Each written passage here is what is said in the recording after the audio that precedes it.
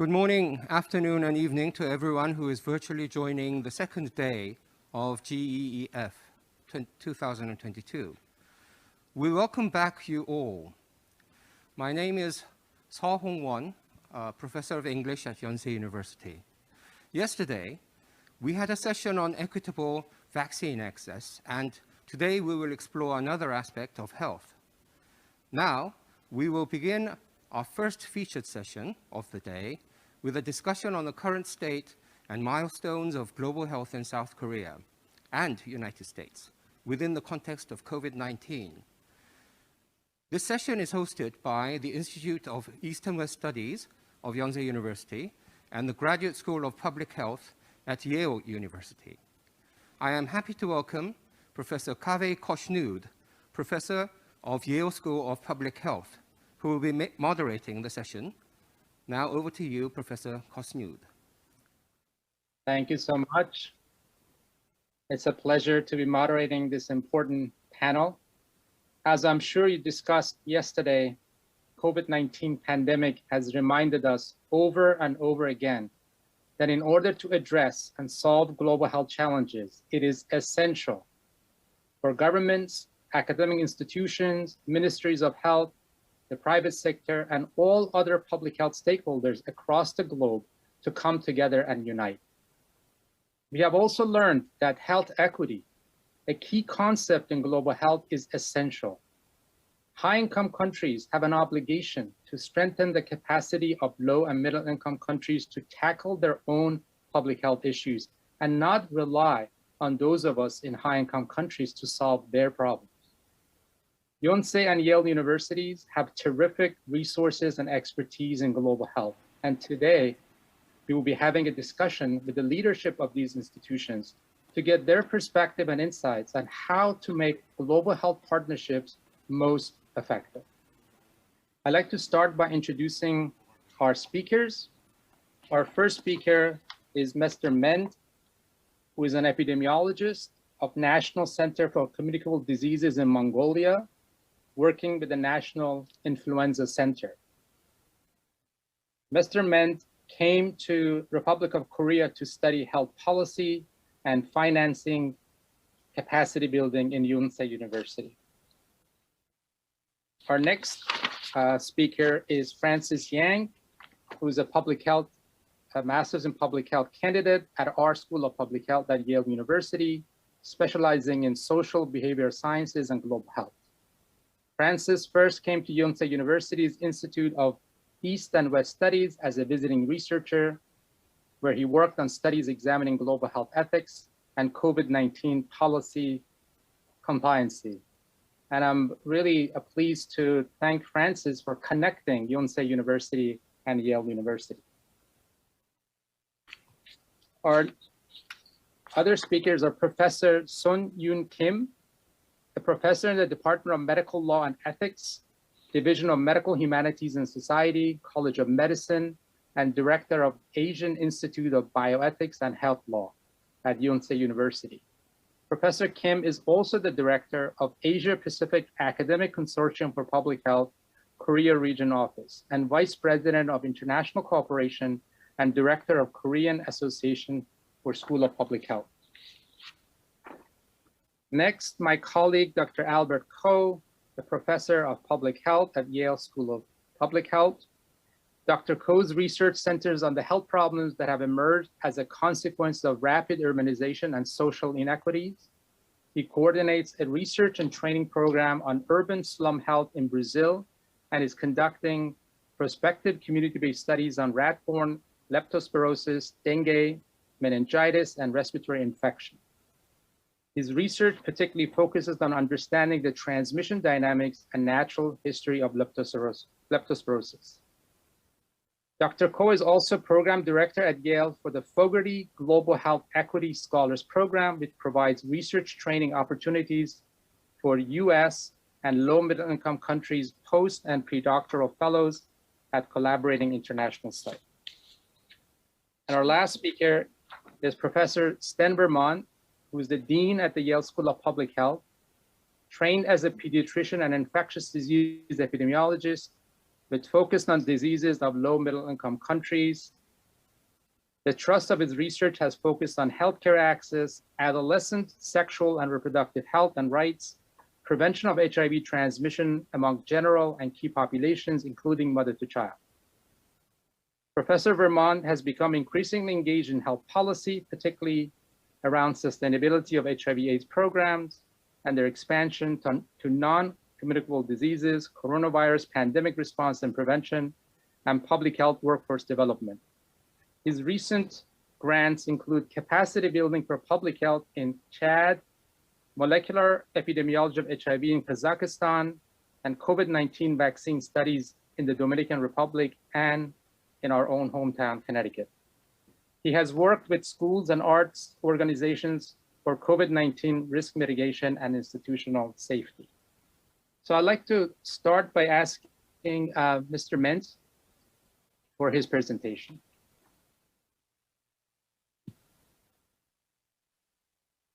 Hey, hello everyone. My name is Men, and as Dr. Bushnod mentioned, I'm from Mongolia and studying at the Yonsei University. So first of all, thank you for this huge opportunity. It is a great honor to present on behalf of my fellow global students.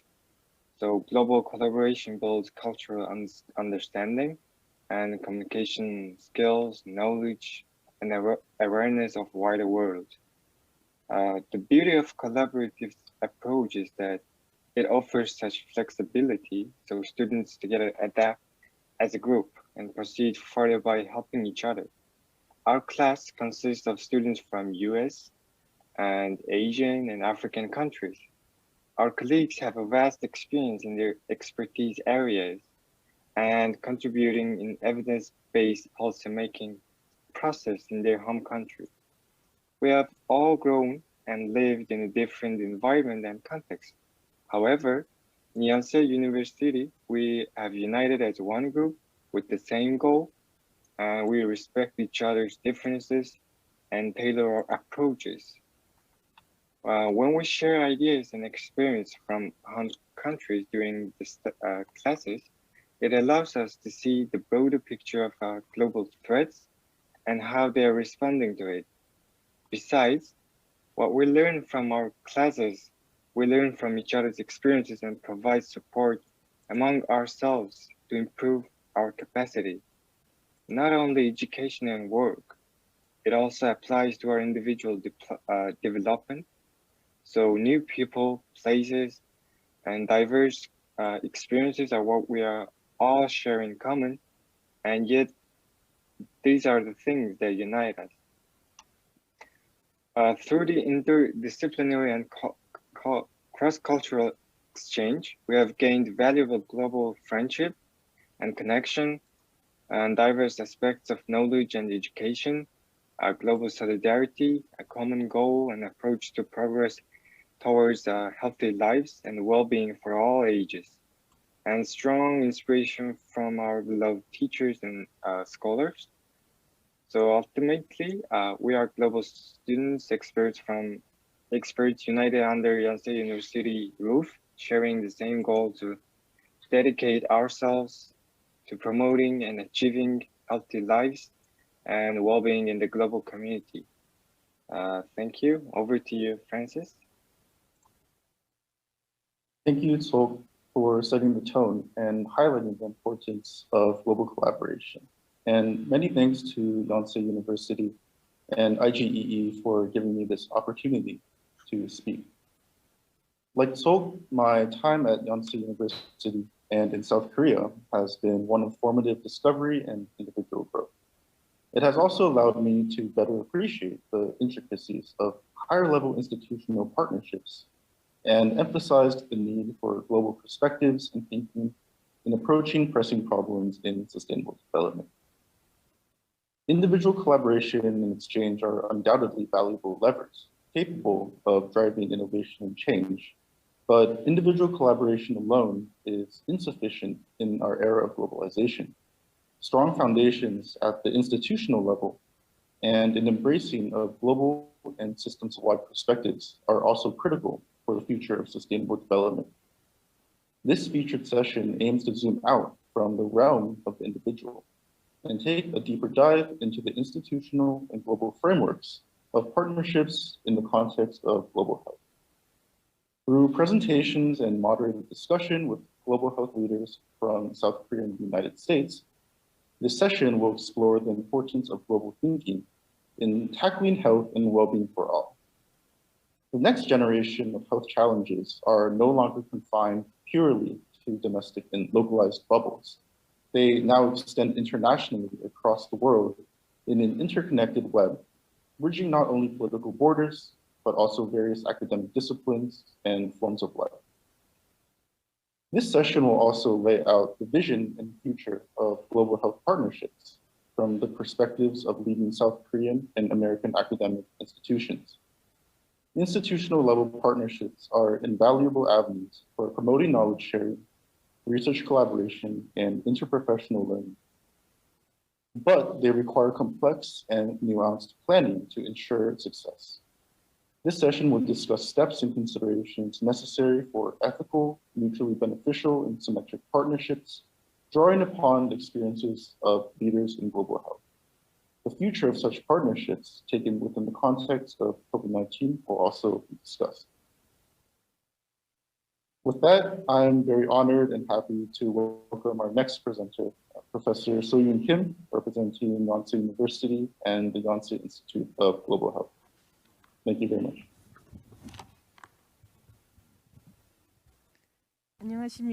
Good morning and good evening.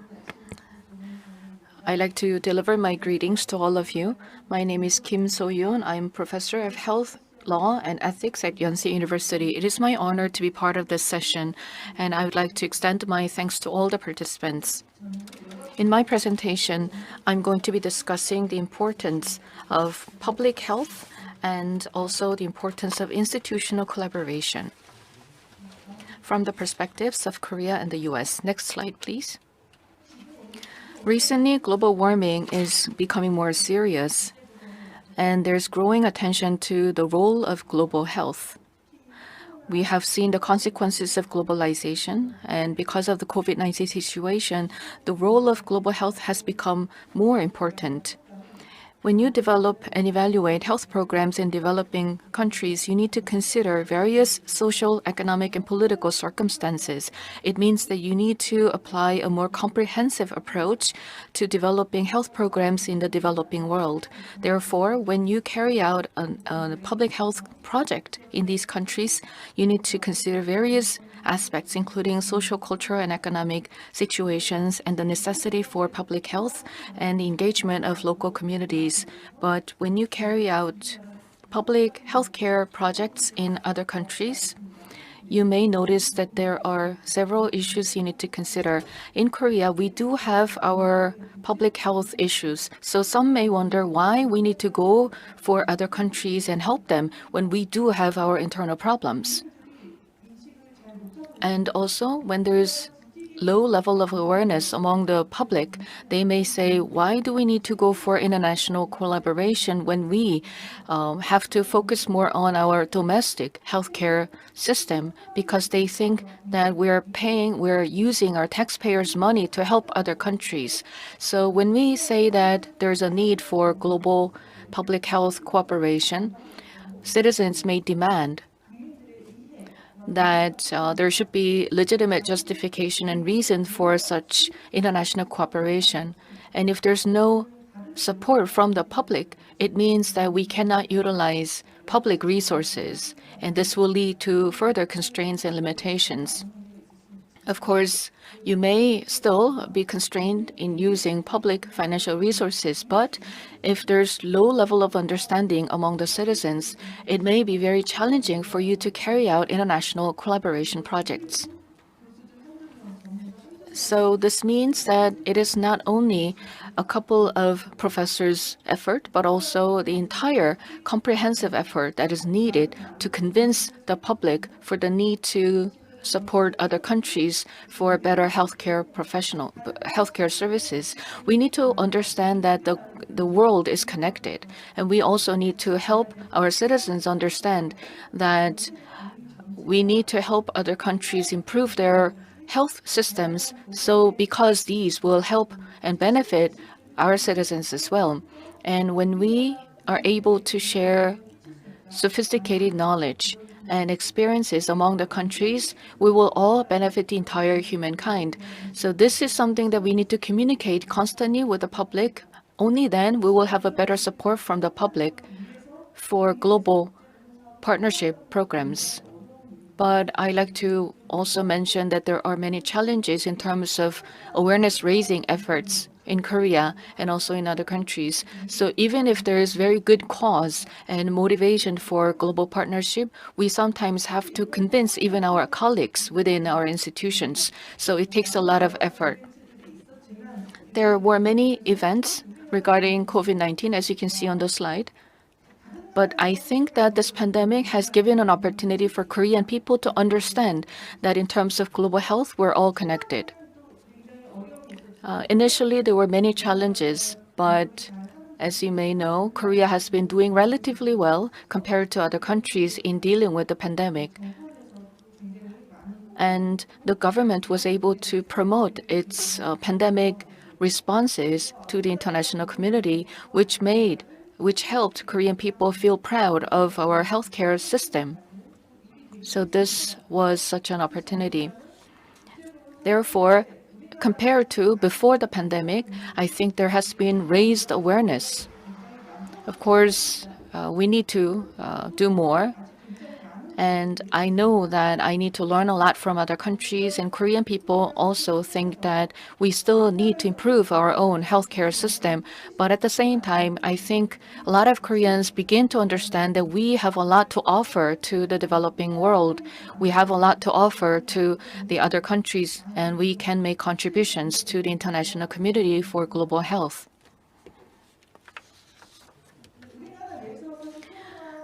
In Korea, we have been doing relatively well in managing the COVID-19 situation. In 2020 and in 2021, there were many exchanges between Korean professionals and those in other countries. I believe that there were several factors. We had MERS outbreak in 2015. And after the MERS outbreak, there was a lot of chaos and confusion in Korea. And this was an opportunity for us to rebuild our national responses to epidemics. And we learned a lot from the US CDC and response manuals from advanced countries. Thanks to such establishments and thanks to such efforts that we made back in 2015 after the MERS, I believe that the Korean government was able to respond to the pandemic relatively successfully at this time around. And in addition, there were many disaster situations and emergency situations that Koreans had to go through. For instance, there was a massive subway station fire in 2003, and there was a massive oil spill in 2007, and there was a Seoul ferry sinking in 2014. So these were massive disaster situations that impacted the entire Korean people. So the COVID-19 pandemic, this was another type of major disaster or emergency, but I think Korean people were more confident in terms of their ability to manage the situation. And personally, Koreans have been suffering from air quality issues, air pollution in the winter time, and Koreans began to wear masks for several years. In the beginning of the pandemic, the Korean government did not encourage people to, or did not force people to wear masks because there was a mask shortage. But Korean people were out there purchasing masks, and they made sure to keep their masks on in the beginning of the pandemic. I believe that these experiences have been accumulated for many years, and such accumulated experiences helped Korean people better respond to the pandemic situation. Thanks to the MERS outbreak, we were able to prepare a lot more, but I'm not saying that our system was perfect. I'm not saying that we were fully prepared, but it was thanks to the awareness of the Korean people they were very supportive in all these measures. So I believe that it is not only the institutional policies and government policies, but also the awareness and understanding of the public, which is crucial because they were cooperative in terms of tracing and self-quarantine and other COVID-19 related restrictions and measures that were well received by the public. And this means that when we try to go out and help some developing countries, we need to understand the level of public trust in these countries as well.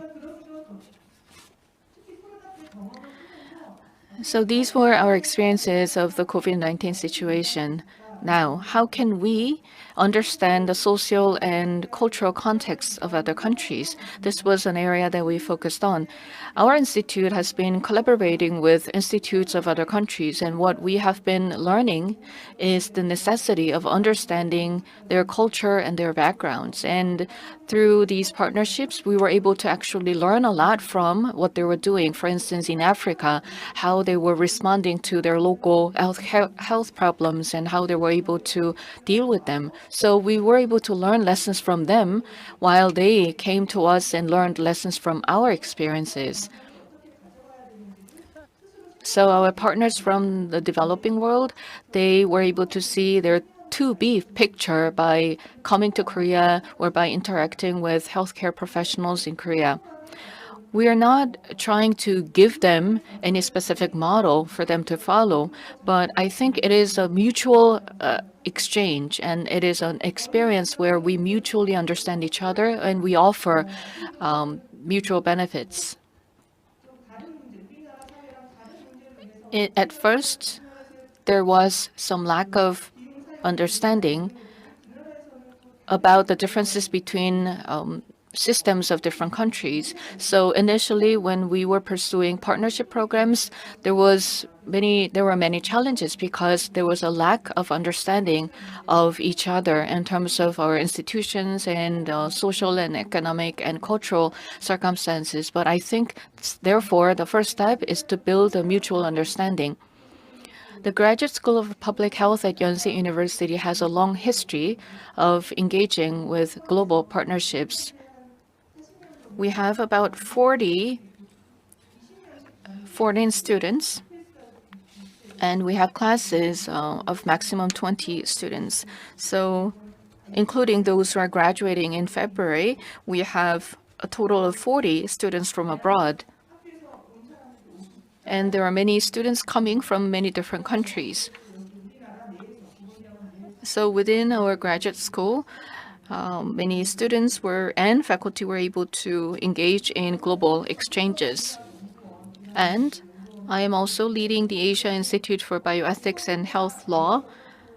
And within the public health domain, we need to discuss various issues, including geriatrics and mental health and global health and cutting-edge research.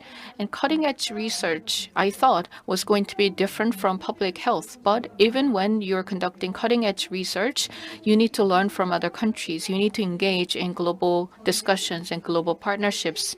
And cutting-edge technologies or cutting-edge research findings will have to be shared with the global community. And only when you understand the broad direction and broad need of the humanity, you can take a better step in developing cutting-edge technology and cutting-edge medical techniques.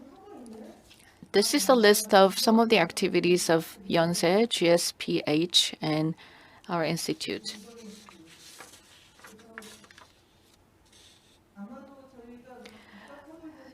So there are many programs for education, research, and social collaboration. And by engaging in institutional collaborations, I think we can achieve a lot more together than doing it individually. Thank you for your attention.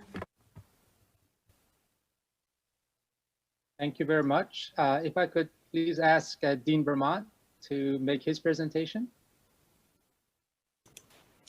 Thank you very much. It's a great honor, and I want to thank Yonsei University for organizing this symposium. Can you see my slides all right? Yes, we can. Thank you. So this is just a little bit about the Yale School of Public Health, Yale School of Medicine, and some of the work we do in global health training.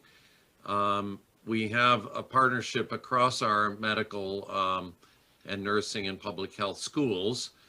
You see faculty from all the schools on various grants from the other schools. So we're a bigger family for these training grants, trying to identify the people who are most qualified to supervise trainees.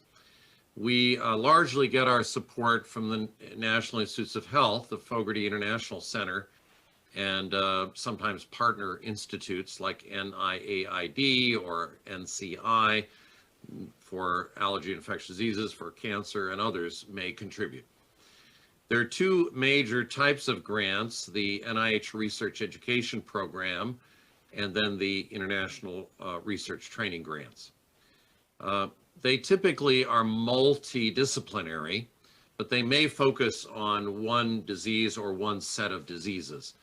But they often bring biological sciences, social sciences, economics, and the like together. So here are the Yale examples I thought might be of some interest to you.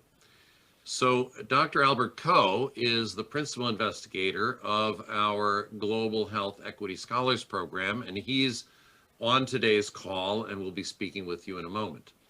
It's a consortium of 4 American universities, Yale, Berkeley, Stanford, and Arizona, and it was established about 10 years ago with a focus on informal human settlements. One could think of them as slums, or one could think of them as suboptimal housing zones, areas where billions of people live and have marginal infrastructures.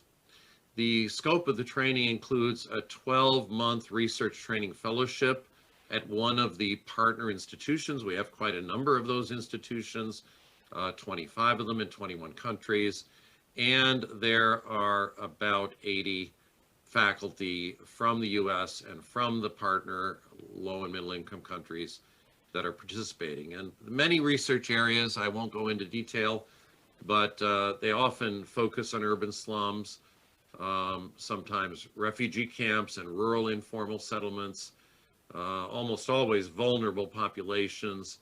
We've had an interest in tropical diseases, HIV, non-communicable diseases, and mental health, among others. And these are the numbers of trainees from our program, postdoctoral fellows from the US, pre-doctoral fellows from the US,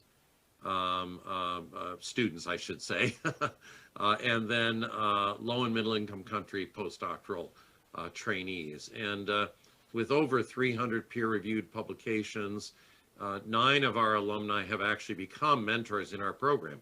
So they were trainees and then they became mentors. The newest global health training program is not supported by the NIH. It's supported by the China Medical Board, and it's called the China Medical Board Global Health Leadership Development Program. It's a focus on improving global health professional education training for young Chinese health professionals who may not have the opportunities in global health beyond the borders of China. So it brings together a network of outstanding training sites in 3 different continents, and Asia, Africa, and South America. And through leadership training and mentored experiences, we seek to offer high quality global health training to the CMB fellows coming from China. And we administer it in partnership with the London School of Hygiene and Tropical Medicine. So this is paid for by this foundation, the China Medical Board, on behalf of Chinese scholars who work networked with European and American partnerships in low and middle income countries. We have one project on what we call HIV comorbidities. So those diseases and conditions that complicate HIV even in the treatment era. And this is headed by the chief of our pediatric infectious disease group and his counterparts at the University of Ghana. The aims are to provide trainees and junior faculty with both theoretical and applied knowledge of research methods. And this can be quite broad, clinical, translation, or laboratory based. And it's a 2-year intensive and mentored postdoctoral research project that focuses on HIV-associated comorbidities. So it's a practical research project in which the training is nested. It's designed also with a mentorship plan to help these trainees become independently funded professionals. We have another project that Professor Altiz and Professor Adiba in University of Malaya spearhead, and many of you know Dr. Adiba, former Minister of Health. And this is the Malaysian Implementation Science Training Program, training 10 implementation science folks. The area of science that looks at why we know something can make a difference, but why isn't it getting implemented correctly? How does one bring a program to scale? And this integrates advanced training provided both by Yale and by the University of Malaya, and trying to build local expertise at that institution. There's an implementation science boot camp. There is a certification program for HIV implementation science, and we are helping develop an implementation science research hub to pull resources together and build partnerships to promote better population outcomes. We have another grant from the NIH, spearheaded by Drs. Davis and Katamba at Yale and Makerere University in Uganda. It focuses on tuberculosis within the context of the HIV pandemic that affects Uganda. This was begun 9 years ago. It builds institutional capacity and implementation research. There have been 53 trainees who've received degrees in the context of an embedded research project, fellowships in mixed methods, so qualitative and quantitative methods, 18 of those individuals, and there's an implementation science incubator to help people become familiar with the methods of implementation science. And you can see here the variety of topics that are addressed in a broadly interdisciplinary approach. We then also have a project from Drs. Vinetz and Gamboa focused on the Peruvian Amazon. So the Peruvian Amazon, of course, is a highly rural area. There is one lonely city, Iquitos, where the laboratories are located, but many of the field sites are in remote rural areas, and some of them are working with indigenous populations, some of the native populations of the Peruvian Amazon. And we seek to train doctoral master's students in basic sciences, epidemiology, and translational aspects. There is a focus on malaria, but other diseases can also be studied. And there is a formal curriculum and certificate online course for nurses to acquire stronger midwifery skills both in the capital city of Lima, which is not in the Amazon, and in the larger city in the Amazon called Iquitos. And there's a certificate course in medical entomology that's being developed, and there is supporting leadership roles among Peruvian scientists at 2 major institutions, and of course trying to facilitate bilateral relations between Peru and the US, and linking the Peruvians to the NIH so that they can seek funding subsequently. And the last program I'll tell you about is also relatively new, and Dr. Mowafi and Dr. Al-Haj at Yale and American University of Beirut, respectively, have an injury research program. and trying to train independent researchers in injury science at the PhD level, in injury research program administrators and research assistants at the master's level, diploma courses to strengthen research skills of health professionals who are interested in clinical research in injury, and also workshops to increase awareness of injury among government and non-governmental organization professionals.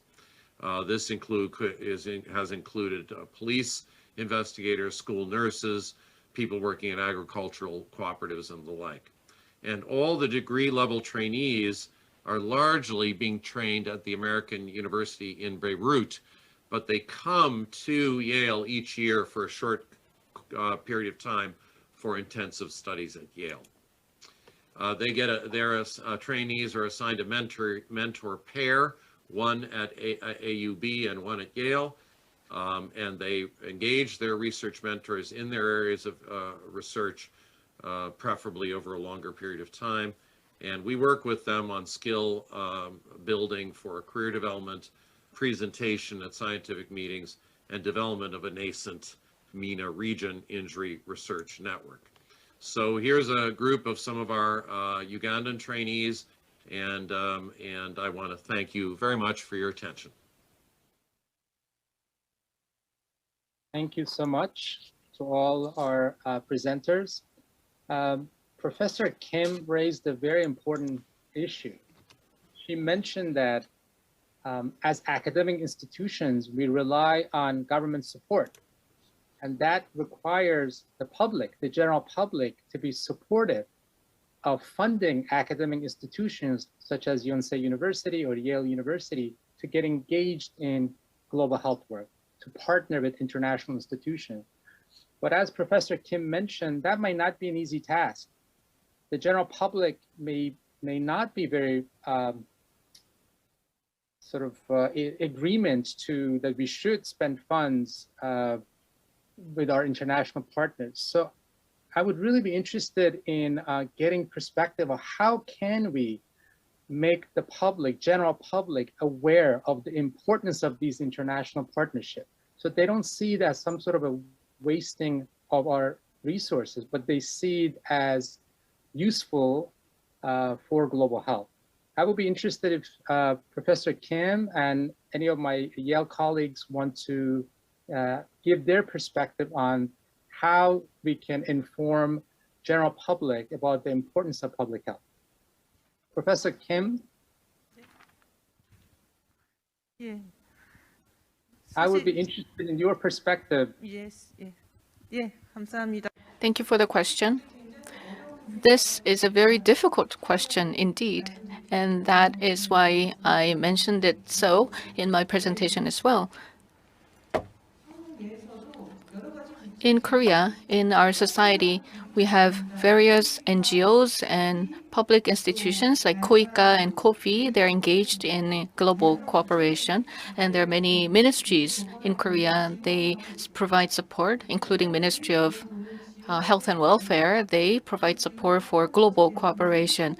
But as you know, these support programs are funded by taxpayers' money, so we need to ensure transparency, and we also need to make sure that the results of such projects will have some predictability, and the results will be reviewed and audited. So that is why some professors refrain from joining such projects, because it takes a lot of paperwork and also extra work and time for the faculty.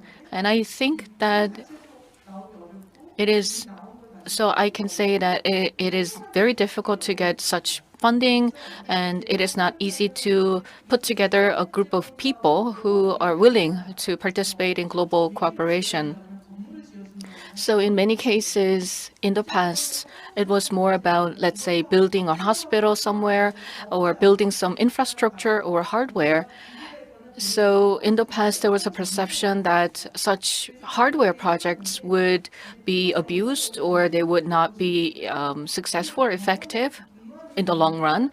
And so there was a level of mistrust, I believe, even within the educational institutions and also the general public. And there was suspicion among these institutions. So there is a mistrust in the public.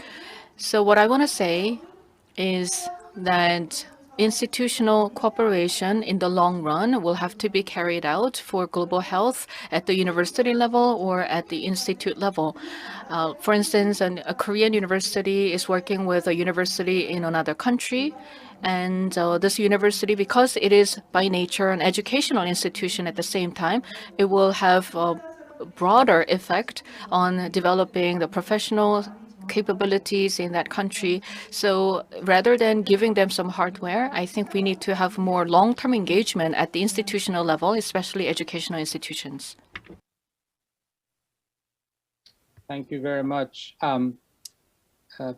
Dean Sten Vermont, you mentioned that many of these training grants that you described are funded by Fogarty International Center, which is part of the U.S. National Institute of Health.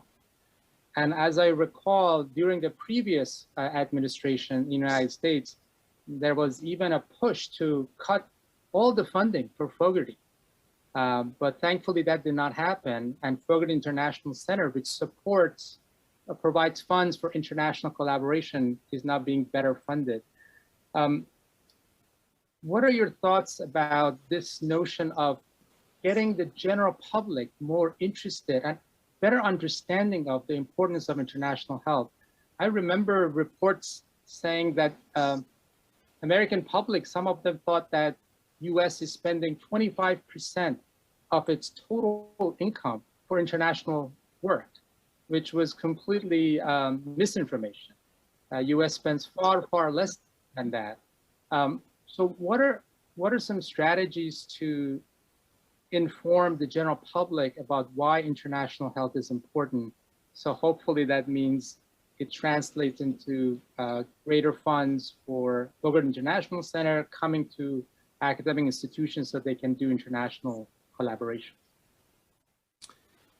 Well, Dr. Kushnud, you are absolutely right. The U.S. government spends just a little bit more than 1%, I think it's a little less than 1% of its budget on global development, including health.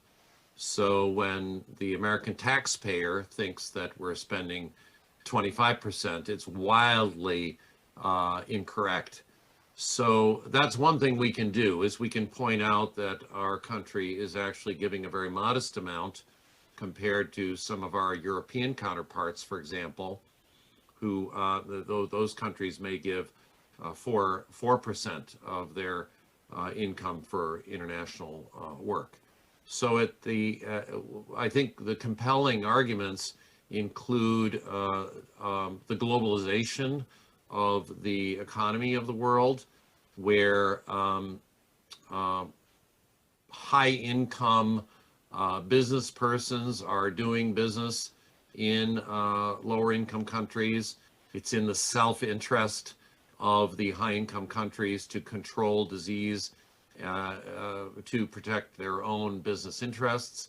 That may sound a little cruel, but self-interest is one argument that can be made to protect the military troops of one country that may go for humanitarian aid to another, or hopefully not for war. But a second argument has to do with discovery, that we may discover things about diseases in lower income nations that not only help those nations, but also help us. And that might be diseases that are endemic in our country, like research on COVID would benefit both the high income and the low income country, or it may be something that we would be transiently exposed to when we are visiting those countries, like malaria. And a third reason, I think, has to do with global issues at home. And, you know, the reality is we may learn things about managing diseases in lower income countries that we can apply back in our own home countries. Both in South Korea and in the US, we do have poverty pockets. We do have areas where poorer people, lower income people live, recent immigrants who may not speak the language well, refugees. So we may have lessons that we learn from our international partnerships that we can actually apply in our own home countries. So those are three reasons, I think, why one can argue. Perhaps the biggest reason is foreign relations. Some of the political scientists talk about hard power, and that has to do with military might and threats. And then there's soft power, economic aid, economic assistance, issues around health and global health and assisting countries to alleviate human suffering and disease and death.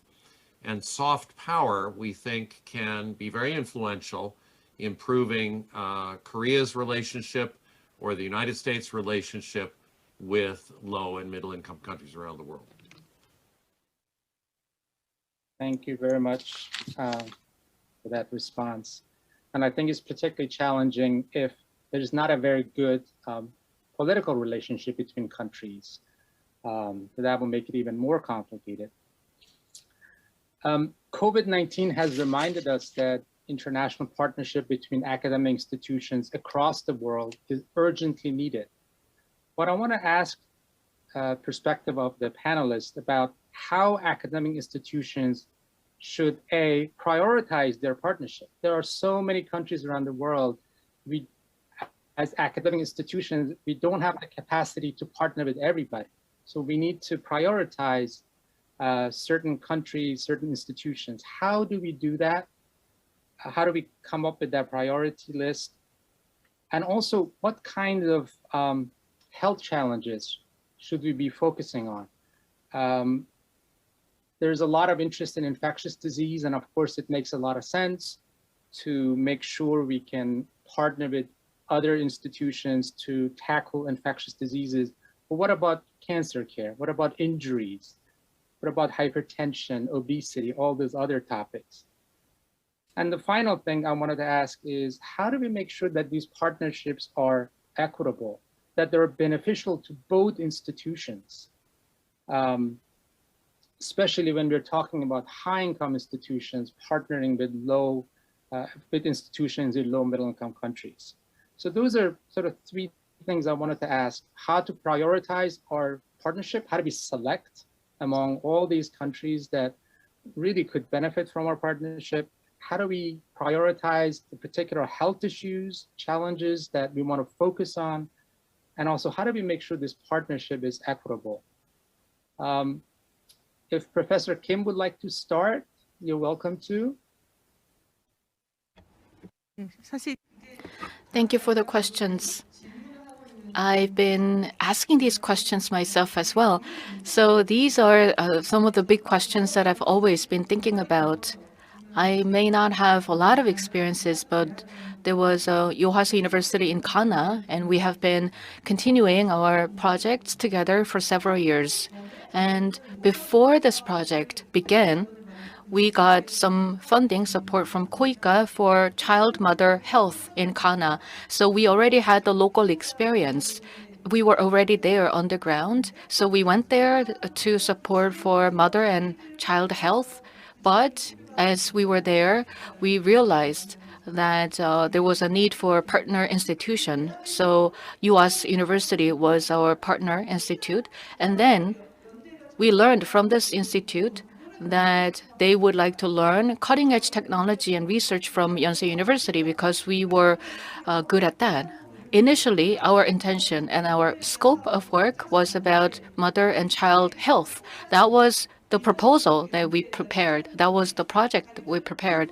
But when we were actually there, they said that they were pretty good at taking care of mother and child health, but they rather wanted to learn cutting-edge research from us.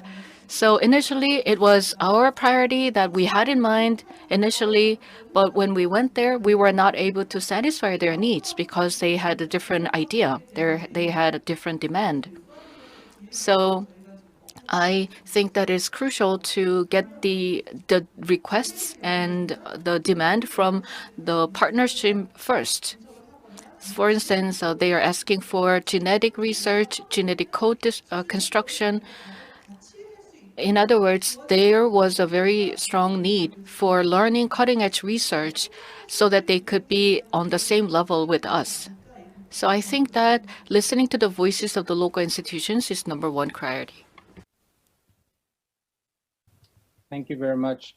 Professor Albert Ko, I know you're the head of a global health equity scholarship program, and Dean Vermont mentioned there's collaboration in many countries around the world. Could you tell us a little bit about that initiative, that project, and what are some of the lessons you've learned from that collaboration?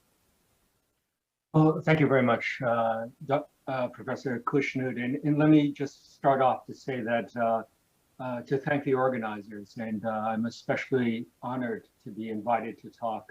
First, because I'm a Korean American born here in the United States. Second of all, because of the topic of global health.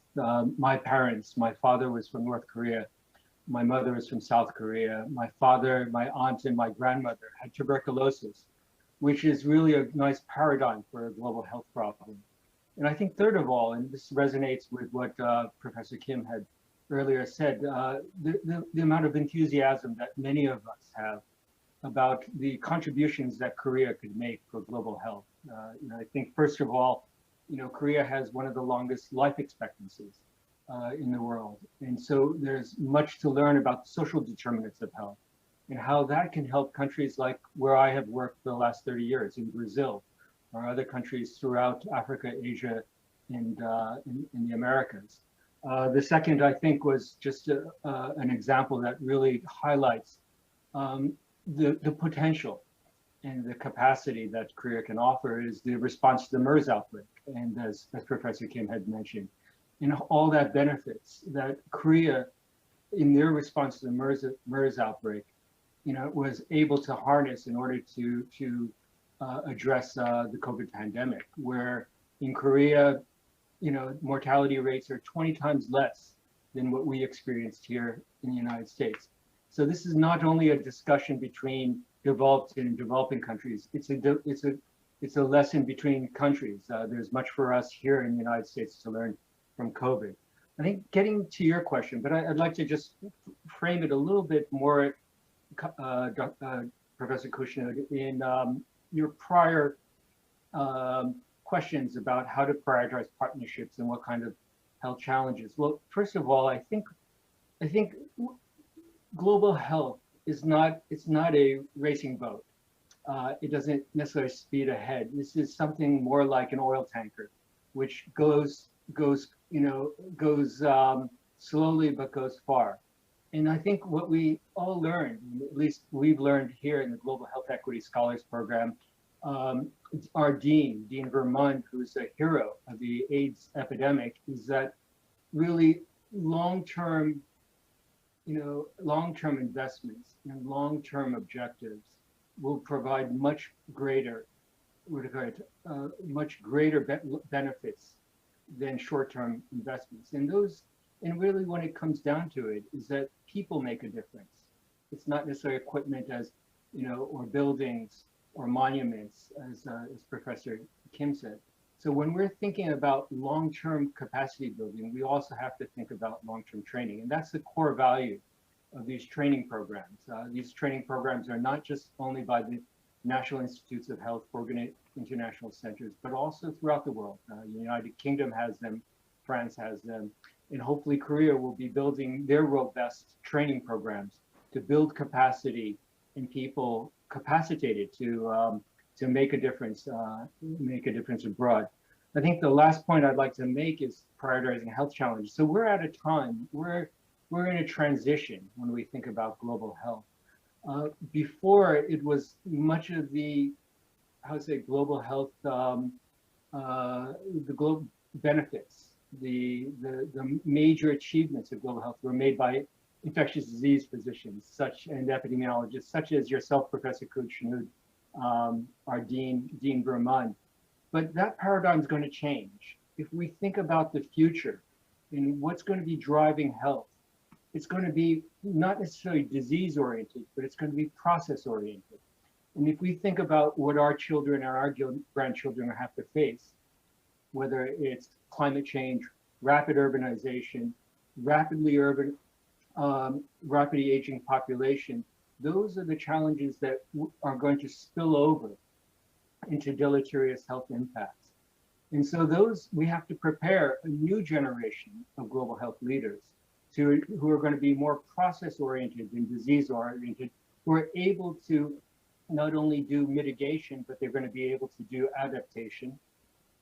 And they're also going to have to be steeped in multidisciplinary initiatives.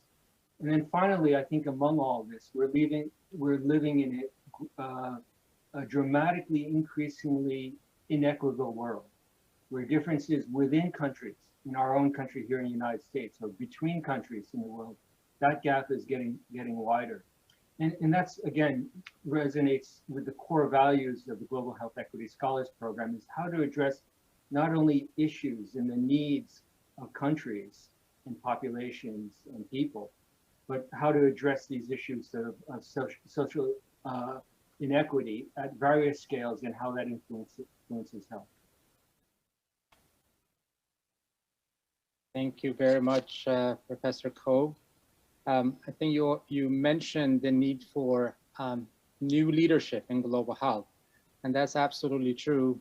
We've been struggling with many global health issues, HIV/AIDS, malaria, tuberculosis, cancer, mental health, for decades or centuries. And we've only been able to eradicate one infectious disease, smallpox, globally. So clearly, as you mentioned, there's a need for many, many bold, well-trained new global health leaders.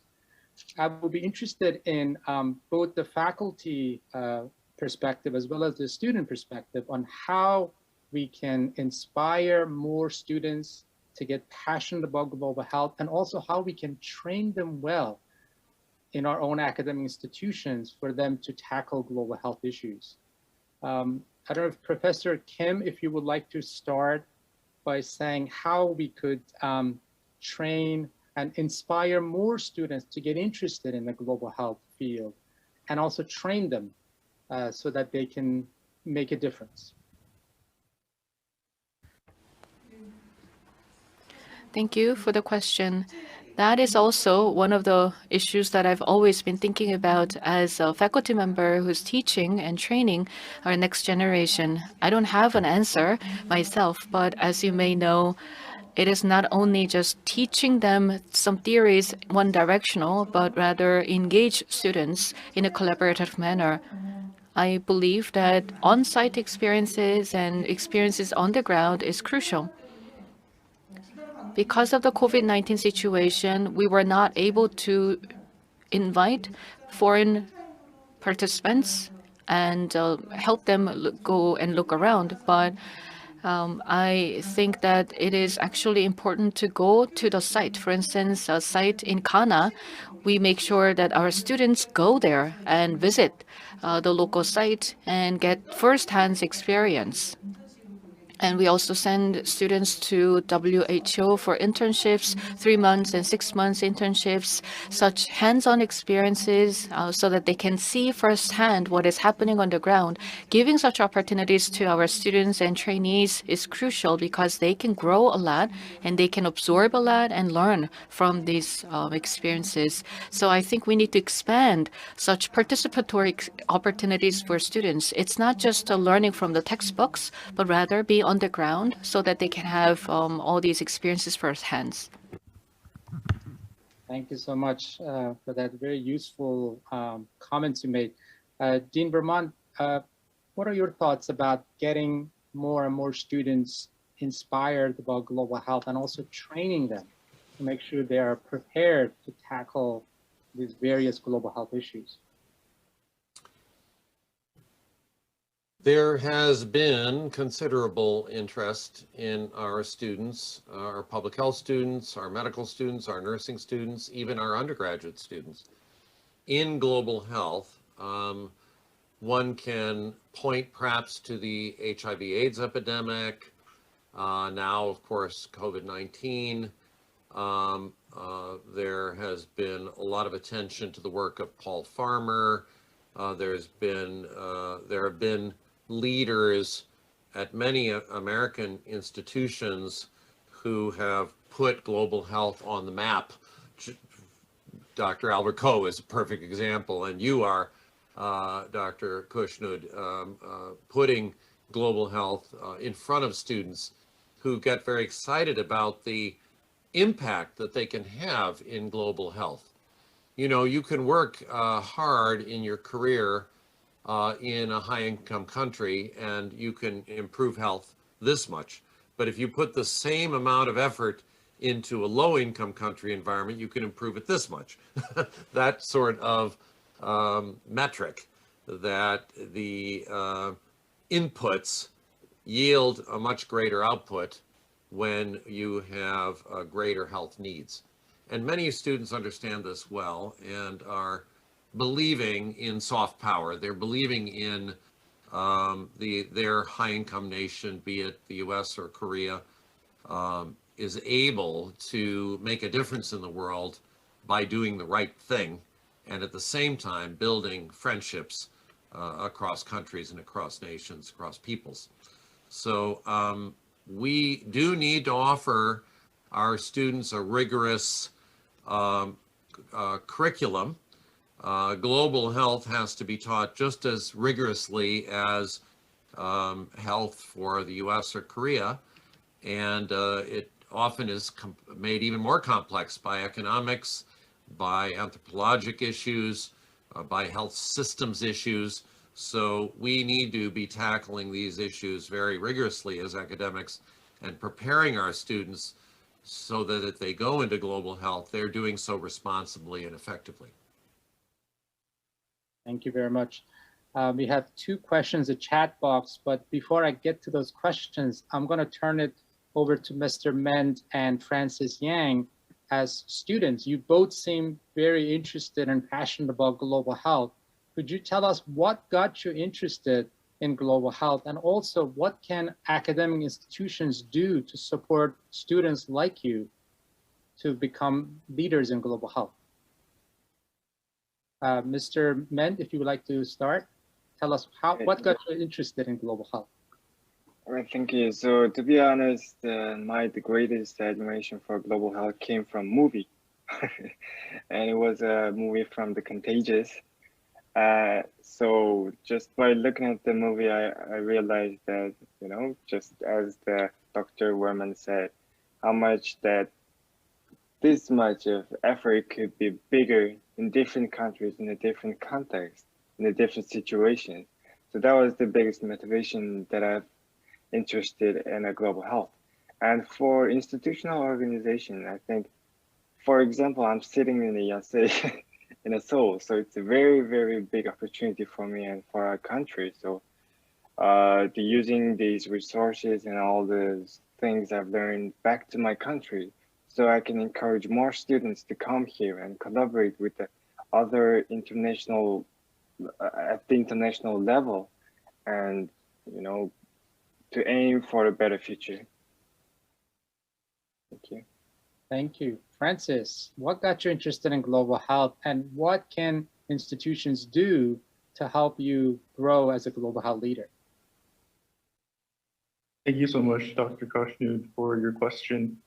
My interest in global health actually began domestically while I was working with low-income immigrant populations from Hong Kong and mainland China who were living in the California Bay Area. I was interacting with them and noticing language barriers, familiarity with the United States health system, and started to think how I can start helping them before they even got to the United States. And also working in the emergency room of public safety net hospitals, there's been very interesting programs combining Chinese traditional medicine with the Western health system, where acupuncture has been used for pain treatment, and really combining those interesting perspectives, diverse treatment plans, that really kickstarted my interest in global health and eventually led me to South Korea. And I think one big thing that institutions could definitely play a role in is actually language training. I think a lot of one of the biggest obstacles for effective research or getting the most out of a global health experience is communication and being able to interact with the local populace. And Yale does have some language resources. So there's a fields program and the directed independent language study, which focus on one-on-one language training for a language of the student's choice. So for myself, I was focusing on Mandarin Chinese and Taiwanese. And I think if institutions can provide avenues to boost a student's language skills in the global health sector that they're interested in, I think that definitely plays a very valuable role in student experience. Thank you very much for those insightful comments. So one of the questions in the chat box is, what challenges, financial, logistical, geographical, or cultural, have you experienced while building healthcare capacity in low-middle income countries? And how did you overcome these challenges? Again, there's a question about the range of challenges, financial, logistical, geographical, cultural, that institutions in high-income countries have experienced while trying to build healthcare capacity infrastructure in low-middle income countries, and how you were able to overcome them. Professor Kim, would you like to start? Thank you. Yes. Of course, financial challenge is always there. When you're carrying out a project, when you do a project, there's this issue, financial challenge. Sometimes you have to do a matching fund, so funding on a matched basis. So securing funding is a crucial issue. And at the same time, we are bounded by the scope of the project that is funded. So the scope may have some limitation where we wish to be able to do more, but we're limited by the scope. Another challenge that I want to discuss is related to some of the expectation management. Let's say that there's this low-income country where they are asking for something that may not be legitimate, but they may demand something that is not really proper. So there's this ethical issues. Sometimes they may ask for some monetary benefit that is not ethical per se. And they will say, oh, it is a cultural thing. And in our culture, this is something that we need to get. But then we are not able to do so. So there are these conflicts in terms of ethics as well. So you may consider them as cultural gap or social gap. So to what extent are you going to make a compromise? To what extent are you going to accept their practices when these such practices are not acceptable in our culture? Because let's say if you say yes to such requests, later it may be found out and it may cause problem or it may undermine the credibility of the project. So these are some of the practical issues that I think we need to be able to deal with. And as for certain funding or spending, we would always say that the funding institution demands transparency, so we're not able to do this and do that, even though you're asking for them. So we're trying to convince our partner, and we're trying to make sure that there's a high level of transparency so that I will be able to avert any risks, reputational risks and other financial risks involved in that. And that was what I did to address this challenge. But in other projects, I heard that such ethical issues are also part of the challenges. So that was one of the big challenges for myself. Thank you very much. I'm going to come to that ethical issue, but before that, if Professor Albert Ko or Dean Vermont want to give us their perspective on some of the challenges that you have encountered in international collaborations that you've been doing over the last few decades, and how you overcame some of those challenges. Who would like to go? Well, I'm going to keep my response short because I think Dr. Ko has a very interesting 3-decade partnership in Brazil that I would like him to share with everyone. I do think the key is having an in-country partner or more than one partner with whom one has a strong tie and a strong alliance. And rather than high-income country people coming in and trying to do something, you work through your in-country partner. Your in-country partner is really the change agent, and you are their guide, if you will, and you are helping with funding and you're helping with technical support, but the change is actually coming from the individual in the lower income country. But Dr. Ko has quite a story to tell about his long-standing partnership in a single country with a single institution that I would love him to share. Thank you, Dean Vermund, for that. Yeah, so just as a background, I've been working for the last, well, our group has been working for the last 30 years with the Brazilian Ministry of Health, and particularly specifically the Oswaldo Cruz Foundation, which is the National Institutes of Health equivalent organization in Brazil. It is also responsible for vaccine and pharmaceutical drug production. So it is a very interdisciplinary, very unique interdisciplinary organization that really ties together both research, academic research, and public health. And maybe some of the lessons learned in thinking about kind of the challenges. So the first challenge, of course, for a country in Brazil when I arrived in 1995 was in hyperinflation. The inflation rate was about 300% per year when I arrived. And so you could, see, first of all, the challenges that posed in terms of funding and reliance on external funding. And I think, going back to the point that Professor Kim had said, the cycle, the funding cycles make it very difficult, for when we're thinking about long-term capacity building, training, investment. If we invest in a young, bright PhD student or a medical student, it takes 10 to 20 years for that person to make an impact as an academician, but also in public health practice. So that is the first structural challenge that we've had. Our response to that was to leverage, just like the stock market. We would write for funds from the European Union, from the Brazilian Ministry of Health, from the United States, so that we could leverage opportunities and also leverage currency exchange problems that would pop up.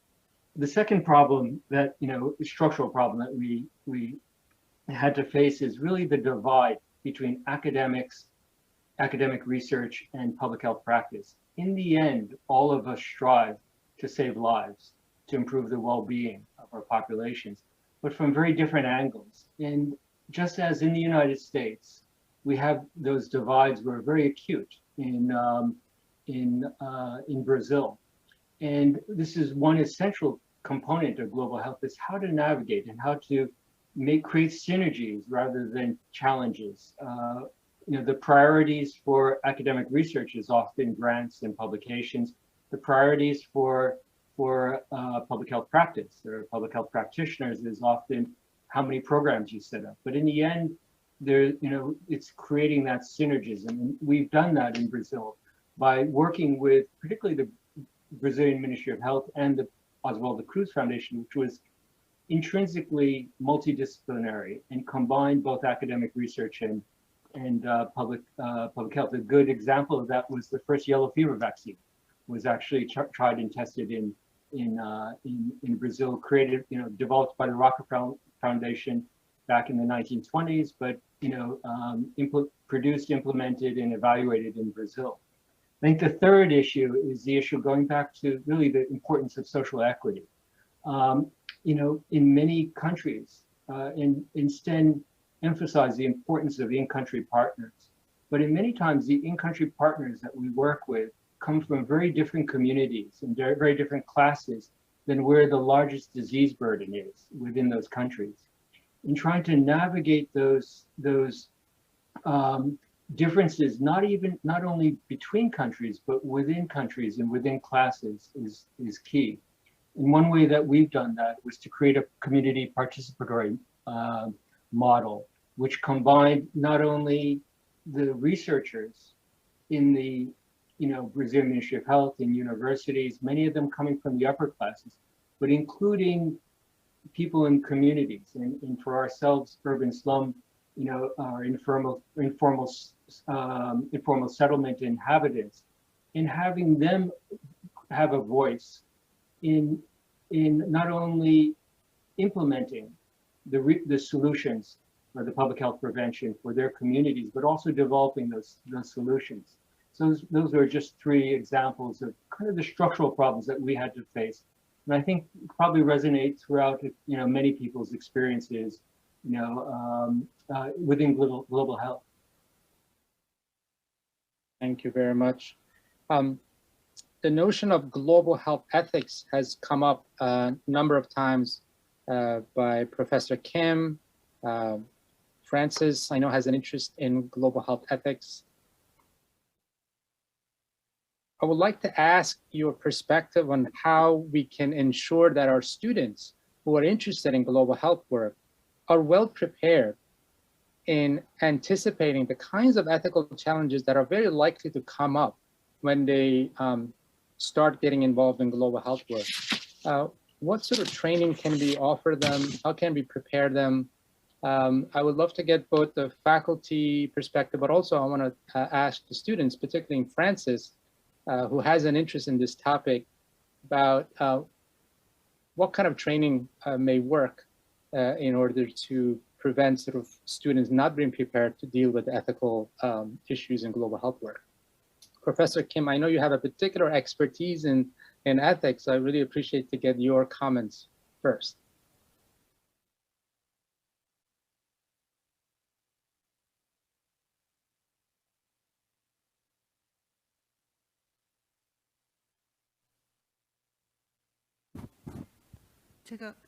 So should I go first?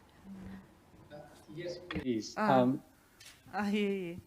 Okay. When you think about ethics, it is about certain norms and certain cultural practices and the level of acceptance. So when you think about ethics and its definition may vary depending on different countries and different societies, and their cultural expectations and norms are all very different. So you need to have a good understanding of your partner country and your partner institution. Of course, we have universal ethics, such as research ethics and other ethical principles that we need to abide by. But in addition to such universal ethics, we need to understand the limitations and the level of acceptance of ethical practices in different countries. So gaining that understanding is a first step. And then you need to make a comparison between what is accepted there versus what is accepted here. And then you need to be able to have such comparison and understanding to set the boundaries that you may remain within. So I think this entire process of understanding their ethical norms is crucial. Thank you for that. Francis, I know you're actually devoting your master's thesis on global health ethics. Can you tell us about that topic and what you're working on? Thank you, Dr. Kashun. I'm really interested in the different perspectives of what ethics is coming from different countries. So my particular focus for my thesis, I'm interviewing students in the United States, and I've already completed interviews with students in South Korea regarding their views on what ethics is and how ethical dilemmas can be dealt with from their perspectives.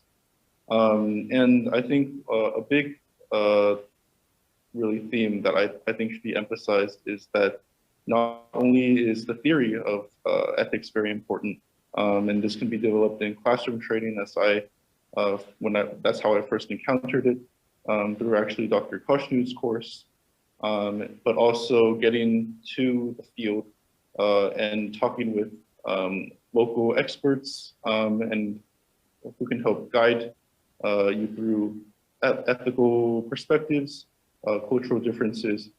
Myself, upon coming to South Korea, I found it a bit difficult at first to adjust. I was very afraid that I might do something wrong, and especially having all of the theoretical training, I wasn't sure really how to begin applying my research questions, but with the guidance of the South Korean preceptors, they offered a lot of insightful advice, some insight into how South Korean research works, how to interact with interviewees. So my experience with that has been a very pleasant combination of both theory and practice. Thank you very much. At the Yale, we have a Yale Institute for Global Health at our university, and 2 years ago, we established a global health ethics program, recognizing the importance of global health ethics. And that program offers training, what we call pre-departure training. So before our students get involved in global health work, we do a series of workshops for them and try to prepare them to anticipate the kinds of ethical challenges that may come up before they go to the location that they want to do their work. And we've been actually learning a lot from that series of workshops and trainings. There is a question in the chat box, quite specific about considerations around giving access, I believe, to health data and security risk in global health partnership. So there's a question about it says health data security risks in global health partnership. I don't know if any of you have any comments to make about that issue. Well, I can dive in. If we're doing research, we're very strict about data safety issues. For example, complete confidentiality, the so-called locked database in the locked room, and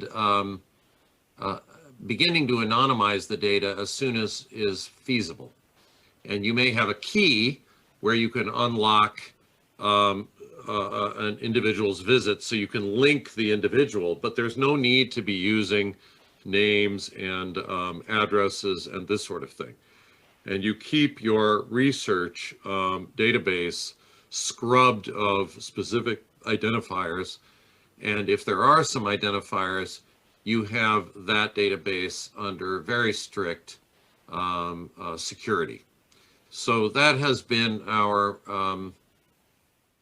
way of doing business, in my case, for nearly four decades. And I have yet to have a serious confidentiality breach.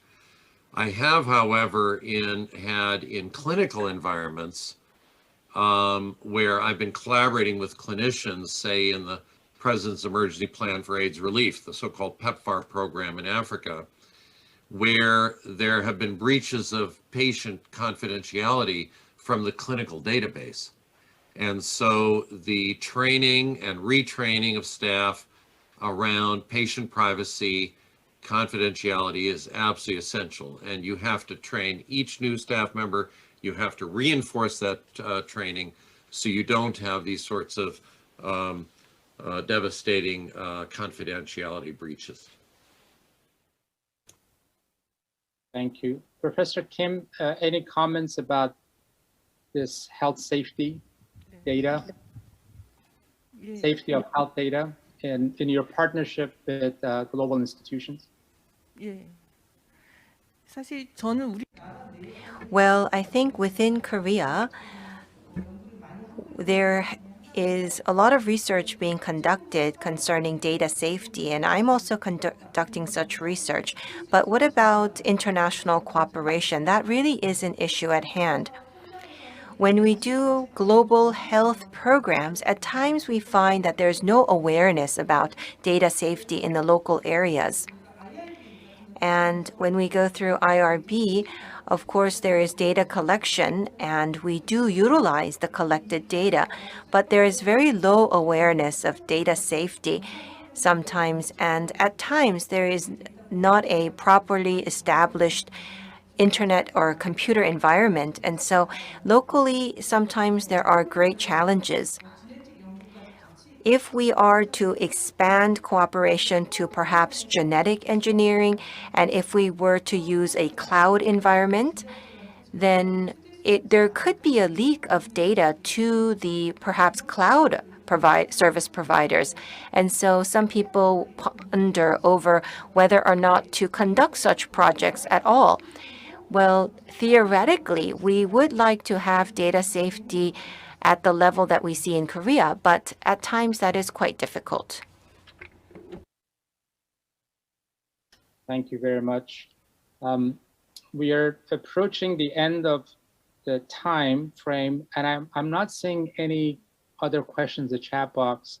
What I'd like to do is maybe go back to our participant and see if you have any sort of final thoughts you would like to share, including greater partnership between Yale University and Yonsei University, which is something that has not happened. And I'm delighted that we're having this conversation, and I'm hoping this conversation will continue and bring our two institutions together. So maybe I'll start with our students, Mr. Men and Francis. Any last minute thoughts you have about the topics that we've been discussing, including how to strengthen the partnership or create a partnership between Yale and Yonsei University? What are your thoughts? I can go ahead and address some of those points. I think coming to Yonsei, representing Yale there, and thinking about how to promote partnerships, I really realized how difficult it was, how many moving pieces there were, and what sort of logistics and participation is needed in order to get something off the ground. And I'm really happy that, again, as Dr. Kaushner mentioned, that we're having this conversation through this forum. And I really think that it would be great to encourage more such symposiums and future conversations, which have been actually helped by the remote nature of these forums. So I'm definitely looking to more of such conversations in the future between our two institutions. Mr. Men, any thoughts from you? Okay, so thank you. So I've never engaged with Yale University before, but you know, it's really good. It was really great to sort of, just to hear from all those professors their opinions about global issues and how the partnerships should be combined and how we should work together. And it was really honored. I'm very honored to participate in this forum, and I'm very glad on behalf of my global students and my fellow classmates. So thank you. Thank you, Mr. Men. Professor Kim. 예, 감사합니다. 저도 Thank you very much. This seminar was a wonderful experience for me, and I was able to share the challenges. So I was very happy to see that some of the challenges that I've been experiencing were also experienced by others. So these were common challenges that we all encounter. So this was a wonderful experience. In Korea, it is not easy for a faculty member to learn from other faculty members or colleagues. Of course, we attend academic seminars, but there were more teaching opportunities than learning opportunities. But this particular session was a learning opportunity for me because I was able to learn a lot from these participants from Yale University, and I was also able to share my experience. So thank you. I hope to continue our dialogue. Thank you so much. Dean Vermont, I know you have another call coming up. So if you have any last minute thoughts before you leave for the next call. Well, I want to highlight that one of America's greatest Korean American scientists is on this call, Dr. Albert Ko, and I will turn to Dr. Ko for all guidance in our partnerships in Korea. And we need Dr. Ko to get to Korea in the very near future.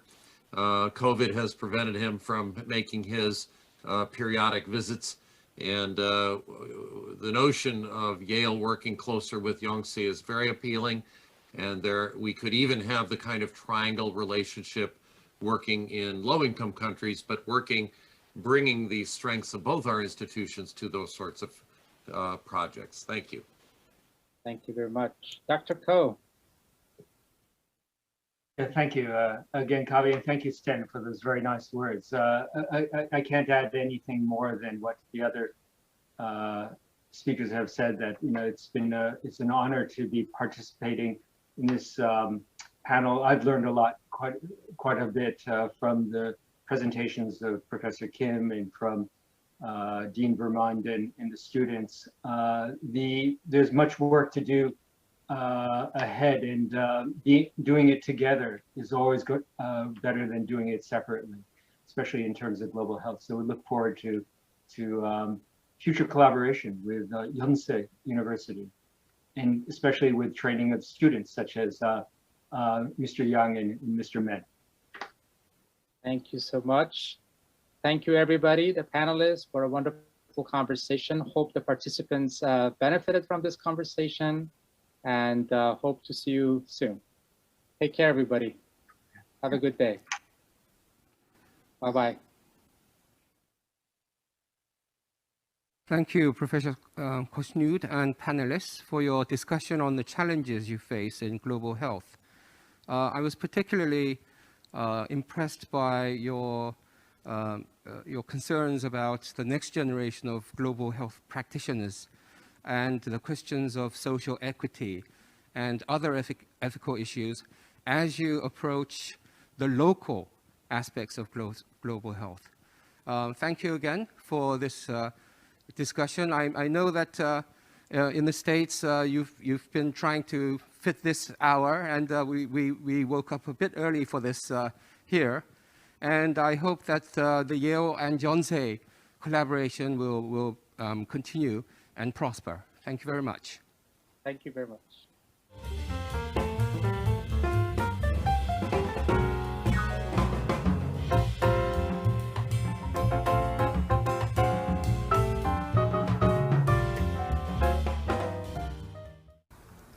Thank you for joining us for the second plenary session. It will be on caring society for social sustainability, and the session will be moderated by Professor Hee-Gang Kim at the Department of Public Administration at Korea University.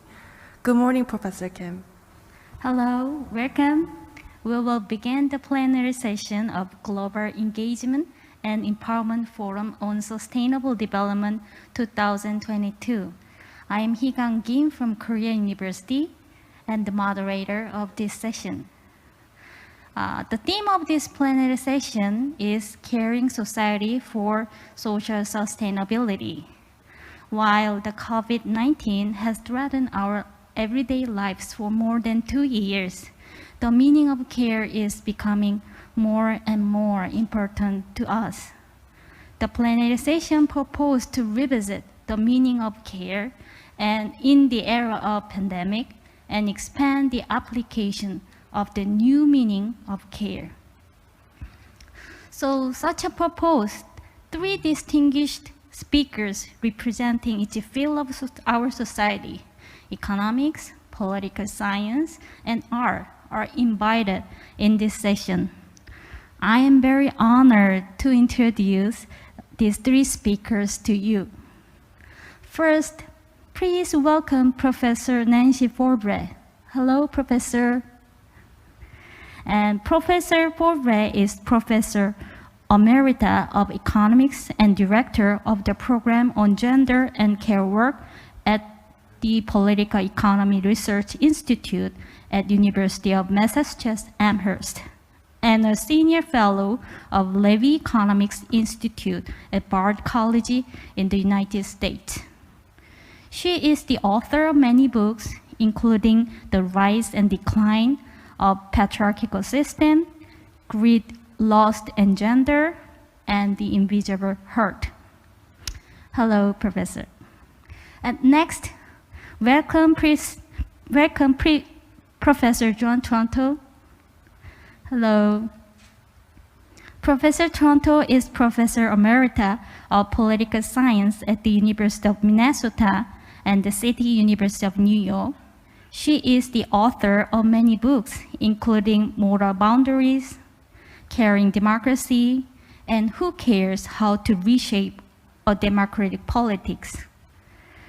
Professor Toronto was awarded an honorary doctorate by the University for Humanistic Studies in the Netherlands and won the Brown Prize for Democracy. Hello, Professor. And finally, please welcome Mr. Taeyun Choi. Mr. Choi is an artist, educator, and organizer who works with drawing, painting, computer programming, performance art, and video. His projects were presented at the New Museum of Contemporary Art, Whitney Museum of American Art, Los Angeles County Museum of Art, and more. And he was a fellow at the IBM Art and Technology Center, Low Manhattan Culture Council, Pioneer Network, and more. He also taught at New York University, Parsons School of Design, and the City University of New York. Hello, welcome. From now on, we will have a presentation about our speakers. The order will be as shown on our program. First, the Professor Forbre, please proceed your presentation. The topic to be presented is care economy in Korea, beyond COVID-19 and toward a sustainable caring society. Professor Kim, thank you so much for your kind introduction. I'm really looking forward to the discussion. Hope you'll bear with me for a minute while I share my screen. So I'd like to start, particularly since I'm sharing the podium with Joan Toronto, with a comment on moral values and economic interests. In my view, care for others is first and foremost a moral commitment, but I believe it's also very important to show that it is an economic necessity. Care is costly in the short run, but generally pays off in the long run. And what I want to emphasize is that our economic institutions are not sufficiently attentive to its long-run benefits. In particular, we can no longer rely on measures of gross domestic product or GDP as a measure of our collective output or as an indicator of our economic success. In other words, we need some fundamental changes to our economic accounting system. A big problem is that GDP doesn't include the value of unpriced assets, ecological services such as a stable climate, or unpaid work, nor does that measure subtract the money that's spent on social bads, money spent on pollution, resource depletion, crime, drugs, suicide, depression, whatever. So it's really not an indicator of what we all care about the most. And in particular, I'm interested in the implications of demographic change for the way that we think about economic accounting systems. And I know that South Korea is a global example of a transition to below replacement fertility rates. But it's now almost half the global population living in countries with below replacement fertility. And this is something that economists have only recently acknowledged is a source of economic strain, along with other global challenges like the COVID-19 pandemic and climate change. But one of the interesting things about these trends is that they are forcing us to reevaluate the way we think about and measure our economic progress. So in redirecting your attention to the care economy or the care sector of the economy, I want to be very clear, very specific about what I mean by that. And I define the care economy as the set of activities and also investments that produces and develops and maintains human capabilities. So it's very similar in some respects to the concept of human capital, but it's broader than that because it looks beyond a rate of return in the market to think about benefits for society as a whole. So the care sector includes both paid work, childcare workers, elder care workers, healthcare, education, social services, but it also includes the unpaid work that's provided by family and community members, unpaid work that many countries, including Korea, measure at least to some extent through systematic time use surveys that allow us to know exactly how much is performed. So care provision, whether it's paid or unpaid, has some pretty distinctive features. And it's very important to understand these features in order to have a sense of the dynamics of care provision, especially within a larger capitalist market economy. Care provision, and again, whether it's paid or unpaid, is motivated to some extent by obligation, by responsibility, by affection, by altruism, as well as economic self-interest. Care providers themselves need to survive. They need support. They need recognition.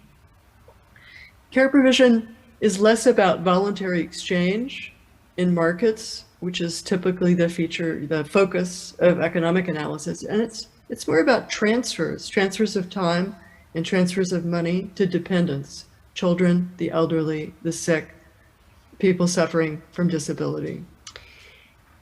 A really important economic feature of care provision is it's difficult to capture the value added in providing a service to those who need it. You're not producing a commodity that can easily be bought and sold or measured, or that is really subject to the forces of supply and demand in the marketplace. And another really important distinctive feature is that care provision has positive spillovers, sometimes called externalities. People benefit other than the most immediate recipients. So we all benefit from raising healthy, happy, productive children and taking care of our elderly members of society in an effective and kind and caring way. And partly because of these economic characteristics that make it difficult to rely on market forces, care provision is not always efficiently produced by capitalist enterprises. So we are facing a lot of problems with both the quantity and the quality of services that are provided. So a very quick overview of some kind of global changes in the care economy. For most of the 20th century, we saw pretty rapid population growth due to high fertility combined with mortality decline. But in the 21st century in particular, we've seen pretty rapid fertility decline, as I mentioned, to below replacement rates in many countries, including Korea. And I think this transition to lower fertility rates has been neglected and misunderstood by conventional economic theory. And in order to understand it, we really have to look at both patriarchal and capitalist institutions and the way that they've been mediated by global trends and by national cultures. If we look back to our ancient history, high mortality once made high fertility pretty necessary for economic and military success. And many civilizations adopted patriarchal institutions that forced women to specialize in care provision, ensuring a cheap supply of family labor and rewarding high fertility. Capitalist development, technological change, destabilized many of those patriarchal institutions, often in contradictory ways with some positive and some negative consequences. And this institutional change has led to new forms of distributional conflict over the cost of social reproduction. Who's going to pay for raising well-educated, productive children? Who's going to pay for security in old age? Who's going to pay for health care? And this is very apparent in the evolution of the welfare state, a major function of which is redistributing money between the generations. In fact, more money between the young and old than between different classes, than between the rich and the poor. And to some extent, in almost all affluent countries, the benefits of raising children have been socialized by taxing the working age population to support the health and retirement of the elderly. And that process has really significant economic consequences. So now we're seeing states, and this is especially true in Korea, beginning to socialize more of the costs of children, providing greater public subsidies. But in general, they've underestimated the actual costs. And they've also underestimated, I think, women's willingness to voluntarily continue to pay them. And these are factors that are contributing to pretty significant fertility decline. So specialization in care provision is always going to be disadvantageous to some extent because it's difficult to individually capture the economic benefits. And the thing that's being produced, human capabilities, is not for sale, but the services that are provided by human capabilities are really crucial to economic success. So this leads to a kind of moral principle that responsibilities for care provision have to be equitably shared through achievement of a better balance between family work and paid work, as well as between men and women. So what do we do now? What are the kind of policy implications or strategy implications of this account of the care economy? Well, I don't think we need to worry excessively about the low replacement fertility. It will not have terrible consequences. And in fact, it will have some environmental advantages. But we have to adapt to it by investing more in the capabilities of our children, increasing the productivity of the younger generation to make up for the decline in numbers.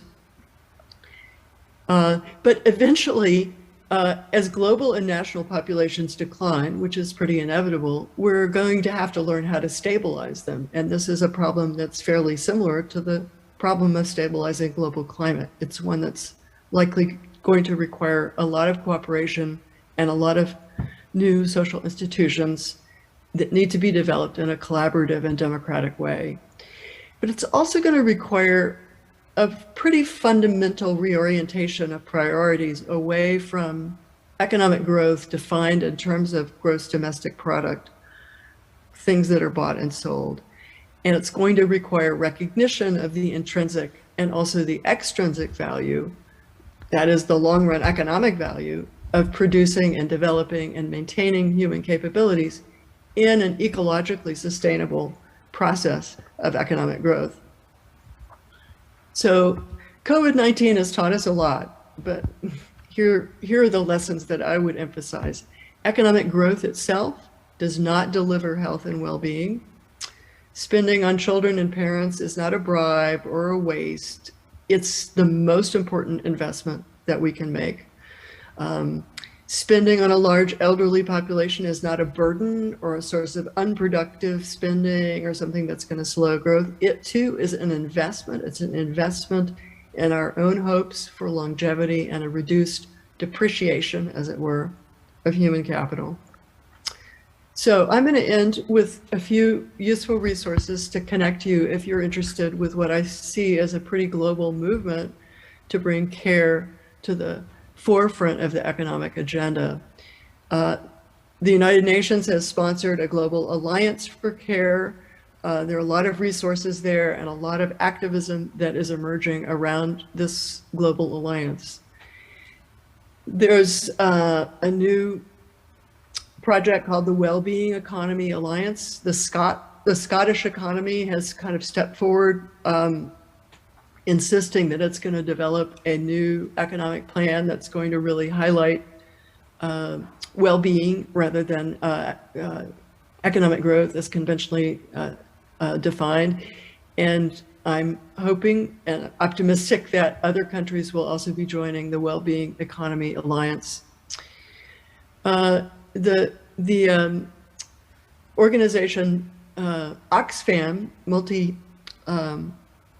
lateral non-governmental organization, has developed something called a care policy scorecard, which I think is a really great tool for assessing country progress towards an enabling policy environment on care. And it doesn't actually provide the scores. It tells people how they can score their own country's policies in a systematic way to create more basis for international comparison. And so I'm hoping that there will be some interest in filling out the scorecard in detail for Korea. Thank you very much for your attention, and I am very much looking forward to the opportunity to discuss these issues with you further. Thank you. Thank you for the insightful presentation. You point out some critical limitation of current economy and talk about the meaningful insights of care economy. And most of all, we can learn about important implication of care economy for Korean society. Thank you. And let me move on to the Professor Toronto.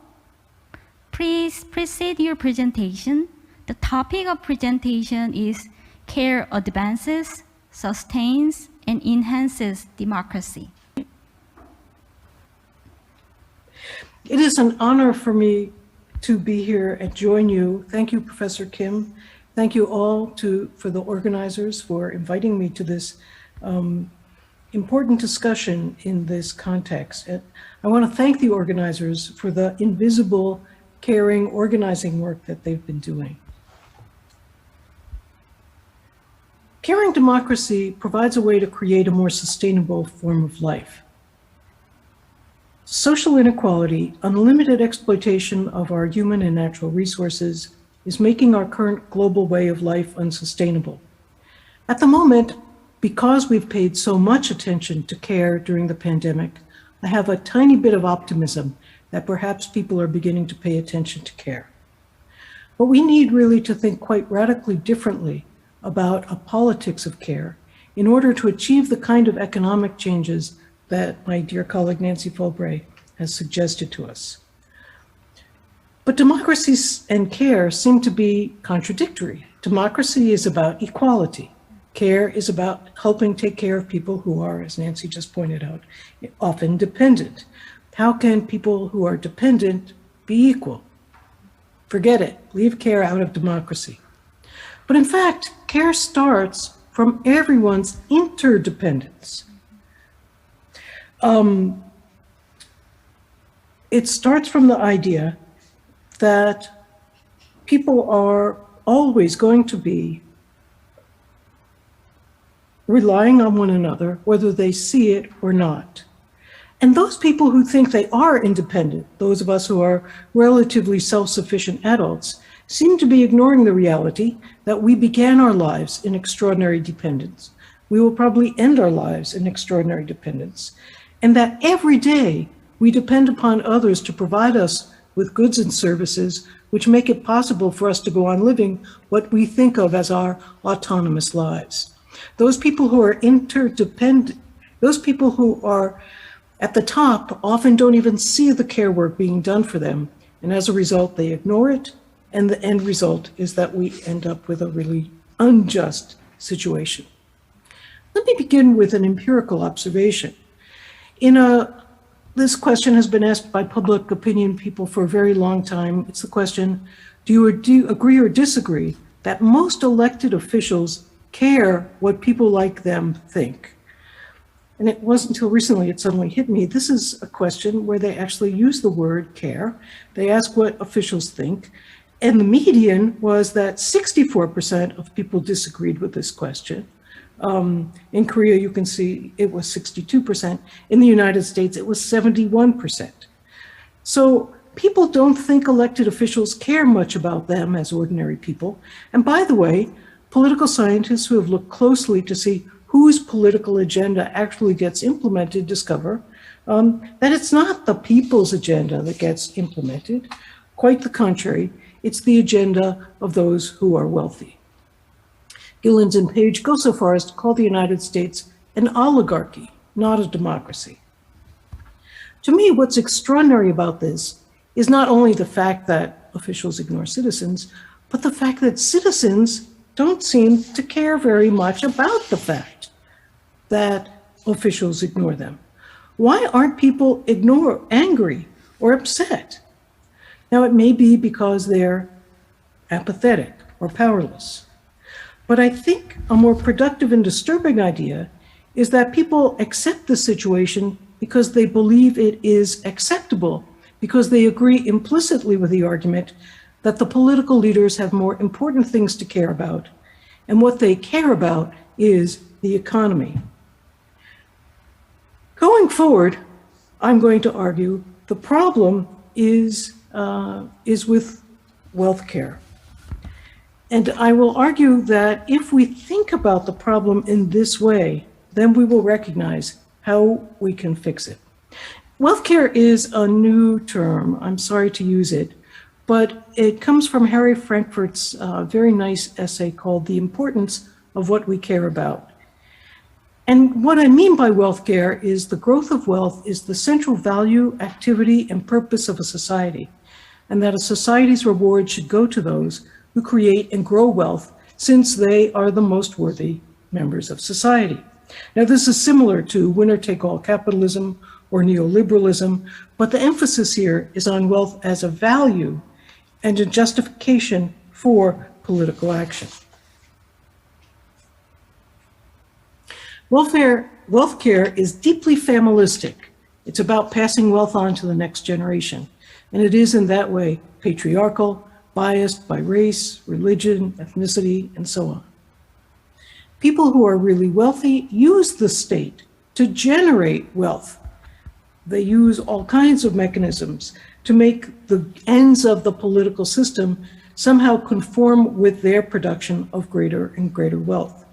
And this is true not only in things like the military-industrial complex, privatization of public services, but also down to the level of the way that prisons are run in the United States. It goes throughout, using the state to find sources for greater and greater wealth. The end result of this is that it is deeply undemocratic. In a book by Nancy MacLean, she quoted someone who is a member of the public choice revolution. These are people who argue that we can in fact quantify everything in public, in economic terms. The public choice revolution, this way of accounting for everything, rings the death knell of the political we. I like that statement because it points out that the political we, citizens, are in fact irrelevant from this standpoint. Now, oligarchic wealth then shapes the rest of the political economy in a way. The work that is most valued is the work that helps what Jeffrey Winters calls the income defense industry. And it's hostile to care because care is expensive, care is time intensive, and as Nancy pointed out, it's hard to exploit. You don't get as much profit, if you get any profit, out of care. But there's one final limit to wealth that's really bad, and that is wealth care has no limits. Its logic is inherently hostile to sustainability. And this goes all the way back to Thomas Hobbes telling us that even if we get enough money for ourselves, we can't possibly have enough money, because if the other people get wealthier, then our relative wealth falls. And so there is, in Hobbes's language, a restless desire for power after power, which ceases only when we die. So how are we going to fix this? The second point I want to make is that we need to force political elites to care. Citizens have to act in order to get people in political office to change their priorities. I've already suggested to you that the political order now reflects the interests of the wealthy, and that wealth care depoliticizes public life. Increasingly, people are told that they should only be thinking about themselves, their own families, and their own increasingly precarious economic position. If you're only thinking about your own economic position, you see everyone else as the competitor, there's no way to create common force together. And that is increasingly happening as the economy becomes more and more difficult for people to work within. In a very scary book published in 2008, Sheldon Wolin, the book was called Democracy Incorporated, talked about an idea he called inverted totalitarianism. Here was Wolin's starting insight. What would it feel like to live inside a totalitarian system? How would you know you were living in a totalitarian system? After all, everything that was being fed to you told you that you were free, and you had lots of things to distract you, lots of ways to think of yourself as free, and lots of ways to think of yourself as capable and so on. Wolin argued that people need to become much more active as citizens to give up the stance of passively accepting what political parties offer them, and to start thinking instead about, again, what they care about. In reality, the research shows that people support redistributive policies. People think it's a good idea to tax the wealthy and give money to people who need it. People are really committed to justice when you ask them in public opinion polls. When you ask them about the environment, most people are worried about the state of the global climate and want to do more to try to do something about it. But if you listen to political debates in the United States, especially, I think, you would never know that these are the actual preferences of citizens. So we need to convince the officials to do something about this. But how do we do it? If we have been, as I suggest, turned into passive recipients of political life, if our institutions that would serve as political conduits have been taken from us, what can we do, in fact, to learn to make change? And here is where I really think putting care and democracy together becomes helpful. Because the way we learn to make political change is by caring. What people want, they will say, is to live in a more caring world. Here's a quotation from Naomi Klein, the Canadian journalist. When people spoke about the world they wanted, the words care and caretaking came up again and again. Care for the land, for the planet's living systems, and for one another. As we talked, that became a frame within which everything else seemed to fit. The need to shift from a system based on endless taking from the earth and from one another to a culture based on caretaking, the principle that when we take, we also take care and give back. Now, such a way of caring is not impossible. Citizens need to act to support democratic principles such as rule of law and majority rule while protecting minority rights, and to guarantee human rights.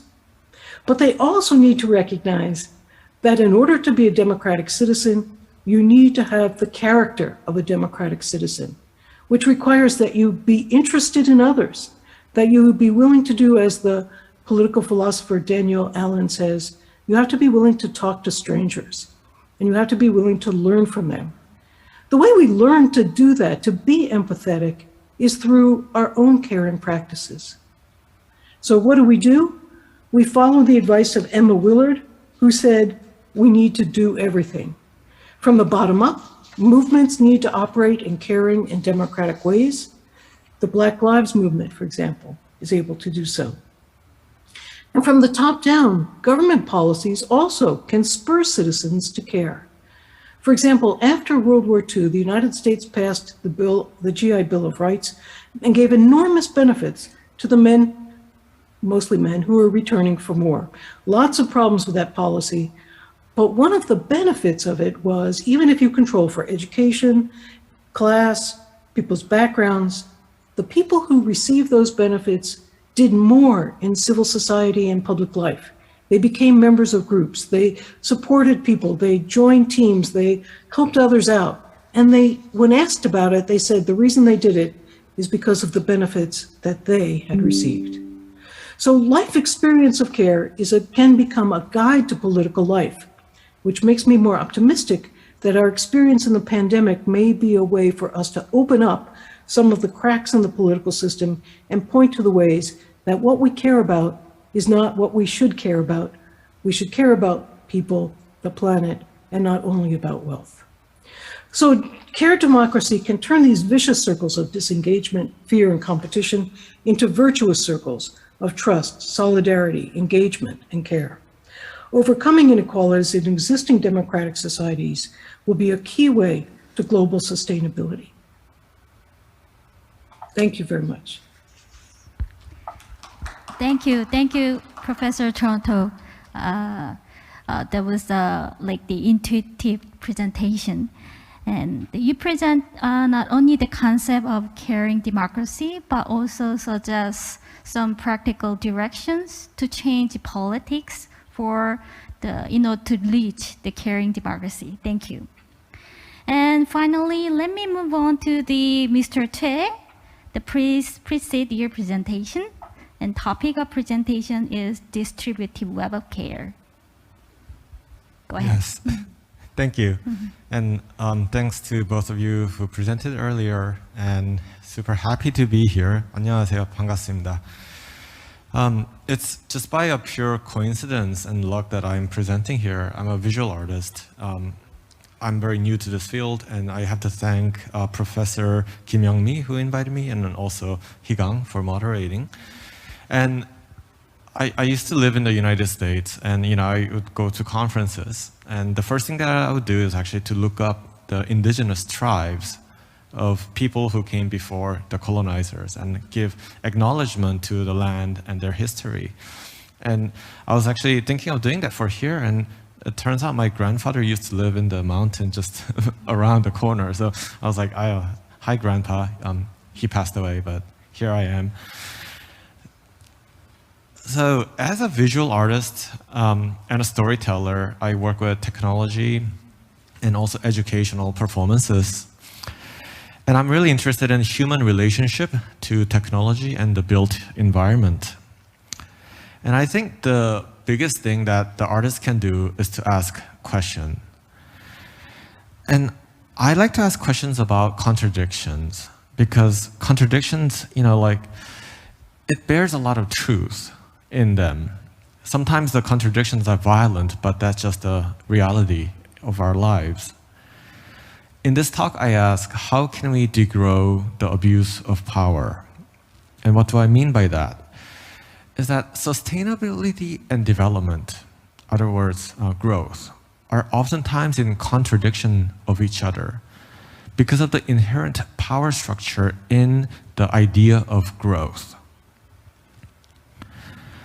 So instead of, growing or accelerating, especially in terms of economical and political growth, can we think about degrowing the power towards the model of care and interdependence? And this is, again, echoing a lot of things that the previous presenters have raised. It's helpful to think about technology in more metaphoric ways. So here's a drawing that I made. It's a slice of the earth, but it's also a technical stack. So at the very core, in the solid level, we have physics. It's just rare earth minerals and other kinds of natural materials that become the building blocks of the computers today.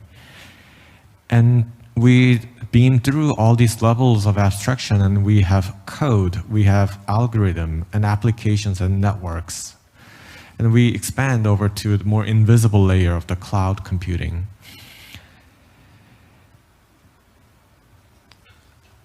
I think there's a lot of power, there's a lot of possibilities of abstraction and poetics to look at complex subject matter. So I try to abstract that technical stack into something more simple. And at the core, there's a thing layer. And at the very end, there's a nothing layer. So it's this existential question about being and not being.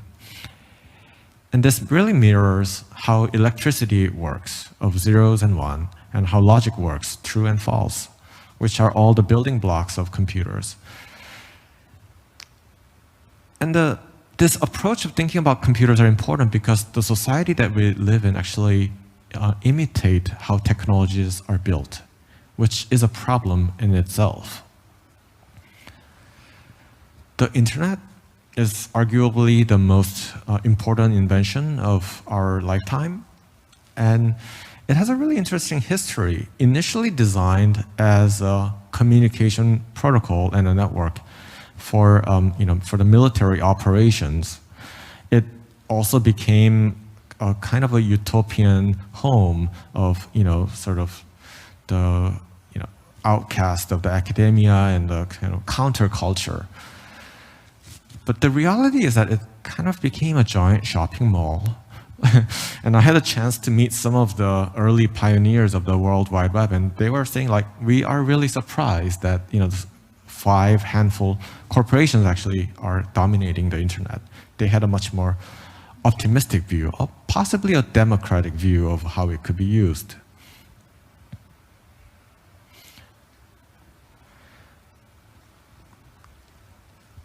So as a performance artist, I often work with various communities. So this time was in New York City at the Whitney, and we invited a group of friends and collaborators, oftentimes members from the disability community, to this lecture performance about the future of the internet. And you can tell that this is before COVID-19. This is actually the 2018. So we are able to gather in a room and really connect physically. So what we are doing was creating a physical web with pink strings. And we did it in a way that was inclusive. So a blind audience was able to join, a deaf audience was able to join. So it was a collective caring for the making of the internet.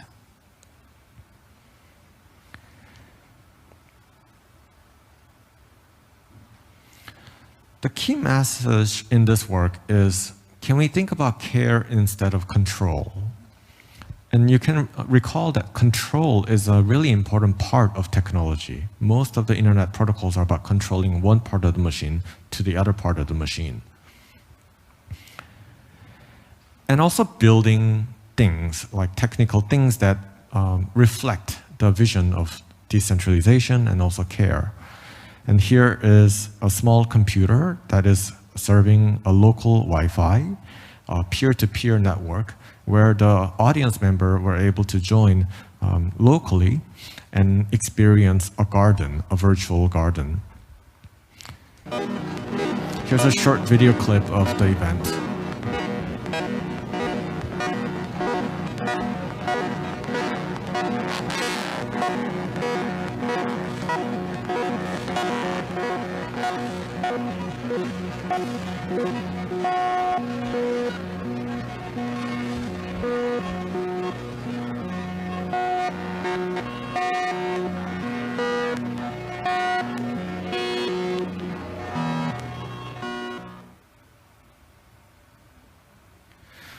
So COVID-19 and other personal and professional changes have brought me back to Korea. And I'm very excited about this change. For one, I could spend more time in nature. And I've been actually thinking about our relationship with not only other humans, but non-humans, the living and non-living things. So I do not romanticize nature as this happy place. It's actually really vicious and competitive. There's a lot happening between two species. But let's talk about the mutualism and competition and think about like everything in between. And can we imagine a poetic agency where nature exists in interdependence in a caring way? And can we think about care not as a selfish care, but a care for others in coexistence? Because as you know, like self-care is this neoliberal branding of like, getting more shampoos and, your Apple, TV things that supposed to help you feel better. So let's resist the packaging of care into a, sort of the branding, but think about care as a code, care as a protocol, and care as a form of technology. So inspired by, the return to the nature, I've been creating these virtual gardens that exist in computer network and also on people's phones. And this is really an investigation about 3 types of organism. The one is fungus, mushrooms. The other is lichen. In Korean, we call it GEEF, which I find quite beautiful, because it means that it's an organism that's covering up the earth. It's like a coat for the earth. And moss. And here's an animation of a moss that is sort of developing over time, a generative model. And this is a photo from Jeju Island, which is the southernmost part of Korea. My friend Kwak Sojin has taken this photo. And you can see that these organisms are always in coexistence. So mushroom, lichen, and fungus. 분산된 돌봄의 웹, 가든 로컬에 오신 것을 환영합니다. 이곳은 대한민국 파주에 있는 아트센터 화이트 블럭입니다. 저는 최태윤 작가입니다. 이 작업은 여러 엔지니어, 디자이너, 프로듀서와 함께 만들었고, 지금 이곳에는 그분들을 대신해 여러 배우와 수어 통역사들과 함께 있습니다. 분산된 돌봄의 웹 시리즈. So that was just a short clip from a documentation of the project where I speak in Korean, and we've worked with a sign language interpreter who is also a deaf artist. So in these works, I've been thinking a lot about access and inclusion for disabled folks. And I'm learning a lot. And maybe we can come back to this question of care and disability in the Q&A. But essentially, the care used to have a negative connotation of somebody needing care of the other. But could we reclaim that word to something more proactive, something that is mutually beneficial for the one who are receiving and giving? And I conclude by asking the initial question, which is how can we degrow the abuse of power?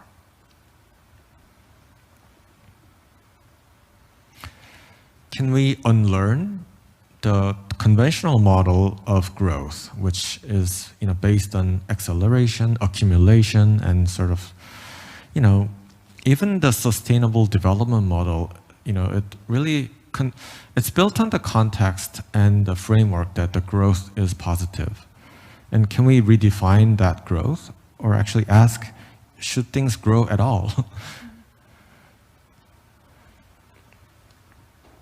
So how can we unlearn the structures of power in place and care towards interdependence between various communities and create together? There's a word that Donna Haraway often uses, which is a symbiosis. And it's taking something from symbiosis, like coexistence, and poiesis. And poetics, it means to create, to give form. So this symbiosis is how do we create together? And I think that's the key, is rather than competition or kind of mere coexistence, I think idea of co-creating through our means creatively, innovatively, and also caringly could be our way for the future of care. Thank you, Mr. Che. Thank you for a very interesting presentation. It is very interesting to know how the care, the interconnectedness or interdependency among living creature and non-living creature can challenge the power structure in the realm of art. Thank you. And from now on, we will have, thank you so much for all 3 presentations. And from now on, we will have a Q&A time. And let me ask some questions to our panelists. And this is the first questions to the Professor Forret. And what do you think is the biggest problem in the capitalist market economy where care is devalued or undervalued? If so, what important changes do you think are necessary for a sustainable economy that reflects the care? You know, I think the first necessary thing is to change the way we think about it. And I think what Tae-yoon said about unlearn, unmake, undo, that's exactly right. I think we really need to challenge economists and the way they tell us what our priorities should be and how we should behave, which also links to Joan's concept of wealth care. And this may seem like a bit of an abstract goal just to change the way we think. But in fact, I think it really is a necessary step to a kind of democratic process of rethinking our whole system of care provision. And that's what I think is necessary. I don't think we want to appoint one person, especially not one economist, to say, oh, this is how we should organize it this way or organize it that way. What we need to do is create a kind of discourse and a kind of vocabulary in which we can all help each other think more collaboratively about change. Okay, thank you. And the next question is for the Professor Toronto. You talk about caring democracy, and democracy is very important normative value and the practice. And there have been a lot of the discussions on the theory of the democracy and practice of democracy. And given that, what important advantage do you think that caring democracy over other kinds of democracy, and what benefit can you get from the talking about caring democracy? Thanks. That's a very good question. And the answer is that the language of democracy, it can be used in lots of different ways, but it has largely lost its meaning in our societies and become a language of economy and management. It should be a language of, so what care offers is a language that we're familiar with. We know how to care for each other. We know how we have to struggle, in fact. There's often conflict in care. It's not easy. We have different ideas about what the right thing to do is. But when we're putting ourselves in the situation of trying to resolve those conflicts, we somehow know how to do it. And that's what citizens actually do know about public life. And that's what they could know about and do in making democracy. Nancy's right. Tae-won is right. What we need to do is unlearn, unmake, undo, but we won't be left with nothing. What we'll be left with is what we do every day, which is take care, figure out how to make things work. And so thinking of democracy as structures to make care easier, using the language we already know, looking at the injustices and imbalances of care, start there, and we'll begin to see how to make things more equal. Thank you. And the last question for the Mr. Choi and Tae-yoon. Can I call your name Tae-yoon? It is very interesting to approach the value of care, like the connectedness, attentiveness, or interdependency, or relationship among humans, and relationship among the humans and living creature, and even non-living creatures in the realm of art. Most fundamentally, what motivates you to try to incorporate care into the realm of art?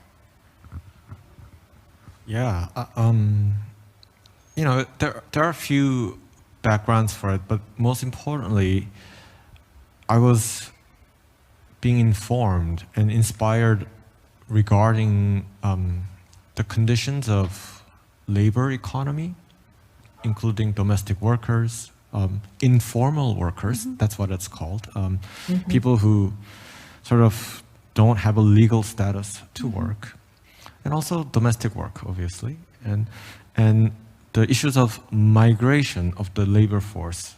And this is something that I've observed firsthand in United States, but also in Southeast Asia, where I was working in Hong Kong and other places. So it's a global migration of labor. And I think understanding that care is, it's a really valuable asset for any society. Like, you cannot exist without those care workers, but they often get the least amount of recognition and financial compensation. I think the case is quite similar in South Korea too, because my studio is in Paju, in a more industrial area, and the workers are, quite diverse in terms of their ethnicity. And I think the kind of struggle that they face as a migrant worker in Korea are really severe, but we do not actually get to hear about it very much. So the invisible layers of care exist everywhere. As an artist, I think my attention has always been to see the cracks and see like what that leads to. So I think there was a crack between within the arts institution that I was working with and also my own community, and that those cracks were actually filled by the labor of those who provide care, including service workers and including emotional labor of many people who work there. So noticing that, and also just the disparity of the care work and tech work, because the engineers are prized for being careless. Like the tech gurus always say, like, deploy and fail and deploy again, or demo or die, like all these rhetorics of neoliberal productivity, which is quite toxic in real life. Like, you cannot just like fall and come back up. That's just not a real thing. So I think those few things were in my mind as I was working with care, and this led to a series of work called Distributed Web of Care. Good, thank you. So, you talk about other times with me and some other the artists that dealing with the care. So if we have more time, let me hear about those stories. Okay. Another question is a common question to all of three panelists. And this is the question. How do you think that care can contribute to social sustainability? Or how do you see the role of care or meaning of care in discussing the social sustainability? So please feel free to speak from the perspective of the field that you belong to. Okay, and the Professor Forbeck, could you respond first to this question? Well, I think a lot of the economic problems that we face today require cooperation.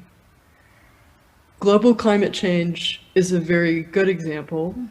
In my view, adjusting to below replacement fertility is also something that's going to require cooperation. But we have an economic system that's very much premised on competition. And so I think this discourse of care is really crucial, and also of caring democracy. It's really central to the task of developing more effective cooperation. I don't think we can cooperate to solve problems together unless we trust each other and care about each other. And if we don't, we're all going to be in pretty serious trouble. I also think we should really emphasize the parallels between physical climate change and social climate change.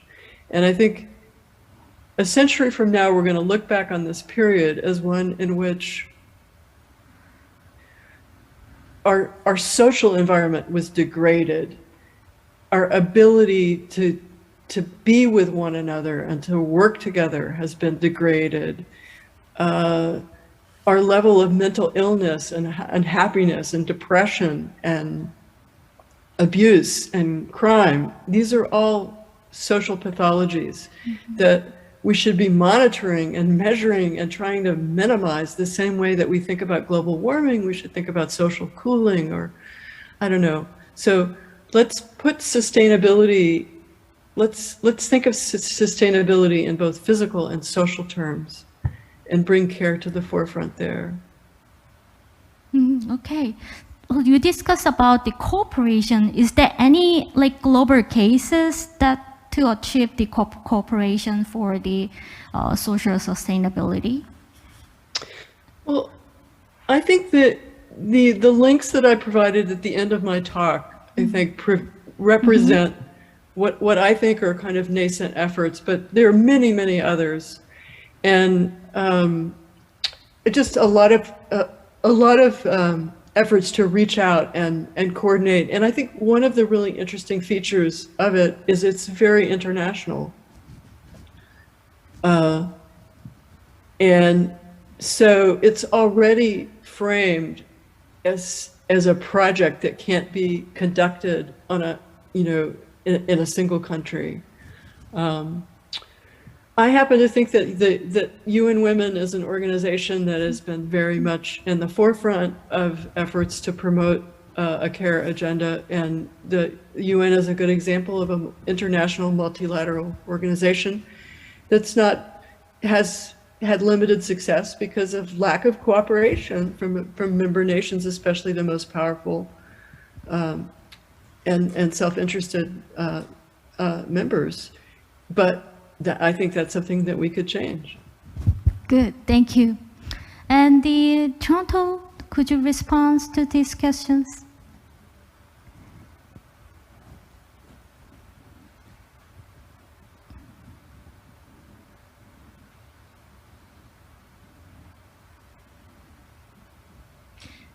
Care can contribute to social sustainability if we extend care to everyone and everything, living, non-living.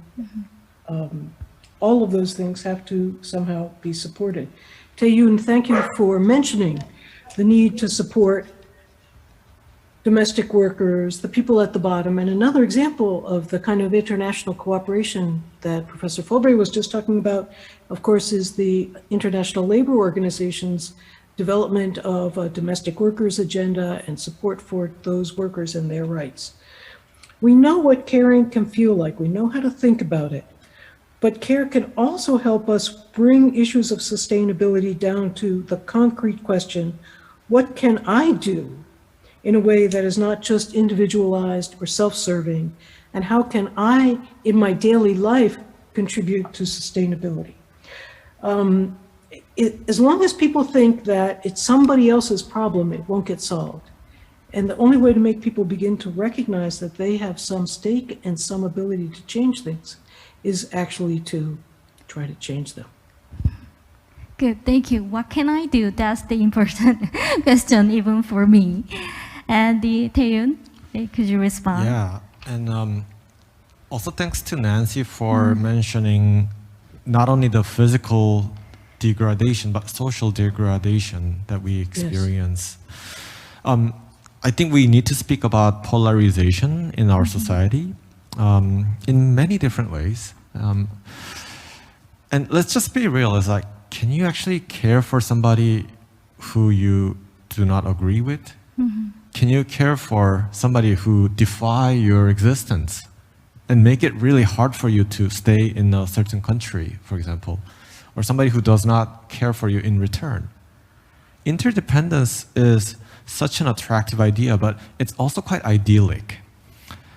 Most likely, there's some uneven balance of power within any kinds of relationships. I think it's important to mention the labor force and also racism, because I think that's actually race and class and sexism is something that exists today in any part of the world, and it will most likely to continue. So therefore, there's an uneven distribution of power and also hostility between different parties. So care is great, but to implement that in real life takes a lot of trust, a lot of equity. By equity, I mean sort of transparency and accountability between different parties. We've experienced such a really dramatic tension of racial conflict in the United States. It's really needless to say how difficult that was for everyone, and how it will continue to scar the generation of young people. So I feel a lot of gravity about asking for care of the young people, because I know it's actually quite hard for them. And as somebody who's really thinking about community and building different relationships, care is a difficult ask. So I think we should not underestimate the labor and commitment that we are asking other people. Okay, thank you. Like the interconnectedness and the solidarity among the people will be the important source for the care to each other. Okay, we have like the 6 minutes left, and if you have other question to other panelists, please welcome to speak up to your questions or the comments. Tae-yoon, do you have any like the questions to the other panelists?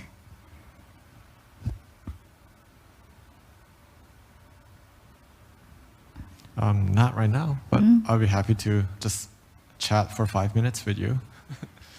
Well, I would like to know from Tae-yoon how we can see more of your work. Yeah, my website.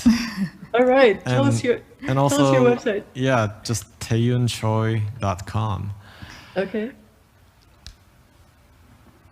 All right, thanks. I guess I could use the time to just talk about my friend's work who I've discovered in Korea related to this topic.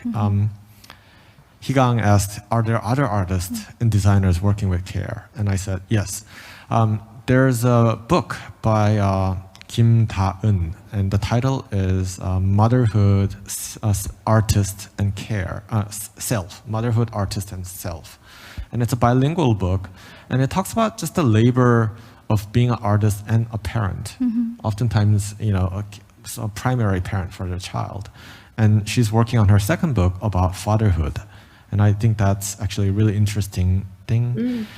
And the other is, there's a group called Diana Lab, like Diana as if the princess, but lab. And they've been mapping stores in Seoul that are wheelchair accessible. And surprisingly, there's only a handful of independent stores, bookstores, cafes that wheelchair users could go in. And I think that's a form of care of, making spaces more accessible and including more diverse bodies and abilities into a space of celebration. I think that's just kind of a practice of care that I'm inspired by. Okay, good. Like even in Korea, there's a movement for care movement appear in recent days. Like in Korean, 정치하는 엄마들, mothers for the politics will be an important element for the care movement in South Korea right now. Okay, if you don't have any other questions, no, you don't have any other questions. Professor Toronto, do you have questions? No? One more comment, which is there are also forms of bad care and evil care. And you can't just say care and expect it to be magical. The only forms of care that I really want to endorse are those that are democratic, inclusive, and sustainable, because otherwise you could say we're caring for the world by digging up all that oil because people need to drive their cars, right? And you don't want people to be able to say that. So care by itself is a concept. It's not a whole theoretical framework. That's why I insist that it be put in the context of democracy, of people being actually willing to treat others and the world with respect and dignity. Yeah, I really agree. And I think there's a new tendency of care washing as a sort of like a greenwashing. thing. And oftentimes like corporations and institutions demanding care from the most marginalized people. That's and right. kind of normalizing that as a way of being. And I think they're getting away with, kind of stealing the labor. So I think care could be double-edged sword. And I think as the discourse becomes more popular, we may see abuse of this language and lack of accountability. I think we need to scale down. Like that's my whole thing is that, like, if it's just like, if you focus on like your immediate environment and relationship with other members of the community, care becomes so much more manageable as opposed to a global scale. And I think it just really needs to start at home and with the immediate surroundings. Good, good. Like, I also fully agree with you and Professor Tonto. It is easy to speak up the care, but it is very difficult to achieve the good care, inclusive and democratic care. So I think it's time to also talk about the good care in our discussion. Okay, then I'm very happy to take this opportunity to discuss the new perspective of care. And most of all, I'm very delighted to have a lively conversation with those distinguished our panelists. Okay, this is the end of this plenary session, and thank you for our panelists and speakers and the audience. Oh yeah, and we should also thank all the invisible labor that got into this panel, which is the interpreters, video folks, volunteers. There's like dozens of people that are not visible, and I think, they also are making this possible. So that's the form of a holistic care, is to recognize everyone behind the scene. Thank you for pointing out, and thank you for all those people who are working for this panel. Thank you.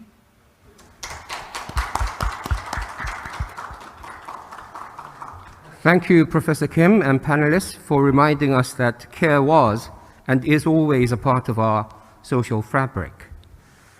Interesting keywords and phrases such as trust, equity, human capability, not the product of human capability, interdependence, and degrow in relation to care and sustainability will be on our minds as conventional socioeconomic and political models continue to fail.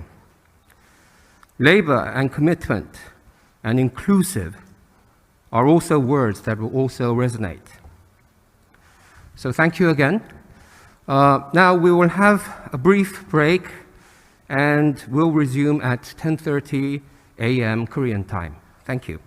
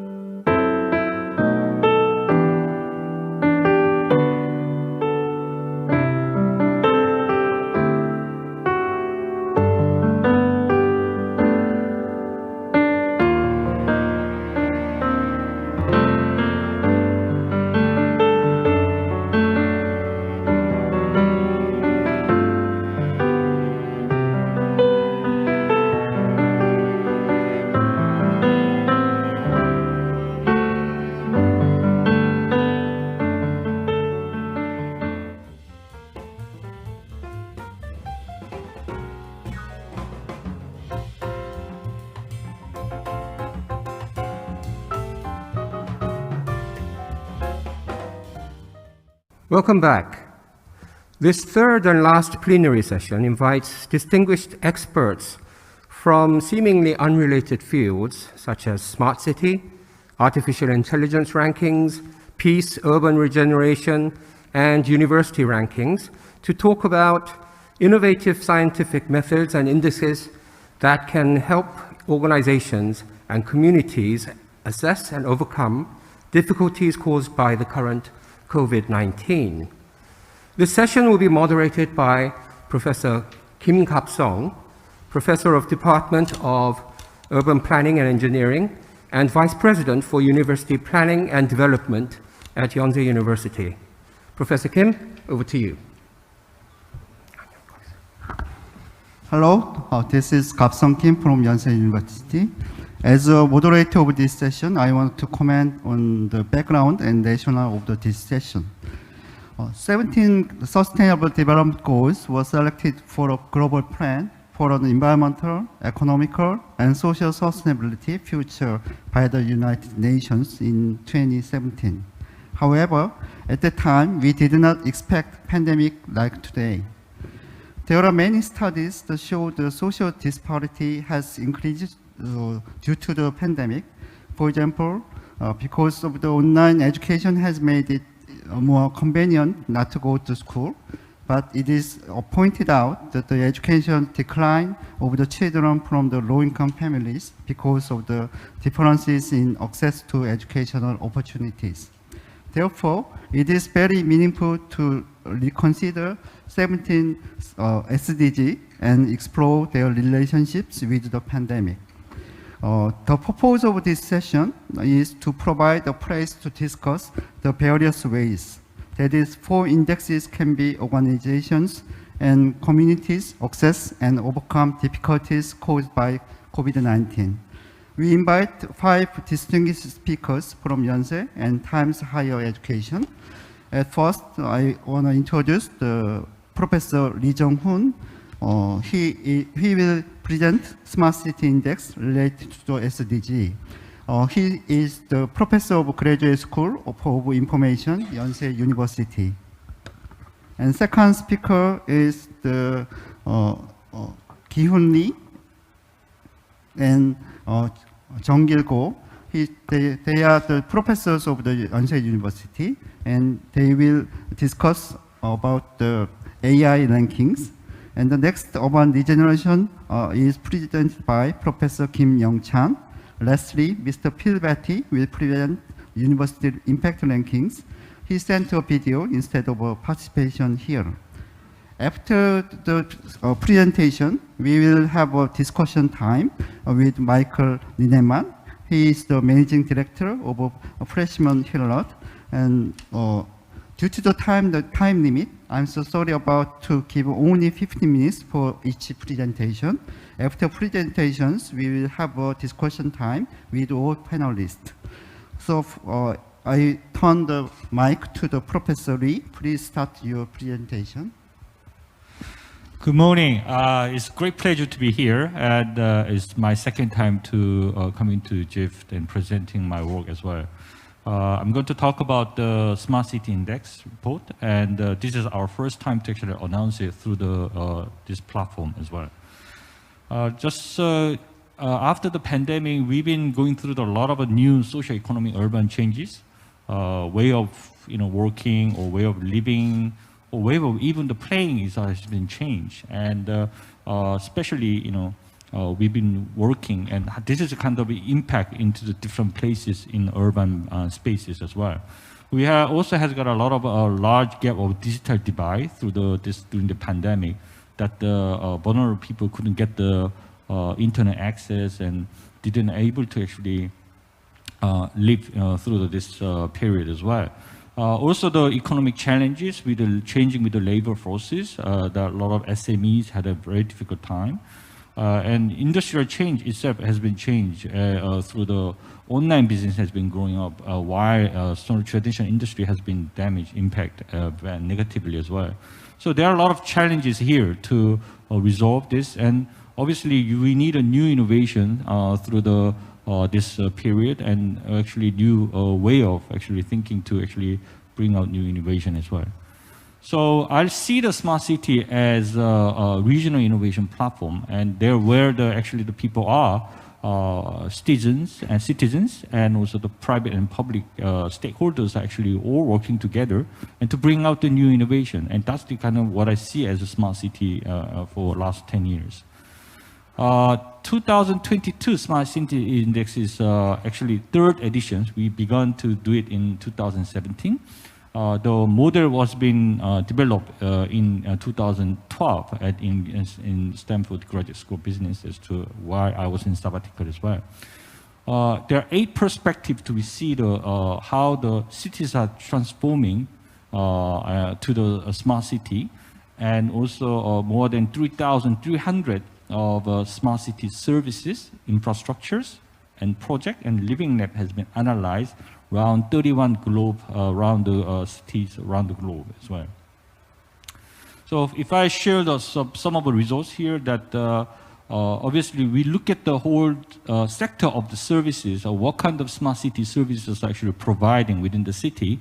We look at the predominantly actually until every year, the transportation has been one of the largest sectors to grow, but through the last 2 or 3 years, health and public safety area has been remarkably grown in here, whereas a lot of different kind of digital services has been supplied to the citizens, and there are a lot of innovative services has been putting the field economic recovery as well. We actually rank among these services where some of the cities are here, that Amsterdam and also Seoul and some of Barcelona are actually some of the leading cities here to in innovating a lot of different kind of services as well. So when I just look at the next slide, look at the urban intelligence, where the fourth industrial revolution technology has been implemented within the city. We see the 41% has been among these smart services infrastructure projects implemented in the this 4IR, which I call, and more than about 35% are using the IoT and big data to actually implement it in the different areas as well. Again, here the sector of public safety and also health area has been applied a lot of AI technology or machine learning to implement it, and then providing the different kinds of services here. We see the Seoul has been outperformed well, and in terms of the in urban intelligence, followed by the Barcelona and Amsterdam and Helsinki as well. Related with the energy and environment issues, look at the urban sustainability. More than about 42% of these services, infrastructure, and projects are looking for the relate with this urban sustainability. Also, the energy and water and air quality are the most kind of innovating sector in infrastructures and project as well. We see that a lot of European cities are actually leading on this category. Amsterdam and Copenhagen. Obviously, the Amsterdam was actually renowned as the circular economy cities, and they're actually using all these technologies to implement and improve the urban sustainability using this smart city as well. I see this urban innovation as a very important factor to see how the cities are growing. Look at the 2 perspectives. One is actually looking at how innovative projects are going on within the city, while the living labs co-working with the citizens together, how many living labs are actually network are there, what kind of ecosystems are there as well to support these things.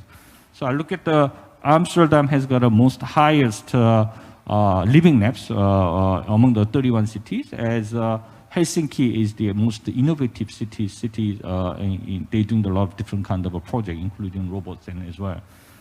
So this is the kind of one of the area that we need to look at it as well. And I think that in terms of innovations, most of the energy and environment sectors are growing fast, and it's been implemented within the city. Last one is the smart city governance. I see the 17 cities are actually selected sustainability as this one of their 3 strategic initiatives when they look at setting the smart city strategy. I see the Vienna, Dubai, and Singapore are some of the leading cities to implement the SDG as some kind of city performance or KPIs to formulate into the strategy as well. When we look at these 31 cities around the globe and look at their strategy in terms of the smart city implementations, they are looking at the kind of social inclusions is been rising topics, and also the how balancing the sustainability with the environment and energy using some such as like renewable energies has been implemented, and how we can actually use this in daily life. And that's been actually reformulating within the city. And this year we see, last year we see that a lot of cities has been changing their strategy and moving on to this directions among the SDGs as well. So these are the kind of sharing the thing. To conclude these things, I think the testbed for the innovation district has been very popular, and I think among the last 3 years, this district has been grown, especially in the energy and environment. And you can see a lot of projects are going on in terms of energy and environment among these smart cities as well. Again, using this 4IR technology, especially in AI, has been used in various factors. Previously, we've been using this in transportation mainly, but actually as this health and safety area has been growing up and using these things, and we can see a lot of accelerations has been going on. So I think the urban intelligence is accelerating through the next few years as well. Last one is the social inclusions that, we are trying to resolve the digital divide problems, as well as the kind of SDGs to set up setting the directions of these cities to using this technology to use for the goodwill with the energy and environment area as well. And so this will be very excited for the post-COVID-19 period, but how city going to be changed, and this will be maybe the opportunity to explore how actually we're going to implement smart and sustainable cities around the globe as well. And last one is actually we're going to share this report. It's available on this website, and also we are working together. Our collaborator is the University of Cambridge IFM Engage, and they are actually going to partner with us to explore this report together. And I think it is very interesting too. It's about 120 pages of a report as well, analyzing 31 cities for last 1.5 years as well. So it's great work there. So you can actually access it and have a look at it, and probably learn about what smart city is about around the globe from the trends and future perspective. Thank you for the listening, and I hope that you have a great day. Thank you. Thank you for presentation. And also he reduced lots of time, so maybe next presentation could be used more 5 minutes. Next time is AI rankings presented by Professor Lee and Go. Maybe he will, instead of the presentation, they will have a dialogue with simultaneously. Start. Okay. Thank you, Professor Kim. So there is going to be a presentation. We're not just going to talk. So Professor Ki-Yeon Lee and I, especially Professor Ki-Yeon Lee, has been interested in this more intelligent way of analyzing institutions and their commitment towards different SDG goals for a while, and he's been looking into how we can use AI technologies, different data analytics technologies, to understand how different institutions, specifically academic institutions, are moving forward to achieving these different SDG goals. So we started discussing about how we can actually do this, and can you put my slides on, please?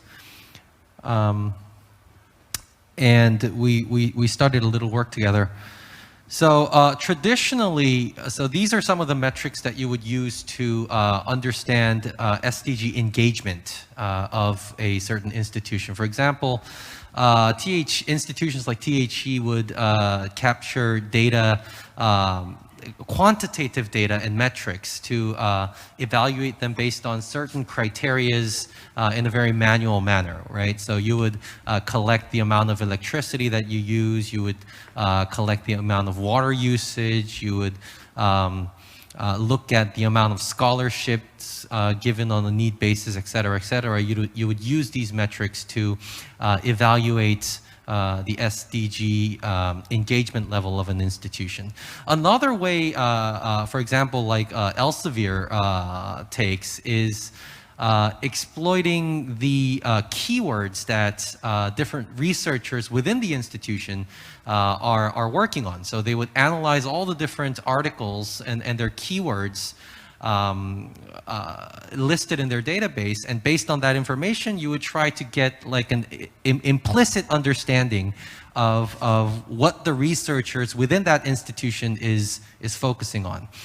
Now, maybe there are some other ways that we can do this. This is where we kind of started to talk together. Maybe we can start exploiting some opportunities from unstructured data, right? Usually academic institutions or research institutions have some form of videos for promotion purposes or different purposes. And maybe we can analyze the context inside those videos and try to understand the underlying message that these videos are trying to give. Will they imply any SDG goal related factors? Also, there are lots of textual and linguistic data provided by these institutions. I'll get to a little bit more detail into this in the next slide. And also, we have different types of institutional ads. These are the images that the institutions are trying to make for themselves. So are they trying to show some form of SDG engagement using institutional ads? This is also an interesting direction that we can potentially look into. Now, today, I haven't looked at, even I haven't looked at the results quite in detail yet, but Professor Ki-Hyun Lee is going to provide some results from textual data and analyzing this textual data to identify different levels of SDG engagement. Specifically, we can potentially use things like speeches from institution leaders or institution-wide announcements on the vision. And also, we can look at by using this information, we can look at the direction of engagement, right? It's not a matter of what we did in the past. So how much scholarship, how much water, how much electricity did we use? It's about what we plan to do and what we should do. And this is the vision that these textual or linguistic data include or embed. So I threw him some sample data, right? So I collected university-wide leadership speech data, especially the speech data from the president of each university. Not all universities really made this available, so we selected those universities ranked relatively higher in the THE rankings for South Korea, United States, and the UK.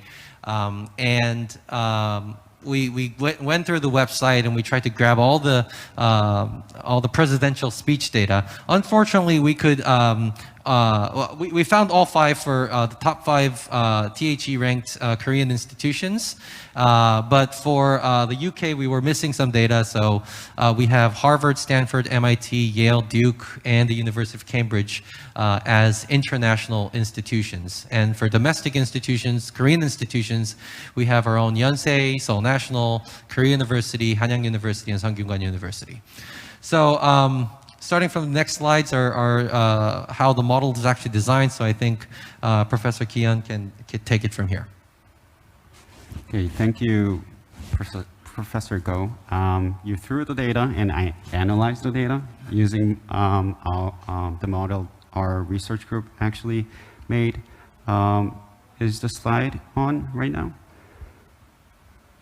Okay, I'll look at that one then. So basically what we've done is that for about like 2 years ago, we made this model to automatically classify actions or statements that we're making, whether it's in SDG 1 or SDG 2 or SDG 17 or something. And we made this model using Word2Vec and bidirectional LSTM, which is used for sequence prediction. And it's actually working well in language model. So we use this model to make classifier to classify, identify whether some text is including goal 1 or goal 2 or goal 3 and so on. And so basically we trained this model on UN definition that were provided by UN, and so and the definitions of this UN definitions of SDG goals.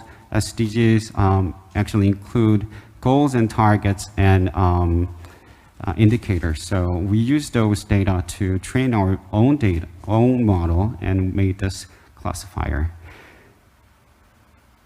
And to visualize it, on the right hand side, you see the text, and the left hand side, you see the result. So basically, if you input the data, you get the result that whether the text includes or engage in with goal number 4 or goal number 5, and what percentage. So here it's to identify the degree of membership, I would say engagement to a certain goal.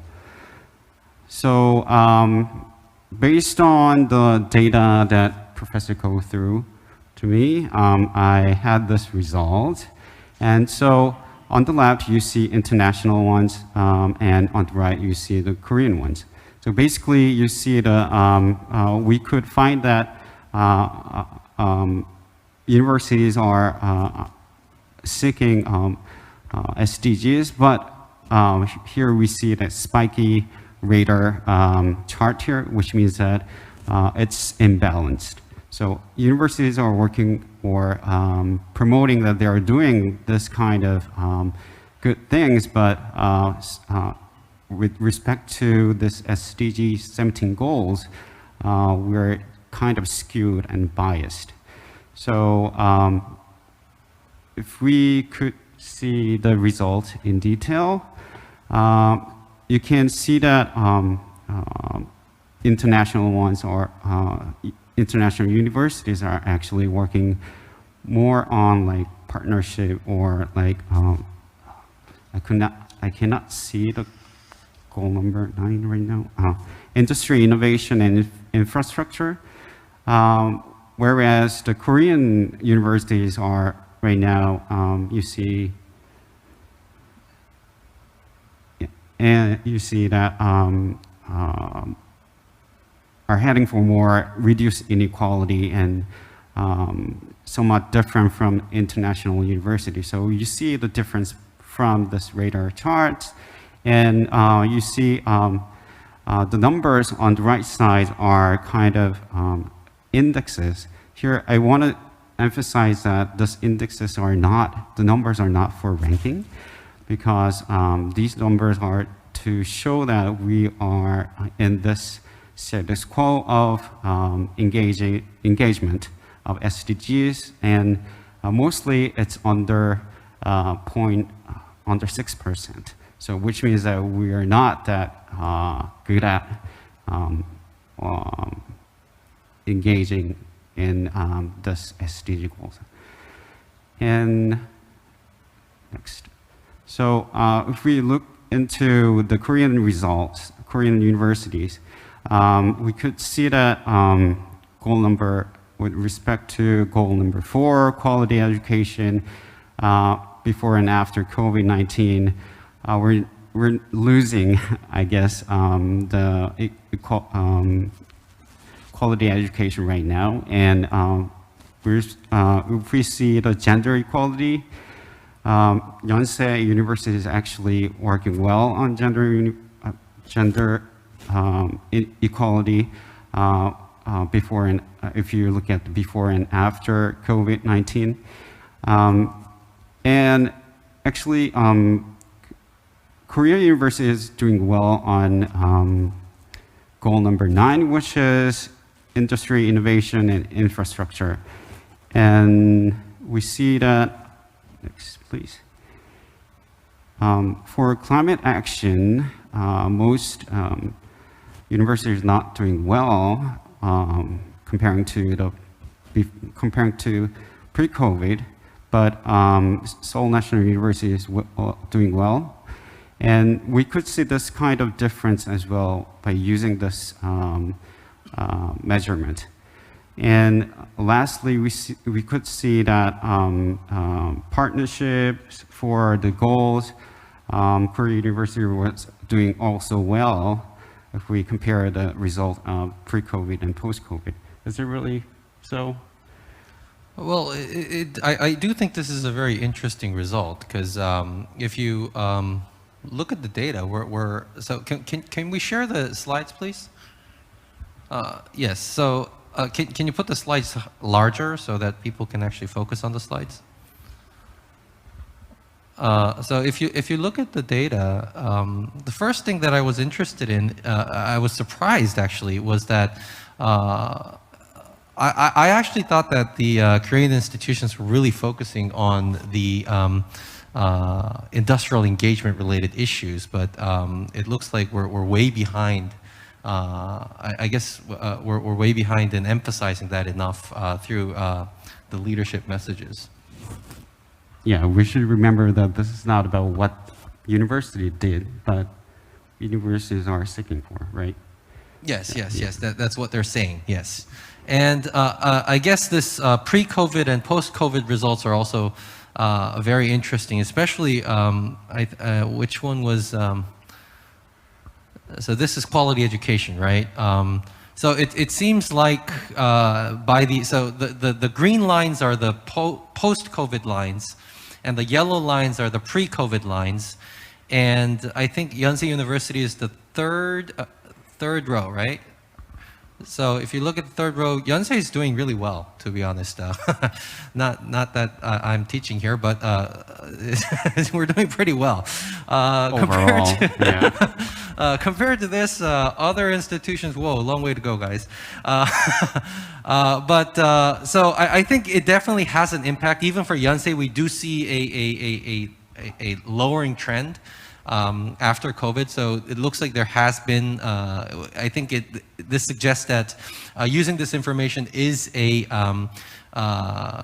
valid suggestion for identifying what the university is trying to focus on. For the last 2 years, I think most of the institutions had, very critical issues that we needed to focus on, even beyond quality education. It was more related to the sustainability of the university itself.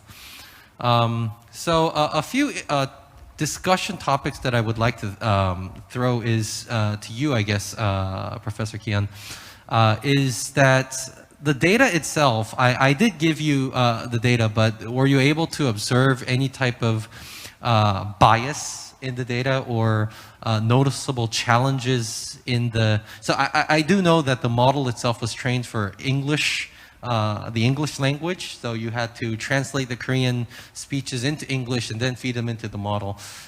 Were you able to see any interesting observations in this process, data bias or translation related issues? I could not see in depth, but I would tell you that there's a challenge in translation, so there might be some errors. That's what I'm guessing right now. But I think it relates to the next bullet, but I would say that we need to have some way to evaluate the performance. Maybe we need more experts to validate this result. Maybe we need to have more people included to see that this actually works or not. But I would say mostly based on what we trained on, we could tell that this actually works, because I would say index or indicator is something that so the value the indicator has is actually, the absolute value is not the matter. I would say the comparative values are actually something that we want to see. So I would think that this is a kind of good way to go, I think.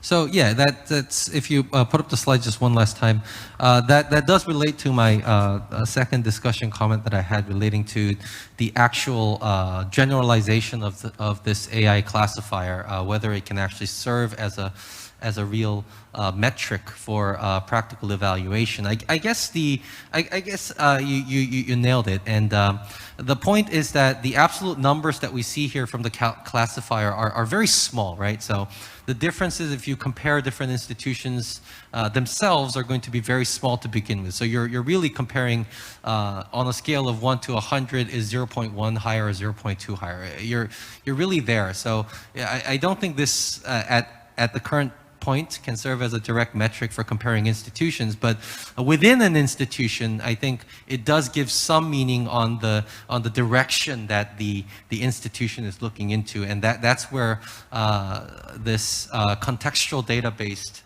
analysis can actually contribute to. So I guess through this very simple analysis of different institutions, what we try to show you is that there can potentially be more data that we can exploit. We're instead of using very formalized quantitative data, even by using contextual information, we can actually try and understand the direction of enhancing SDGs to how the institutions are doing in the direction of advancing their SDG goals. Okay, so I think that's, do you want to add anything to that?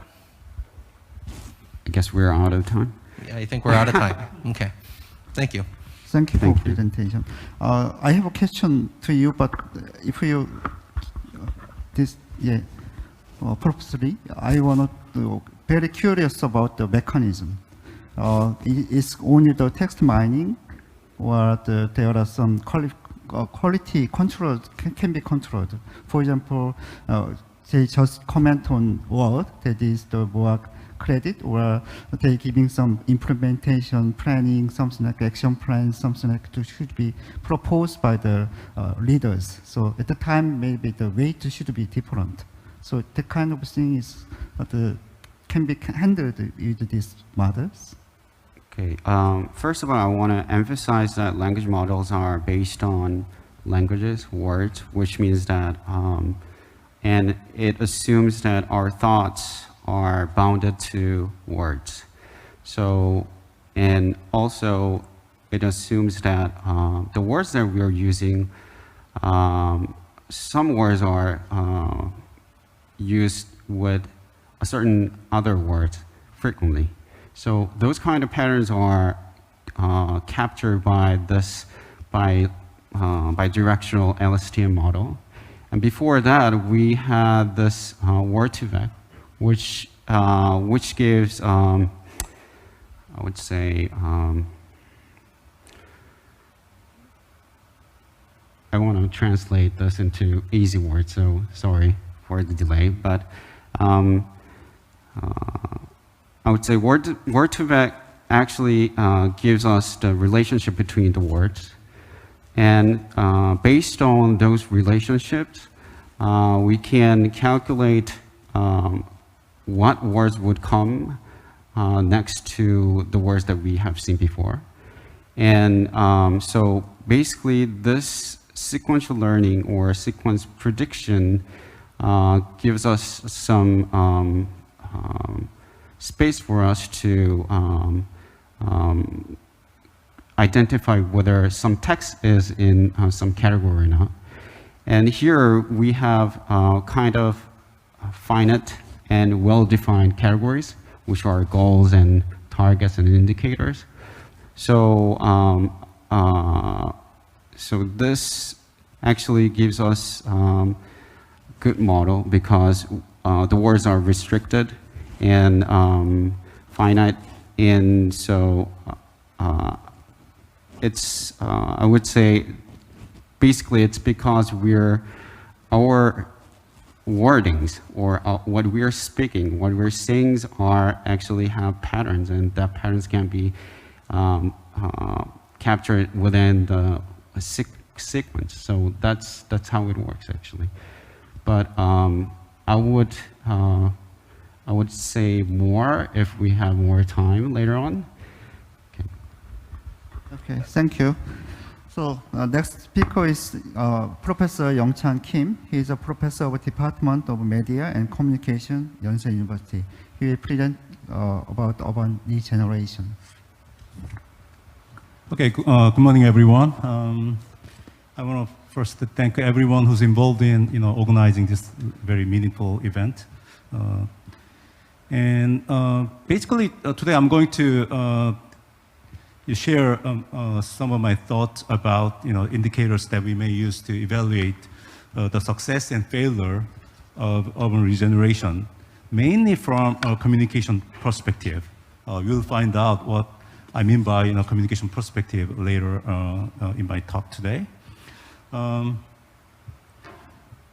an urban neighborhood is declining and deteriorating, people think about making some changes there. There have been two approaches, basically, to making such changes in the declining neighborhood. First is urban redevelopment. This is basically about getting everything restarted from scratch. Bulldozers come and demolish everything that has been there, with the buildings and material conditions destroyed. All of the memories, stories, histories, and relationships will go away when we choose the option of urban redevelopment. We choose this option primarily for better economic value, quality of life, and modernizing and rationalizing neighborhood environment. Some people would think of this as too modern and too rational and even too violent. So as an alternative, we would choose the other option, which is urban regeneration. With urban regeneration, we would try to maintain what we have had even in the declining neighborhood, such as old buildings, old alleys, streets, and familiar spaces. We try to reuse what are left over in the neighborhood with some adequate level of remodeling. But we try to keep in the process of urban regeneration and not just the physical stuff in the neighborhood, but the memories, the histories, and the meaning embedded in there. So today I'm focusing on urban regeneration between these two options. So some of the recent trends in the metropolitan city was declining of inner city and downtown areas. So people are moving out of the suburban areas because of this. As a traditional local industries such as textile, metal, and manufacturing ones were disappearing, and workers, their families, and other related business also moved out of the neighborhood. Then a kind of vicious cycle can be set. So the neighborhood was getting even more deteriorating, becomes a place where no one wants to visit any longer. So what does it mean to choose neighborhood regeneration or renewal rather than redevelopment in such situations? I think it means building community capacity to actively talk about neighborhood problems and solve them with others in the neighborhood. It also means creating new business activities or building local communities inside the neighborhood or bringing something new from outside. And urban regeneration means discovering or rediscovering locally based human, cultural, social, economic, and political resources. It is also for economic, social, physical, and environmental revitalization of the neighborhood with local community capacity. So Korean government recently has set some key goals of urban regeneration. As such goals of urban regeneration, they included improving housing conditions and the quality of life in the neighborhood, increasing urban neighborhood vitality, creating jobs, rebuilding local community and social integration, and dealing with gentrification in positive ways. And the Korean government also provided some indicators that can be used to evaluate any urban regeneration project. For example, as indicators of success and failure of urban regeneration, the Korean government recommended checking how much social overhead capital, so basic infrastructure in the neighborhood has been expanded, how many empty houses were taken care of, and how many new public housing units were provided. And there also should be increases in local investment, foot traffic, business sales, satisfaction with the focal landmark places, number of visitors and users of those places, and the level of satisfaction with urban technologies provided in the neighborhood. And the Korean government also recommended the urban regeneration should be evaluated based on number of new local entrepreneurs, the number of jobs created by them, and social enterprise and public sector jobs. And in the goals of urban regeneration, the Korean government also included the increased level of local civic participation and communication among neighbors, trust in neighbors, and neighborhood belonging. I think all of these indicators recommended by the Korean government that I just shared with you covers the most important aspects of urban regeneration. So actually, in fact, the Korean government indicators are pretty standard ones shared by many other attempts to evaluate urban regeneration in and out of Korea. But I think there's one important criteria that's missing in most of our urban regeneration indicators. It is about regeneration of neighborhood capacity to talk about their own stories. So if an urban regeneration project targets at rediscovering and rebuilding urban local communities as an important part of it, it has to be evaluated based on whether it rebuilds local capacity to storytell their own stories, their own issues, their own problems, and their own agenda. We can call it such capacity as community storytelling capacity. So such community storytelling capacity should be built on a specific type of local neighborhood infrastructure that we can call communication infrastructure in the neighborhood. So what is communication infrastructure then? In my theory building works on communication infrastructure theory, I have defined it as a community storytelling network set in its communication action context. So the first part is a neighborhood-based community storytelling network, where residents, community organizations, and local media stimulate each other to neighborhood stories. So they are not isolated actors. They can form a network that has much greater capacity than any one of them could do individually. So in the process of talking about shared neighborhood concerns, issues, or agenda, people construct the fabric of imagined community in their neighborhood. And then if you look at the diagram, the second part of the communication infrastructure is the communication environment in which the community storytelling network operates. So we call this as communication action context. So very briefly, the communication action context makes it harder or easier to have a strongly integrated community storytelling network in the neighborhood. For example, families and children who are afraid to be on the street or in parks or to walk home from school because they try to avoid being a victim of a neighborhood crime, they are less likely to meet their neighbors and build bonds, have a chance to get connected to local communication resources. And as another example, when residents have to go out of their areas to obtain the best child and family services available, they will be less likely to build a relationship with the local community organizations and to develop a sense of their community resources.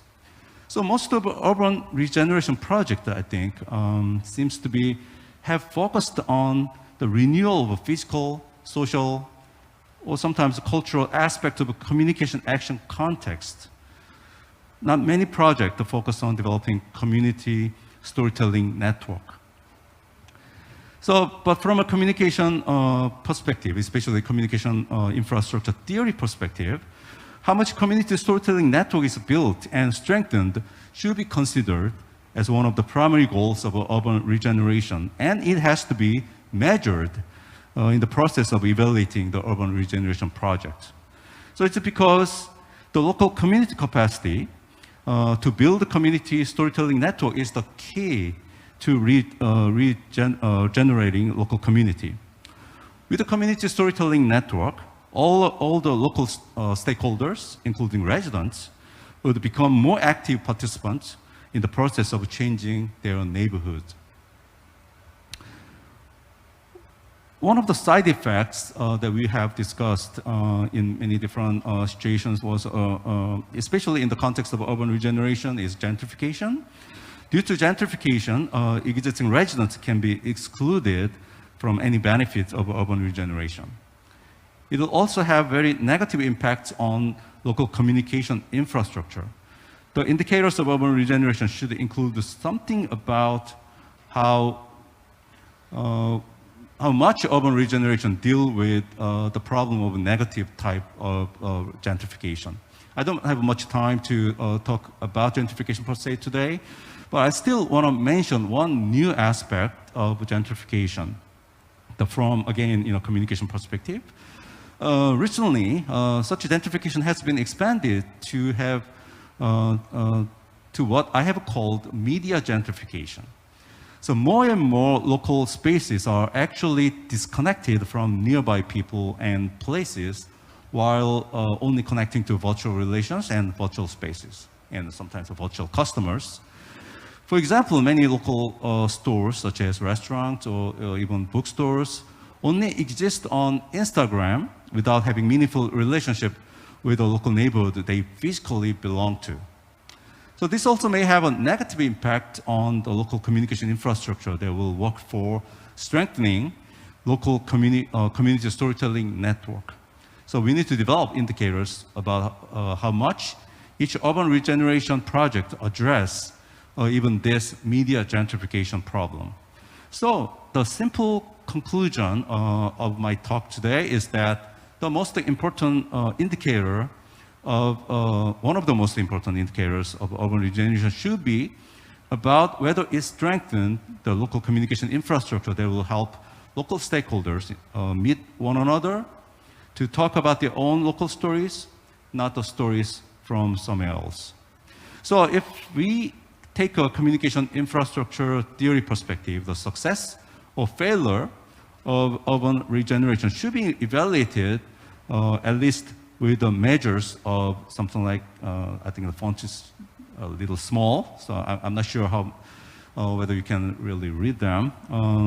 So basically, the evaluation of urban regeneration should be based on our answers to the question like, how much the community storytelling capacity in the neighborhood has increased, and how many community stories are being produced and shared with the neighbors, and how much the collective efficacy of the neighborhood strengthened based on community storytelling network, how actively the local stakeholders, including residents, participate in every step of urban regeneration from planning to evaluation. Okay, this is it. Thank you.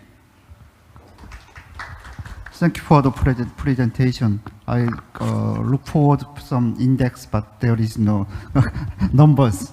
But it's very interesting. As an urban planner, it is very old the issues. The citizen participation is very important in the community level, but it's very difficult to have that. So in discussion time, I have a question to you. In pandemic situation, how can we elaborate this kind of capacity in community? Okay.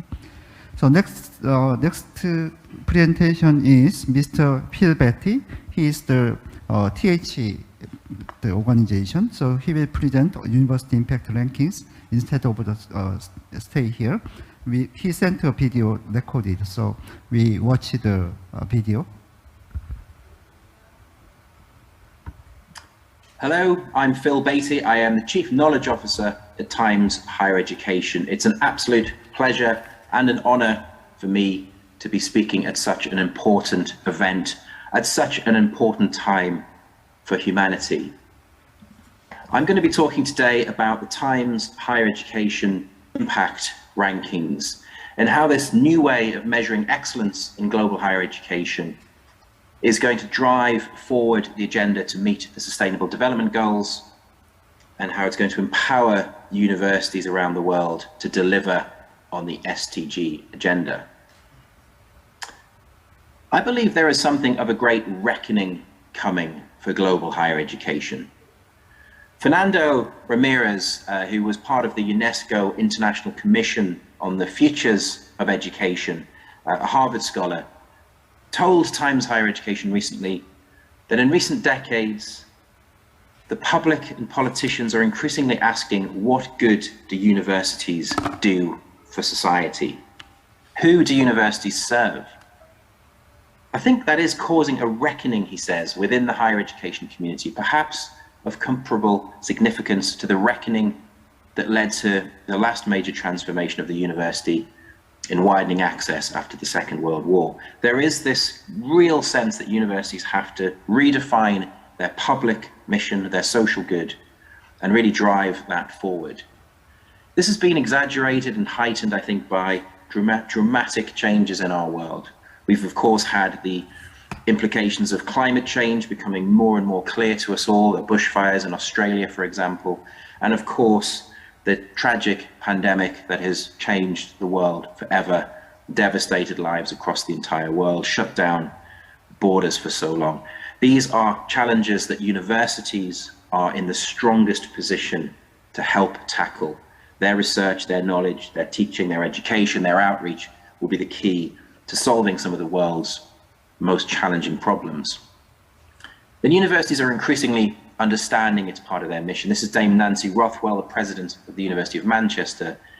She said that universities are here to address the big questions and challenges facing our world.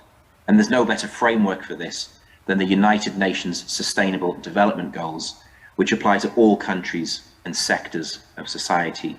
We believe, she says, that universities exist for public benefit. And the United Nations Sustainable Development Goals, of course, provide an extraordinarily rich, interrelated and comprehensive framework for making the world a better place, from eradicating poverty and eradicating hunger to promoting good health, promoting good quality, driving the equality agenda, right through to areas of economic growth, decent work, and of course through to greening our energy, making sure we have a sustainable future in terms of life on land, life below water, and we take action on climate change. And bringing that all together, of course, is strong governance, peace and justice, strong institutions, and partnerships. So I think these do provide the absolute ideal framework to understand how universities themselves can make the world a better place, and how the interrelated activities and research of universities can drive forward all of these goals. Times Higher Education surveyed their global community of leaders. Around 200 leaders each year respond to the Times Higher Education Leader Survey, telling us about the major concerns and challenges their institutions are facing. Clearly from this research in 2021, there's a strong focus on the SDGs. To what extent do you agree that the pursuit of the SDGs informs how your university operates? Was one of the questions. You can see there overwhelmingly strong agreement. Similarly, we asked them, to what extent do the SDGs affect your institution's research priorities over the next 5 years? Very strong levels of agreement. The SDGs are becoming embedded in universities and are helping them understand their contribution to the world and to express that contribution. So Times Higher Education is absolutely thrilled that we have changed the game in understanding excellence in global higher education. We've been producing the World University Ranking since 2004. They are the gold standard of measuring research-intensive global universities. They are a trusted benchmark for university leaders, for governments, for students and their families all across the world. But we felt we had needed to understand universities in a broader context. Universities not just about pure scholarly excellence and scholarly impact. We wanted to understand their contribution to societal good, to economic growth, to societal improvement. So we created the impact rankings in 2019 based entirely on the Sustainable Development Goals and how universities are contributing to each and every one of those goals. It was seen to be an absolute game changer in terms of our understanding of excellence in higher education. If we can reframe excellence in higher education to include delivery of the Sustainable Development Goals, we incentivize change, we incentivize universities to prioritize this activity, to drive forward this agenda. So we're incredibly proud of this. The World Economic Forum described these rankings as the world's first global attempt to document evidence of universities' impact on society rather than just research and teaching performance. So how do we do it? Well, we use 4 aspects of the theory of change.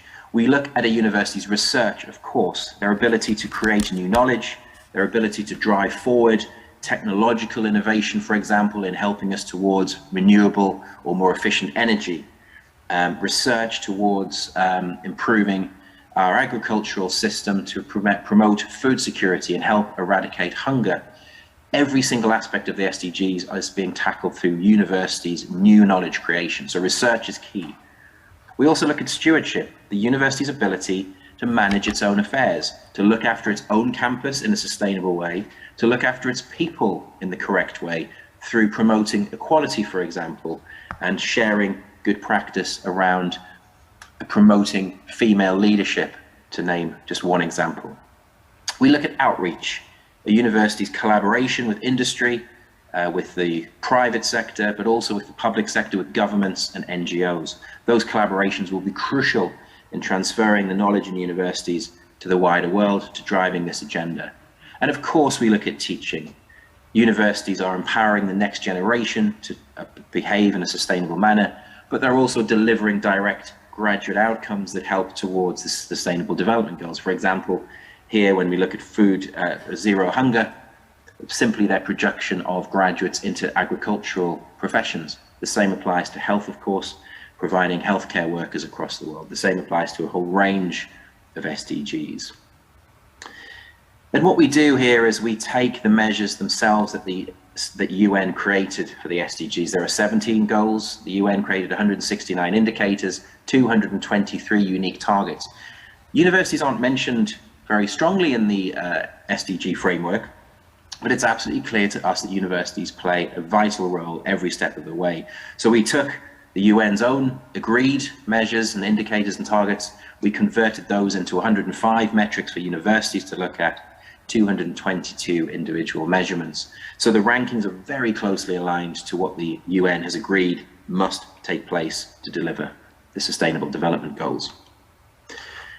So how do we do it? Well, of course, when we look at research, we're simply searching the academic literature for research that is directly relevant to the particular SDG. We work with Elsevier, the Scopus database, to extract all the activity, for example, in this case, relating to good health and well-being.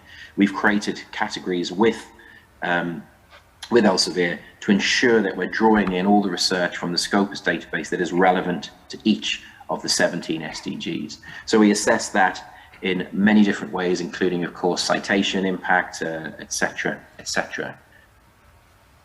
We also look at evidence of your activities. In this case, clean water and sanitation. We simply ask universities to provide us with evidence of their activity.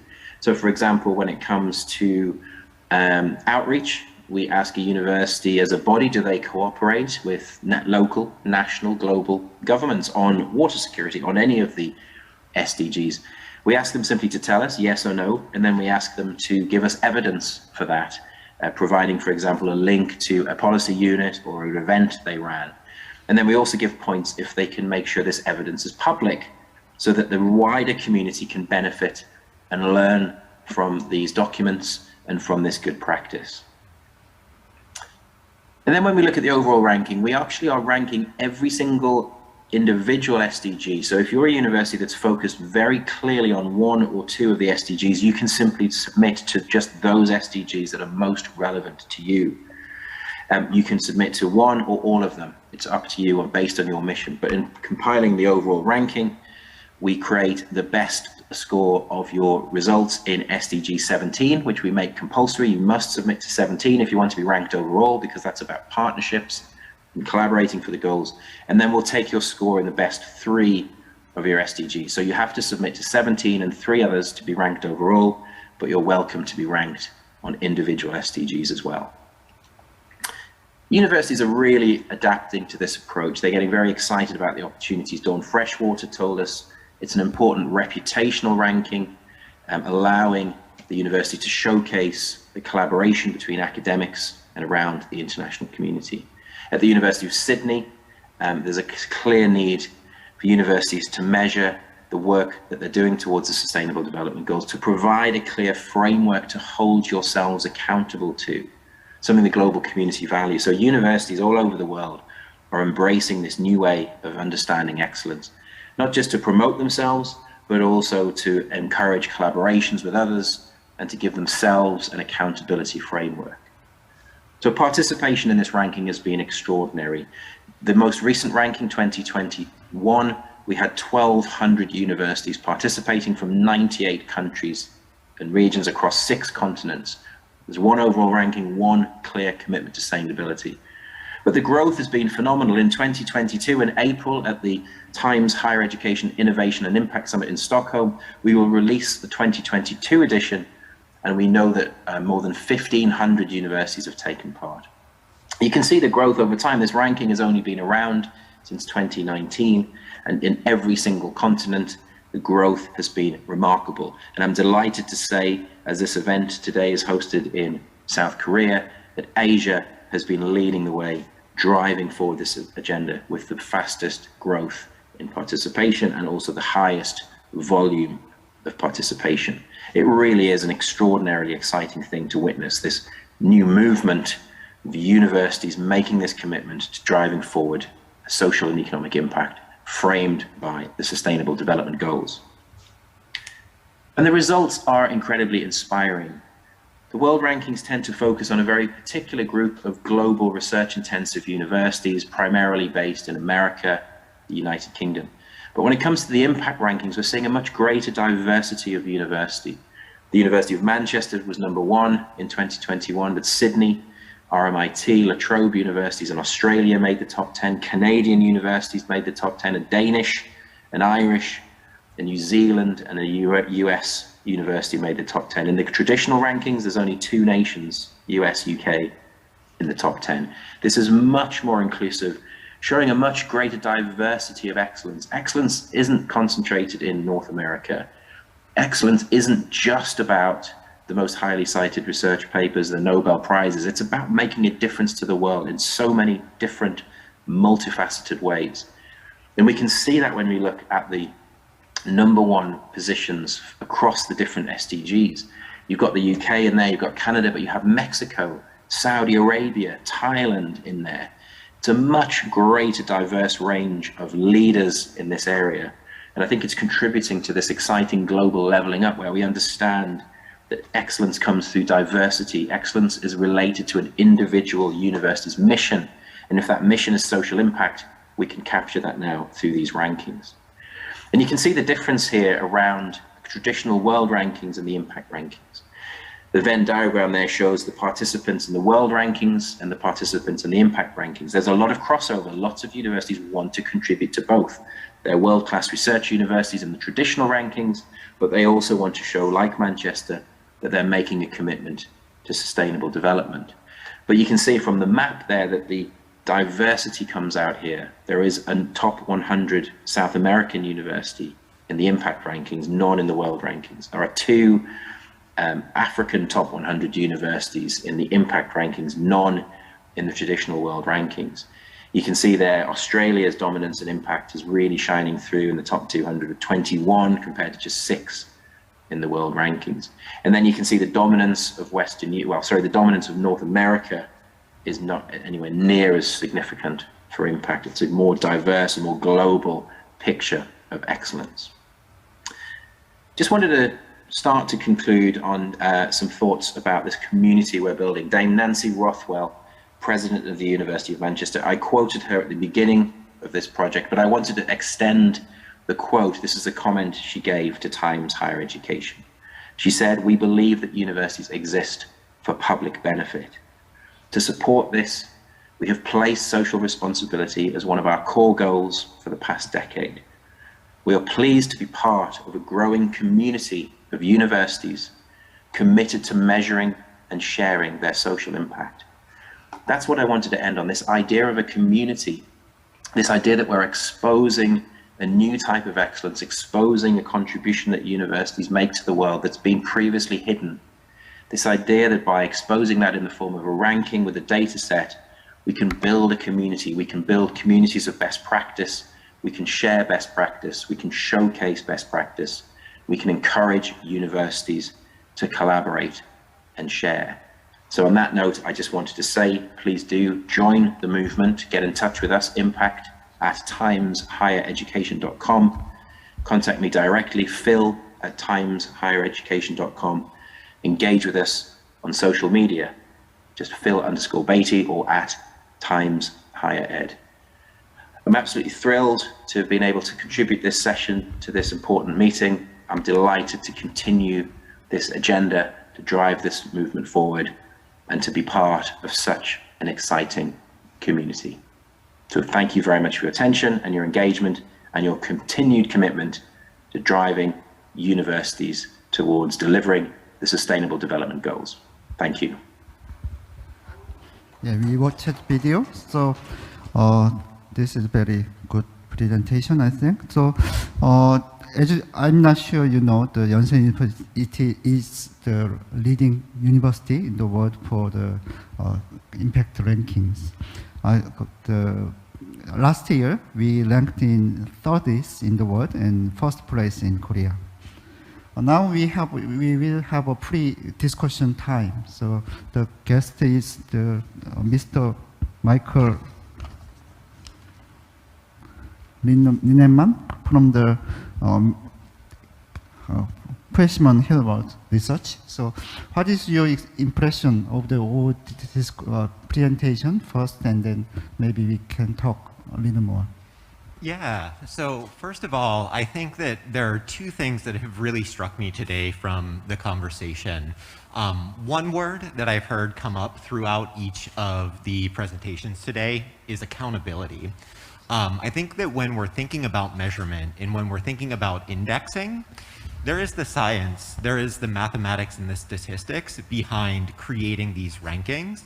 But ultimately, when we're thinking about these in the context of the SDGs, this is really a matter of accountability. And that means a couple of different things.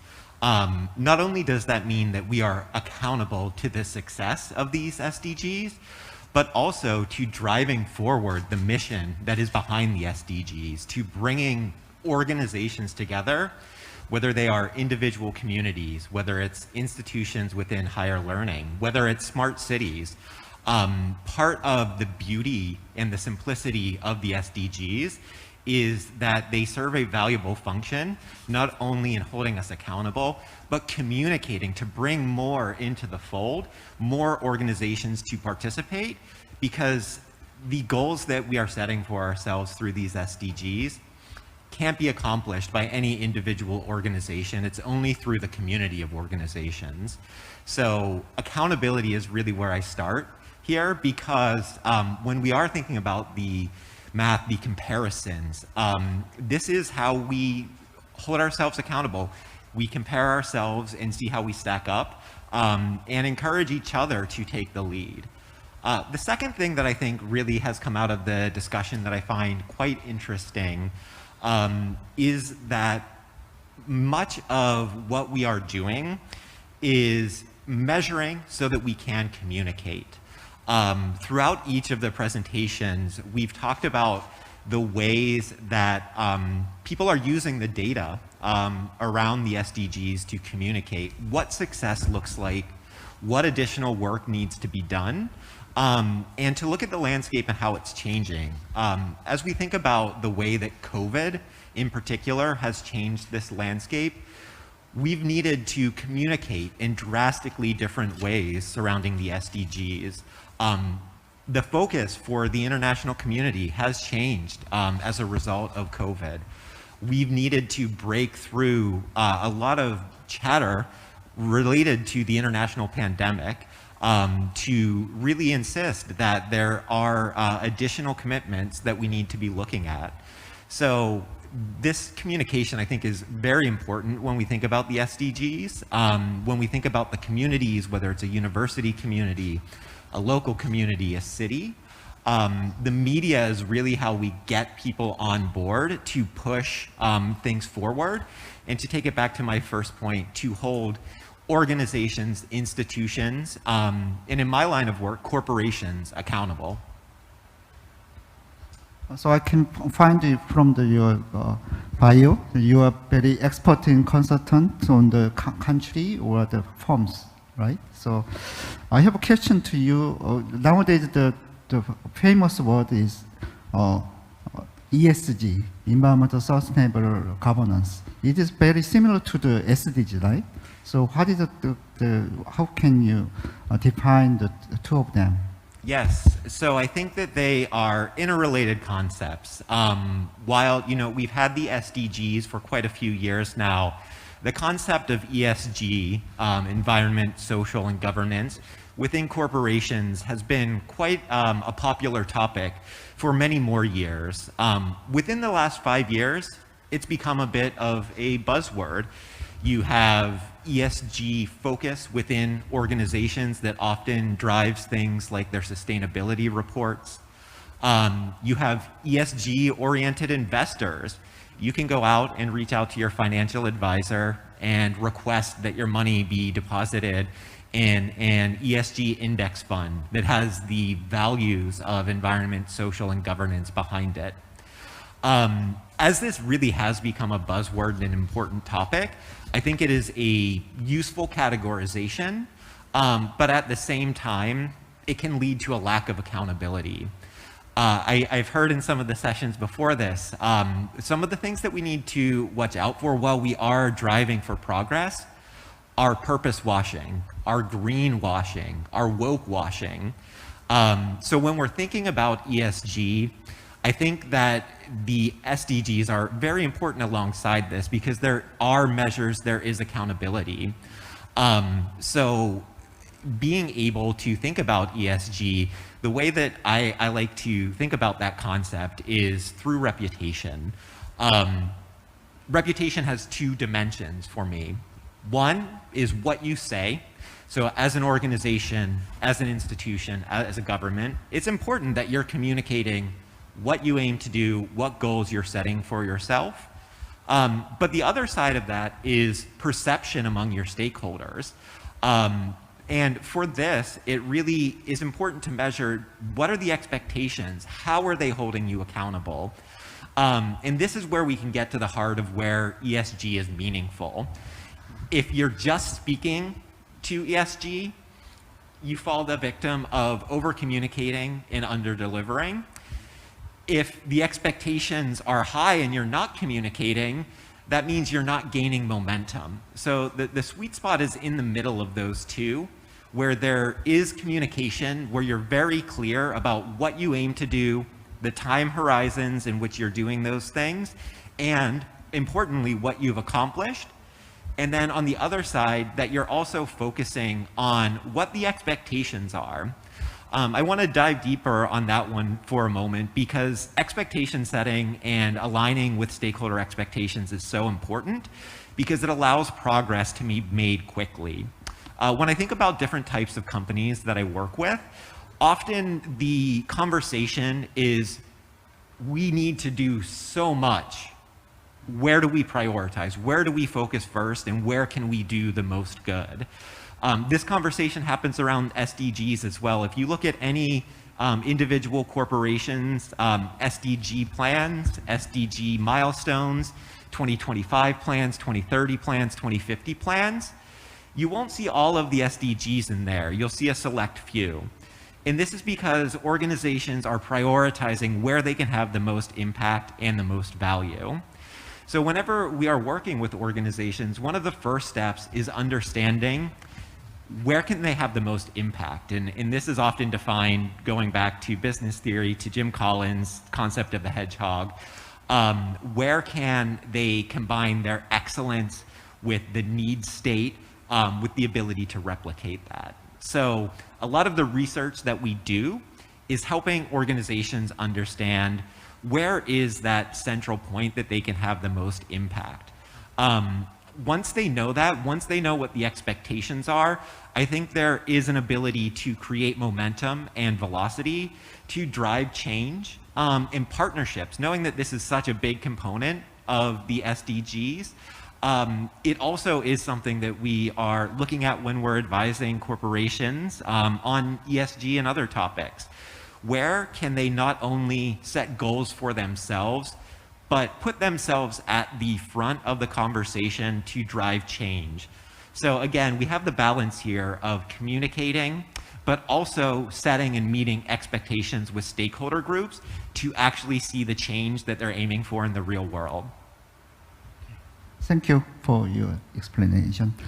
And one more question is, now we concerned about pandemic situation, so within 2 years, can you share some good examples of the corporate or the country's example?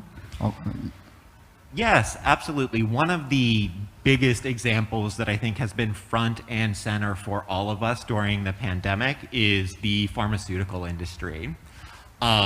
While I think all of us have had interactions with healthcare, interactions with medication that are produced by pharmaceutical companies, we have been forced by ourselves, but also by the situation that we're living in, to focus on how rapidly these companies can bring change to the marketplace to stabilize and to normalize how we live our day-to-day lives.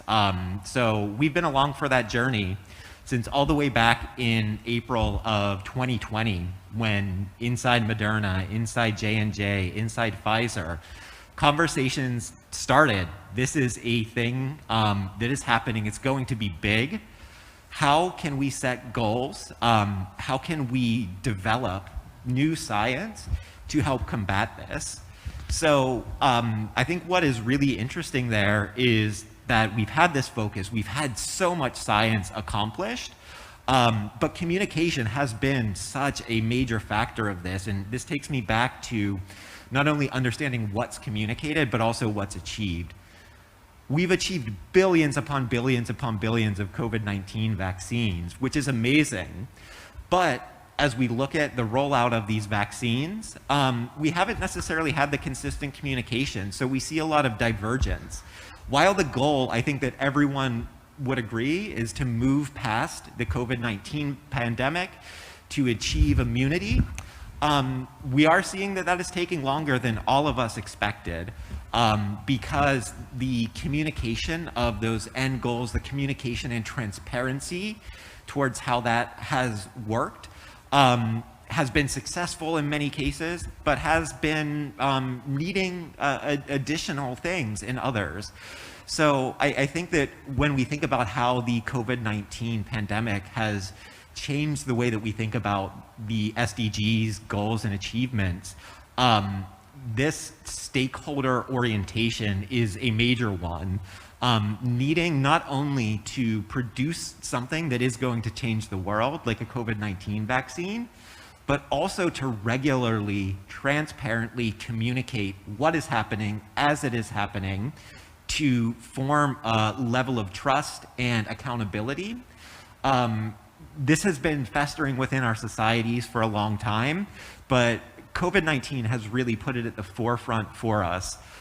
So as we do move forward past the COVID-19 pandemic, and look at some of these target date ranges, 2025, 2035, 2050 for the SDGs, maintaining that focus on how we are communicating progress, how are we holding ourselves accountable to progress, and bringing stakeholders in so that they don't feel they are being talked at, but they are conversing how they can be a part of progress, I think is really important. And you know, the phrase is thrown around a lot in terms of the way that society has changed, the new normal.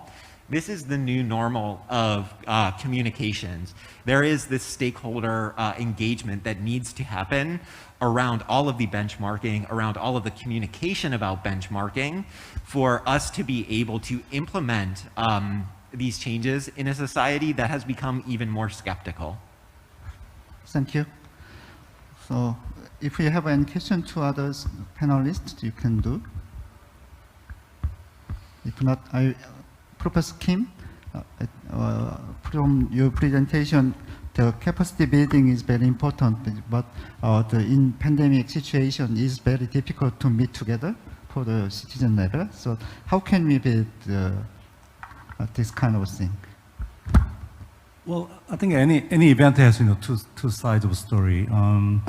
So I think on one hand, I think during the pandemic situations, I think a lot of people have had the experience of kind of rediscover their own neighborhood, because sometimes they never went to a local stores at local market. But I think during the pandemic, they started trying to kind of explore what's in there, what's in their neighborhood, and trying to just stop by the local places or local stores. I think that's one story. But on the other hand, people are still kind of scared of the meeting strangers, for obvious reason. And also a lot of times the people are just stuck in their own just a strong tie relationships. Actually, I just finished collecting and analyzing survey data where we found that it's actually people's the strong ties, ties based on their the families and the friendship, the relationship got stronger during the pandemic years. So actually we used the panel data before and after pandemic, and then at the same time the people's the relationship based on weak tie got much weaker. I think probably this is kind of the experience that we all had. So people just stuck in their family relationship and the very close the friendship network, while just getting away from all other kinds of relationship. I think that. So I think if we consider these two, I think that's a good story and bad story for local neighborhood. So I think this is a kind of give a chance for people to think about their own neighborhood. But again, if you use the concept of communication infrastructure that I shared, so the neighborhood has built kinds of communication infrastructure already that people can use when they began to have an interest in the neighborhood. So if they don't have this kind of neighborhood resources that can rely on to get access to this kind of communication infrastructure, even when they have a certain level of interest in their neighborhood, they simply don't know what to do. They don't know where to go, and they don't know what's the first things that they can do to get more meaningfully connected to their the neighborhood. So I think this is a good time to think about what we can do to strengthen communication infrastructure in each local community, and not only in the context of urban regeneration, but also in every urban neighborhood that we will live in. When I was participating in urban regeneration project, sometimes I find the citizens is very old, so they don't express their own opinions sometimes. So how can we resolve that kind of problem?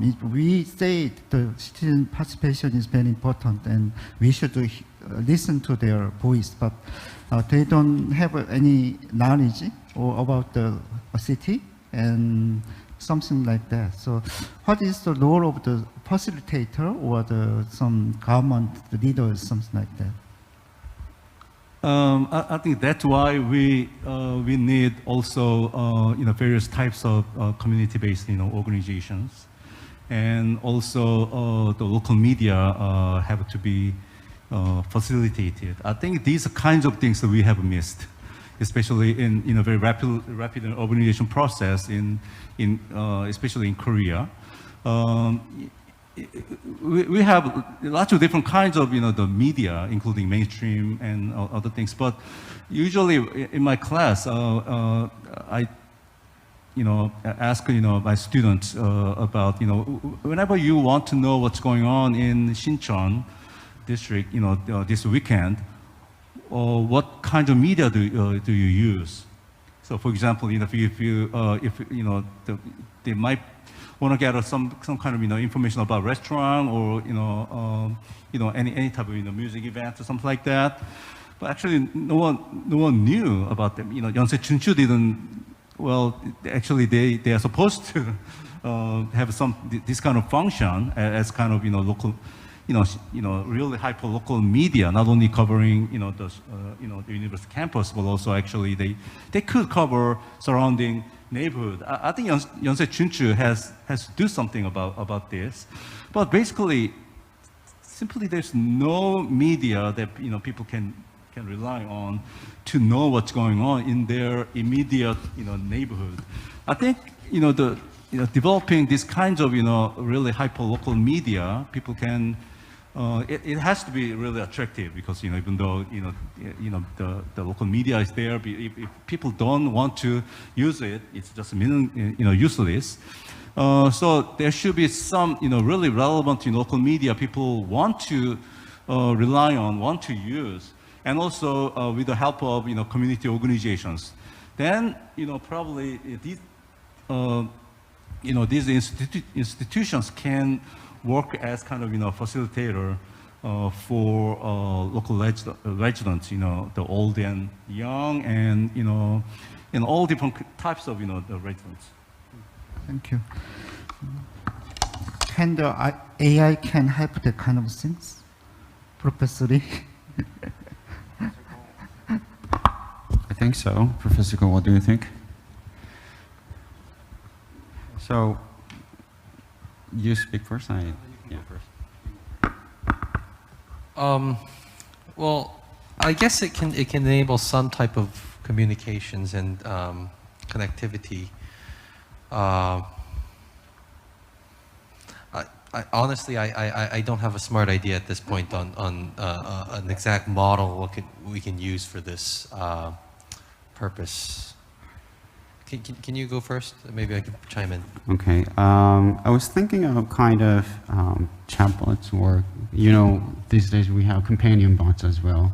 So if we can afford that to old people, and they speak to this companion bot or something, or kind of chatbot or something, to get help from that bot, then they feel usefulness, and they'll give data to that bot, and local government can have some data to analyze, and they'll have some kind of familiarity with the spot. Then they'll use this as kind of media, right? So, and I would say at some point, people will rely on those votes, and people will say something to those votes, for example, like what we're doing to our AI speakers. So we speak to AI speakers. In the beginning, we didn't, but nowadays, many people are doing with higher familiarity, right? So. Okay, so if we're going into robots, then we have ideas, right? Okay. I mean, if we're talking about machine learning models, no, but if we're talking about robots, yes. So I think one of the reasons that we're really disconnected, I guess locally, as Professor Kim mentioned, was it is the fact that we don't have a globally accessible media. What I mean by that is, I think this was part of the session that I had yesterday, but so if you talk to younger generations, they're going to go to Instagram. If you talk to people in their 30s and 40s and 50s, they're probably going to go to Facebook. If you talk to people above that, all they have is Kakao Talk. And the information, maybe if they're really, tech savvy, they can go to Naver and do a search, right? I mean, this communication gap between generations, between the populations, is really causing this, I guess, this communication, the lack of communication within the local community. And what we really need is a technology to kind of bridge the gap between these generations, which actually form the local community, right? The local community is not about 20-year-olds, it's not about teenagers, it's not about 60-year-olds, it's every one of them. The problem is, you know, in the older days, we had something called a newspaper, right? We had something called a newspaper. Sometimes we would have banners. And we would look at them and see what's happening. Now, I think when Professor Kim talked about gentrification, we had issues like, you know, some shops just being on Instagram and not connecting with their neighborhood. That's exactly what's happening. So we actually need a physical device that can actually be the agent, be the proxy to share the information. When I said I didn't have any idea about AI models at first, I was, you know, thinking about, you know, LSTM or these professional deep learning models. But I think having a robot is actually a better idea than it sounds. I mean, it sounds very, you know, I'm just using this word due to a lack of a better expression, stupid. But if we have these mobile robots that anyone can access throughout locations, it's sad that we have to use a robot, but if we do have these robots, I think it can be a communication post for different people, right? I mean, technology can be used in this type of sense. Of course, we still have issues, right? Who's going to be putting in the information? How are the people going to be interfacing with the device? Younger generations are going to be talking their own language. Elder generations are going to be talking their own language. But how are we going to kind of proxy this over is a different challenge. But what I'm basically trying to say is that we need some type of physical device that, you know, may not be as tech fancy, but we need some type of physical device here and there where people actually move around to kind of share this information through a larger population. I would say that will emphasize a UI as well, right? User interface, yeah. So it should be more natural to certain age group, right? So to young people who use Instagram, to old people who don't use Instagram, they have to have same access to same information, right? So, but the way the information goes to them would be different. So they would have different UIs to different age groups, but same information.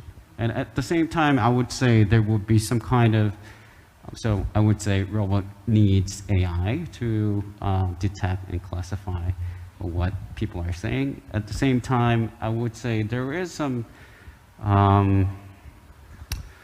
danger of information overflow, right?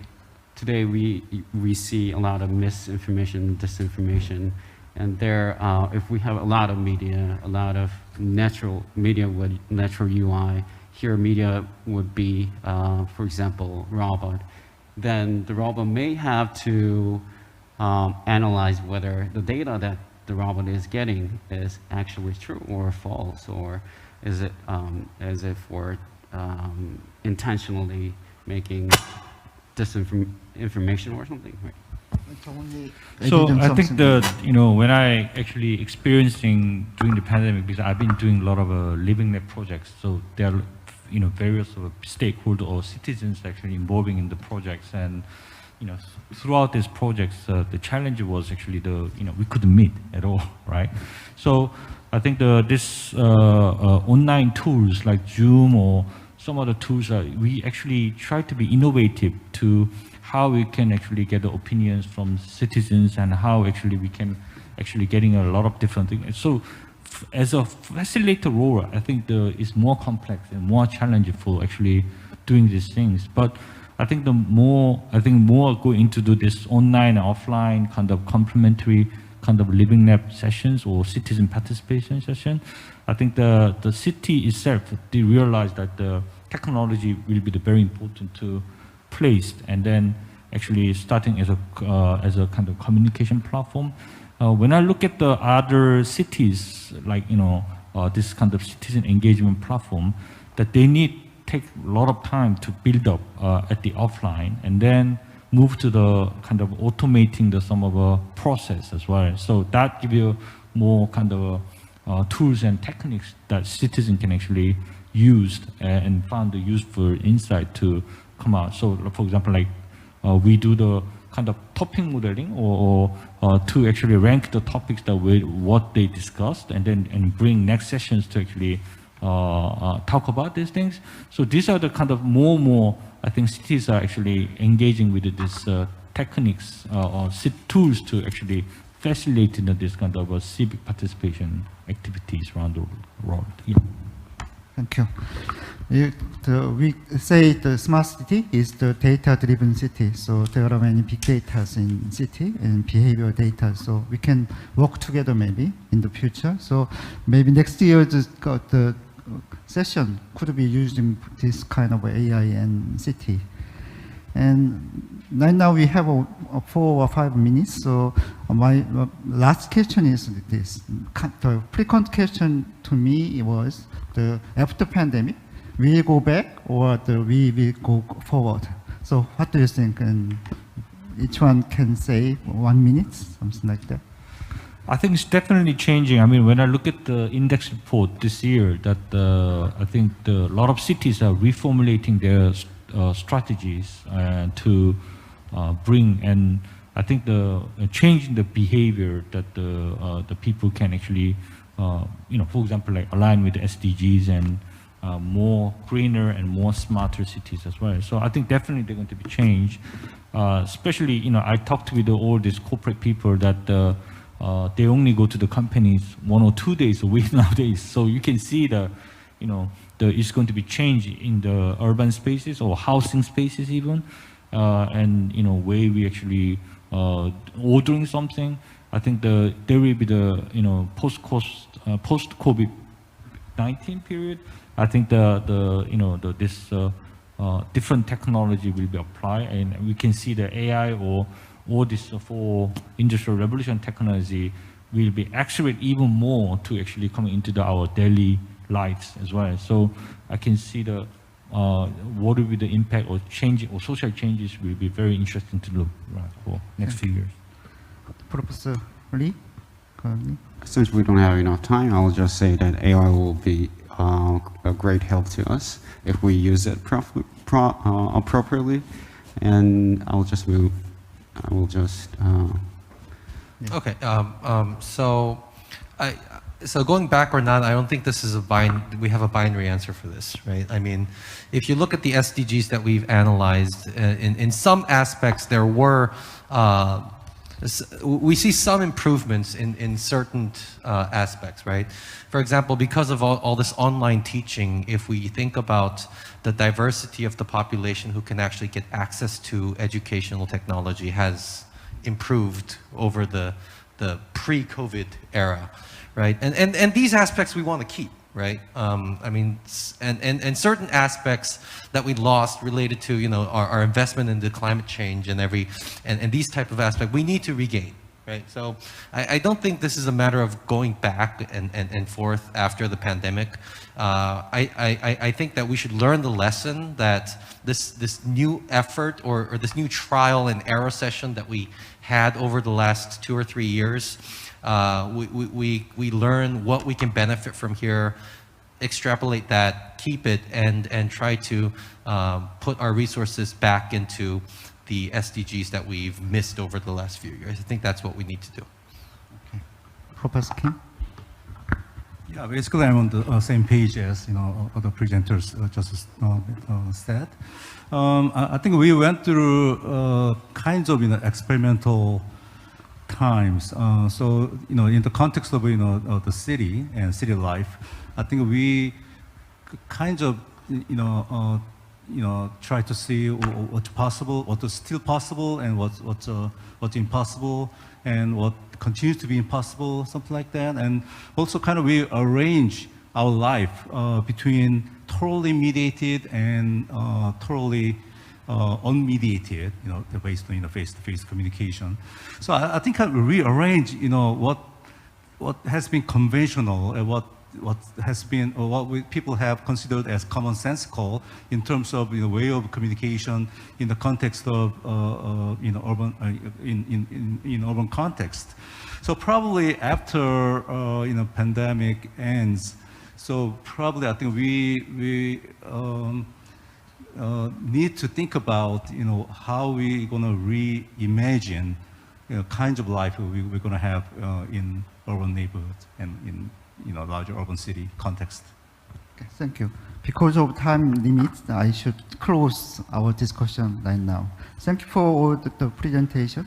I think it is not enough to discuss today, so we will it's just the starting point to consider our 17 SDG with the pandemic and after the pandemic. So I hope further researches and discussions will be conducted by the participants and audiences. Thank you for all participants in on and offline. Thank you. Have a good day. Thank you, Professor Kim and the panelists. Living in the world of big data, it is easy to get lost. So I really admire the thoughts and the hard work that our professors have invested to harmonize, process, and analyze different forms of data, to give meaning to accelerate the agenda of sustainable development. Unlike capital, land, or labor, using data once does not diminish its value. So we look forward to hearing updates from our professors next year. Now we will take a short break and resume at 12:30 Korean time.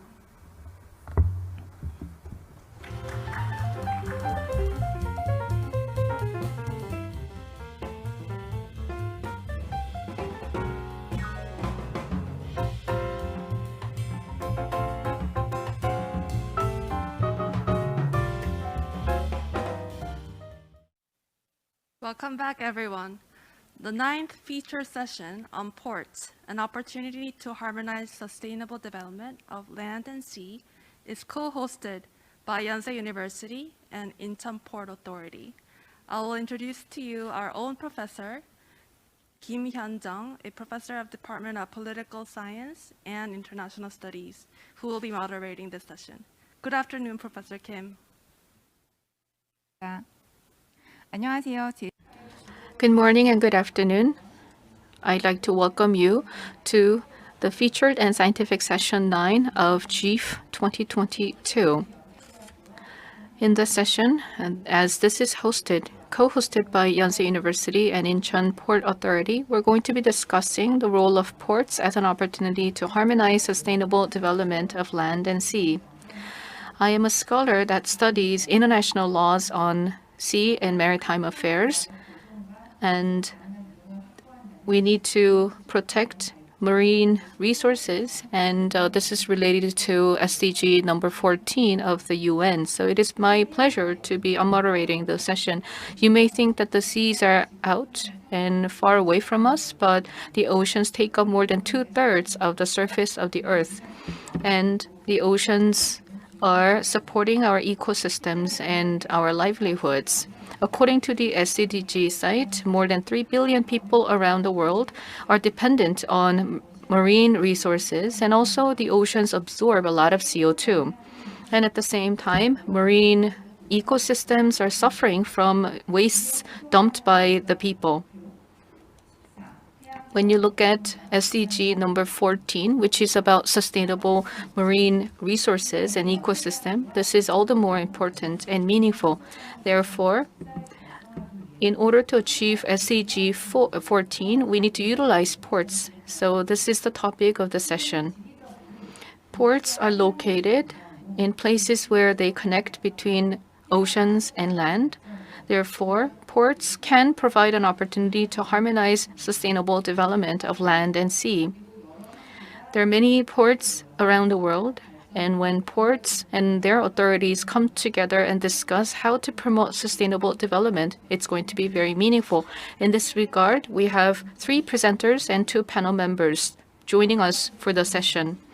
I'd like to give each presenter 20 minutes. The first presenter, I'd like to introduce the first presenter, who is Vice President Jong-gil Kim of Incheon Port Authority. Since June 2021, he's been serving as Vice President of Incheon Port Authority, and he also received a PhD in Logistics Management from Graduate School of Logistics in Northeast Asia. And he's been Executive Director of Korea Society of Supply Chain Management since January 2016. And he is going to be talking about fine dust and air pollution as well as waste management. Please go ahead. Good afternoon. As have been introduced, I am Kim Jong-gil, Vice President of Incheon Port Authority. First of all, I would like to express my appreciation for this invitation to GEEF 2022. I would like to take this opportunity to share with you my experience on site, in particular, creating a sustainable green port centered around Incheon Port's activities for the mitigation of fine particles and microplastic. I will be presenting in the following order. For those of you who are not familiar with our port, let me introduce our port to you. Then I would like to talk to you about our measures to reduce fine particles and microplastic. This is the introduction of our authority. We were established in July of 2005. The first port authority was established in Busan in 2004, followed by Ulsan, Gwangyang, and therefore currently there are 4 port authorities in Korea. We work on development of the ports as well as the infrastructure surrounding the port, and we also work on recruiting international companies. We also have a role in managing and operating the port itself. Incheon is located close to the capital area, and as it is the gate into the largest economic zone in Korea, we have a large amount of traffic and freight going through our port. Let me introduce our port to you. We have generations 1, 2, 3, and here you can see our inner port. That is our oldest port. In history classes, you probably heard about the Ganghwa-do Treaty signed in the 1800s, and there are 2 conditions that were signed through that treaty. One is opening a port on the northern side and one on the southern side, and that is why we opened the Incheon port and the Wonsan port in South Korea and North Korea. And so after signing the Ganghwa-do Treaty, we developed this port, and that is when we opened the Incheon port. The fact that we opened this port means that it becomes a port for trade. So we only had the inner port during the first generation, and in 92, after signing diplomatic relations with China, we have seen a surge in trade between South Korea and China. And as you're well aware, many freight companies are trying to reach an economy of scale by utilizing the new Incheon port. This port was opened in 2015, and we are looking to open additional ports in the area. Let's take a look at our measures to mitigate fine particles. As you're well aware, we are not an expert in environmental areas, but we are well aware that when we divide or classify fine particles, we can utilize size. So we actually have measures to reduce the emission of fine particles under the size of 2.5 micrometers. Here you can see that when ships come into the port, we have a tugboat that meets the ship and tugs it to the port, and that is when the ship reaches the dock and conducts the unloading.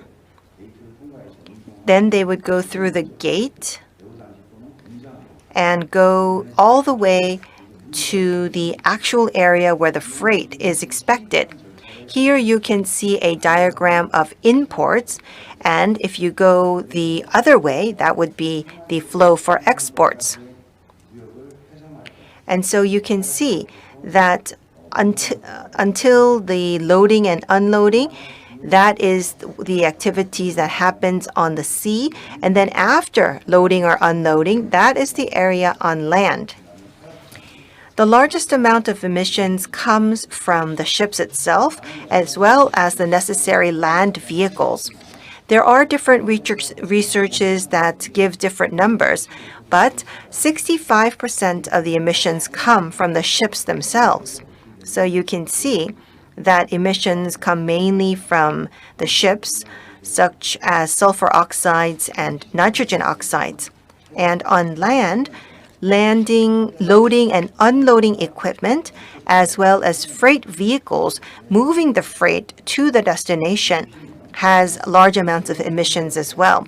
So here you can see that depending on the pollution source, we provide AMP, which I will explain later, and also support for outdated freight vehicles. For the equipment of loading and unloading, we also try to provide green equipment, which I will also explain later on in my presentation. So, ships, vehicles, and equipment for loading and unloading are the three parts that I will focus on in talking about reducing fine particles. Here you can see the part about ships. There is an area called ECA, and so this is an area that is designated, as you can see in the map. So we have different zoning, and if ships were to come into the ECA zone, then the amount of sulfur oxides that are allowed is 0.1%, whereas the same amount is 0.5% in open sea. We also install scrubbers on the ships to reduce sulfur oxides.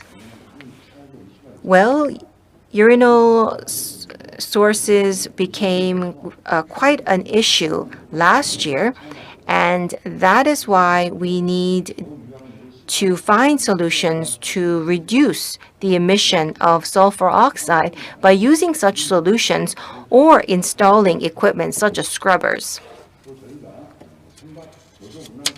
We also have a low-speed operation program.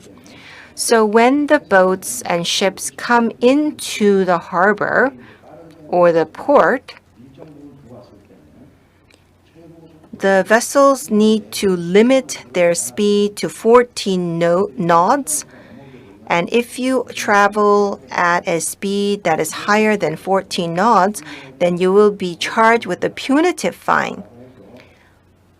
But within the inner areas of the port, semi-container ships are limited to 10 knots, and car carriers are limited to 12 knots. And so that is actually less than the 14 knots.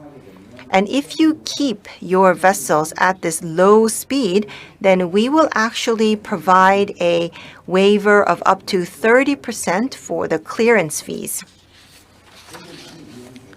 Many are taking advantage of this incentive. We also have the Alternative Marine Power Supply, or AMP. When ships come into the port, then most of the ships at anchor use diesel fuels, which then emit sulfur oxide and nitrogen oxide, as well as fine particles. And so that is why we are providing AMP, so that the ships at anchor will not need to utilize their diesel engines to generate their own electricity, but rather just plug into our AMP for electricity. This will reduce the emissions of fine particles as well as sulfur oxide and nitrogen oxide. The ships that you see here are the ships that have been built on contract So when ships come into the port, they turn off their engine, and tugboats would bring them to the dock. That process actually produces quite a significant amount of sulfur oxide, nitrogen oxide, and fine particles. But if we use LNG-powered ships, then that will actually reduce considerable amount of nitrogen oxide as well as 100% sulfur oxide.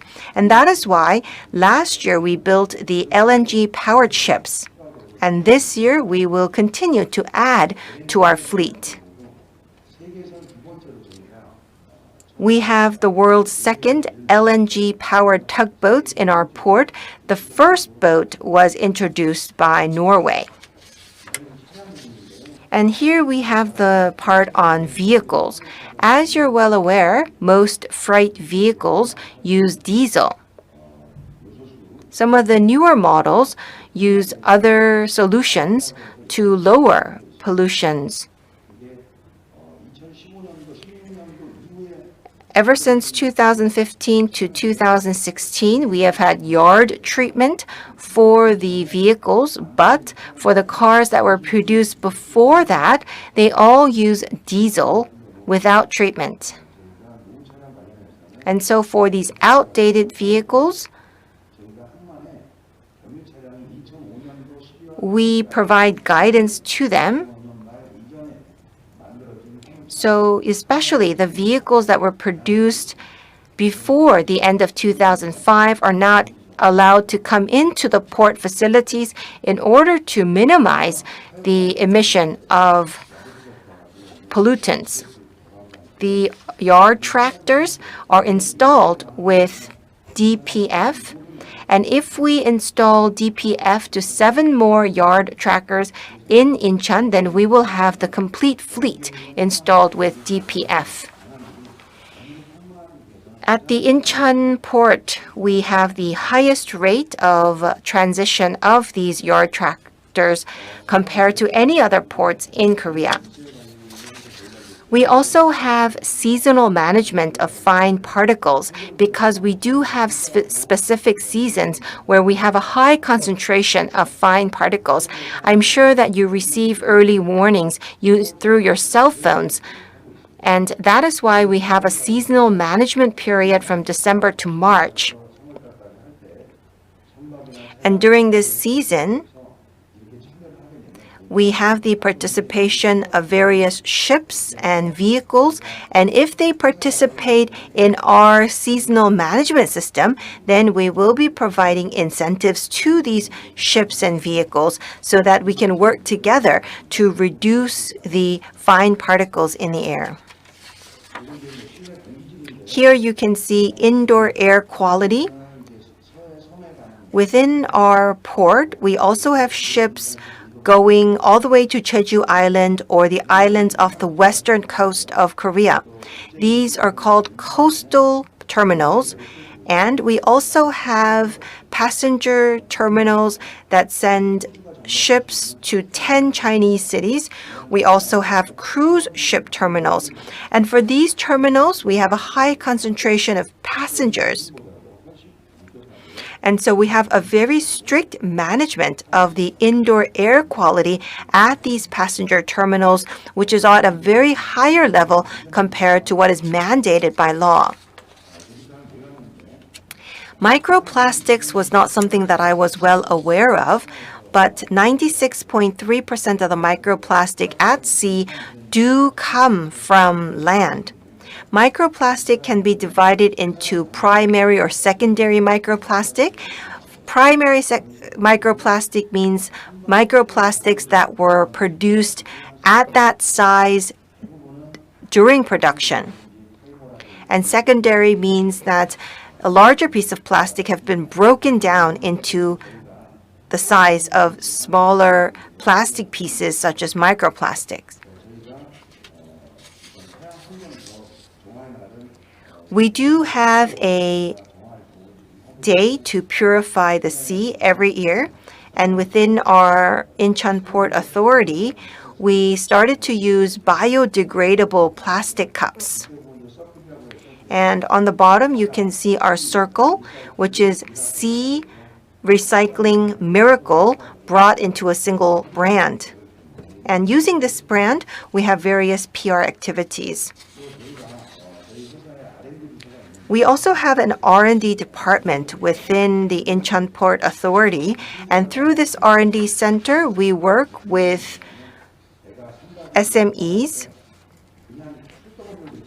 Well, when ships dock, then because the side of the ship is made from metal, there could be friction and tears, and that is why we are using facilities such as very hard rubber to provide a buffer. These types of rubber products were thrown away after use, but now we are working with SMEs so that we can recycle this rubber. And last year, we have actually applied for a patent. And we are also utilizing eco-friendly materials for our roads within the port.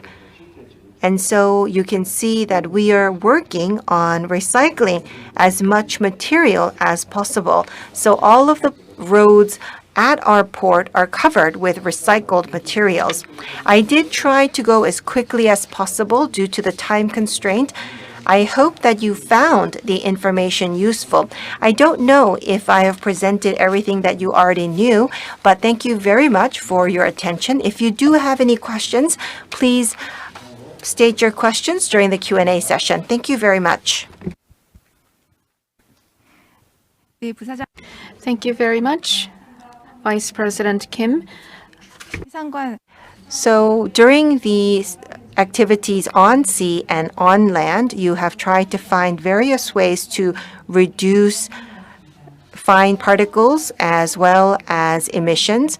And you have also talked about circle as well as your activities to utilize recycled materials.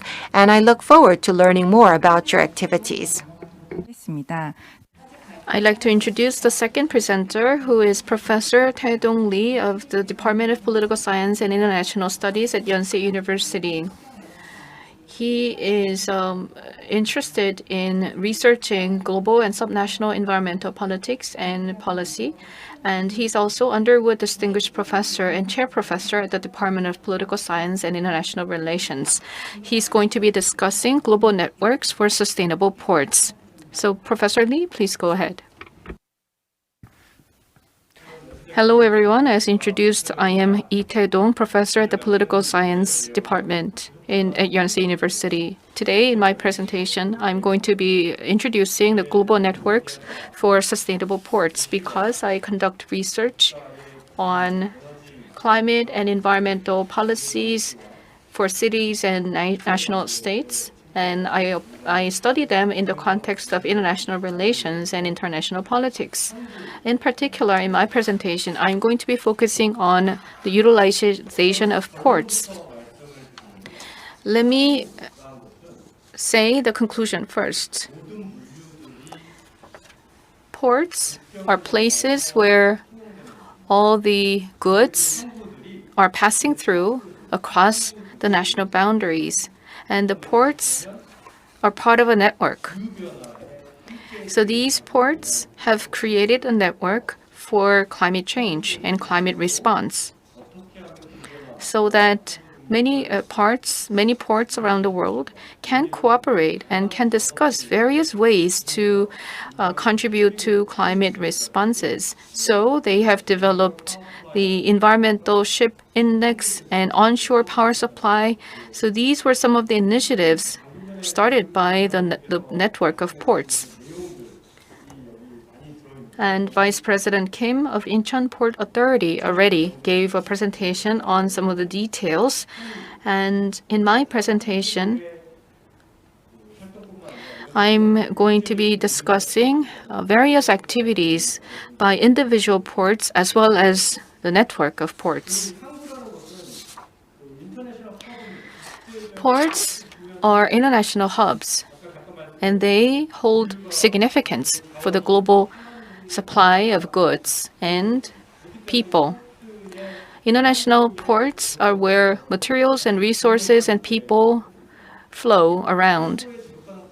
Therefore, ports are very important, and so the economic and social and environmental sustainability of the ports is crucial. When we discuss the economic aspects for ports, it means that the ports will be able to enjoy high returns on investment. And secondly, we need to ensure that the ports will continue to provide employment. And there are various facilities provided by the ports that are given to the companies.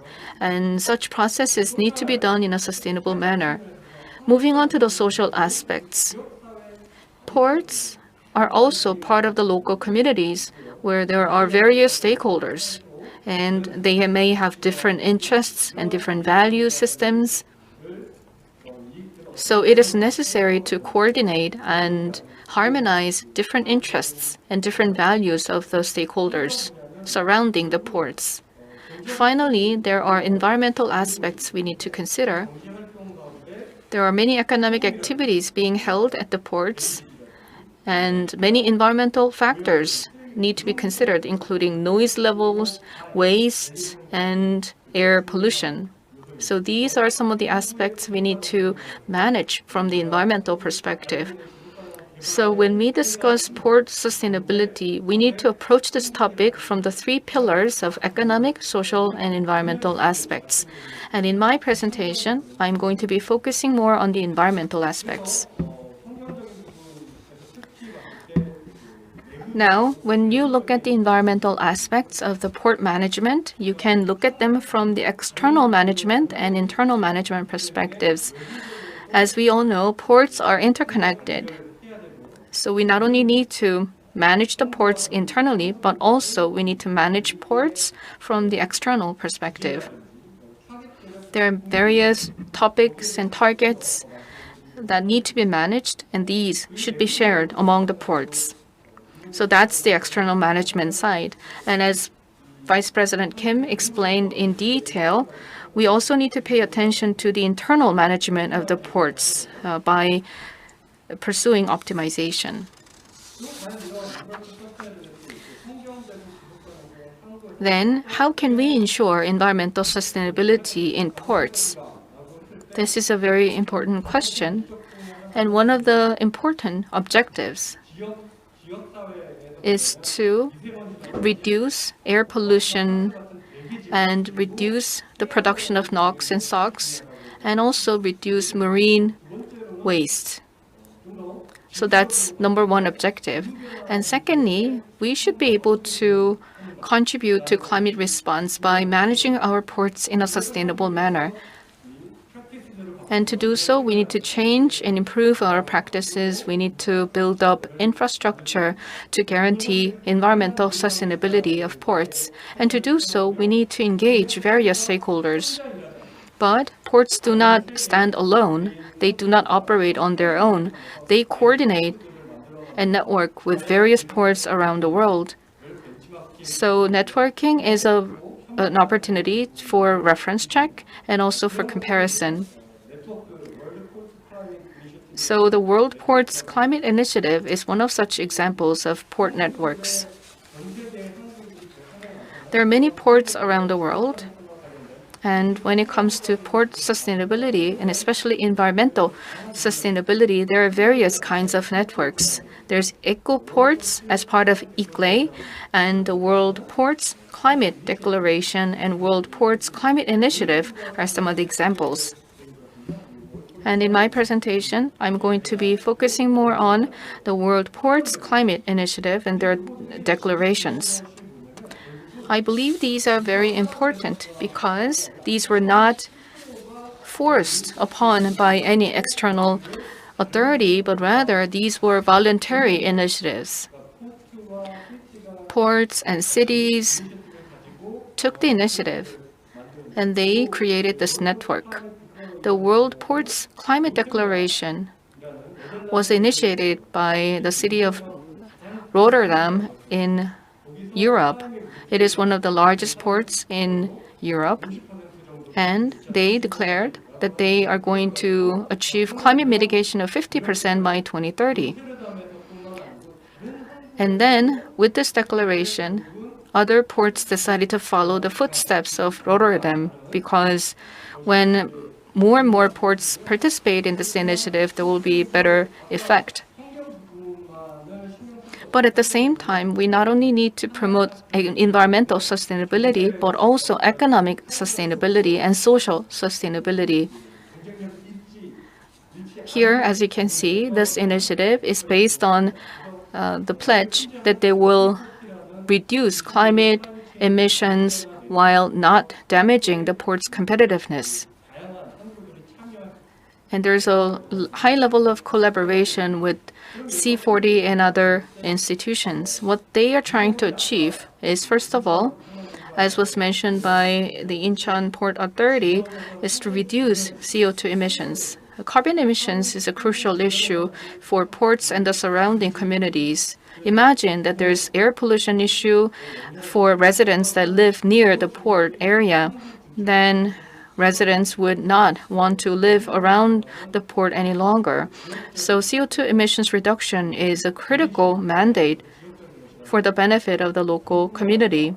But in addition to that, we need to contribute to CO2 emissions reduction at the global level.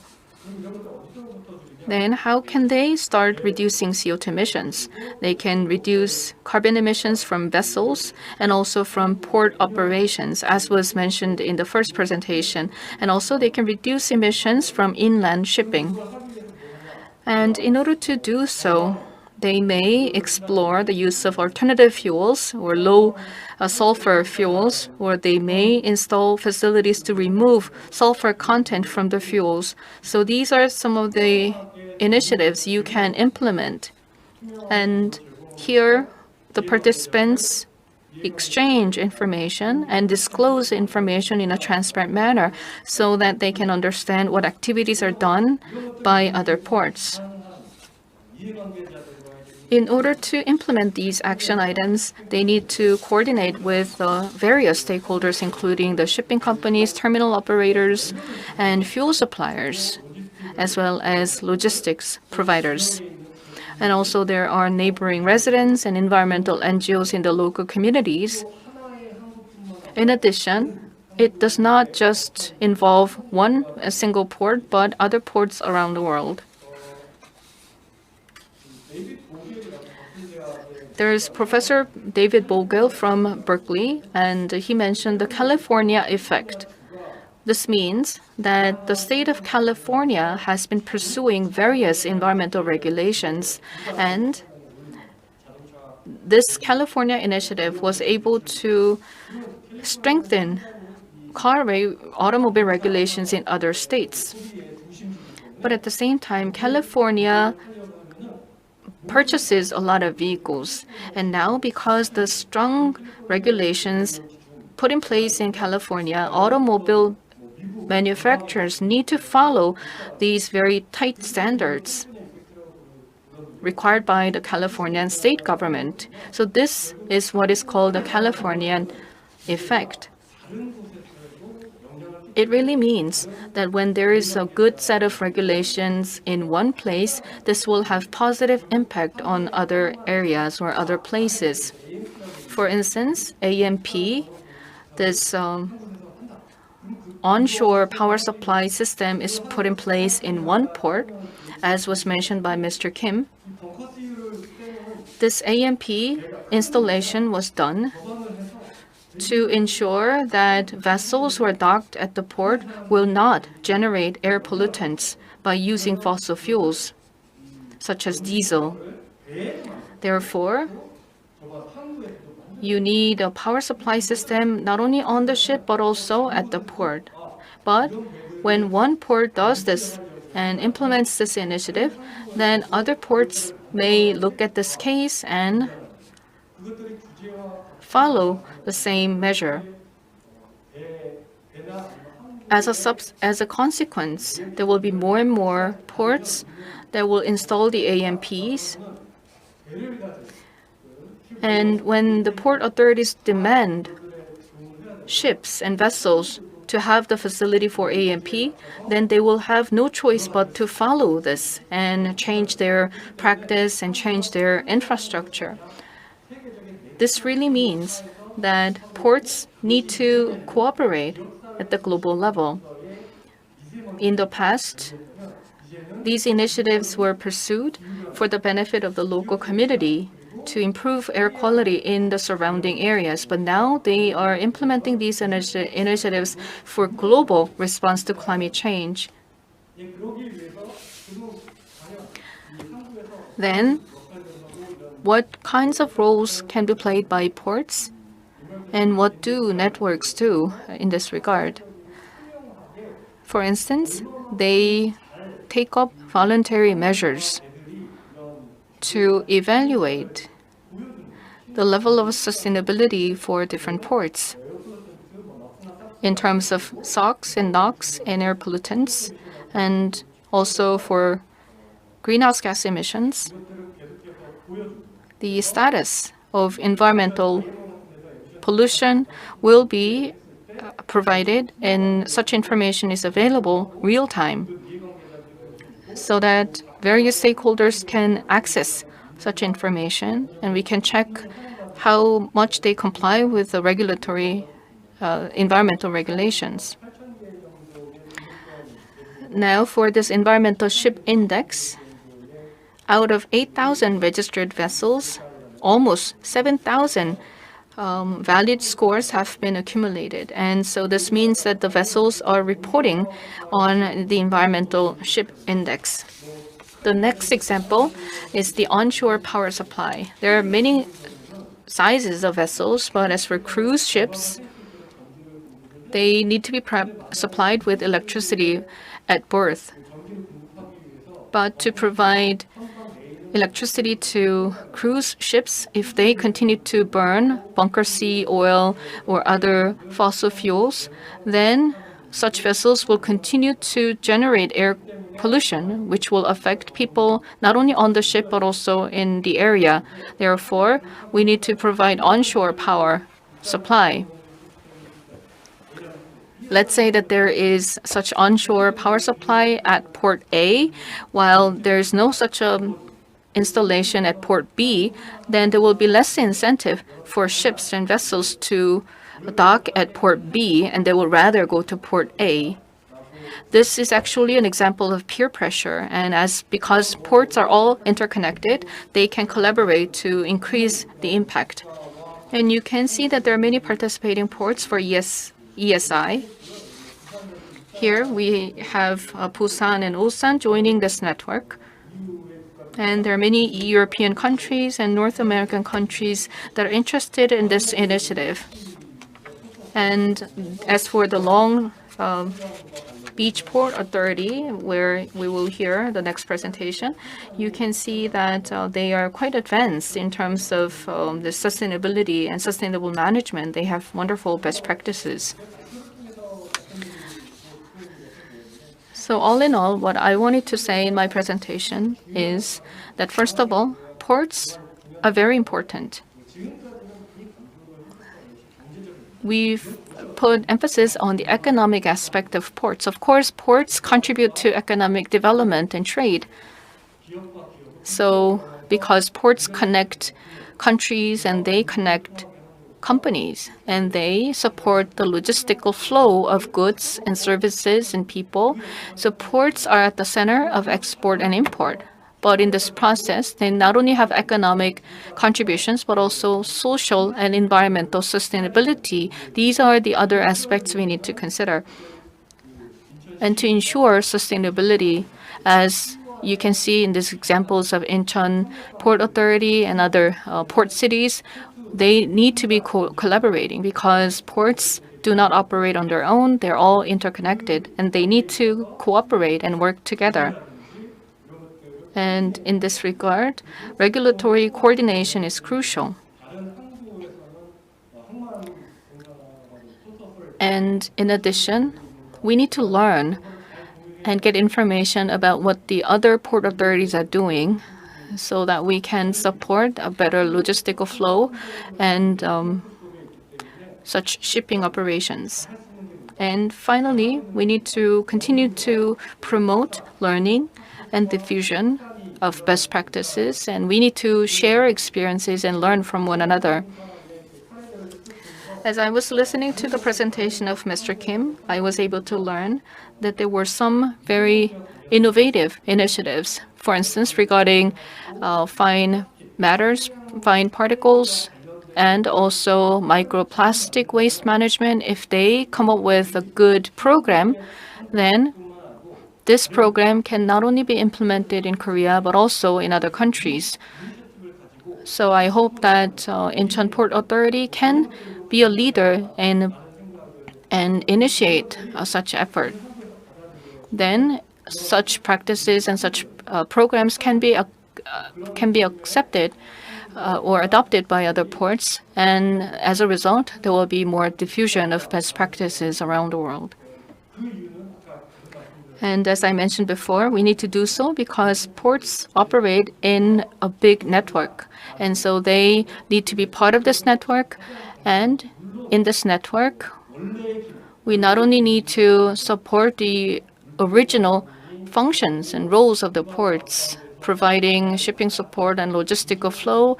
So we need to make sure that that happens, but at the same time, we need to cater to the social and environmental sustainability of the ports. Then this network of ports will be operating successfully and smoothly and will be able to support SDG implementation. Thank you.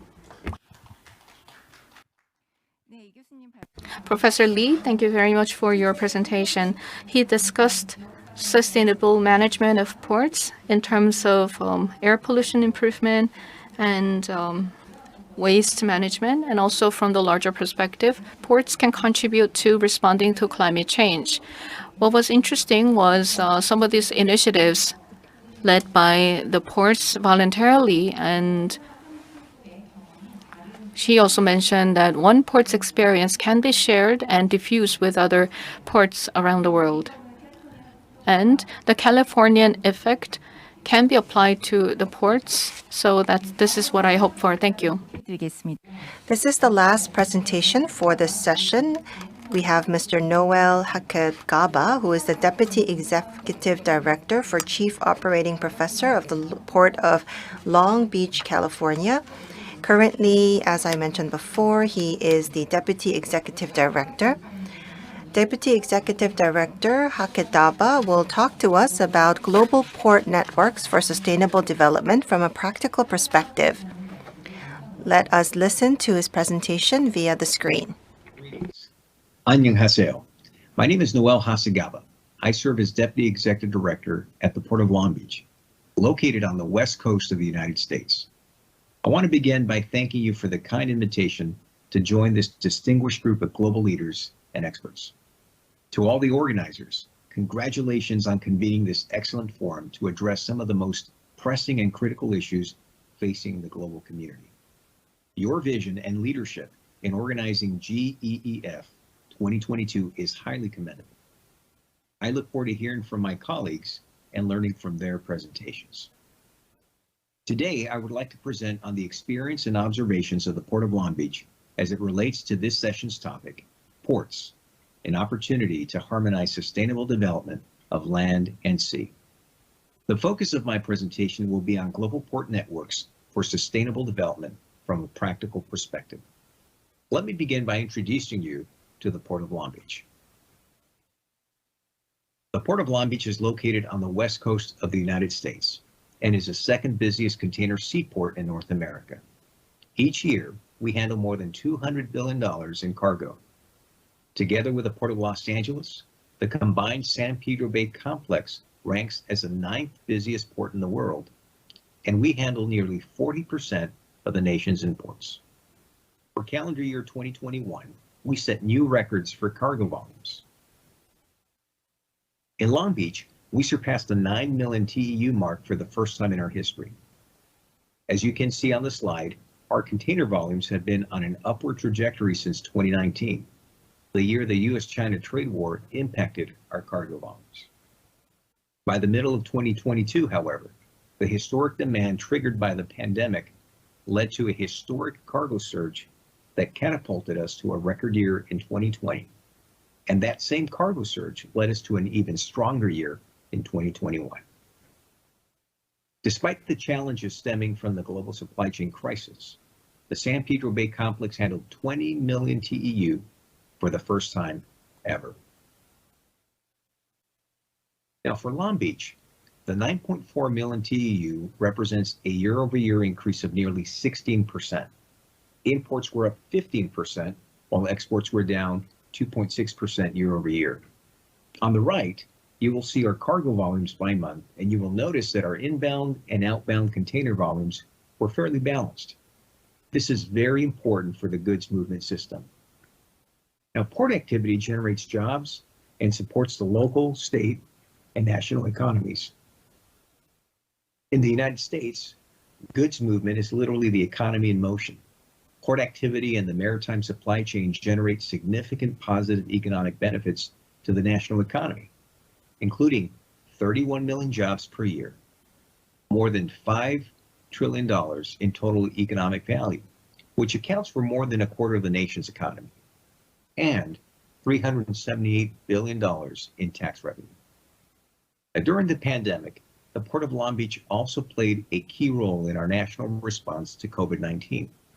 We expedited containers carrying PPE and medical supplies, and we also opened a COVID test site, which administered over 27,000 tests in less than 6 months.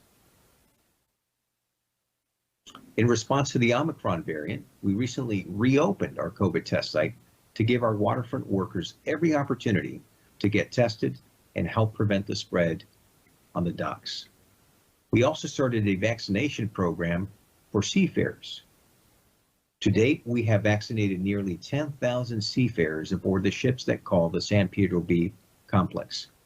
This is our way of ensuring that the global shipping community is given every opportunity to get vaccinated and stay safe. In addition to our response to COVID-19, we responded to the supply chain crisis caused by the pandemic. In the United States, the combination of historic demand for imports and tightened capacity created bottlenecks up and down the supply chain. In Long Beach, we formed a 24/7 task force to lead our response and recovery efforts. And one of the first actions we took was to activate 130 acres of vacant land for temporary container storage. This additional land provided immediate relief to our marine terminal operators and our supply chain stakeholders. With warehouse space running out of capacity and experiencing worker shortages, containers were piling up on the terminal and ships were queuing in record numbers right off the coast of Southern California. So we also added additional capacity equivalent to 1 million container units on an annualized basis with the completion of our new Long Beach Container Terminal, one of the greenest terminal operations in the world. Long Beach Container Terminal is a state-of-the-art facility that features some of the greenest and most advanced technologies in the world, including electric-powered zero-emissions cranes and cargo handling equipment. The 305-acre site has an annual capacity of 3.5 million TEU, making this terminal by itself the 6th largest port in North America. This terminal development is the latest example of our longstanding commitment to environmental stewardship and leadership. The Port of Long Beach is proud to be the first green port in the world. This goes back to the year our Board of Harbor Commissioners adopted our groundbreaking green port policy in the year 2005. The green port policy's guiding principles include protecting the community from harmful environmental impacts generated by port operations. It involves distinguishing the port as a leader in environmental stewardship and compliance, promoting sustainability. It also involves employing the best available technology to avoid or reduce environmental impacts, and engaging and educating the community. Our approach to sustainability is comprehensive and all-encompassing. In the area of wildlife, for example, we strive to protect, maintain, and restore aquatic ecosystems and marine habitats. With regard to air, our goal is to reduce harmful air emissions from port activities, For water, we want to improve the quality of Long Beach harbor waters. And for the area of soils and sediments, our goal is to remove, treat, or render suitable for beneficial reuse in contaminated soils and sediments in the harbor. On sustainability generally, we want to implement sustainable practices in design and construction, operations, and administrative practices throughout the port. And in the area of community engagement, it is our goal as an organization to interact with and educate the community regarding port operations and environmental programs. I am proud to report that the implementation of our Green Port policies and Clean Air Action Plan have produced dramatic improvements. Since 2005, we have seen an 88% reduction in diesel particulate matter, already surpassing the 2023 target of 77%. We also exceeded our 2023 target for sulfur oxides, which is down 97% from the baseline. And in the category of nitrogen oxides, we have seen a reduction of 58% and are 1 percentage point away from meeting our 2023 target set out in our Clean Air Action Plan with 1 year to go. I would note that these reductions in emissions were achieved during the same period that our cargo volumes increased 21%. This is a remarkable achievement that was made possible by the extraordinary collaboration of our industry partners, including the shipping lines, the marine terminal operators, and our trucking companies. But perhaps the most visible and impactful confirmation of our achievements on the sustainability front is a return of a vibrant marine habitat to our harbor. Today, the waters at the Port of Long Beach are blue, they're cleaner, and they support a thriving maritime and marine habitat. According to our updated biodiversity survey from April 2021, there are now 60% more species of plants and animals in our harbor compared to just a decade ago. In addition, fish and kelp are abundant, and it is not uncommon to see sea lions like the ones you see on the screen in the harbor. As much as we celebrate how far we have come, however, we also recognize that there is still more work to do. And in recognition of this, we updated our Clean Air Action Plan in 2017, setting new and bold goals for the San Pedro Bay Port Complex. Our 2017 Clean Air Action Plan update established the most aggressive goals yet: zero emissions. By 2030, for example, our goal is to reduce greenhouse gas emissions by 40% compared with 1990 levels. We also want to reduce GHGs by 80% by 2050. Now, to get there, all cargo handling equipment in our terminals must be zero emissions by 2030. And by 2035, all trucks entering the port must be zero emissions vehicles. This is going to be a major transformation that will require strategic planning, significant investments, and unprecedented collaboration from our industry stakeholders. I am pleased to report that this transformation is well underway, as you will see on the following slides. Today, approximately 16% of all cargo handling equipment at the Port of Long Beach is zero emissions.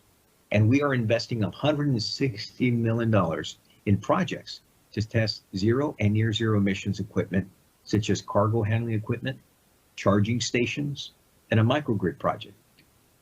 Half of this cost is being supported by state and federal government grants. We are also developing an electric vehicle blueprint funded by a state grant to evaluate electric infrastructure requirements. And on the following slides, you will see some examples of these projects. One of our container terminal operators at Pier J in Long Beach has repowered 9 rubber-tired gantry cranes, or RTGs, to be fully electric. This is an $8.8 million project. On this screen, you see Taylor battery electric top handlers at Pier J that will be used for the START project. START stands for Sustainable Terminals Accelerating Regional Transformation Project. The START project is the biggest of our zero emissions vehicles projects that also includes the participation of other ports in California. And these human-operated BYD yard hustlers that you see on the screen are being tested at our Pier G terminal. As you can see, we are well on our way to zero emissions cargo handling equipment. And our next bold initiative is zero emissions trucks by the year 2035. This is going to be a major transformation of the truck fleet that supports our port. This covers approximately 20,000 trucks. Now, one of the benefits of setting aggressive goals is that it incentivizes manufacturers to develop the technology. Already you see Tesla and other truck manufacturers announcing plans for electric and hydrogen fuel cell trucks. Of course, none of these goals could be achieved without the collaboration of our industry partners, the ocean carriers, terminal operators, and trucking companies, who have to be active participants. The same is true of the broader port ecosystem. In order to make a difference, other ports across the ocean and around the globe must step up. Our experience shows that ports play a pivotal role in facilitating the transformation to sustainable development. Now, this session focuses on SDG 14. Life Below Water focuses on the role of ports in sustainable development. Ports connect land and sea, and therefore help to harmonize the sustainable development of land and the ocean. The marine environment can be protected when land-based pollutants are prevented from entering sea, and ports can help with this effort. Ports are also important places that support maritime industry success, such as shipping, fishing, and the blue economy, which are illustrated in the following slide under SDG 14. SDG 14 strives to conserve and sustainably use the oceans, seas, and marine resources for sustainable development. This goal defines 10 targets to be achieved by 2030. The first 7 targets are outcome targets and focused on reducing marine pollution, protecting and restoring ecosystems, reducing ocean acidification, promoting sustainable fishing, conserving coastal and marine areas, ending subsidies contributing to overfishing, and increasing the economic benefits from sustainable use of marine resources. The last 3 targets are means of achieving targets to increase scientific knowledge, research, and technology for ocean health, to support small-scale fishers, and implement and enforce international sea law. Global efforts such as these can be best supported by organizations and networks that bring ports together to exchange ideas and develop best practices. One such organization is the International Association of Ports and Harbors. IAPH represents port authorities across the globe and has taken a leadership role in the area of sustainability through its World Ports Sustainability Program. The World Port Sustainability Program was established to assist ports around the globe in applying the UN's 17 Sustainable Development Goals. The mission of the World Ports Sustainability Program is to demonstrate the global leadership of ports in contributing to the Sustainable Development Goals of the United Nations. The Port of Long Beach is proud to be a part of this effort. Port of Long Beach is also part of the Port Authority Roundtable, or PAR, a network of the world's leading port authorities. PAR was initiated by the Maritime and Port Authority of Singapore in 2015, with the aim to facilitate the exchange of ideas and best practices.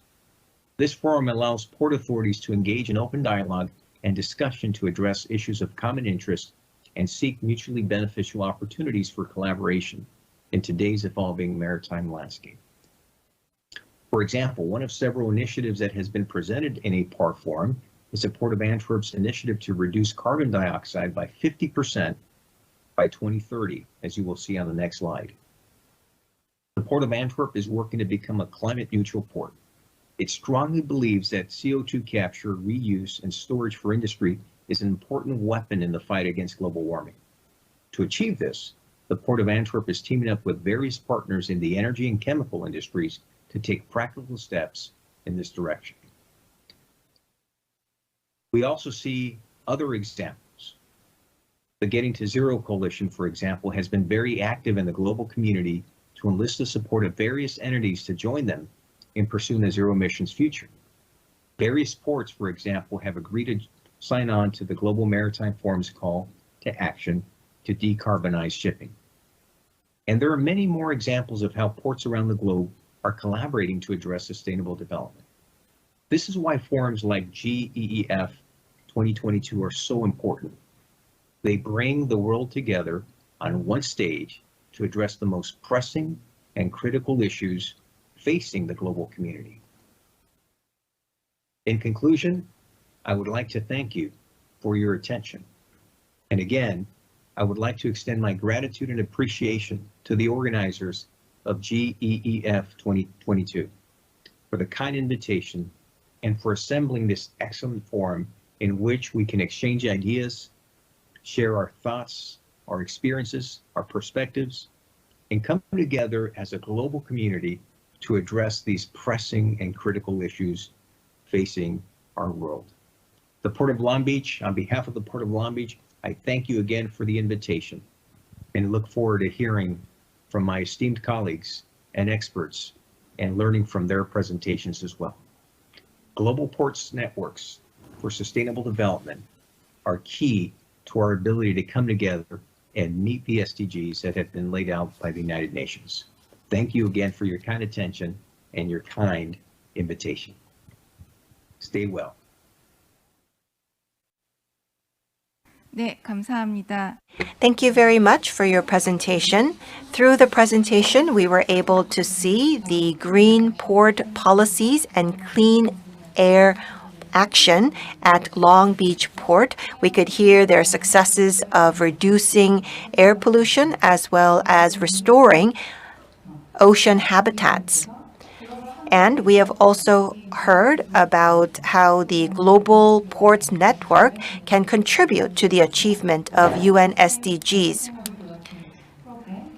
The World Sustainability Program, Getting to Zero Coalition are just some of the types of cooperations that are ongoing. That brings us to the end of all three presentations. Now we will have a panel discussion. I would first like to invite the two designated panel members for their discussions, and then I will invite the presenters for their additional comments. I'd like to invite the two panel discussants. Each of them will be given 10 minutes. First of all, we have with us Dr. Soo-Ki Lee. She is working as Deputy General Manager of Korea Marine Environment Management Corporation. She received her PhD from the University of Seoul, and she's going to offer some insights on these presentations. Please go ahead.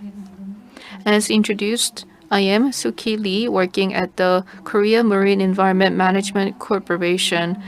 This corporation is responsible for studying marine environment, and we also pursue policies for the protection of the marine environment. And I'm in charge of climate and air quality related research. So I'm going to be discussing that. The first presentation was given by the Incheon Port Authority, and we were able to learn various policies and programs put in place by Incheon Port Authority for air quality management. It's been only in recent years when we paid attention to air quality because of the fine dust issues that we have had for the past several years.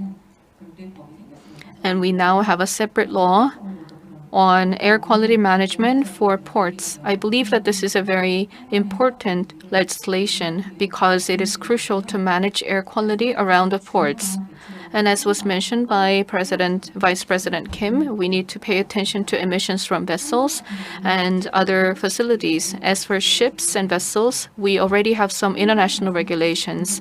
And at the port authorities, there are various global networks. There may not be any enforcing mandates, but there are voluntary initiatives. However, when it comes to the road vehicles that connect between ports, I believe that there needs to be more connectivity and connection and integration between the port transport, land transport, and sea transport. As in the case of Long Beach Port, Clean Truck program is a very encouraging initiative. And this Clean Truck initiative was quite successful in the US, but in Korea, there are not many restrictions or constraints placed on trucks that may cause air pollution. So such restrictions were not well enforced in Korea. And this is not something the ports can do or can control. So it requires local government and state government's effort in enforcing restrictions on the polluting trucks. And as for the loading and uploading and the offloading areas, yard tractors and cranes, there we already have some regulations, and many of these facilities have become electric. And in Incheon and Busan, I believe that the quality of facilities there is pretty good, and about 30% of these facilities are operating on electricity. And in the short term, in the next 5 years, I believe that most of the loading facilities will be operating on electricity. So such electrification is well underway. And I hope that various operators and stakeholders regarding the port operation will join in this initiative. But so far, the current regulations are mainly about air pollutants, switching from diesel to LNG, or to add some purification devices in the case of using diesel. But now we have the national initiative of achieving carbon neutrality by 2050, and this is also a global trend. And I believe that the ports are well aware of such global trends. So I think it is necessary for us to see more electric vehicles and hydrogen vehicles used at the ports. And Professor Tae-dong Lee discussed the global networks of ports. In the Western world, there are strong legal enforcements and various regulations in place. And I think that there is a very firm ground for environmental regulation. But when it comes to ports, only major ports in Korea participate in such global partnerships. So in this regard, I hope that there will be more common global standards that Korea will apply as well. For instance, AMP was introduced in the US first, especially the California ports, including Long Beach. Vessels need to have AMP facility in place. But these vessels would travel around the world, and it means that the other ports need to have AMP facilities, and they need to be standardized because there may be differences in power output or voltage. So standardization has to be achieved. But we still have some shortcomings, both in Korea and in other countries, because AMP and other relevant facilities are not required, are not mandatory. So I believe that we need to have more global standards for such facilities. I enjoyed the presentation on Long Beach. As we do study on port air quality management, we refer to the cases and experiences of the Long Beach port. And what was interesting in this presentation was about policies to restore the marine ecosystem, because in the past, ports were only recognized and understood as spatial areas or places where logistical flow of goods will take place. But now, Long Beach Port has extended its scope of work to include measures to improve the ecosystem and the environment. Last year, Korea hosted an international event called P4G. around the world by 2030, countries have decided to designate more than 30% of the planet's surfaces as preservation areas. And I believe that this resolution is going to be adopted very soon. And there's global alliance pushed forward by the UK, and Korea has expressed its intention to join this initiative. But according to the existing laws, the protection area is only 20%, but Korea has decided to join this initiative. So we would have to revise the law to make sure that 30% of the areas will be designated as protection areas. In line with this trend, I hope that ports in Korea would study the cases of Long Beach, and I hope that Korean ports will also cater to protecting the marine environment as well. Thank you. Thank you, Dr. Lee, for your discussion. She commented on Vice President Kim's presentation and various initiatives done by Incheon, and also there was a need for collaboration between the local government and the ports. And regarding Professor Lee's presentation, there are various voluntary initiatives, but she mentioned that we need more enforceable international standards and norms and rules. And it's not just the major ports, but also smaller ports that need to be joining in this force. And finally, about Mr. Nguyen's presentation, she said that she was impressed by how the Long Beach Port Authority is caring for the marine environment as well. And Korea is going to join in the Ocean Initiative, the global initiative.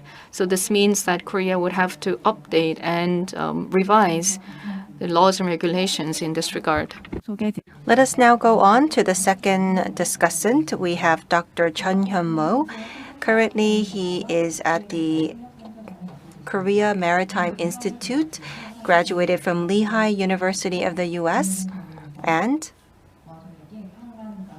through this session, Dr. Chun will share with us various measures related to ports and opportunity to harmonize sustainable development of land and sea. Good afternoon. As have been introduced, I am from KMI. KMI, let me briefly introduce our organization to you. It is a national research institute related to maritime studies, and we create various maritime policies.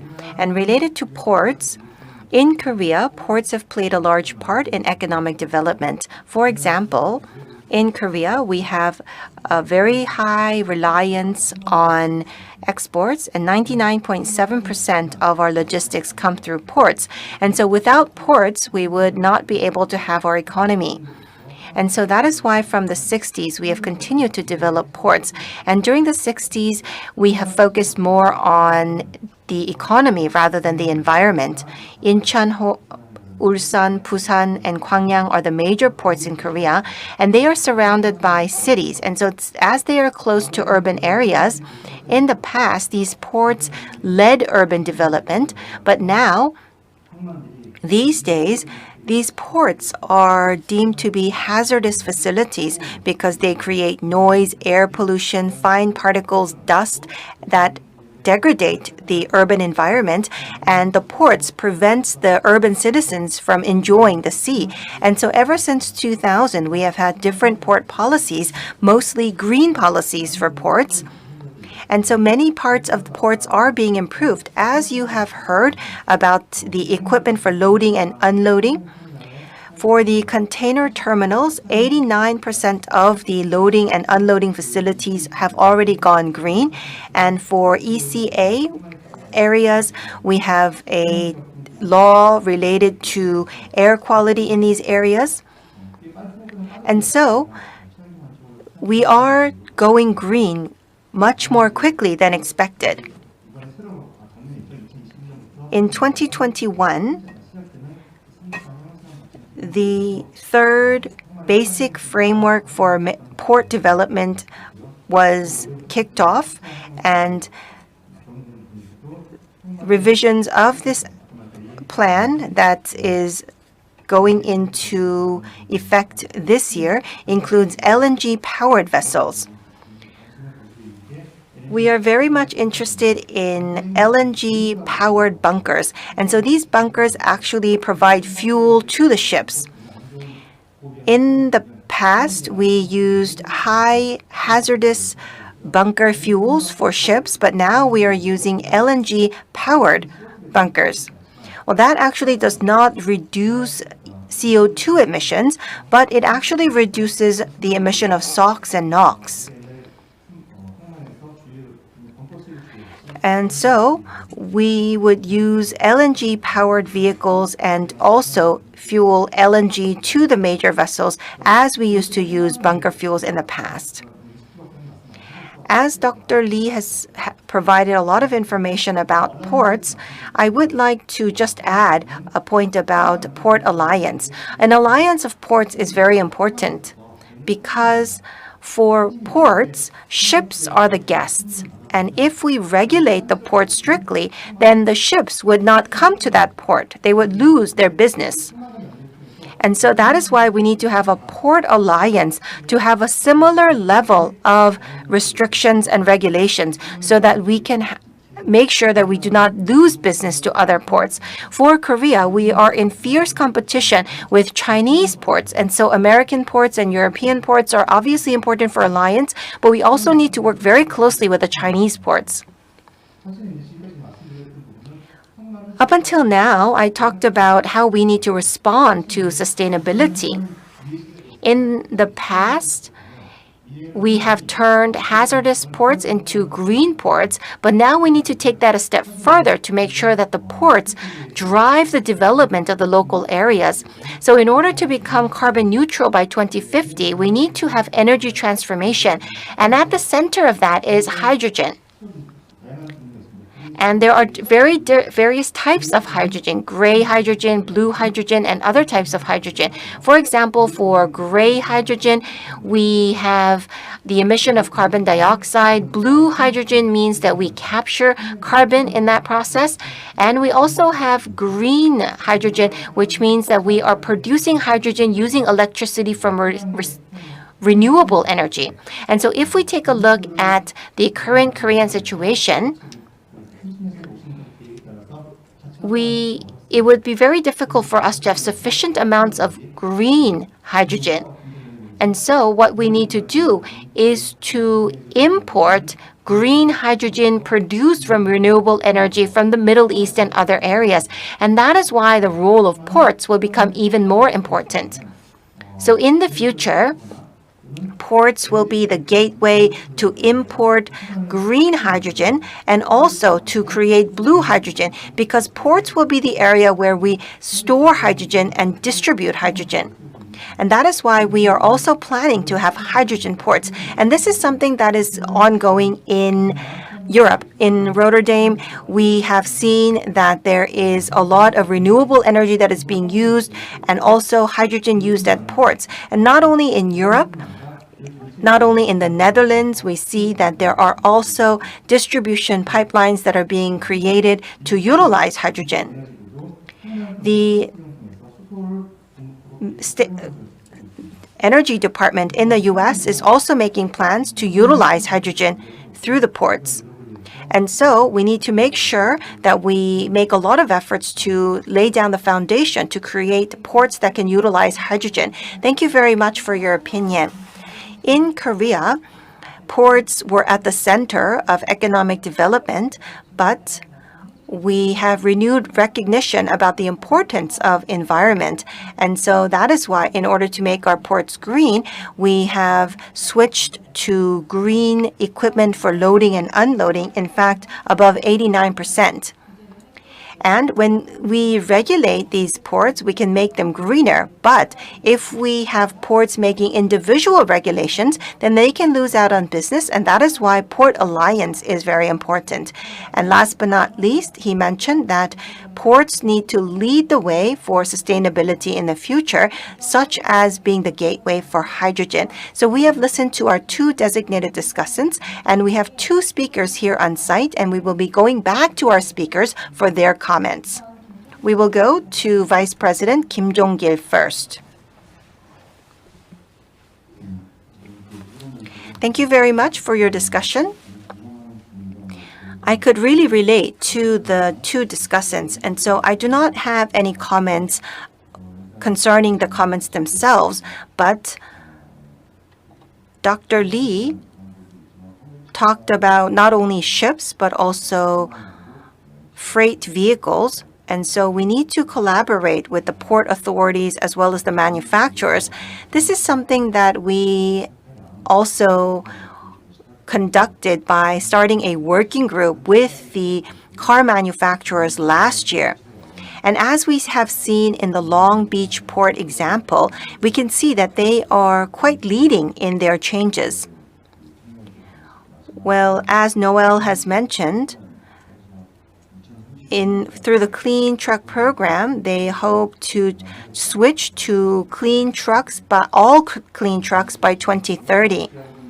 This is something that we have to discuss with the car manufacturers as well. So we started our working group last year. As I mentioned before, we hope to upgrade our efforts. Globus is a company that has started e-trucks.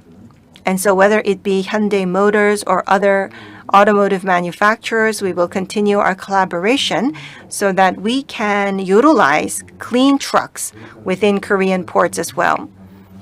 We need to also work with the local autonomies, and we look forward to incentives being provided for clean trucks within the ports so it could propel the transformation. We could see the great example of Long Beach, and they are already working on protecting the air quality, the water quality, and the habitat. I believe that that is probably because of the difference in the role of the port authorities in the US and Korea. But we could see that there are efforts made in Long Beach to manage the air quality and the water quality. In Korea, we are more focused on air quality, but we could see the frequent viewings of sea lions in Long Beach. Ever since a few years ago, Incheon Port Authority came up with an environmental department for the first time for any port authority in Korea. And the budget for that department continues to increase. Of course, budget and organization are always the most important in the beginning. But we still have a long way to go. And given the US example, we really do have a long way to go. We have also heard from Dr. Jun of KMI. And a keyword that he mentioned is that ports need to lead sustainability. And through port alliances, we need to work with sustainability along with other ports around the world. That really was a key message that I could really relate to. And through this forum, this was a great learning opportunity for me. And I jotted down some ideas so that I can apply that to our port when I go back to my office. And so I will do my best to create Incheon Port into a sustainable port. Thank you very much. Thank you very much for your comments. I would now like to invite Professor Lee. I really appreciated the comments provided by the two panel members. I learned a lot. When you think about ports, there are many ports around the world and in Korea, and they connect between the land and the oceans, so they play a very important role. And when it comes to carbon neutrality, ports can play a bigger part in achieving carbon neutrality in the future. So this is what I thought in my mind, and what would need to be happening to achieve that. First of all, we need to put in place the relevant laws and regulations and also the organizations, but also we need to have good manpower, People are crucial because we should be able to create green jobs at the ports so that there will be sustainable employment. And we should also have people, human resources, who are able to analyze data from the external authorities and institutions. And we need people who would network with members of the ports in other countries. And we need people who can do study and research to understand how we can maintain competitiveness of the Korean ports vis-a-vis other ports, for instance, in China. It means that we need to recruit talented individuals and offer them green jobs. There are many young people who are struggling to find jobs, and I hope that ports can hire them, these talented individuals, and utilize these human resources for such activities. And also in doing so, we can contribute to the local economy. So far, we focused on air quality management and reducing air pollutants, and of course SOx and NOx and fine particles in the air.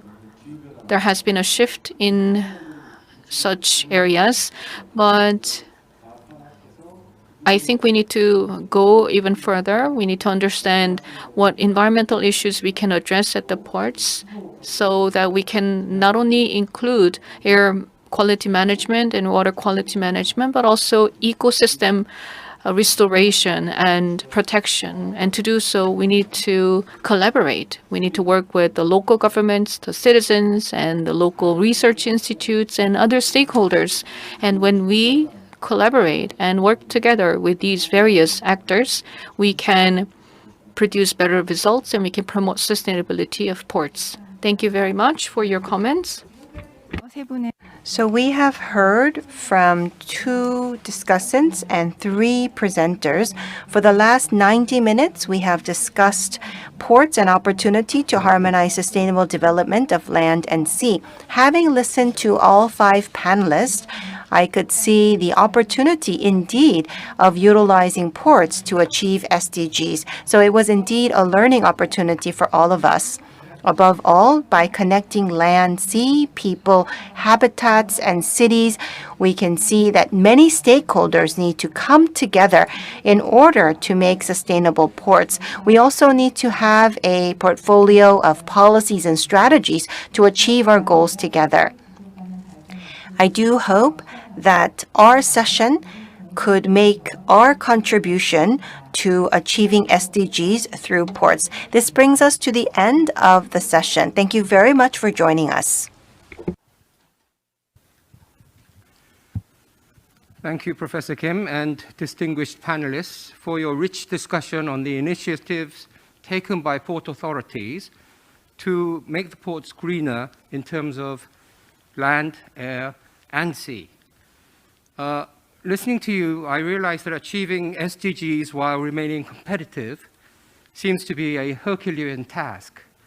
And I do hope that global standards, as you said, will emerge to facilitate such initiatives. Thank you.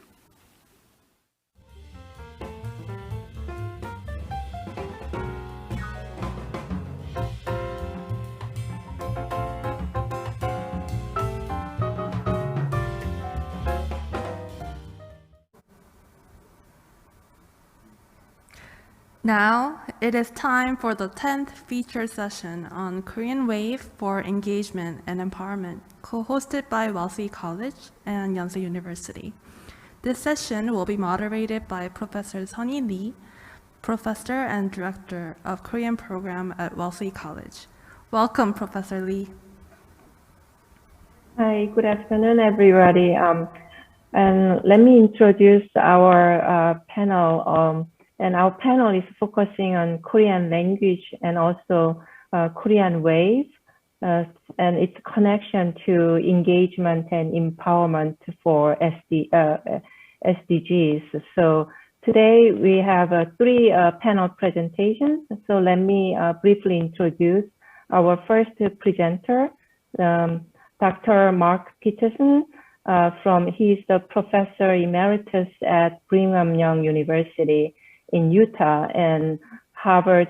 He got a PhD from Harvard, and also he served in very numerous positions related to Korean language and also education and Korean study, including Fulbright Korean American Educational Commission in Seoul. Also, he was the first vice president of International Association for Korean Language Education, IACO, and also he is the founding member of the American Association of Korean Teachers, AATK, and also a lifetime member of the Royal Asiatic Society Korea branch. And Dr. Peterson has numerous, author of numerous books and articles and journal papers, but one interesting fact, current fact, is that he's a YouTuber with quite large followers. So his YouTube channel featuring the programs on Korean history and culture, and the title of the channel is The Frog Outside the Well. So, I hope that audience can check that. Our last presenter is Dr. Sahi Kang. She is the professor and director of the School of Korean at Middlebury College since 2014. And Dr. Kang is specialized in second language pedagogy and assessment, and also curriculum design and learning language analysis and discourse analysis. And before she arrived at Middlebury, she also served as the Dean of Advanced Language School, Korean and also Arabic School at Defense Language Institute. And also, she also holds that numerous important positions, leading position in the area of Korean education, including president of AAK and vice president of IACO. So, and let me introduce also myself as a second presenter, and I'm Sunny Lee at the Wellesley College and belonging to Department of East Asian Language and Cultures.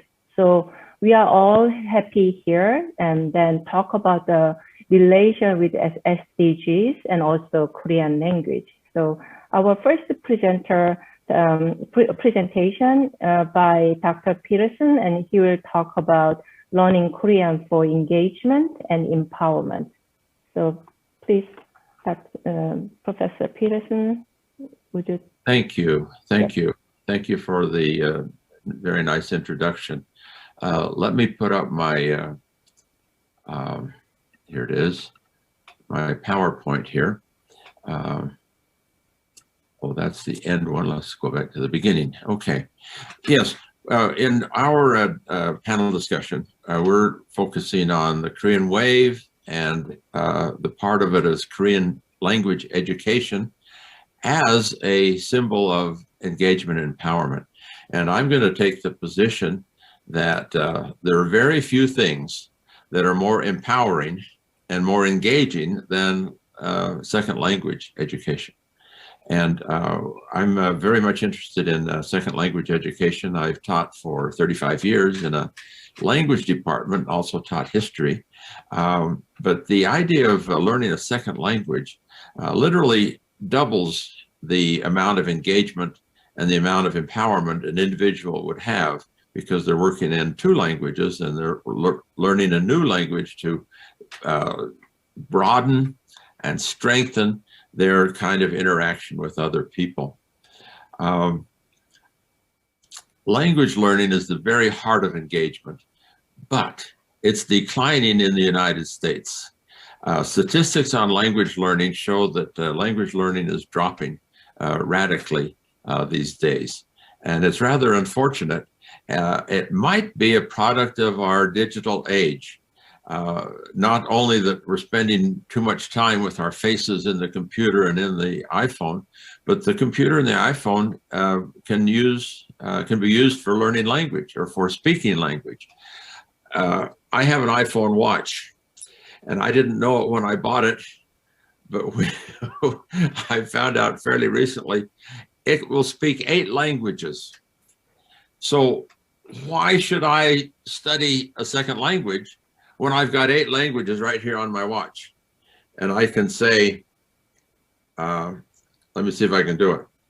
Siri, I don't know how to do it. Siri, if I ask Siri how to say, what day is it today in Korean, she'll tell me. If I say, what day is it today in Japanese, she'll tell me. If I say, what day is it today in Spanish, she'll tell me. If I say, how do you say I love you in French, she'll say, je t'aime. And so you can learn you can use any language just off your watch or off your iPhone or dedicated devices for speaking that sort of way. So it's a strange thing that we are losing our ability to learn a second language. Now, I'm speaking of the United States. I don't have statistics for Korea.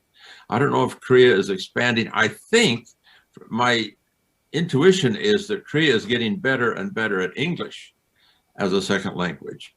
And so what I'm saying about decline of second language in Korea might be the opposite in decline of second language in America might be the opposite situation in Korea. And so on the other hand, these kinds of digital devices are probably being used in some circles in America for limiting interest in learning a second language.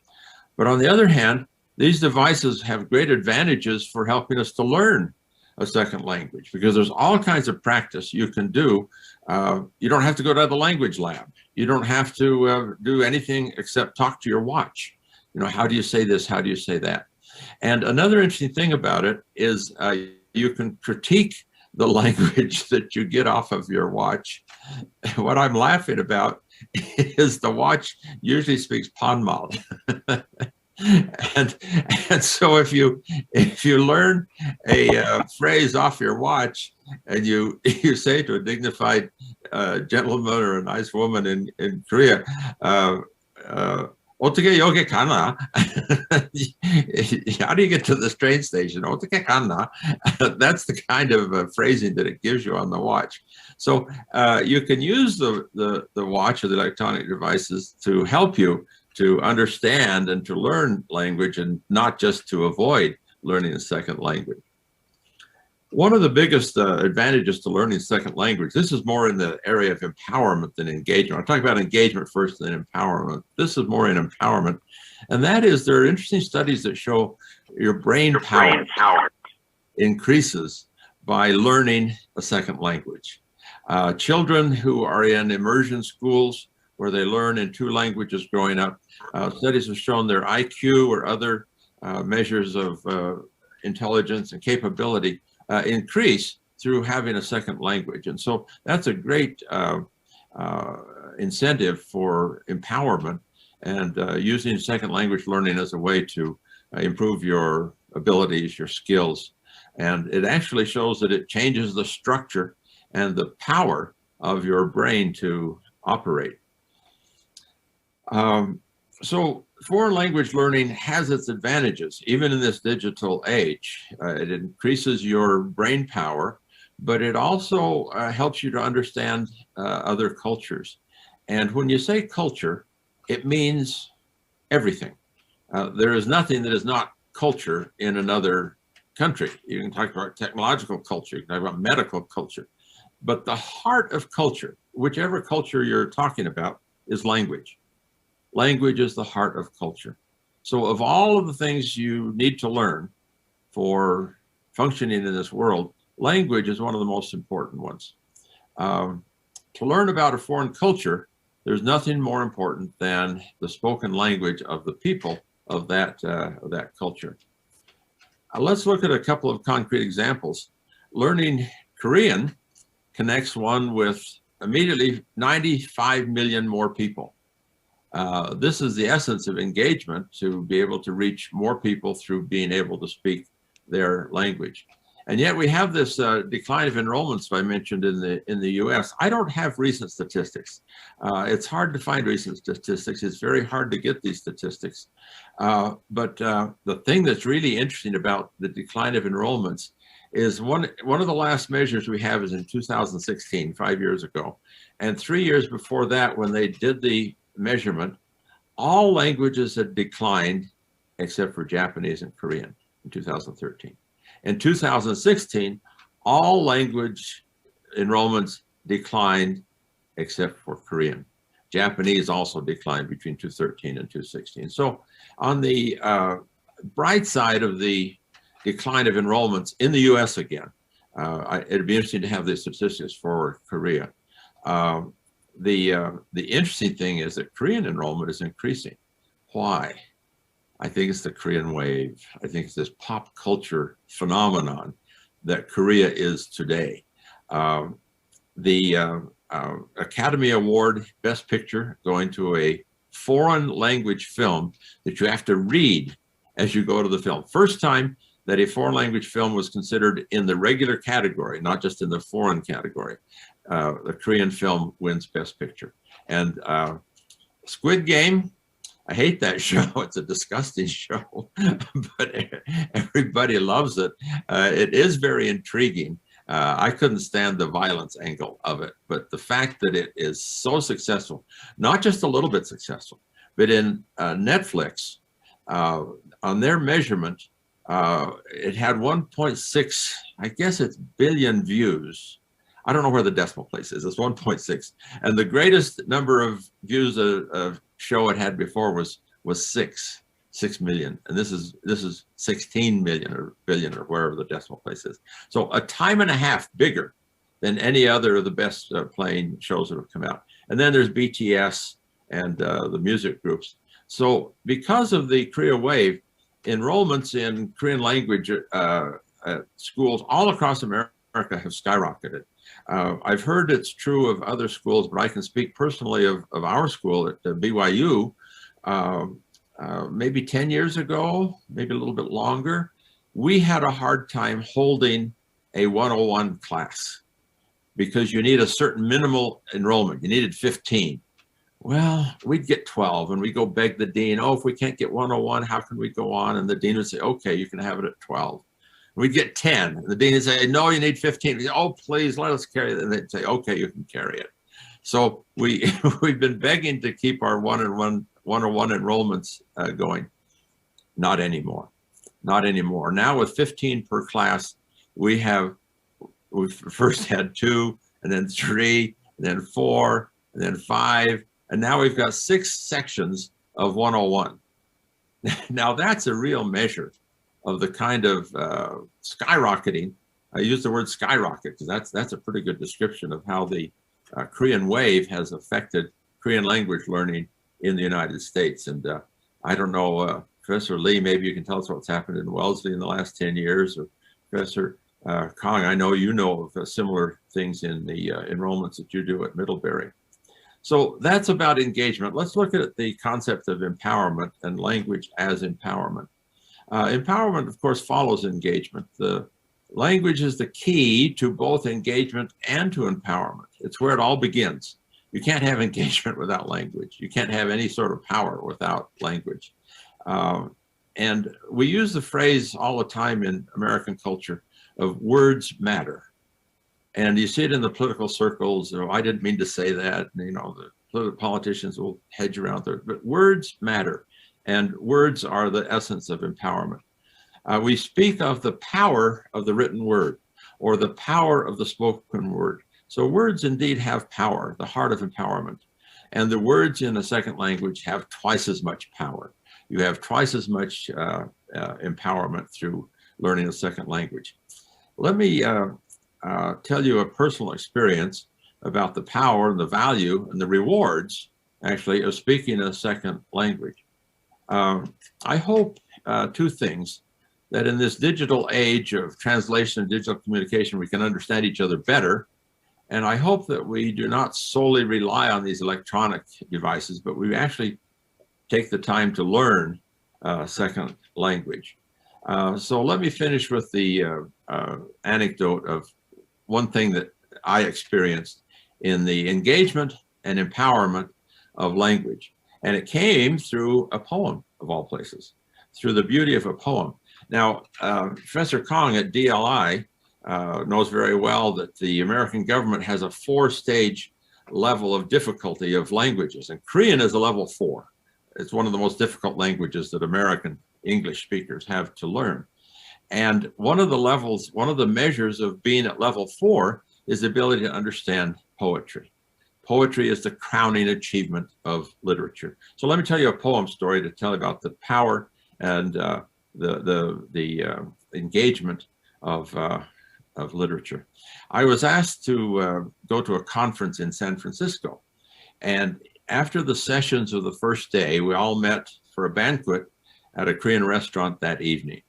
Most of the participants at the banquet at the conference were Korean Americans. There were just a handful, I think only 3 non-Koreans present at the meeting. The man who was sitting across from me was a man I'd never met before, and he asked what my role in the conference was. He said, "What are you doing here?" And I told him I was a professor of Korean history and literature at BYU in Utah. And he seized on the word literature. And he could have asked me about history, he could have asked me about Utah, but he seized on the idea of literature. And he said, somewhat skeptically, he asked what I, a non-Korean, would know about Korean literature. And I said, well, I've read some Korean short stories and I know some poems like Shijo. He seized on the word Shijo. He said, oh, you know Shijo? Let's hear one. He was right in my face. He was challenging me to see if I really knew something or not. And we're speaking in Korean.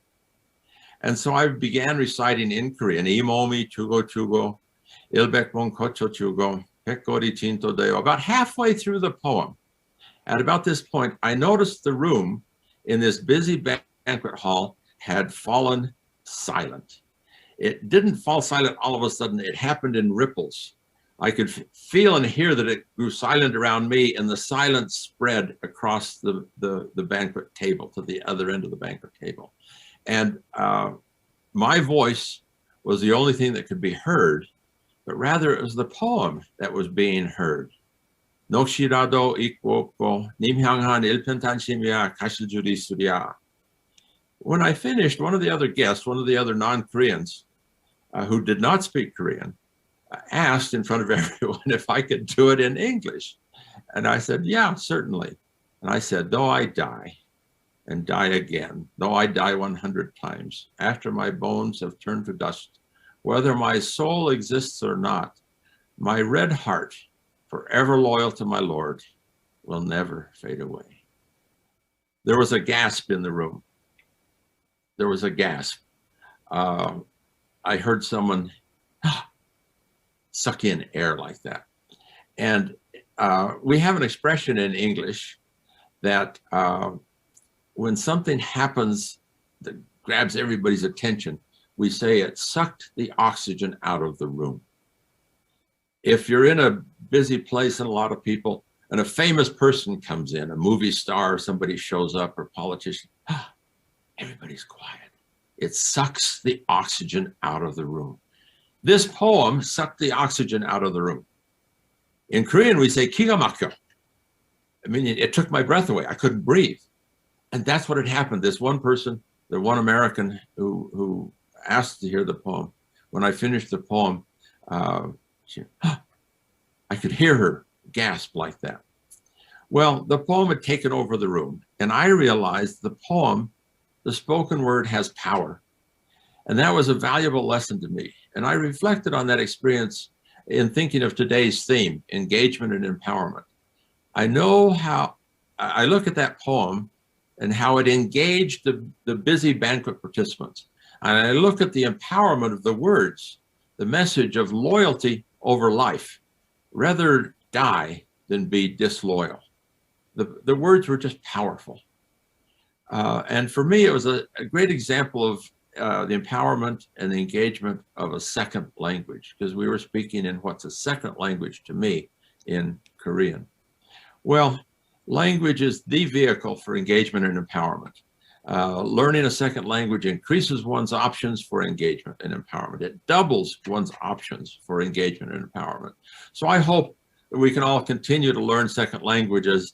And then as a side, I hope the Korean language still continues to grow in America. And that's my presentation. Thank you. Thank you, Dr. Peterson. And So I'm gonna just present the second presentation, and let me just prepare for the slide presentation. Okay.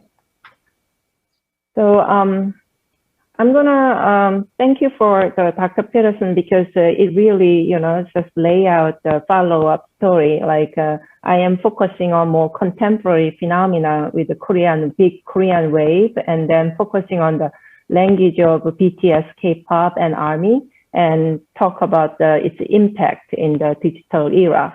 So, like a French sociologist and also intellectual defined the cultural capital as the accumulation of the knowledge, behaviors, and skills that promote the social mobility.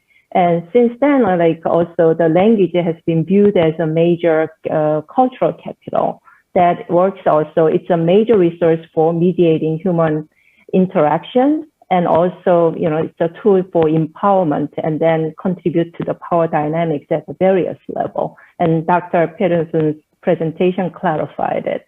So this presentation, I will focus on examining the language of BTS, K-pop, and their fandom ARMY, and also identify their messages about the engagement and then empowerment in conjunction with their dynamic social activism on the digital platforms. And I also would like to think about how the Korean language and education may understand these messages from the global youth, and then think about making significant contributions to achieve SDGs in the future. So as we know, the global K-pop, the popularity is prevalent already. So it was good to hear about the whole struggle at the beginning of the, the Korean studies, and then the pioneers like Dr. Kang and Dr. Peterson also really made a big contribution, but it was a real struggle. But now with the K-pop popularity, and it's the Washington Post, homepage, like asking like how K-pop conquered the universe. So it is an unquestionable phenomena, and BTS syndrome is covered through over the past years. Like there are so many news about their breaking records, including billboards and YouTube and Guinness World Records. And Guinness World Records wise, the BTS broke their 25 new records, and in only 2021 they broke 13 records. So that shows the power. And with that increasing just the popularity of K-pop, it is important to recognize also the surge of the enrollment increase in the Korean language classroom, and also Korea-related courses in Korean study.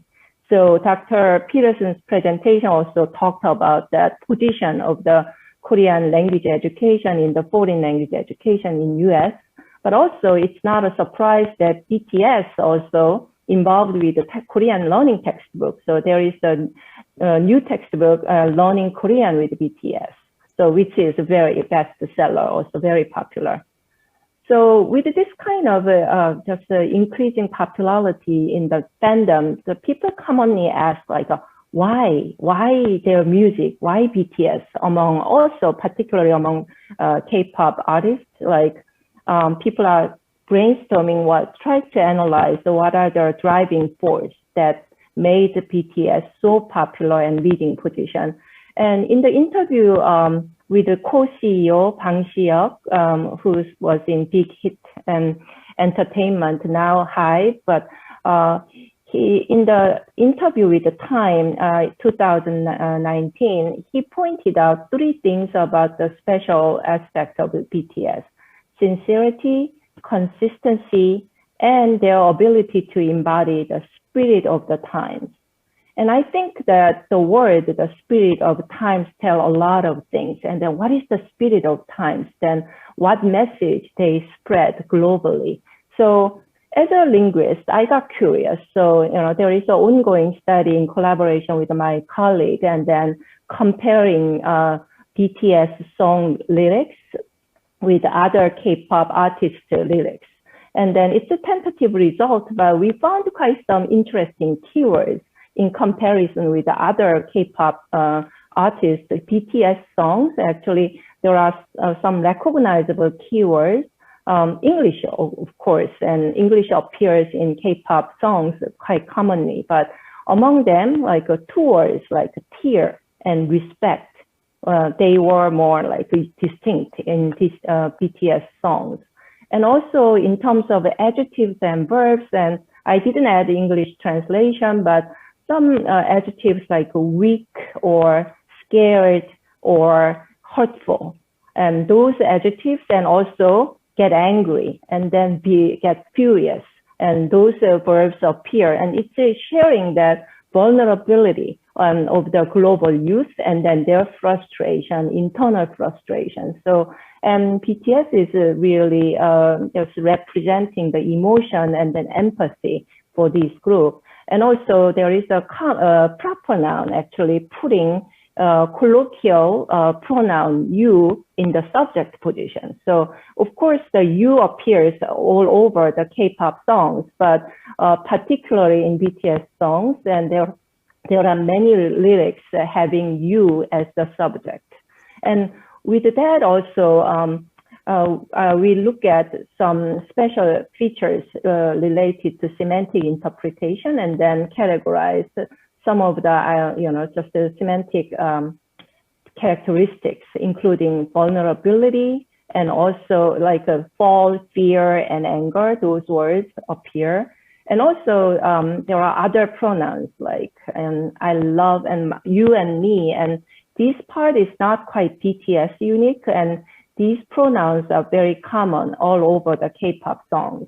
However, in BTS songs, and self-love is quite emphasized.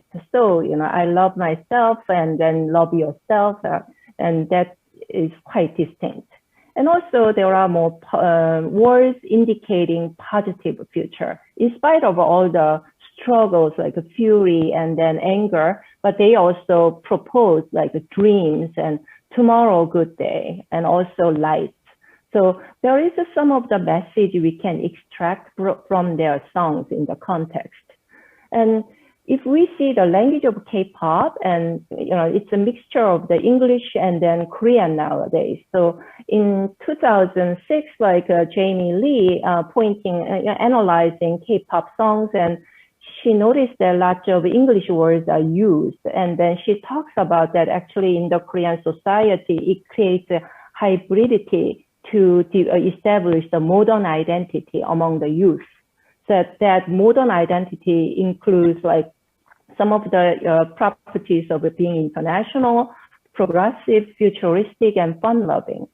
But in the recent article, just doing discourse analysis with the BTS dialogues, and Joo Kim pointed out BTS as a method to establish counter-hegemonic hegemonic culture with marginalized or non-Western culture in the network society.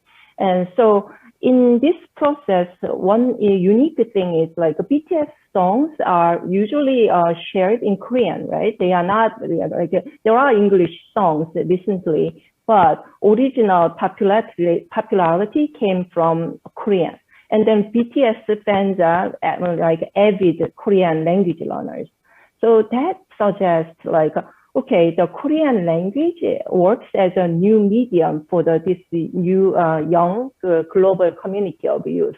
So there is kind of interesting mixture of English and Korean, but also very dynamic linguistic exchange by using these languages. And in addition to language itself, and also I noted also the very dynamic social activism of BTS and also their fandom army. So you may remember BTS $1 million donation for the Black Lives Matter in 2020. That was quite sharp, especially attracted a lot of attention from the Western media. And then in line with that, they're BTS fan, like avid fan army, and they raised another million. So that was very touching and moving, but a surprising fact is that they raised that 1 million within 24 hours by using the digital platforms. And then, so they demonstrated the social mobility they acquired by using the digital technology. And of course, with this social activism, and then it is quite natural to see that the most retweeted tweet of 2021 is from BTS, and it's Stop Anti-Asian Hate. So that has been retweeted 1 million times. So that was the record in 2021. But with this kind of a dynamic social activism on the digital platform using social media, and there is some of the, just the transformation among the K-pop fans. So I would say there is a transition from the K-pop fans to K-pop stans. And stans actually, there is no clear distinction, but in terms of the K-pop stans, and it includes a lot of people from very different backgrounds, like different age groups, races, and then ethnicities and sexualities. So, and it was quite distinct overall, especially the last year with the presidential election going, and then with the Trump rally and BTS army also, made some political move by, just getting actively involved with this kind of politics. And it is quite not a surprise that BTS, Twitter is a very strong platform they share, but also they were the number 6, BTS as a group, like most tweeted in 2020. But among all the politicians, but the number 3 is also BTS Jungkook. Then he was the number 3 next to the Joe Biden, and then surpassing actually Obama at that time. So the digital platform is quite interesting to look at in terms of the communication also. So in line with this kind of digital social activism, it is quite natural to see that BTS is representing as envoys for SDGs. Especially last September in United Nations General Assembly, BTS made a very touching speech for the global youth and emphasizing climate change. And also they emphasized the hope for the future and also COVID-19 vaccines. So they are also engaged in this dialogue, and you can expect that also their fandom also, by following, and also just not only following, they're leading their loving artists, and then ARMY's engagement with SDGs is very visible. And one example, this is the homepage. It's from the homepage of One in an Army, one of the largest organization, the army organization that connects armies. So armies grew so much, and it's not like harmonized and one kind of entity anymore. They include a lot of diverse small groups, and they have a different vision, and then they actually celebrate diversity, but they also want to be connected together. So, and then they actively, just engage in the charity, and then also connect with other organizations dedicated to causes for environment and then climate change, and then other social justice also. So ARMY uses a lot of like linguistic movement, including translation. So in order to get connected, language is the major tool. And then there are voluntary translation groups, and then there are some recognizable translation teams in Twitter, but it's not only Twitter, in social media, and you can easily identify the translation teams. So they form virtual transnational community, but also they make efforts to overcome the language barriers and economic barriers. So instead of paying the expensive translation, then they want to do it themselves also. So this is the community build-up efforts, but also this represents the self-empowerment also. So Army's engagement, one of the good examples is that their Army census and took they did last year, less than 3 months. And this survey was created by armies and also translated into 46 different languages. And then the final responses they got is incredible. It's over 400 to 2,000. So approximately 403,000 responses. And then in that survey, they identified that they share social interest in the social activism, and also they have a common interest in equity, education, environment. That is so naturally aligned with the SDGs. So this actually, the language of BTS, K-pop, and Army represents the various messages about transnational identity of the global youth, especially millennials and then Gen Z. But also they show that demands from the global youth to explore the various spheres of life across humanities, education, and racial and then gender equity, and by using that dynamic digital platforms and then tools. And also they sponsor for counter hegemony of global culture. And also the main factor is open communication channel and empathy and unison. And then some of the critical keywords are aligned with SDGs. So I identify equity, environment, gender, and education in particular. And also there are multilingualism and also digital activism became the driving force of shifting transcultural practice of the world. And I know that I'm a little bit over time. And I'd like to suggest at the end, in Korean studies, not only the Korean language and education, not only teaching the Korean language and culture, assuming that people love learning Korean culture and language, but also we need to learn from the language of BTS, K-pop, and their fandom Army, and what messages they are sending us. And last thing I'd like to emphasize is also language can be a tool, and it's the learning tool about the SDGs, and we can utilize it, very efficiently and then harmoniously with by getting connected with the other disciplines in the Korean studies. Okay. So I'm a little bit over time, but I'm so sorry, but I will just hand it over to the Dr. Kang.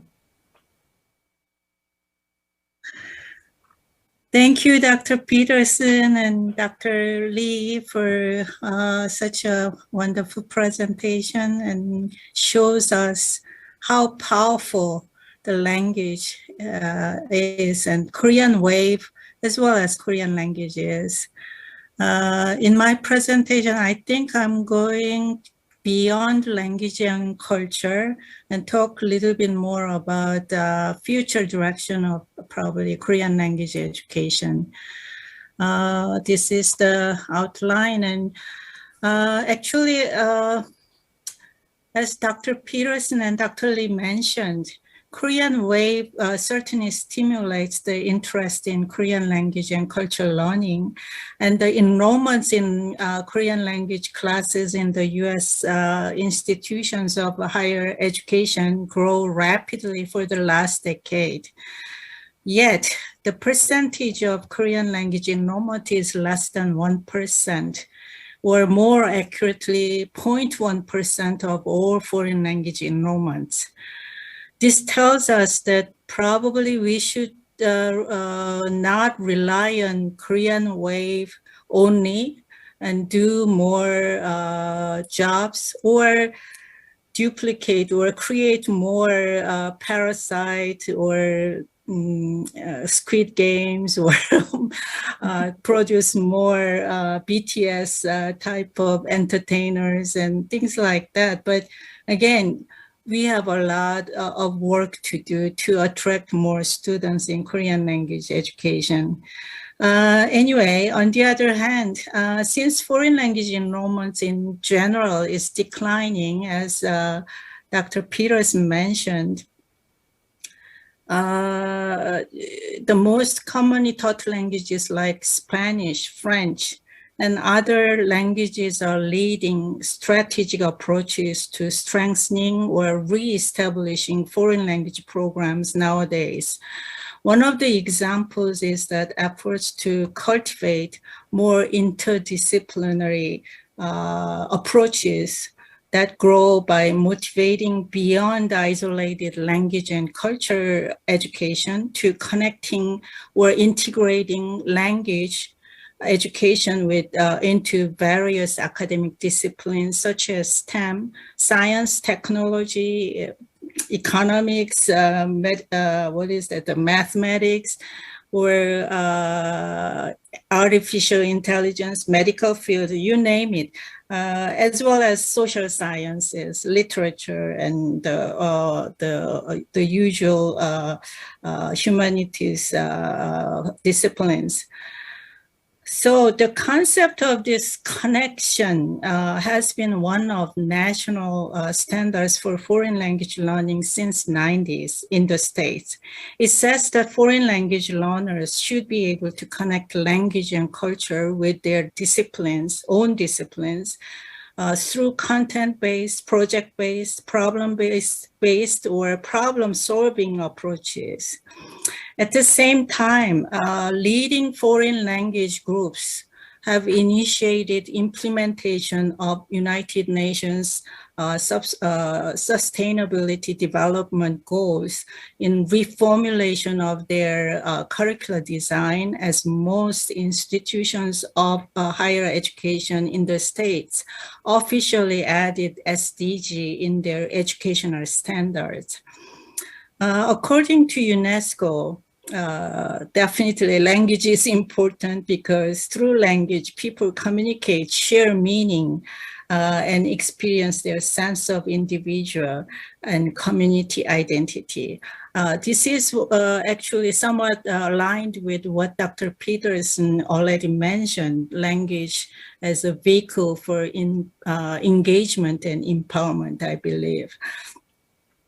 So UNESCO's the educational guidelines for SDG actually emphasize that SDG should address the role of communication in the process of peacekeeping and security in a current world in crisis. This tells us that language education field is actually the pivotal or the key field that should lead the implementation of SDG goals in their standards more than any other disciplines.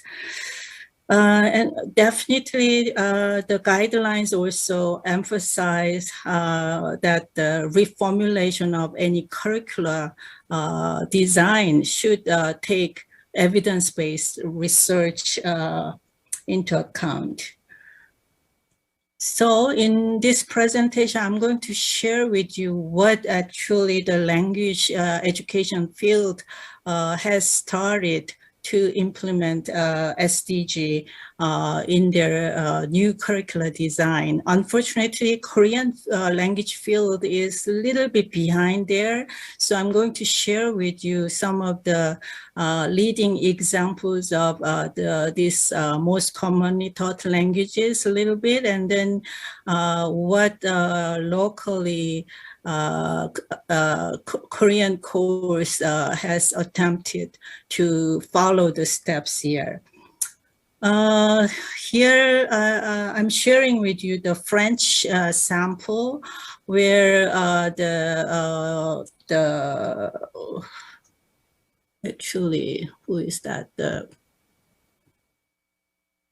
Kohn and Rodick 2021, actually they actually redesigned the second year French course for the entire semester.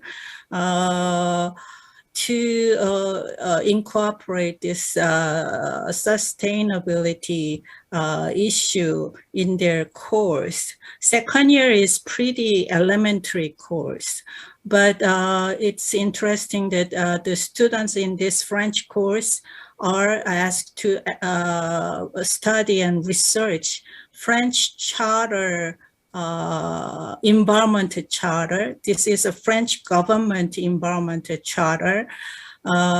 So it's about environmental law and practice, including all kinds of environmental issues there. So students, this is, I believe it is a pretty long text, and students are asked to analyze these the text first and then explore French attitudes toward environmental issues through interviews interviews of native speakers, I believe, and perform debates as delegates in National Assembly in France. So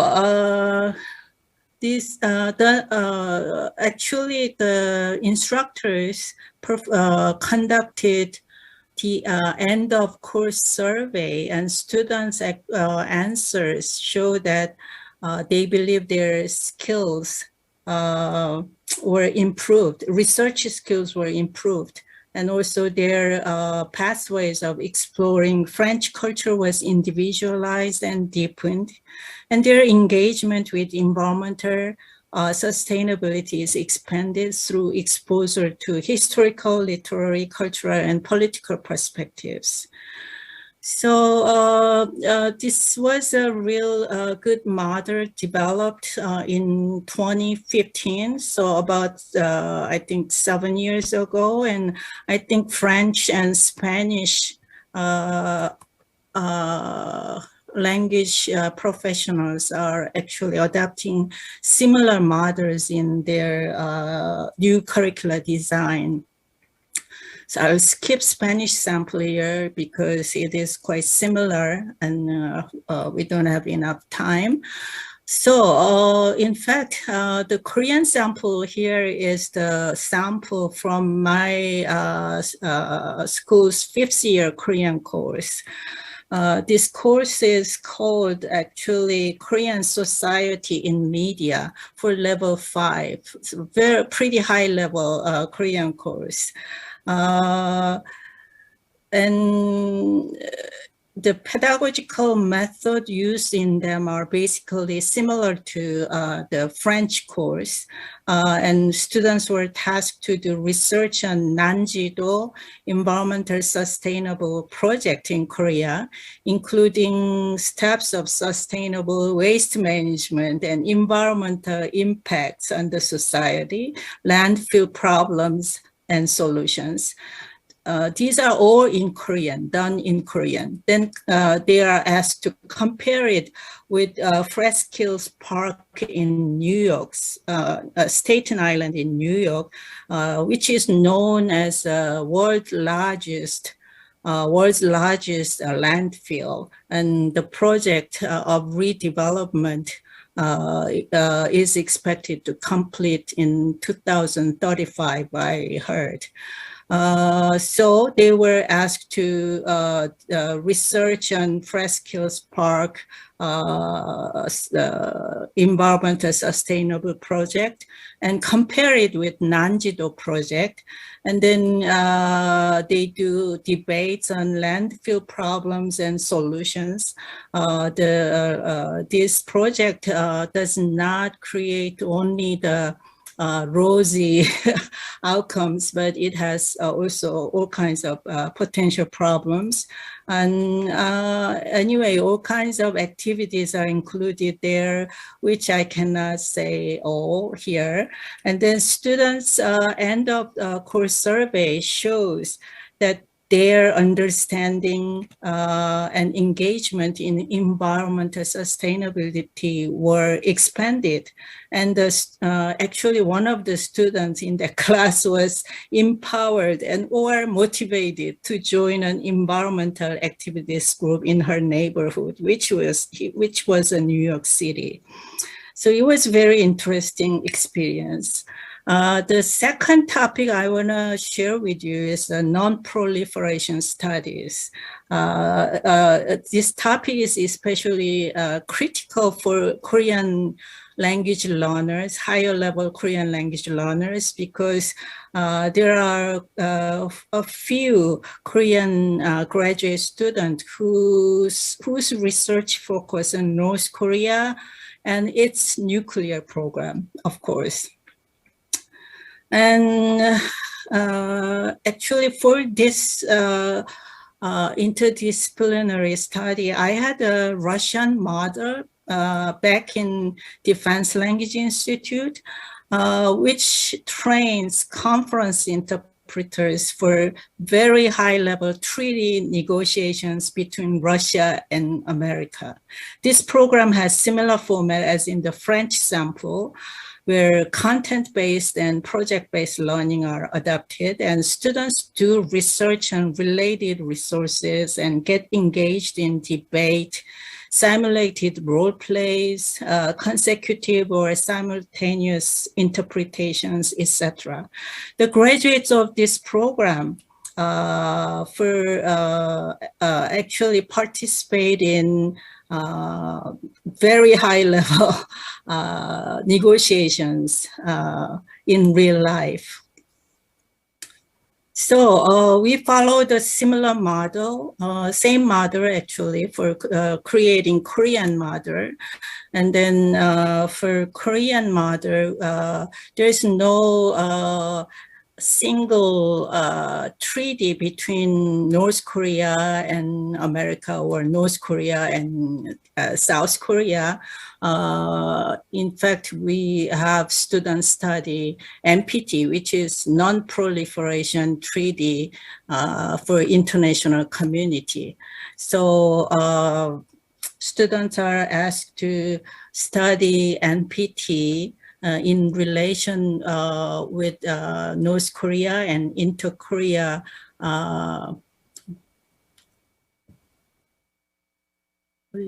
inter-Korea joint statement, yes. And so we focus on language skills, which are most likely negotiation skills, persuasion skills, and discourse analysis, critical discourse analysis, or conversational analysis to understand the linguistic or sociolinguistic interactions between at least North Koreans and South Koreans.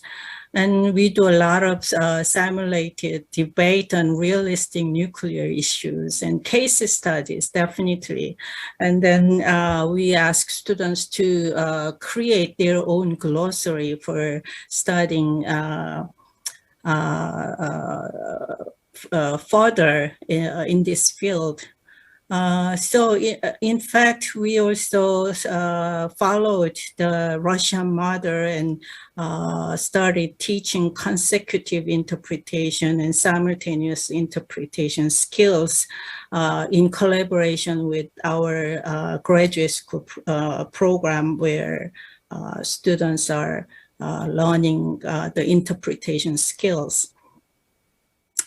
Yeah, so and also we introduce a lot of intercultural notions to raise or to train our students to build their intercultural competence. So a lot of things are involved in this project, and we have implemented this project already, I would say, three semesters. And then students all mentioned in their end of course evaluations that they were surprised that they learned a lot about North Korean nuclear program and also NPT in Korean language course.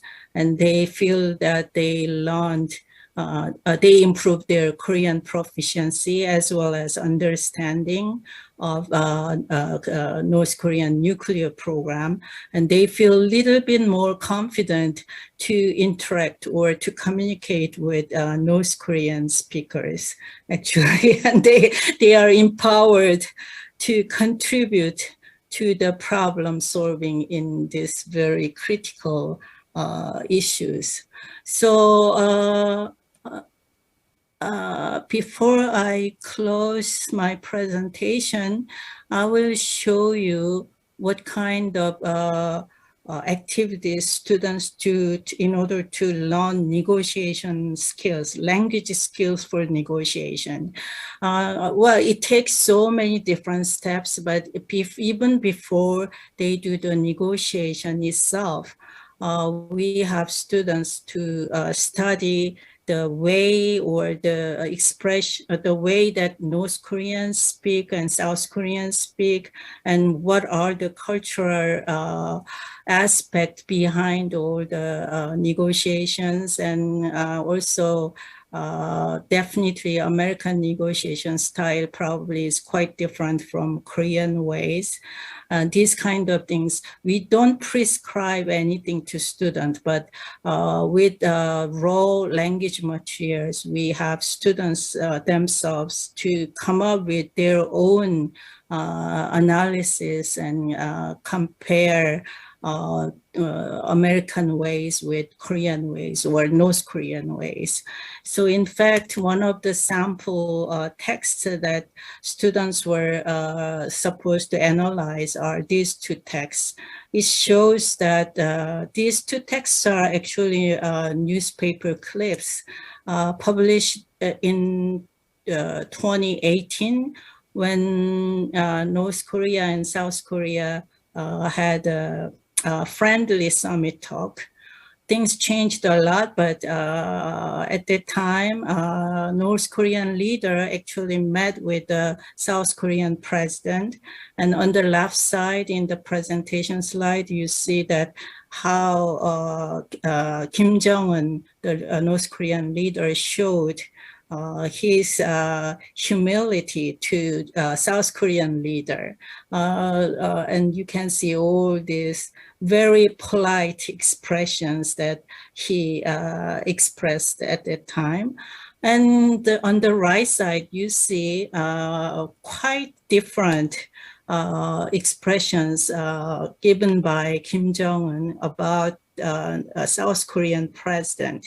So when I asked students to look at these two newspaper articles and find all the expressions that North Korean leaders gave, oh my, this is, I'm sorry, it takes a little bit longer time. And yeah, and then they come up with their own questions and started debating on that, such as what cultural aspect do you decode from the North Korean leader's language in the two different news items? One makes North Korean leader change his attitudes drastically.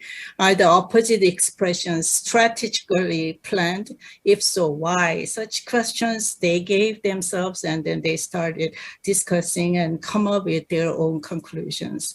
With these baby steps in mind, I would suggest expanding and implementing various interdisciplinary studies between language and different disciplines for more sustainable Korean language education in the future.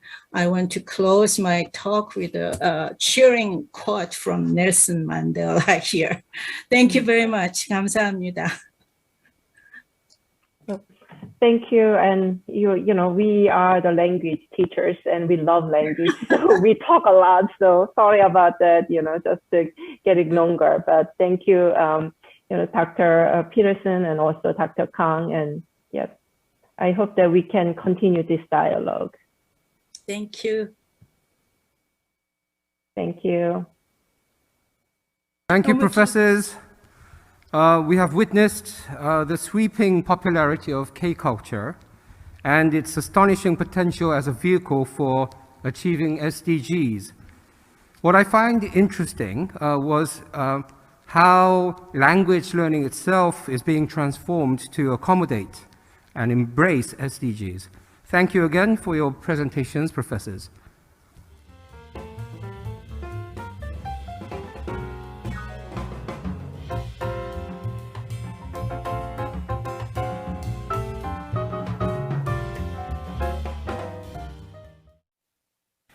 Our co-host of this 11th feature session is Korea NGO Council for Overseas Development Cooperation. Professor In Han-song, Vice President of Student Affairs and the Director of Ban Ki-moon Center for International Cooperation at Yonsei University, will lead a discussion on the CSO's efforts to ensure our common future while leaving no one behind. Professor Song, the floor is all yours. 네, 감사합니다. Thank you very much. As have been introduced, I am Song In-han. Welcome to the session co-hosted by KCOC. It is a great pleasure to meet 4 honorable members of this panel. We will take a look at the direction of the civic society to achieve the SDGs. It's an honor to moderate this session. Things are very different before and after the outbreak of COVID-19. If we were to host this forum before COVID-19, we would have an empty audience on the last session of day 2. But I'm sure that more people will participate online for this session, and this session can be viewed later at the time of the audience's convenience. This year is the 4th GEEF. When we first started, we wanted to make sure that we have an international forum. But we do have feedback from overseas that they want to know more about Korea. And there are more people who actually want to listen to sessions in the Korean language. And so we can see that the influence of Korea around the world has grown in the last 4 years. As you're well aware, in July of 2021, Korea was named an advanced nation. But even before that, according to the standards of IMF and OECD, as well as many international organizations, we have been recognized as an advanced country. But are we leading the way for coexistence? I believe that this is the role of KCOC. This is what KCOC has done thus far, and that what they will do into the future. This year's GEEF is themed Remember Our Common Future. In 1987, our Common Future Report was published by the UN. And we are looking back to this report to remind ourselves of when we first adapted the SDGs. This session, co-hosted with KCOC, we have titled this session, Remember Our Promise. The civic activities in the areas of SDGs, what kind of history have we created during the last decade or so? We have invited 4 panelists, and if we were to introduce them one by one, it would take the full hour.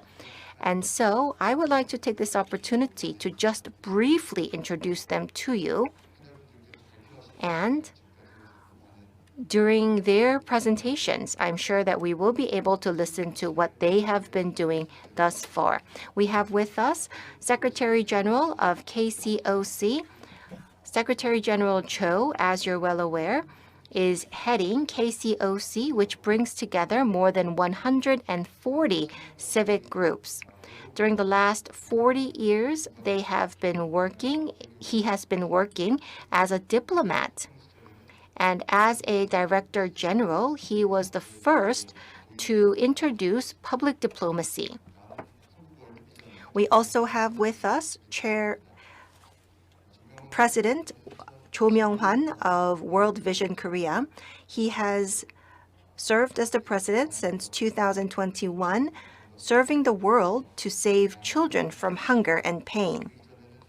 Before that, for 30 years, he has been a scholar in the field of biology.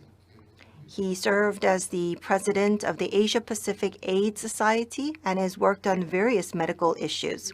We have with us Board Chair Oh Jun of Save the Children Korea. He has been serving in this position since 2008, and he also is a professor at Kyunghee University. He has also served as the Korean ambassador to the UN, and he has worked as a multilateral diplomacy expert for the last 30 years. We also have with us President Yoo Won-sik of Korea Food for the Hungry International. He has worked for hungry children around the world. What is very interesting is that he has been a CEO in the IT industry for a very long time, showcasing his leadership in the private sector. Before we go into the actual presentations, let me now ask a question, just as a warm-up. I hope I'm not catching anybody off guard.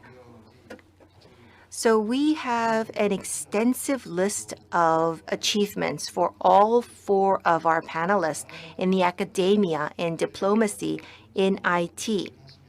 So you have this career under your belt, but what are some new things that you have experienced after joining an NGO? Maybe we can go to Secretary General Cho first.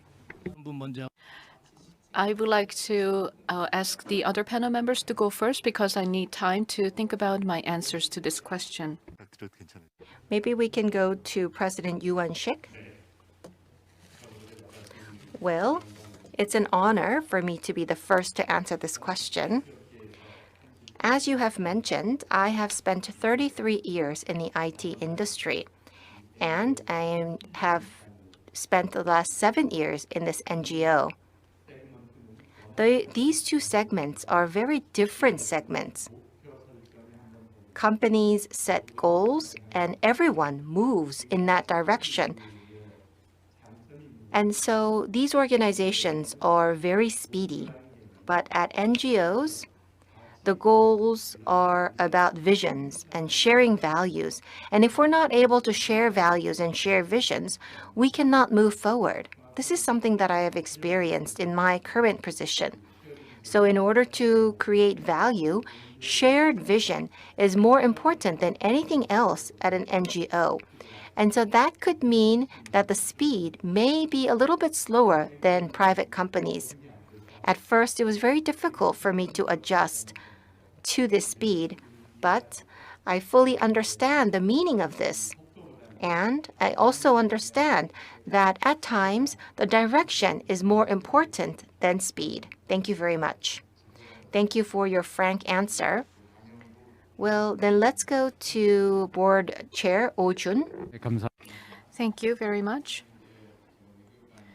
I worked as a diplomat, and compared to my career as a diplomat versus my position right now, I come to think about the rights of children and the rights of people with disabilities. I work with various NGOs that cover these parts of the population. And when I worked at the UN or in other international organizations, I cared for these topics, but I think that there are differences in terms of the approaches. When I was working in the government, at that time, the approach was rather fixed. And the downside of that would be that we would end up following the same practices and the same approaches. But in the NGO sector, there is a high level of enthusiasm and there's innovation in terms of creating new approaches. Thank you. Let us now go to President Cho Myung-hwan, who has worked in the field of biology and medicine. For the last 30 years, I was a professor at Konkuk University. The academia and NGO are very different in terms of organizations. I thought it would feel very unfamiliar, but it did not.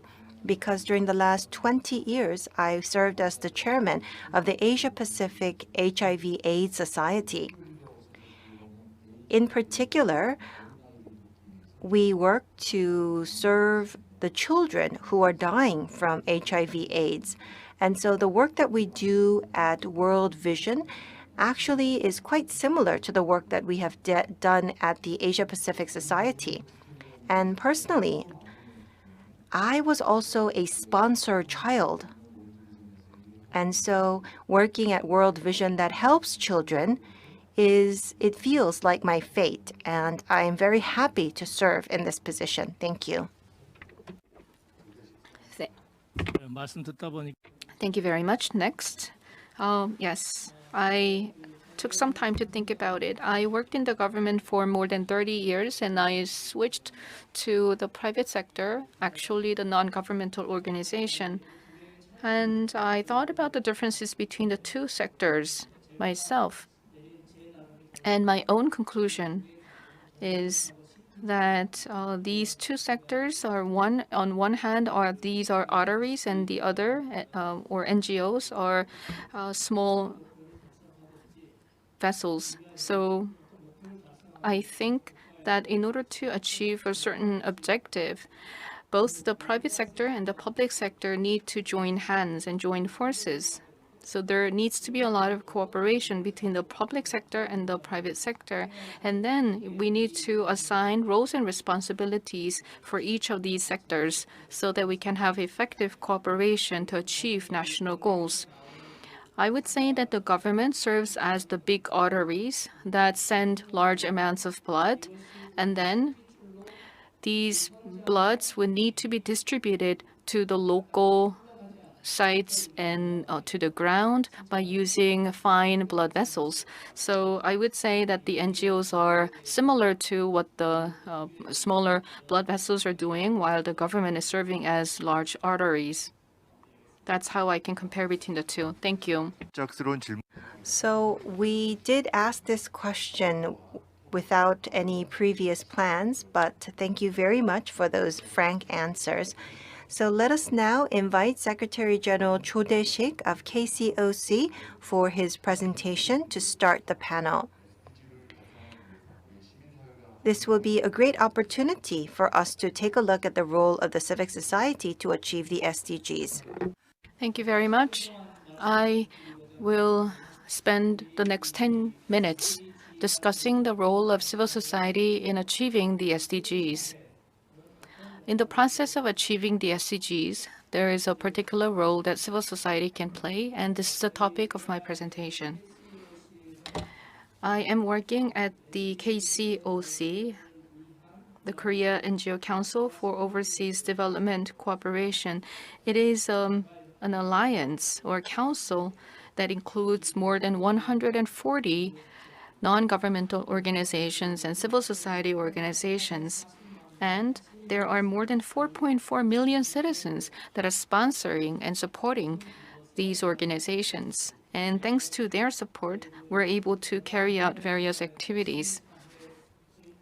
Therefore, civil society organizations represent the voices of the citizens in achieving the SDGs. I prepared 3 slides. I'd like to go over these slides one by one. First of all, when it comes to the SDGs, the role of the civil society organizations or nonprofit organizations and non-governmental organizations combined, I believe that there are 2 roles that are played by CSOs. The first role is the role that they play in the formation of the agenda. And the second role is the role that they play in implementing the agenda items. So there are these 2 big roles that are played by the CSOs. So let me go into a little more detail. The first role is the one that is played in the process of formatting or developing agenda. It means that civil society organizations participate in the agenda setting process, and this can be divided into 2 under the umbrella of the SDGs. The SDGs are common goals for the humanity, and in the process of negotiating the SDGs, civil society participated in the agenda setting process.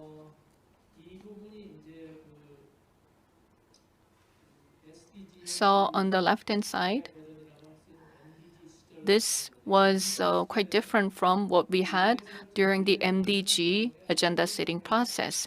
When the international community was working to develop the MDGs, civil society was not invited in the agenda setting process, but for the SDGs, civil society was included. And it reminded me of such expressions as co-authoring. When there were MDG negotiations, they were mainly participated by the UN as well as national governments. So this means that the government authorities and the UN were the main authors of the MDGs. But now, in the process of agenda setting for SDGs, various stakeholders participated and they served as co-authors. I believe that this is a key highlight that we need to remember. Civil society participated as co-authors. And as a result of such participation, there has to be some result. As a result of such participation, we were able to contribute to the result of including at least 2 SDGs in the set of SDGs. Specifically, Sustainable Development Goal number 10 was included as a result of civil society effort, which is about inequalities, and SDG number 16, which is about partnership. These were the 2 SDG targets where civil society played a big part. Now, when it comes to the specific ways in which they were able to make such a contribution, one example is this campaign. In 2015, the SDG negotiations were held. And even before that, starting from 2010, on the international community, there were various initiatives to reflect the voices of civil society. So the civil society network was created, and one of them was called Beyond 2015.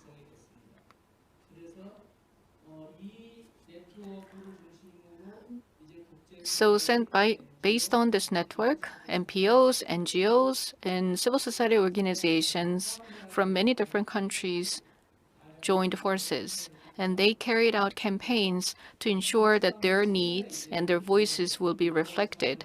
And in 2010, at the UN, the negotiation systems were put in place, and in 2012, 2 years from that, the Beyond 2015 Korea was launched, and KCOC was at the center of creating this initiative in Korea, together with various non-governmental and non-profit organizations. Now, let me show you the final slide. As I mentioned before, civil society played a role in the implementation of the agenda.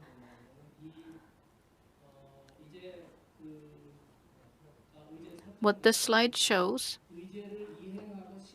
is that in the process of implementing these SDGs, civil society can play a role, and there are 3 types of roles that they can play. First of all, as is colored in yellow, this is about implementing specific projects, and we can call this service delivery.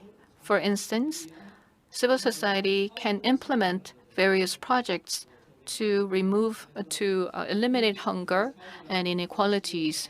So local economy development projects and other projects can be carried out by civil society to reduce inequality and eliminate hunger. So that's one part. And there are 2 other areas where civil society plays a part. But they are differently color-coded differently. Between 2000 and 2015, we lived through the era of the MDGs, and at that time, civil society was not included in the agenda setting process. So at that time, in implementing the MDGs, there were civil society activities that these activities were carried out by civil society on their own, regardless of the MDGs. But now, after the MDGs were adopted, civil society began to play a larger role. So this is what I mean by MDG 3. It means that there's threefold increase in terms of the role of civil society for the SDGs compared to what we had during the MDG implementation. Civil society not only implements projects, but also advocacy and governance related activities. And we can compare these three areas in this way. The yellow part, project implementation.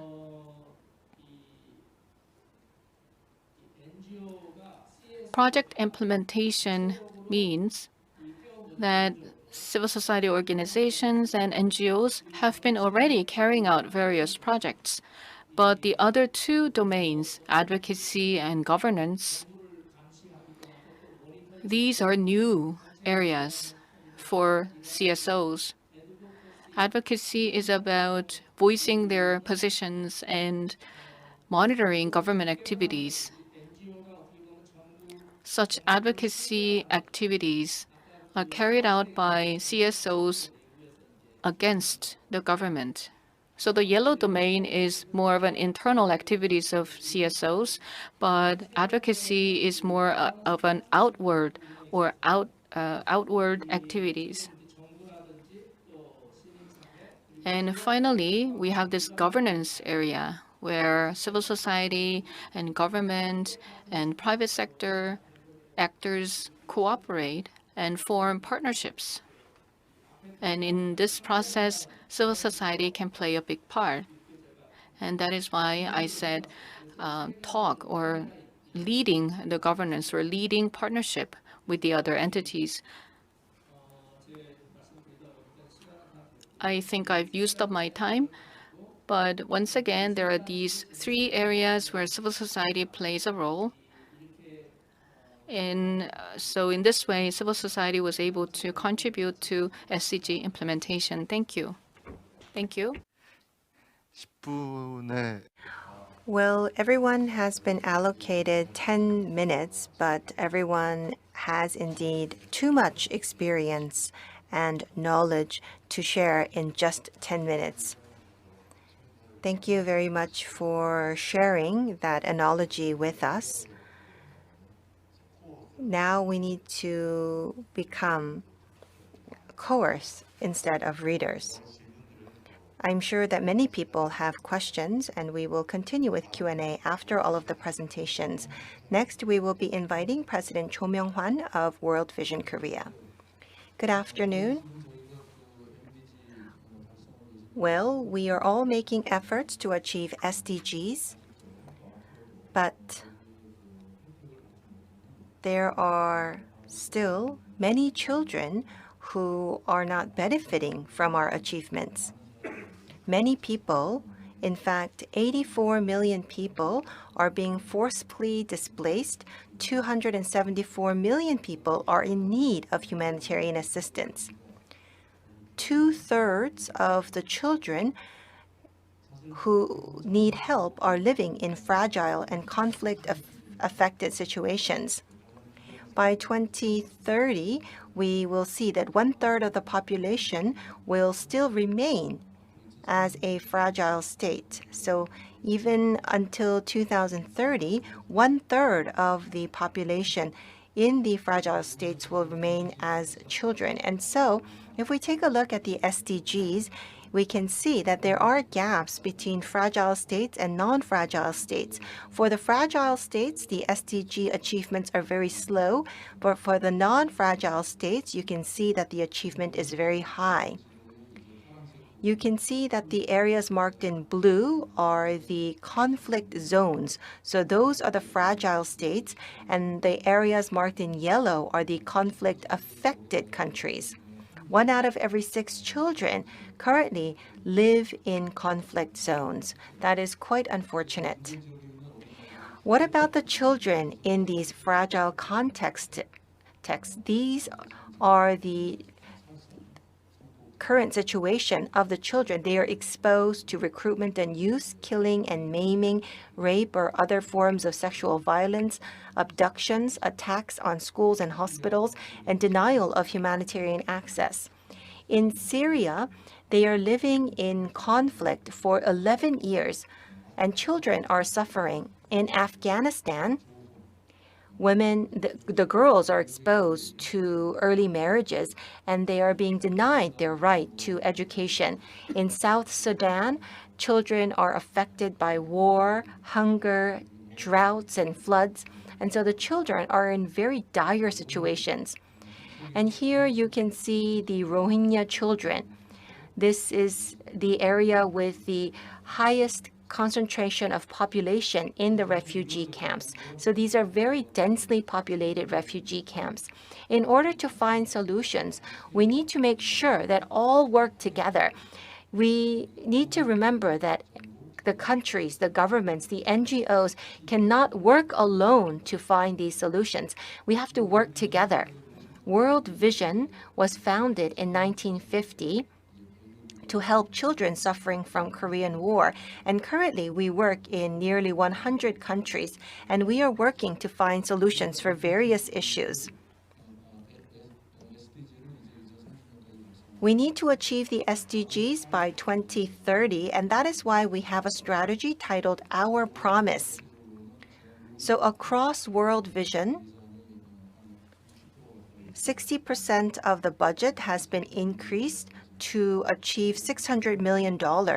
And at World Vision Korea, we are investing $30 million in fragile countries.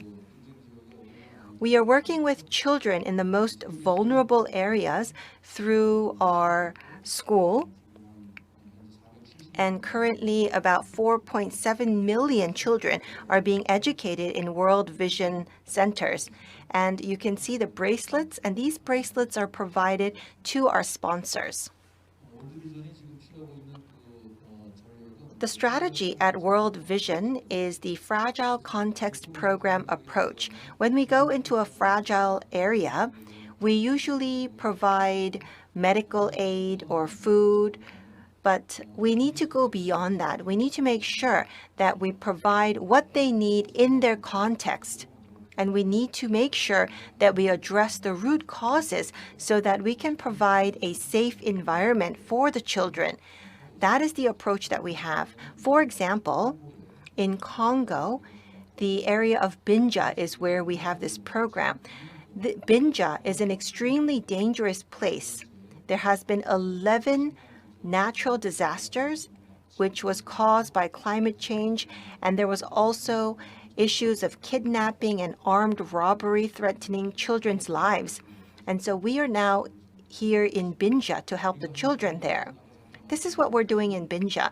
As we have mentioned before, we need to take a look at what the children need locally. And so we provide what they need, and we also provide adaptation approaches, and we continue to help them until their lives become secure. And up until then, World Vision will stay with them.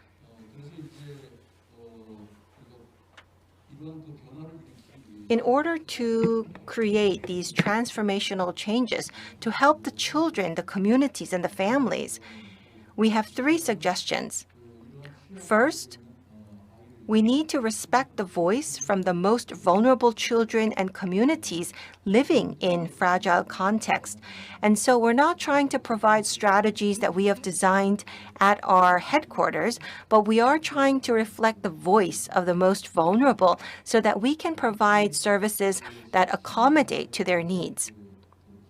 We also need to make sure that we strengthen cooperation with the civil society representing them, because they are the ones who are closely listening to the voice of the most vulnerable.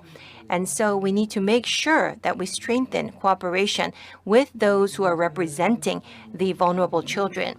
Second, when we help them, we need to increase the sustainability and flexibility of our resources. For example, in order to provide them with food, we have a food budget. So through our projects, we wish to protect the most vulnerable children. And they should be given our highest priority by putting the last first. Thank you very much. Thank you for your presentation. Thank you for your explanation on World Vision activities, in particular your activities in the most fragile states. It was very inspiring. And as you have mentioned before, we need to strengthen and empower. One of the core values of GEEF is not to provide aid as we see fit, but accommodating to the needs of the local people. Next, I'd like to invite Mr. Oh Jun from Save the Children. Hello, everyone. What I'd like to discuss in my presentation is climate action. We sometimes call this climate response or climate action. I'd like to talk about the role of civil society in terms of climate action. I've had my personal history with the SDGs. In 2015, the SDGs were adopted, and at that time, I was president of UN ECOSOC. And as you may know, the SDGs were adopted at the General Assembly. However, in the process of negotiations as the president of ECOSOC at that time, I had to play a role. When we were adopting the 17 goals, we had to think once again about the need for the 17 goals, because there were two major global challenges. One was increasing inequalities and the other was climate. SDG number 10 and 13 were about inequalities and climate. And a lot of people wondered whether these two would need to be separately included as separate SDGs. So there were a lot of discussions, but the conclusion was that SDG 10 and this SDG 13 were included as standalone goals. Under each goal, you can find targets, specific objectives. And there are 5 targets under SDG 13. There are more than 160 targets for the 17 goals, but for goal number 13, there are 5 targets, which means that of the entire SDGs, climate-related targets are already included in many other goals, and that is why we only have 5 targets for SDG number 13.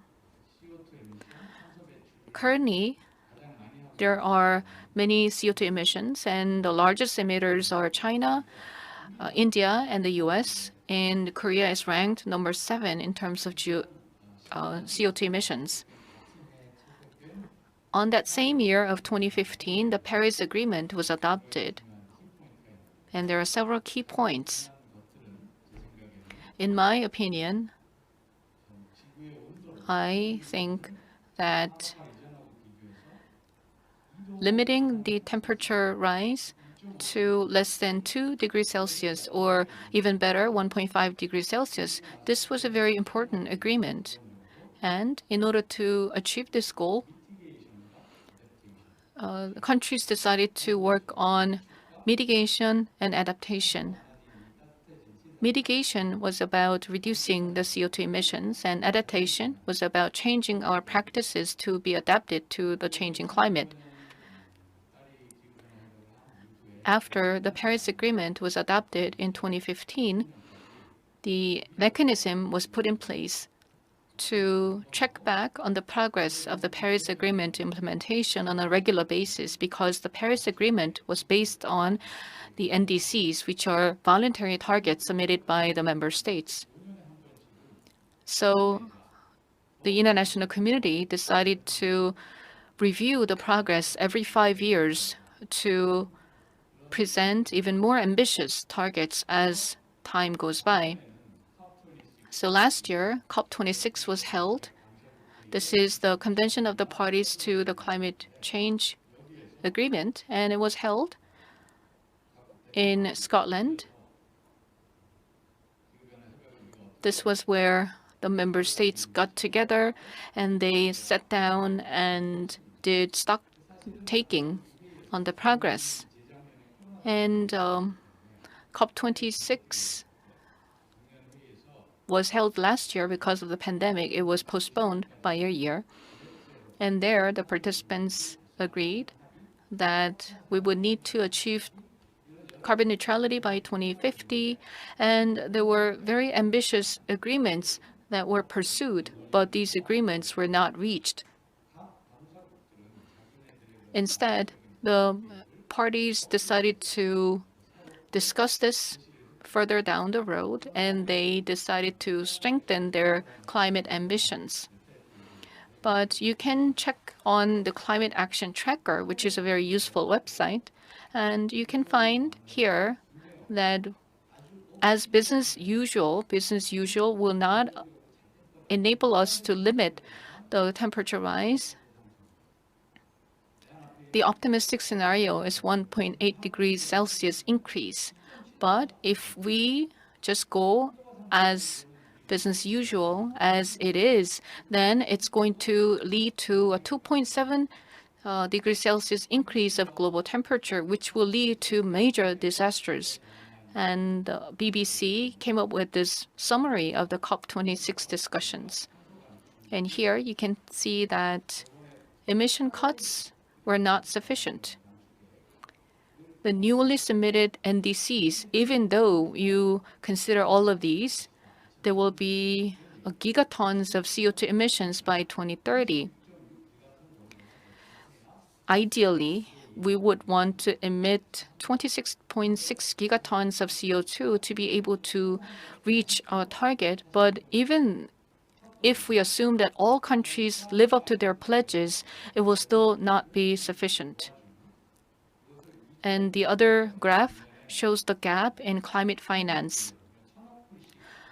By 2023, $100 billion of financial resources had to be mobilized. However, we were not able to achieve this, and the timeline has been postponed.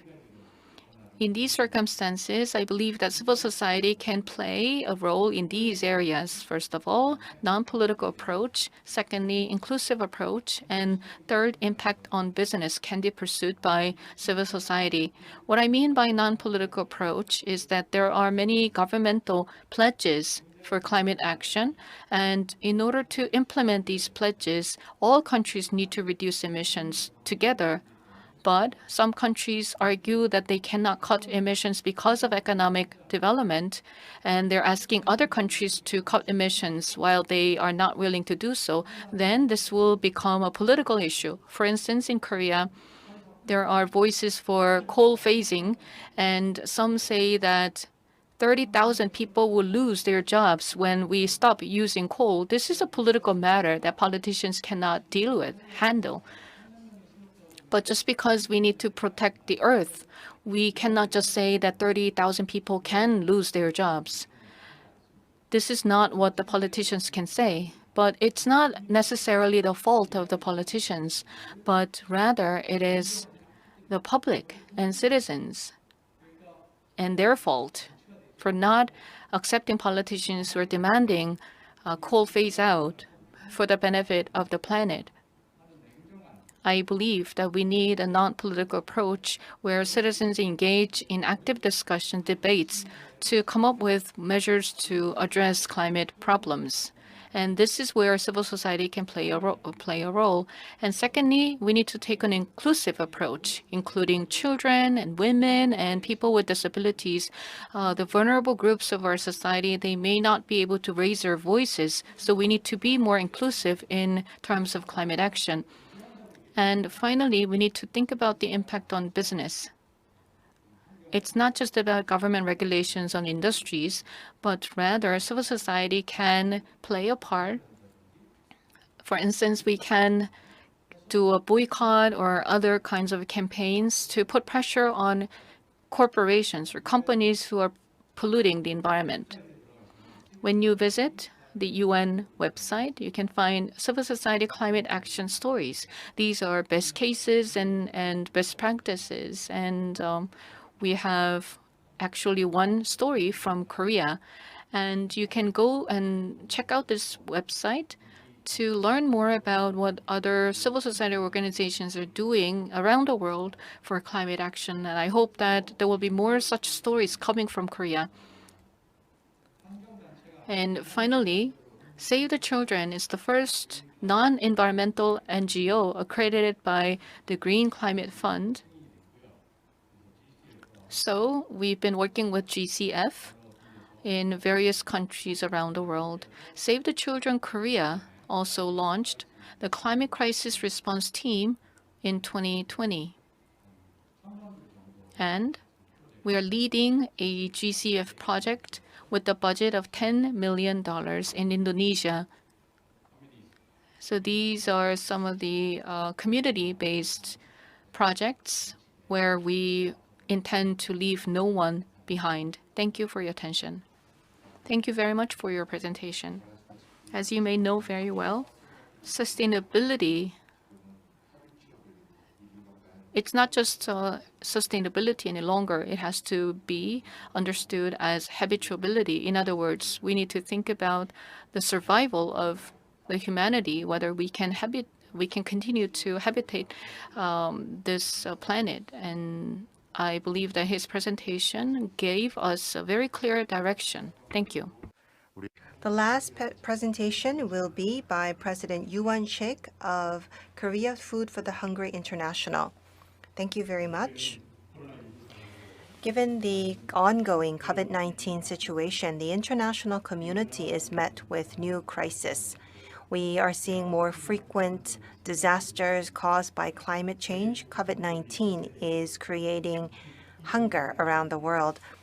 2.2 billion children are being excluded from education. Whatever group you may belong to, no one group can find solutions alone. We need coalition and partnership to act together. That is our reality. We have 17 development goals, and these goals cannot be achieved by any single country. It is a common set of goals for all of us. Partnership for goal number 17 is about partnership for the goals, and it emphasizes global partnership.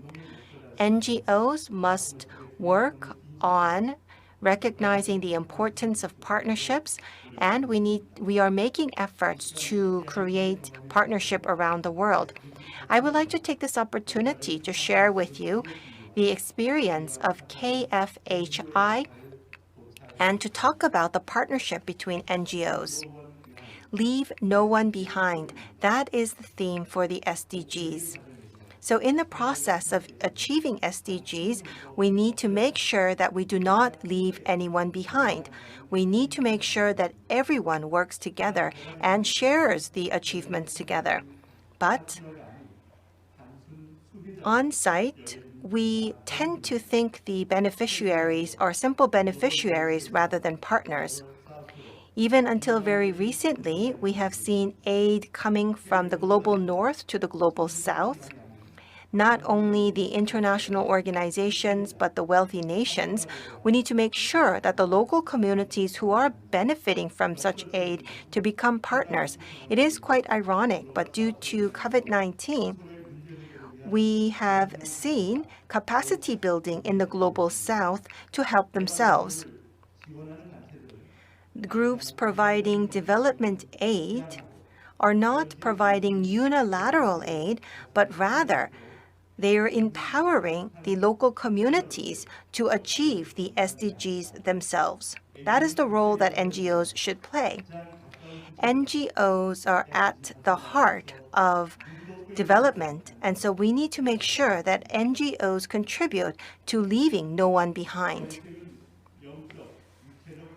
KFHI dreams of a future where all children are free from suffering in all aspects, and that is why we have a full portfolio of activities. We want to make sure that the children, homes, and communities recover and help other communities. First, we need to make sure that we have sustainable development of local communities. And we also need to make sure that all communities, including those who help and those who receive help, become a part of this partnership. We believe that everyone involved are equal partners, and that is why we have a few principles for local partnership. First, we establish the partnerships before our projects. At least 6 months to a year before actual projects, we establish communities by signing MOUs with local communities so that we can build trust before our projects. We also have a communication governance with the partners. We have regular communication with the partners so that we can actually share information and open information. And third, we also have plans for sustainable self-help. When we conduct projects, we always think about how the local communities can be empowered to help themselves.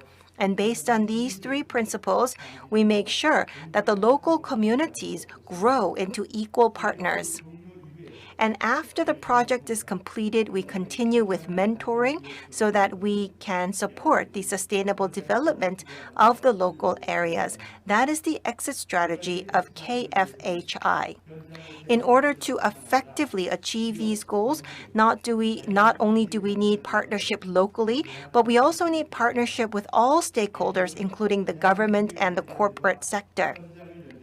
We play a very important role in channeling the stakeholders towards a single partnership. In order to achieve a common goal, we need to trust the other stakeholders and cooperate for the same goals. Especially for international development, we need to make sure that the central government, the local communities, KOICA, and the private sector need to be joined through a single partnership. Partnership based on trust can contribute to achieving SDGs and also to strengthen the impact of our projects. Kumi of Uganda is an area where the percentage of those in poverty was close to 30%. There was a lack of infrastructure and also energy, so productivity was very low. In order to have sustainable improvements of income in Kumi, we worked with Seoul Energy Corporation, Inha University, KOICA, and the local community.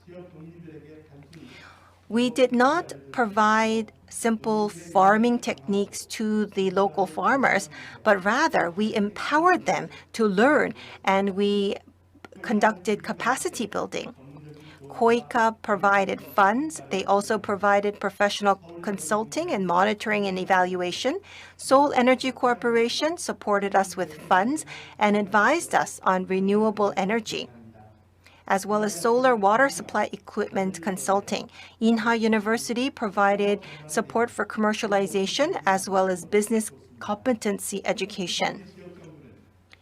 The local community provided permissions for infrastructure and provided advice for local situations.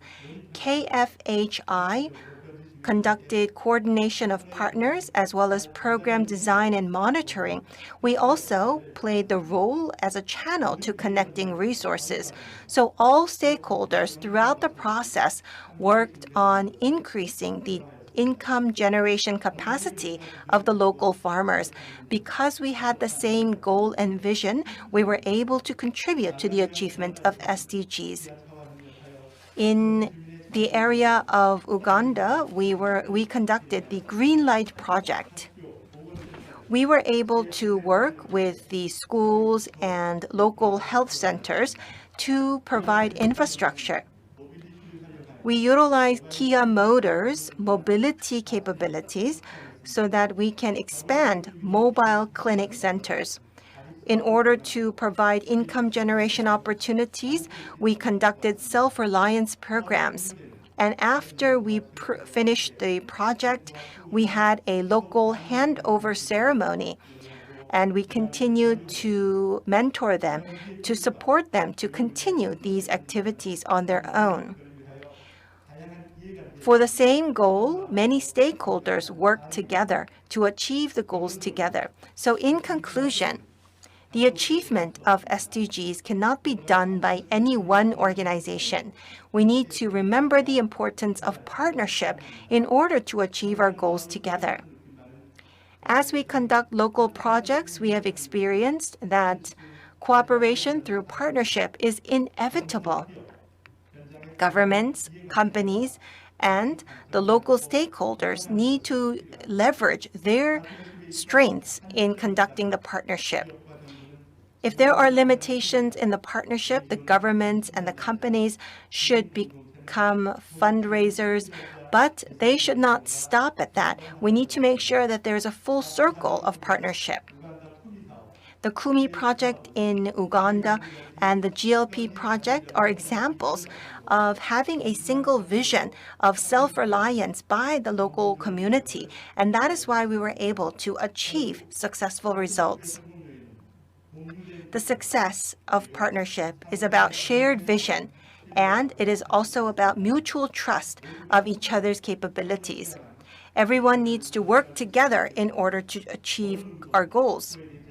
We dream of a partnership where no one is left behind in order to achieve the SDGs. Thank you very much. Thank you. We have heard 4 presentations, and we could see a very clear set of identity and roles for NGOs.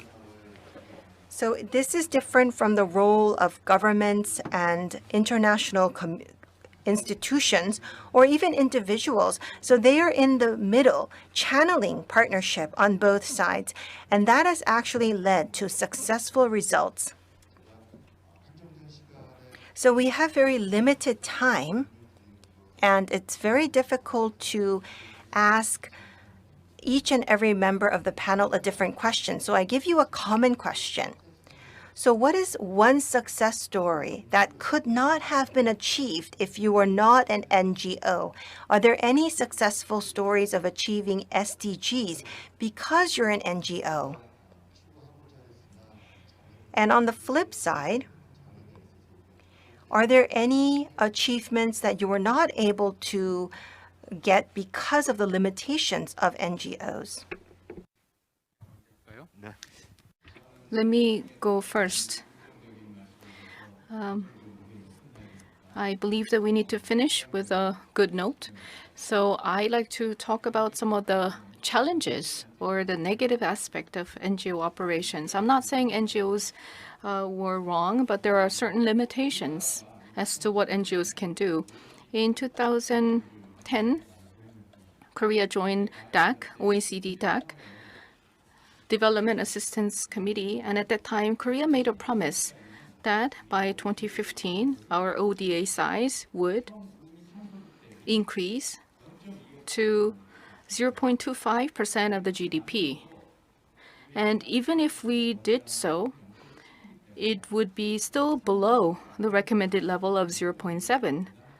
So it's only 1/3 of what would be desirable, but at the time, this was the promise made by Korea, 0.25%, and that was during the No Moo-hyun administration. And then President Lee Myung-bak's administration came in, and they decided to change this target because they thought it was too much, and Korea would still need to invest more on economic development. And at the end of the day, Korea was able to meet this pledge.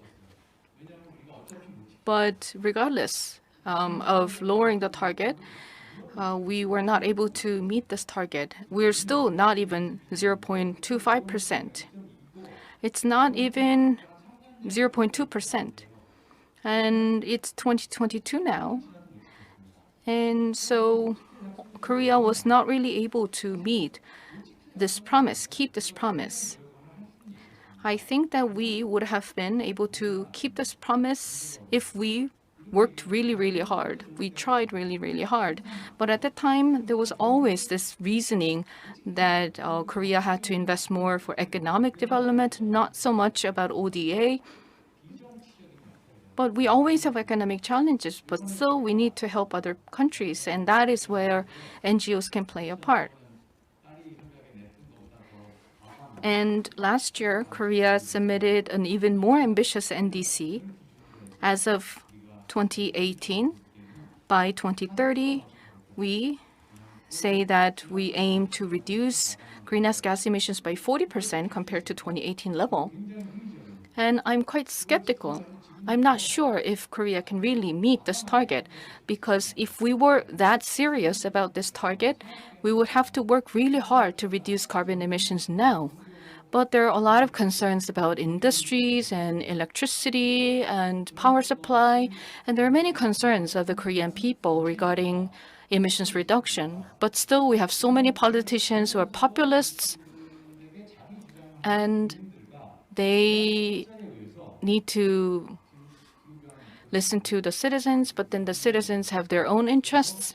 So I believe that it is not going to be easy to meet this emissions target. So in that sense, NGO's non-political role is really crucial.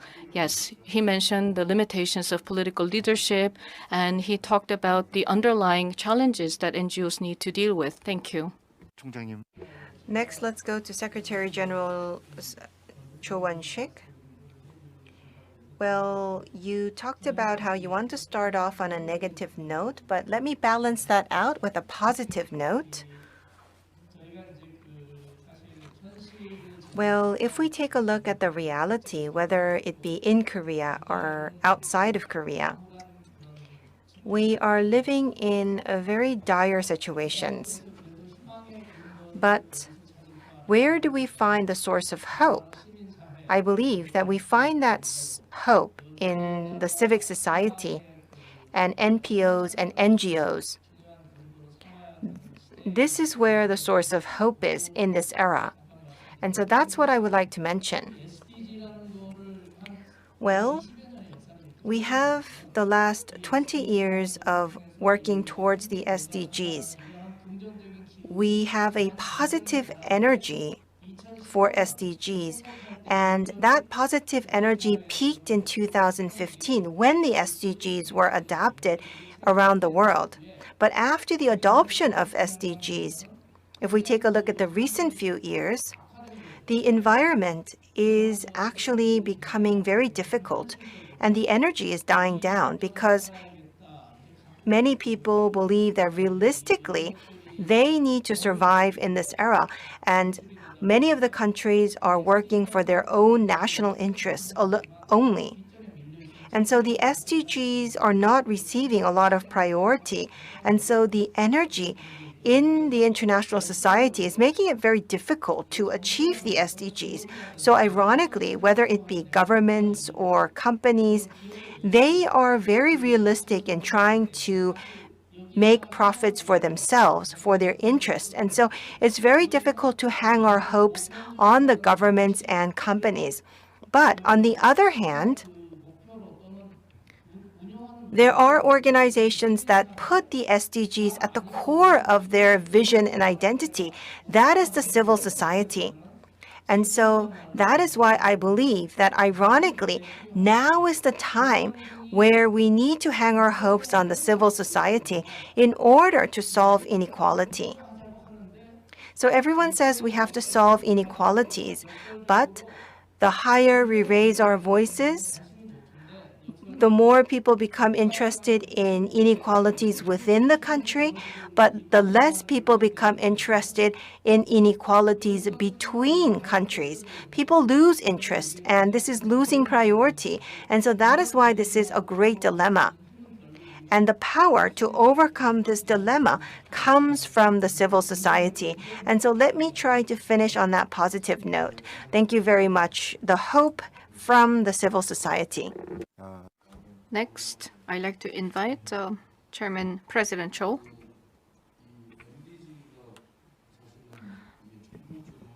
MDGs were government-led agenda, but the SDGs were co-led by the government sector and the civil society. And the direction of the SDGs is very appropriate. And on the ground, civil society works with people who are directly affected by the SDGs. So if civil society fails to play this part of a bridge, then SDGs may not be implemented successfully. And what World Vision has been doing is to offer School of Global Citizenship for more than 10 years for elementary, middle, and high school students, as well as university students. And even idol groups and K-pop stars are participating in the civic global education. We teach people what the SDGs are and why we need the SDGs, why we need to implement these SDGs. So this is part of our educational curriculum for global citizenship. We may not succeed in implementing the SDGs if we do not involve or engage the citizens. If this is an agenda led by the government only, then this would not be successful. It requires understanding of the citizens, support and participation of the citizens for this to be successful. Therefore, I believe that the role of civil society is very, very important. And the government understands the importance of civil society, but there's not enough support for CSOs. I believe that global citizenship education and civic education can play a big part in helping people better understand the SDGs. And we have so far provided such education to hundreds of millions of people. So I believe that this kind of effort will have to continue. Thank you. Yes, as you mentioned, NGOs can help educate our younger generation. We will now go to President Yuan Shik. Well, I completely agree with what everyone else has also mentioned. In the end, I think we can boil that down to communication. That is probably the reason why the leaders of NGOs have been invited here today, for communication. And we also need to have balanced growth and communication between sectors 1 through 3 so that we can achieve the 17 SDGs. Thank you very much. Thank you very much. So we have heard from 4 prominent speakers, and 1 hour is very limited. We cannot encompass the experience and vast knowledge of everyone here today. As you're well aware, UN SDG emphasizes partnership. So it is about creating a common future together. And within this partnership, we took a look at the role of civil society, and we have been reminded of the importance of this role. Thank you very much once again to the 4 gentlemen for your presentations and comments. Thank you also to our audience for joining us today. Thank you very much. And panelists for sharing your insights into your selfless NGO activities and, paradoxically, the need for NGOs, especially in this age when governments and political organizations are losing impotence in SDGs. Thank you again.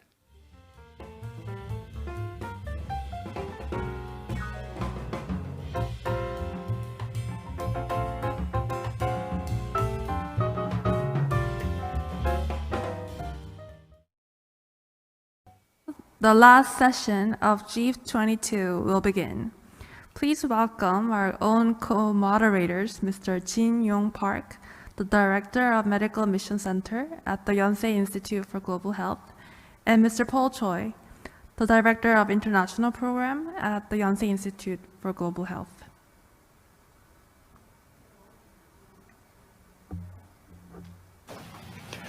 Good morning and good afternoon to somebody, or good evening. Welcome to GEEF session entitled Healthcare Access in Rural Community. And let me start with a slide that I took in Senegal 10 years ago. Yonsei University Severance Hospital dispatched a mobile clinic team to very deep rural area in Senegal in West Africa with 5 doctors. And we went to very deep rural area, as I said. And one day we arrived in the clinic at 9 o'clock in the morning to start.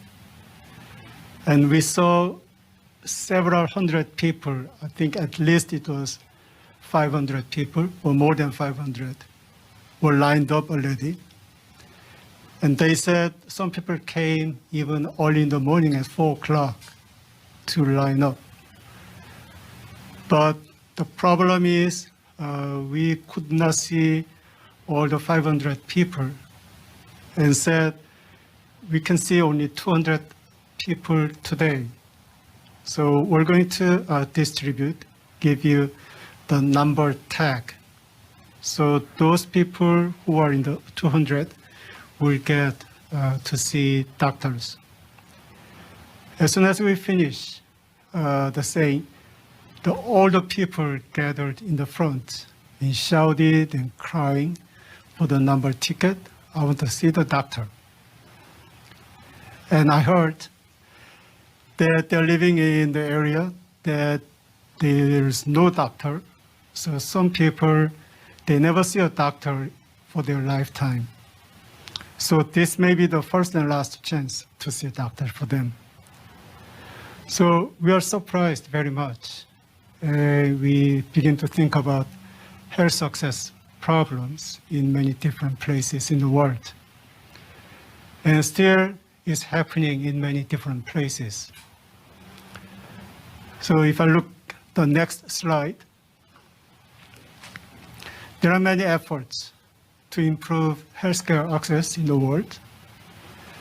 And we can think about 2 ways. One is the one that has been done with government and institutions.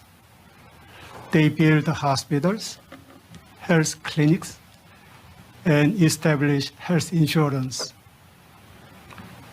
And they are mostly a big scale, and they work on the systems. But one thing that we should never ignore is the personal commitment to serve the community. We often overlook what they are doing, but their power to change their community and serve them is never should be overlooked. So today we want to hear what's going on in personal level in Kenya, Rwanda, and Cambodia. So we invited 4 doctors to listen to their experience and their commitment. So let me introduce 4 doctors. But let me begin with introduce ourselves. My name is Chin Young Park, working at Medical Mission Center at Yonsei University Health System. And Dr. Paul Choi, he is a director of international programs at Medical Mission Center. And we have 2 keynote speakers, Dr. Inguku Levis Muanja. We'll call him Dr. Levis throughout the session. And he is a director of orthopedic surgeon of Machakos Orthopedic Clinic in Kenya. And Dr. Speciosa Umbula Kimewe, and we'll call you Dr. Specky for nickname. She is an anesthesiologist, but most important thing is Dr. Levis and Dr. Specky, they live together, the husband and wife. their team. Welcome. And we have an eye doctor from Cambodia, Dr. Shin Sok Kang, sitting with us today. She is doing fellowship at Severance Hospital right now. And Dr. Gaspard Habimana from Rwanda. He's a pediatrician now working at Severance Hospital at Yonsei University right now. So with these 4 people, we'll share important story what they're experiencing. And especially Dr. Levis and Dr. Specky, they were educated at the prestigious medical schools and hospitals and had a job in the best hospital in Kenya for many years. But all of a sudden in year 2015, they quit the job in the best hospital and went to the countryside to serve people in the rural community who does not have any access to healthcare system. So let's have a look in the video and interview on what they are doing in Machakos, Kenya.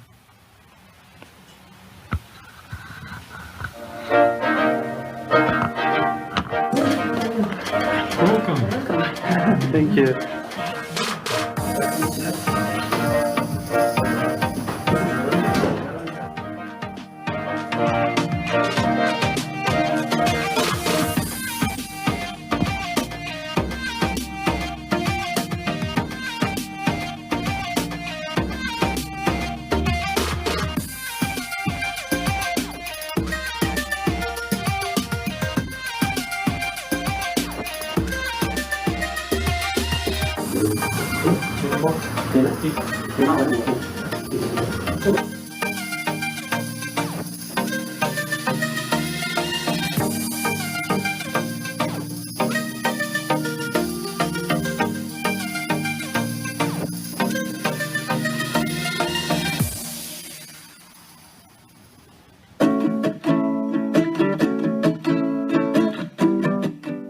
My name is Dr. Levis Ngoko. I'm an orthopedic surgeon working at the Machakos Orthopedic Clinic. We've been working here and we've worked here for the last 7 years or so. My name is Precious Ambula Nguku. I'm an anesthesiologist working in Machakos. Yes, I work with him. We finished our IIF scholarship in July 2012. We ran it from April 2012 to July 2012. I had my fellowship in pediatric orthopedics and arthroplasty. I also joined him at the same time. I got to experience many things. I initially went with the thought I would do pediatric anesthesia, but the professors were so kind, I was able to experience pain, work in the pain department. I was also able to work with ENT and also pediatric urology.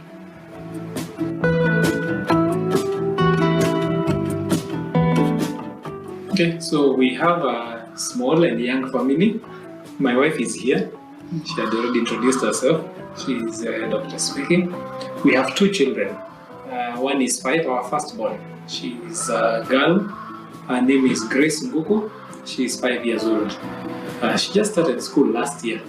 And because she started school and the younger one is feeling bored, the second born also now joins her in school. The second born is 3 years old. He's called Jason Nguku. He says that he is in grade 2 in a high school. And so whenever we are taking him to school, he'll say, that is my school, and he'll point at a high school and say he's in grade 2. Most high schools don't have grade 2. That's what he says. And so now both of them are in school. The younger one is more of escorting the older one. It's more like play group for him. Hopefully, in the next short while, I'll go and pick them up and bring them over. It's a pleasure being able to work with them and have fun with them. Yes, so that's our family.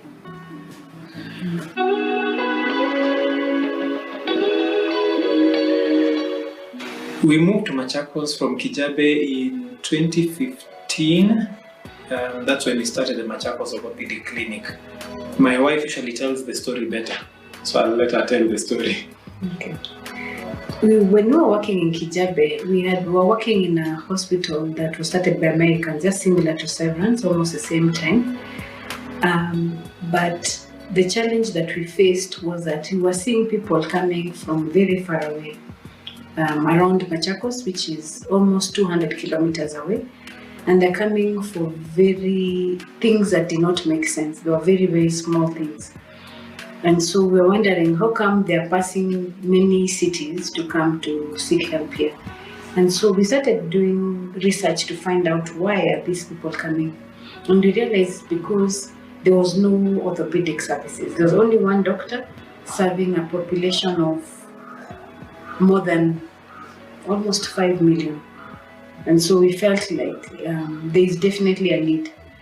But then what made us actually want to go is one day when we get a child who was playing with another boy. He's 13 years old. He had just finished primary school. He had started secondary school, high school. And so he was playing with a fellow boy and the other boy pushed him and he fell down. Boys always break their hands, so breaks his hand. But unfortunately, where the hand is fixed, they put that plaster too tightly.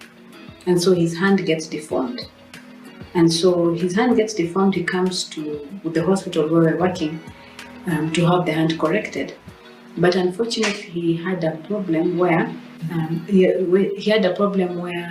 the hand, whenever he gets any wound, it doesn't heal quickly. And so they had to do surgery, he gets an infection, so they cut the hand here, then they eventually amputated here. And so this is a boy who is 13 years old, ends up with an amputation, which totally changes his life, just because his hand was wrapped wrongly the first time. And so we felt, we're in a hospital, there are 5 orthopedic surgeons, we are too many there. And so we decided, why don't we just leave and go to this rural area? And so we decided to come here, investigate, look for a place. Initially, the place was very small and we were sleeping in the clinic. When we first moved to Machakos, we would sleep in the clinic. Yeah, so during the day, it is our clinic. In the evening, it is our home. So I did that for almost 2 years. Yeah. And so that was the reason why we left. Because one, the need. And then the other reason we found was that when we started investigating, we found that the cost of orthopedic surgery was very expensive. People don't have money. And so people will have to sell their land to be able to come and get care. So you've broken your hand, but you have to sell your land. Where is your family going to stay? Where are your children going to stay if you're going to sell your land? And so we felt like that is really unfair. And the reason of why orthopedic surgery was expensive is because there are no specialists. And then in orthopedics, we put implants, metal pieces. You've broken your bone, we get a metal plate and put screws in you. Those things were very costly. They're costing almost 5 times the amount that we would be able to do the surgery. And so we felt like if we are going to help this poor person in the rural area, we have to make these services affordable to them. If we buy these implants at almost $200 for this patient, we can buy it from China, that same thing, and it will cost around $10 to even at most $15. And so we felt that we can actually make orthopedic surgery, which is very expensive, to be affordable to them. And in the process, because it is affordable and people can pay from their pocket without having to sell their land, we're able to guarantee quality. We're able to get companies that manufacture in China who market and sell their implants to the European market. So you're guaranteed that the same quality that someone in Europe will get, which is CE certification, is the same thing that a poor patient in Machakos will be able to get. And so with that, we're able to make the cost cheaper for patients. And then the other last reason of why we also came is that we also realized that there was also problems with back pain. When you look at anyone, most adults, they go to hospital because of back and joint pain. And because of these pains, they are not able to continue with their activities. They can't be able to work, they can't be able to go to school, they can't be able to support themselves. And so, with the knowledge that we have come across and the training that we received, we're able to do injections for them at a much affordable price. So finally, back pain, which was a problem for many patients, you'd find many of them come because of back and joint pain. And so we're able to use the knowledge that we've received from Korea to be able to help them. How were we able to do that? An injection which was costing almost $2,000 US, we're able to do it for almost $20.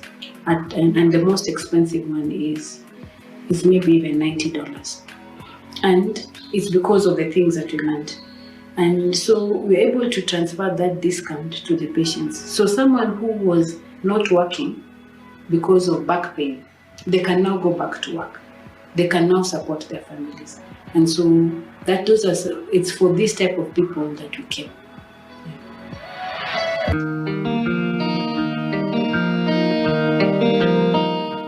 In Machakos Orthopedics, we believe that we are fast.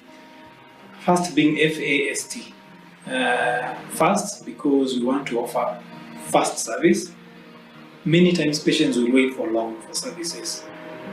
Most of our patients in Machakos will be treated in the government facilities, where somebody could end up waiting for surgery for 2, 3, 4 months. I have a lady who we're going to do surgery this week, who fractured her leg mid-September and was in hospital for about a month. When they saw they were not getting any treatment, they went home. They came to see us last week, and we're going to end up doing surgery on them this week. So we believe that we are fast and we push for that so that people can be able to go back to their lives quickly. Secondly, we are affordable. My colleague has explained that we were able to bring down injections from $2,000 to as low as $90. And it's because we've been able to figure out where are the expensive places. Is it in the implants? We find ways of making them cheaper. Is it in the doctor's fees? We make it cheaper. Is it in the drugs? We find ways of making it cheaper so that it is affordable to everybody. We want surgeries also being done efficiently and also being done the first time. So our S is in the surgeries, fast, affordable surgeries in time. We want our surgeries being done in time so that somebody can be able to resume their activities. And then when we say in time, it's so that we don't have somebody coming for surgery later when they have to get repeat operations. So for example, we end up with people who have come with broken legs and the bone is protruding out. They could have their surgery done in 2 weeks. That is okay. The bone will heal. But you see, it will take them a year to get to heal. But if it's done in time, where you break today and you're sorted out today, then within 2 weeks, they will be good enough to start resuming their normal activities. And so our philosophy here is that we are fast. We do fast, affordable surgeries in time. So sometimes my friends ask me why I choose to work in Machakos. If I worked in Nairobi, I would earn more money.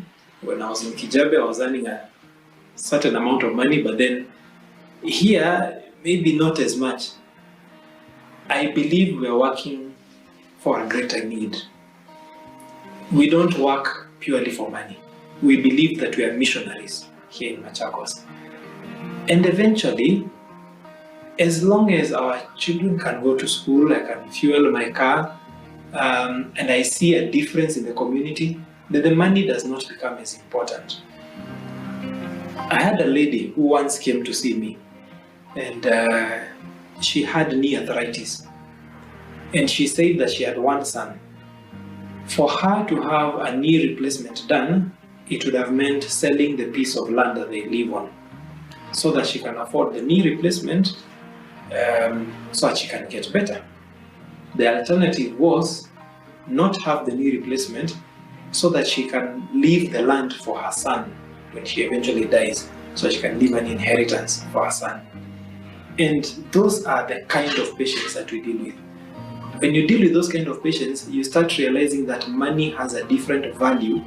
It is not in how big a car I drive, It is not in how big a house I live in. It is in making a difference in the community.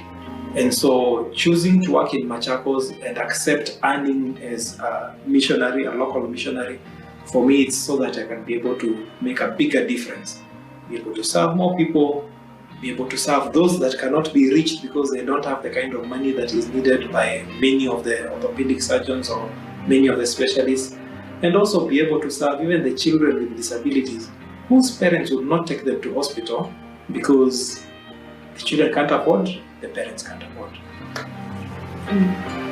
So why would I leave a very high-paying job to come to Machakos? That's a very important question. Sometimes I think I've just been realizing more and more that having the privilege of serving God is actually a bigger thing than just any money that can buy. Someone was once telling me that the only thing that I can go with people at the end of the day when I leave this world is people that I can go with. And so for me, as a missionary, it's an opportunity for me to be able to share God's word with my patients. And being in a place as a missionary here, that for me is the greatest wealth. And so I know that I am building my wealth I'm building a wealth that will last. The Bible says that build your wealth in things that will not rot, where no moth will eat it and no worms will destroy it. And so my wealth is in people. And what difference can I make in these people? And so the things that actually drive us is that if I have made a difference in this person's life, then hopefully when they look at my life, they will see Jesus Christ in my life. And because they have seen Jesus Christ in my life, they will desire to know this God who is in us. So being in a missionary, unfortunately, I cannot go say to the supermarket that, hey, I'm a missionary, give me a discount. No, it just doesn't work. So we have to charge a fair price. And with the fair price that we charge, it's able to meet our needs. We're able to take our children to school, have employees, pay them, but at the same time not press our patients too much that they cannot be able to do this. So we want that by the good deeds that we do, we are glorifying God in heaven.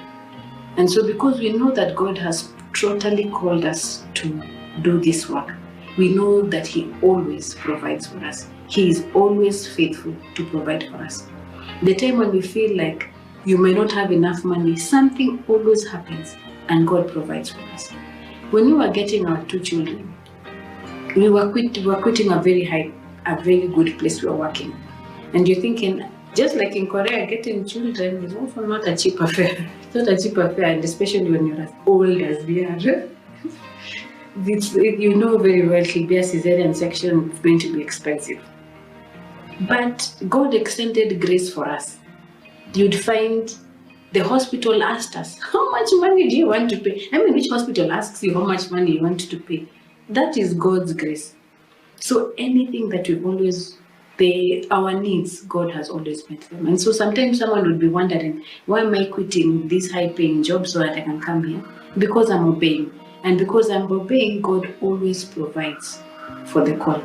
Just like He provided for Elijah when He sent him to do anything. He would always provide the grace and the resources that are needed to do that job. Yeah.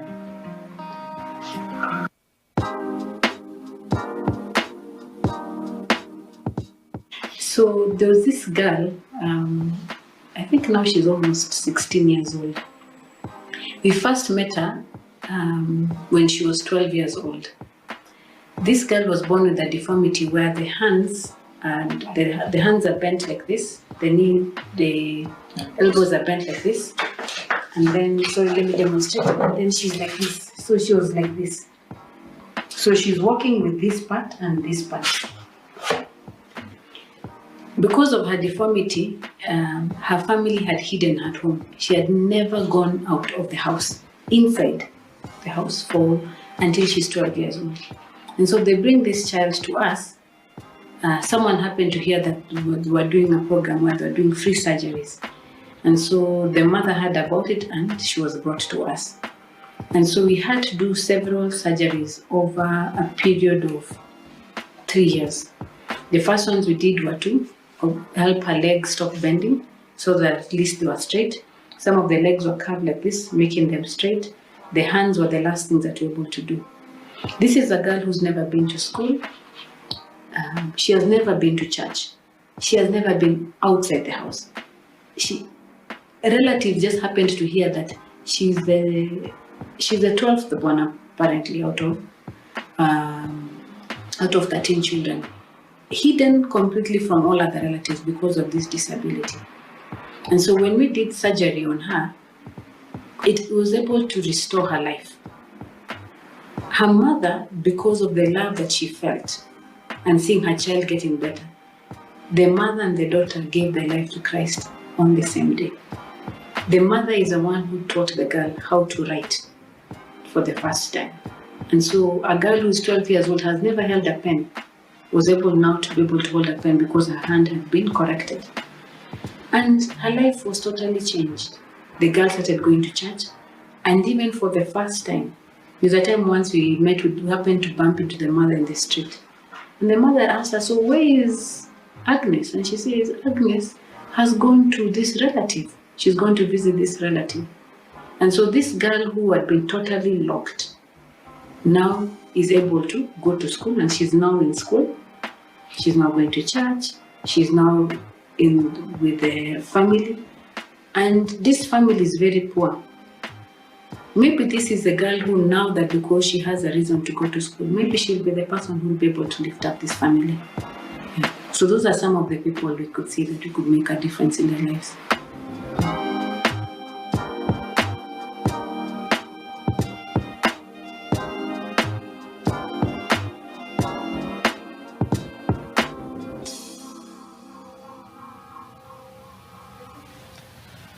Thank you, Dr. Levis and Dr. Specky, for your sharing.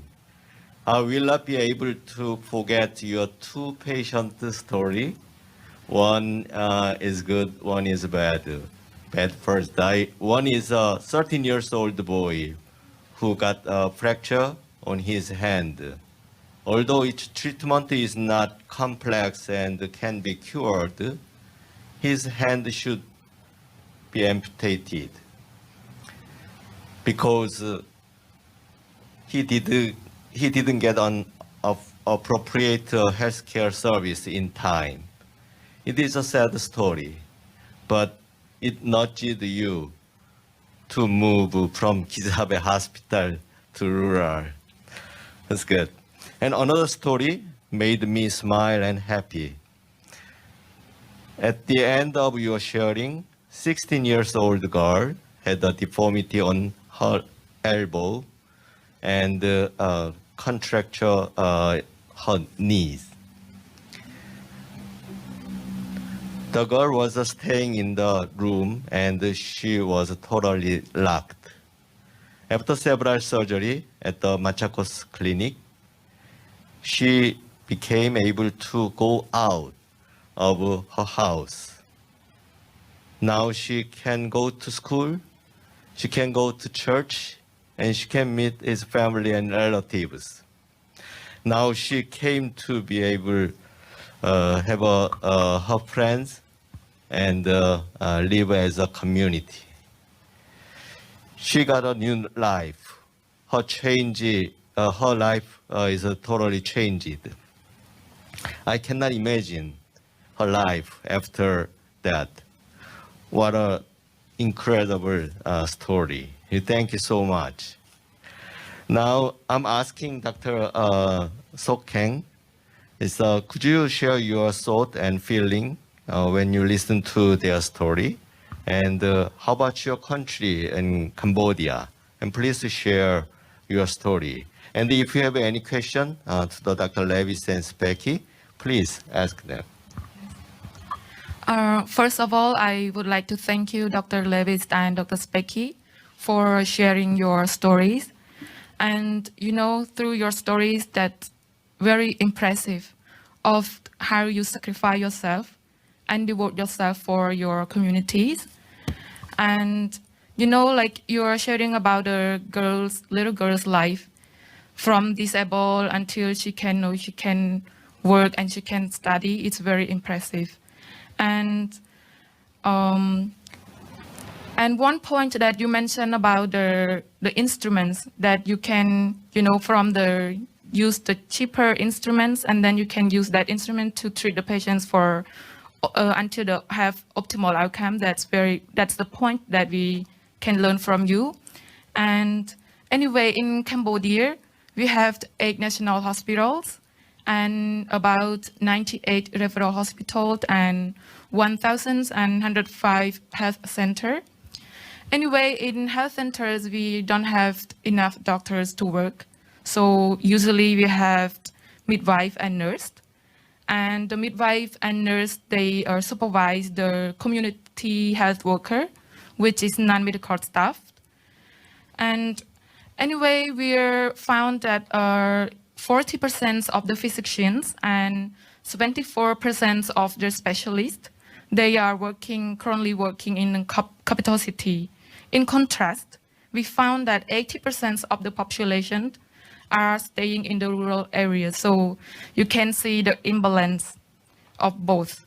Many people live in the rural areas, but many doctors are working in the capital city. So we really have the shortage of doctors and nurses who are willing to work in the rural areas. So as I'm a doctor, I hope that I have a chance to serve in the rural areas too. And, from hearing your stories very motivate me. Yes, and anyway, I have a question. So what can be the challenge of your challenge that you're moving from the urban to the rural areas? Thank you. Okay. The challenge that we faced from moving from an urban area to the rural area are several. First of all, one is having financially, you notice that it's a very big difference.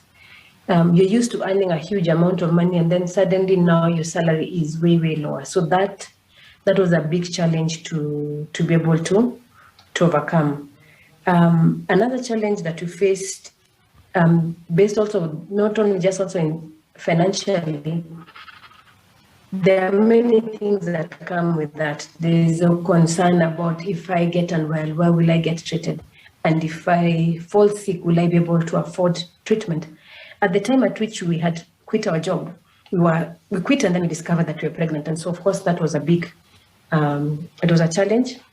And so before we realized that when we're cutting costs down by sleeping in the clinic floor, we realized now that we're expecting a child, we can't bring this child to live in the clinic. It's no longer necessary.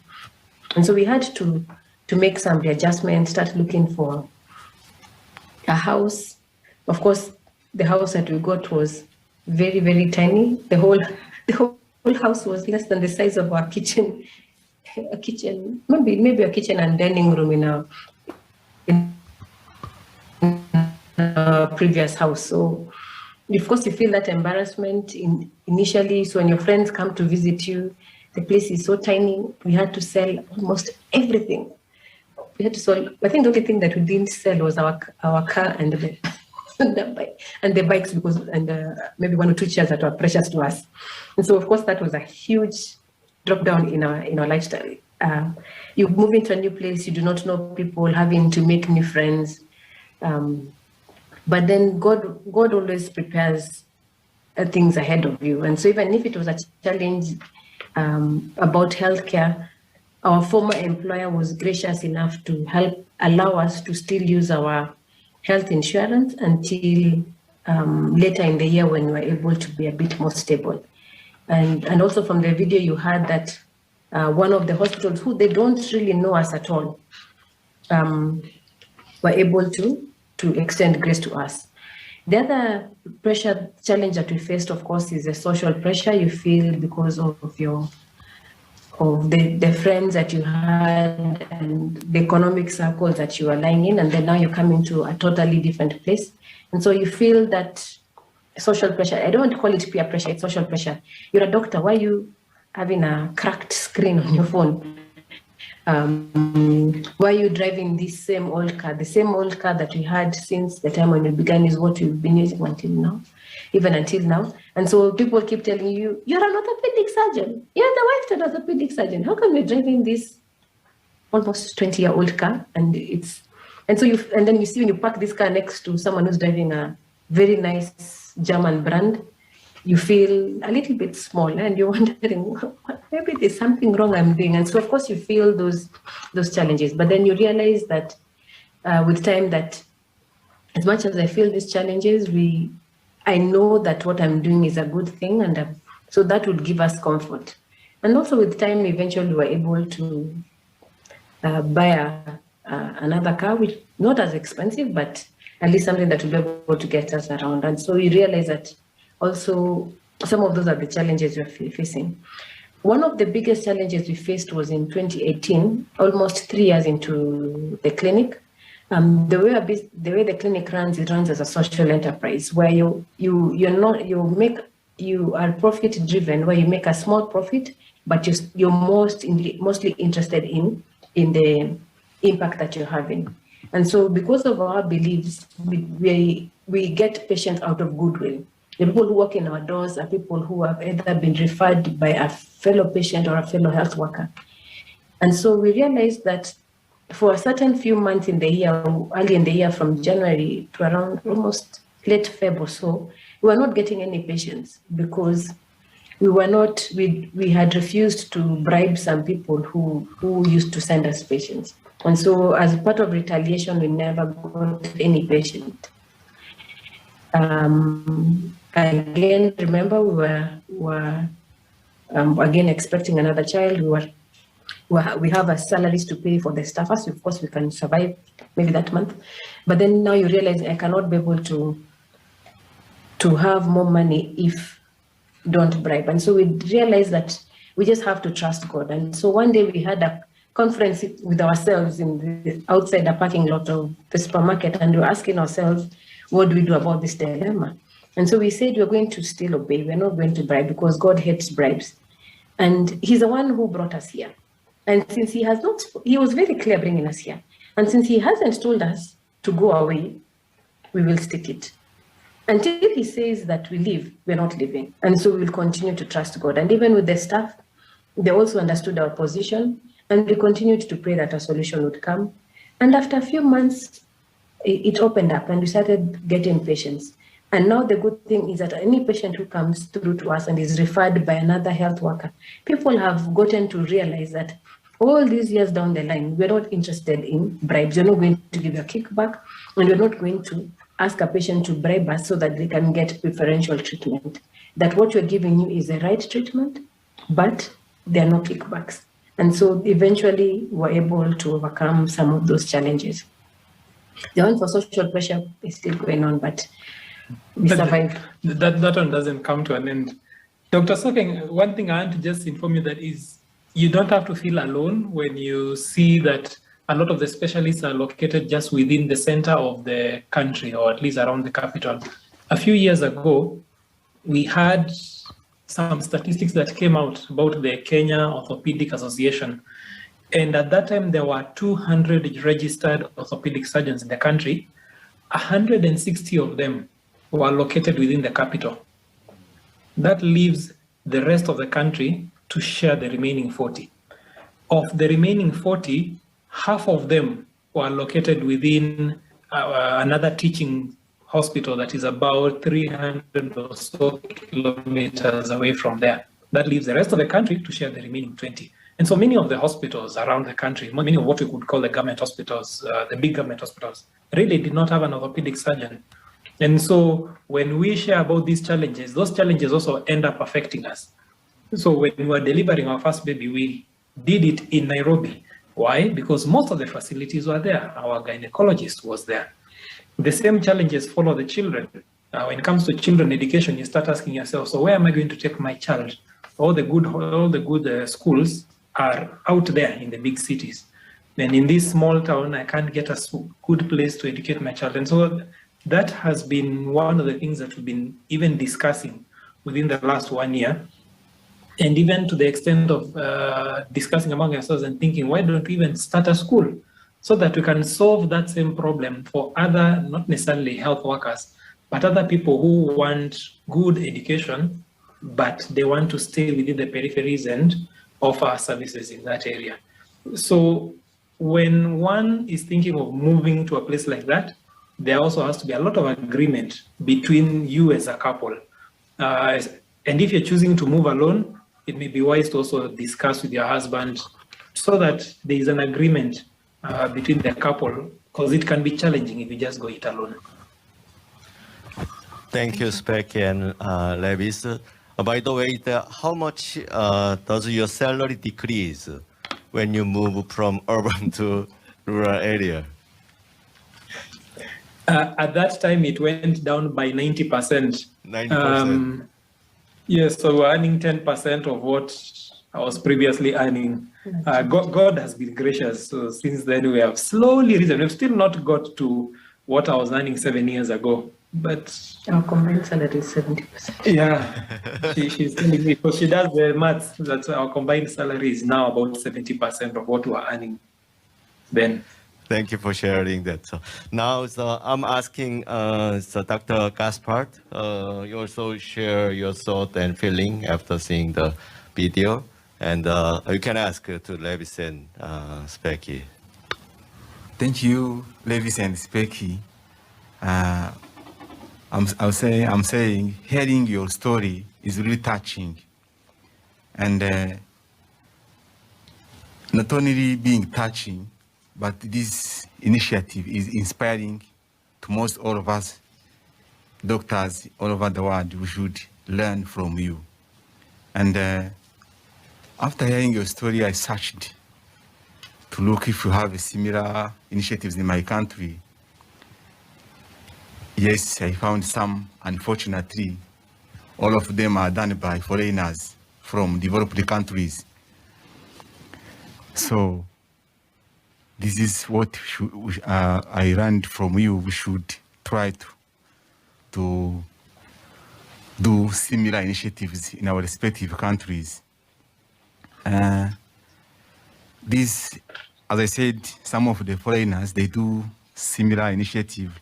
Like you have surgeons, and 2 surgeons, they perform different surgeries, including ventriculoperitoneal shunts for children who have hydrocephalus. This one actually is done at referral hospital, but they do this operation at health center level. You can imagine how it helps people who could not afford even the transport from the rural community to the referral hospital, which is in the town. And they provide this highly specialized service within a rural community. And this is one of initiative to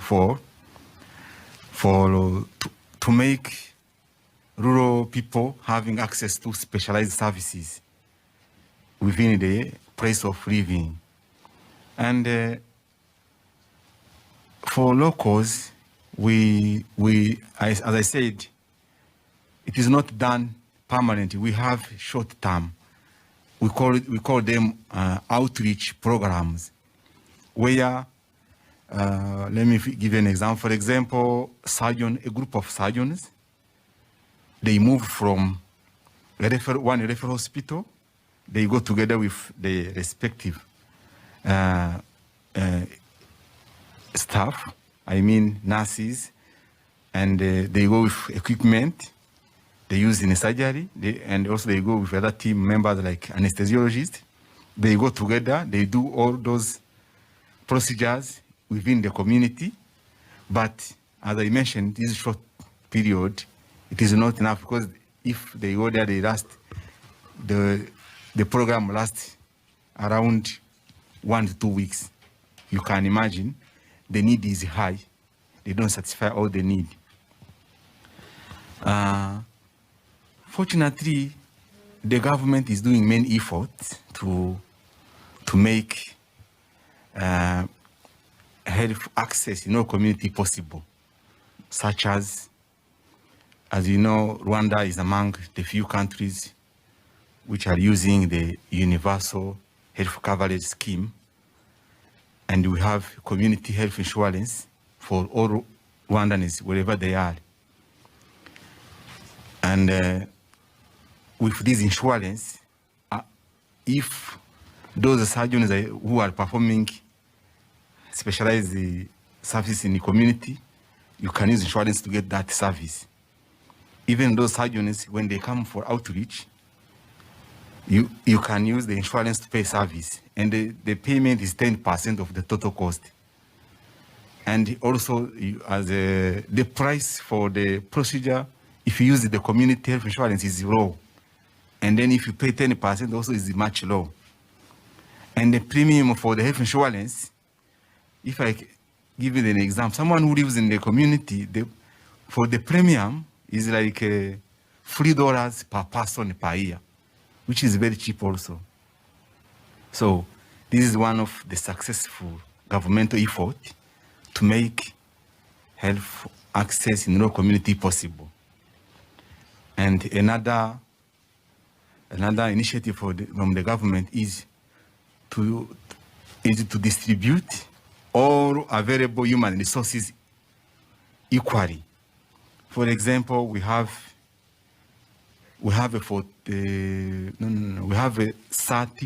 30 districts, and among those 30 districts we have 48 district hospitals, and currently there is almost all district hospitals have specialists in main domain.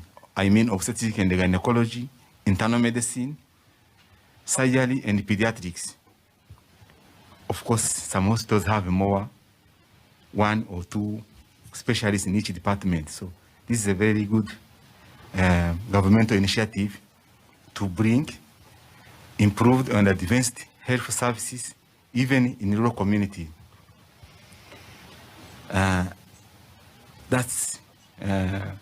So as you can see, most of them are done by governmental rather than personal. So now I can ask you, can you share with us what motivated you to make such a decision? Because for me it seems difficult, though it was feasible for you. Thank you. Thank you, Dr. Gaspard. I must say that Rwanda is doing very well. Are you accepting new citizens? I'm willing to move next week. Yes, we accept. We accept the yes, new citizen, especially you who is orthopedics. You can accept you quickly. Yeah, but you must be doing, the government is doing a very good job. I must laud those efforts. Sure. And when we think of what Dr. Park had mentioned earlier, these efforts to improve the healthcare, partly being government, it looks like in Rwanda, it's heavily on government. And in maybe other economies, it's mainly on the personal commitment side. So Rwanda has gone a very long way in doing that, including also this community health insurance. That is much more in terms of the effort that has been put than even what we are seeing in Kenya, because we are doing the same in Kenya, but not to that extent. So to your question, what motivated us? Well, first there is what we saw when we were in Kijabe, and my wife, my colleague, has been able to share those kind of stories when we were talking in the video about the challenges that we noticed when working in the big hospital. But then because of those challenges that we noticed, we realized that if we are to serve people, then we need to be where the people are. And so to be able to serve those people where the people are, the only way was for us to move. When you think of those two stories that were highlighted, of the boy who did not get a very simple treatment of just a fracture that is in the forearm, which really should just have had a plaster applied and that would have been the end of it. Or this other girl who has been hidden from the community for 16 years, and it takes them up to the age of about 14 or so to be brought for treatment and for it to make a difference in their lives. When you think of stories like that, then it motivates you to be able to move to a place like this. And then also for us, we consider it as a calling. This was a calling. It's a privilege to be able to come and serve God in a place like this. And so when we felt this move of God telling us, then it was easy to now go to my boss and tell him, there is this need. And we had a discussion with our employers long before we moved. I think we started the discussions even a year before. And the move was a progressive one. We did not suddenly just up everything and tomorrow we're all in Machakos and working. No. Because also we needed to retain a good relationship with our previous bosses, because this is a partnership that we were establishing, that by us moving to Machakos, we are going to serve the community in Machakos, but also serve together with a greater community. And so we could not just up and leave the places of work without somebody doing the work that we're doing. So we had discussions with them and told them that we expect that in the next 8 months, we'll be moving to Machakos. Kindly allow us a day or two to be able to be serving in Machakos. And they were gracious enough to allow us to do that. And then over that period of 8 months, we were able to train people to take up our roles in our previous employment as we increased the work here. And so because we're looking at it as a partnership, then at least we got grace from not only just God, but also from our employers. And then eventually, what we wanted was to improve the quality of life of our patients. And I think I'll let my wife explain this point better. You know, for some of us who work a lot in theater and we prefer to work with a knife, we may not be able to explain a point very well, but she spends most of the time talking with the patients. And so take over. So seeing our work as what motivates us is realizing that we see our work as a calling, and not a calling itself is just not, that's not only enough, but you feel like there's a little bit more that you can be able to do, and being able to make a difference in someone's life. There are times when you get, in fact, yesterday I was just thinking about, there's this patient who I talked about last time when we had a discussion, and he's a man who has a very bad heart condition. When we first met him, we met him almost 4 years now. 4 years now. And the first time when we met him, I've never forgotten him. He's an old man, 83 years old at that time, and had a very bad heart. When I remember the comment that the sonographer gave when they wrote the ECG report, they said this patient is too weak to survive anesthesia. You know, everything that could go wrong in the heart was wrong with him. His valves are messed up. The heart function, the way it pumps blood is messed up. It's, instead of it being above 50%, he's operating between 25 and 30%. And he has uncontrolled high blood pressure. The heart is weak. Both sides of the heart are weak. And miraculously, he's walking. And now he wants to have surgery. And all the things that I would think I would need to be able to do surgery on him, I would need a place with an ICU. I don't have an access to an ICU. He needs all these nice blood pressure medications, which we do not have. And so he's saying, when I broke my leg, I've been suffering for the last almost 9 months, and no one wants to touch him. Every time he's told to go to the National Hospital. When he goes to the National Hospital, unfortunately, because of the queues just to be able to get an appointment, it's been months. And so he's frustrated and he's saying, I want you to do surgery on me and to help us. Now, if I was in the big city, the amount of money I would charge for anesthesia might even be more than the surgeon, because the issues that he has, I could say I could almost charge maybe $30,000 equivalent because of his heart issues. But this man is poor, he has no money. He has this social health insurance, which pays maybe $300 for the surgery for the two doctors to be able to split. So maybe 150 for both of us. So this man, there is no way he'll be able to afford to see us if we were in our previous setting. And so we see that we can be able to make a difference to this gentleman that is called Philip. And not only once, he's come for repeated surgeries. Even as late as yesterday, we had to do a different surgery on him, not orthopedics. He came for a totally different issue, related to general surgery. And I remember like last week, before he had a little bit more money, he was able to purchase things like an epidural catheter. He'll be able to pay for that. But now he doesn't, he says he's completely wiped out. He doesn't even have money for that. And so we can be able to make a difference in him by saying, you know what, why don't we do his surgery for free? We're not going to ask him for a single cent.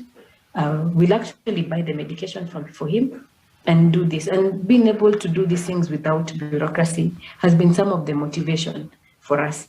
And being a practical help to people. There's this very nice verse that is in Proverbs that says, do not withhold good from those whom it is due, when it is in your power to act. So you can actually be able to do good just with the power that you have. You may not have access to some of this nice equipment, but if you maintain a good relationship with people and you share your story with people, they'll be willing to help. I usually tell Levis that one talent that I am very good at is I know how to ask for things. With my former workplace, I usually tell them, when you're clearing things from the store, before you throw them in the dustbin, please tell me, I come and look at them. Yeah, and I see what they have. And because of that, sometimes you're able to get some few equipment that you can be able to fix here and there, and it helps. Yeah. Thank you so much. That's time is so fast. I didn't expect it so fast, but let's give all the panelists and then keynote speakers. Please give your suggestion how to improve the healthcare access in rural area. Yeah, and then please give us some closing comment, each one of you. Who's gonna start? Is Dr. Sokeng? Or I can start. Yeah. To improve the rural areas, you know, this question is such a very difficult one because, like, it's the problems that occur in every country. But I want to share some point. Like, it's the work that we need to work together. The government, the human power, like doctors, nurses, and the people who live in the community themselves. So in the government, I think the government should like invest more in health facilities and increase more access for the transportations, and also motivate or maybe can increase the salary for the people who are willing to work in the rural areas. And the human power, you know, that's very difficult. So how can we find the doctors who are willing to, you know, commit themselves and sacrifice like both of you? Is very difficult. And for one more point is about the social medias. I think we can include some education in the social media that's very helpful. So, and for my conclusions, you know, your stories motivate me, and I believe that a lot of patients, a lot of people will be, you know, will be helped from both of you. And I wish you all the best. Thank you. Thank you. And Gaspard, Dr. Gaspard, I remember that Gaspard always say, my respected country, Rwanda. So I know you're very proud of your country. So please give your suggestion. Thank you. To improve health access in rural community, for me, I think many government or other non-government institutions should emphasize on improving infrastructures in the community, including schools, including good roads from city to community, and also constructing hospitals in rural areas this will attract many doctors from the city now coming to work in a place where they can feel like infrastructures are advanced are the same way to town in the towns. So I can, if I had the opportunity to take a decision at the governmental level, I can work on those points, hoping they will attract more doctors to come and work in rural communities. Thank you. Thank you. Dr. Levis and Specky, can you add a short comment for suggestion? So if you go into many of these rural hospitals around the world, you will usually find that there is a doctor who is willing to work there. He may not be there at that time, but eventually there's a doctor who's willing to work there. And so my look on it I would look at it from the description that Dr. Gaspard gave of if there's already somebody there, then now let us look at a way of training the doctor who is locally there. So I'll just give a short story of what we've done in the last 8 or so years. Our colleague of ours works in West Africa in a very rural hospital. He lives about 900 kilometers from the capital city. And so over a period of about 8 years or so, we have been working with him to improve the skill that he has concerning certain surgeries. And when we started going there, we would do maybe 10 or so surgeries with him. But then over time, he has become so good that when we go there, we are more like going to support him because he is able to do these surgeries himself. And because he's a doctor who's willing to work deep in the village, those doctors are not easy to come by. Then the way to improve the healthcare of the community is by improving his skill so that the patients who are there no longer need to go to the capital city to get that service. So for me, I would look at, let us train those doctors who are there through either formal trainings or short-term missions or whichever the method we can, so that those doctors can be able to be retained within the villages and still serve the village. Okay, thank you so much. Specky, will you add? Yes. I would say that another way that is practical is also mentorship. The doctors who are in rural areas are usually cut off from other doctors, and so it can be discouraging for them to continue to stay there. So if you know there's some who are involved in working in the rural areas, maintaining a relationship with them and helping them in their challenges, sometimes it may not necessarily be monetary wise, but having an ear to listen to them without being judgmental is something that is of benefit. And also in medical school, I think it's a wonderful place for you to be able to train the future doctors who will work in the rural areas. Levis did not grow up in a very rural area, neither did I, but in medical school, we're able to meet doctors who have worked in rural areas and were mentored by them. And one of those doctors worked in a mission hospital in a rural area for many years. And so because he was constantly in touch with Levis, he was able to reproduce himself and his values in Levis. And so even now, Levis will also be able to do the same with other people. Just like in the Bible, Jesus worked with 12 disciples. So if you are involved in global health, getting students who are interested in global health and following them up over several years will be able to impart that desire in them. And those are the people who will stick. So you start on them at an early age. Thank you so much. It is a not small personal step for your Specky and Levis family to move from urban area to rural area. That, however, it is not tiny, but there is a significant footprint to save a lot of people and restore thousands of patient life and build the health community. So thank you so much for your sharing, and panelists. We're gonna give us Dr. Park, please. Yeah, thank you so much for sharing your story so we'll all touch it. And Dr. Levis and Specky, and Hang, Dr. Hang, and Dr. Gaspard.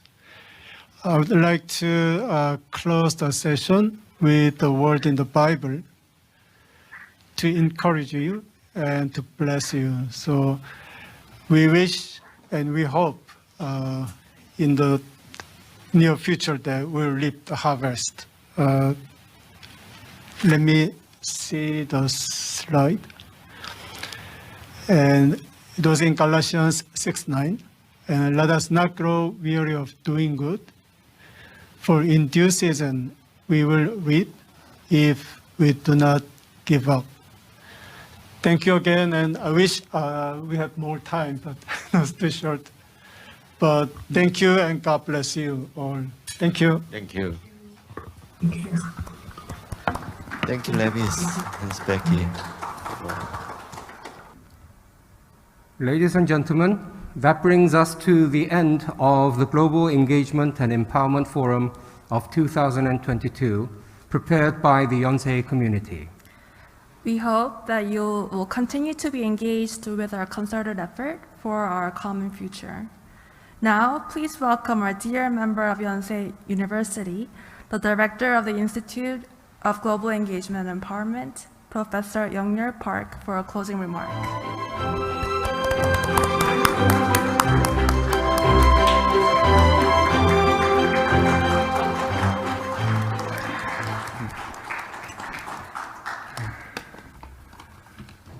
Ladies and gentlemen, I want to share my sincere appreciation for everyone who joined Global Engagement and Empowerment Forum on Sustainable Development, Yonsei GEEF 2022. I am also grateful to Yonsei University, Ban Ki-moon Foundation for a Better Future, and the Ban Ki-moon Center for Global Citizens and Vienna for their effort to co-host GEEF 2022.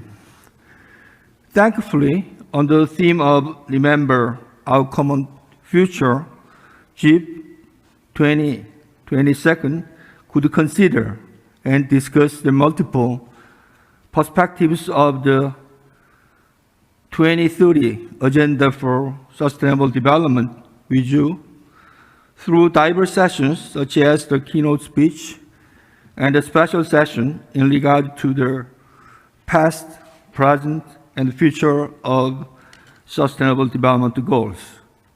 Furthermore, 3 plenary sessions covered equitable vaccine accessibility, caring society, and SDGs index. And finally, there were 12 featured and scientific sessions that covered various topics for sustainable development and our common future.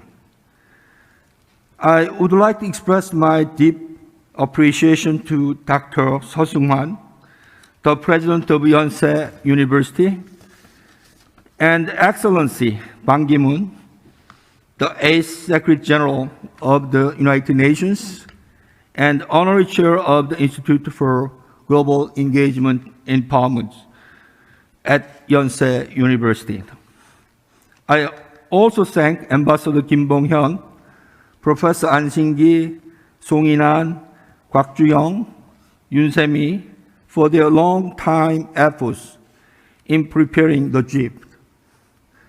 I would like to thank SDG professors, IGEE staffs, and interns for their hands-on work throughout the preparation period. As COMEX Plan S, thanks for helping us arrange the forum. Institute for Global Engagement and Empowerment at Yonsei University will continue to progress in teaching and researching about sustainable development to build a better world and create a new path as a university that leads the era of new normal. I hope we are going to meet again at GEEF 2023, next year. Once again, thank you for your participation and support for GEEF 2022. Lastly, let us wrap up by appreciating the insightful, meaningful moments of GEEF 2022. Remember our common future. See you at Yonsei GEEF 2023. Thank you very much.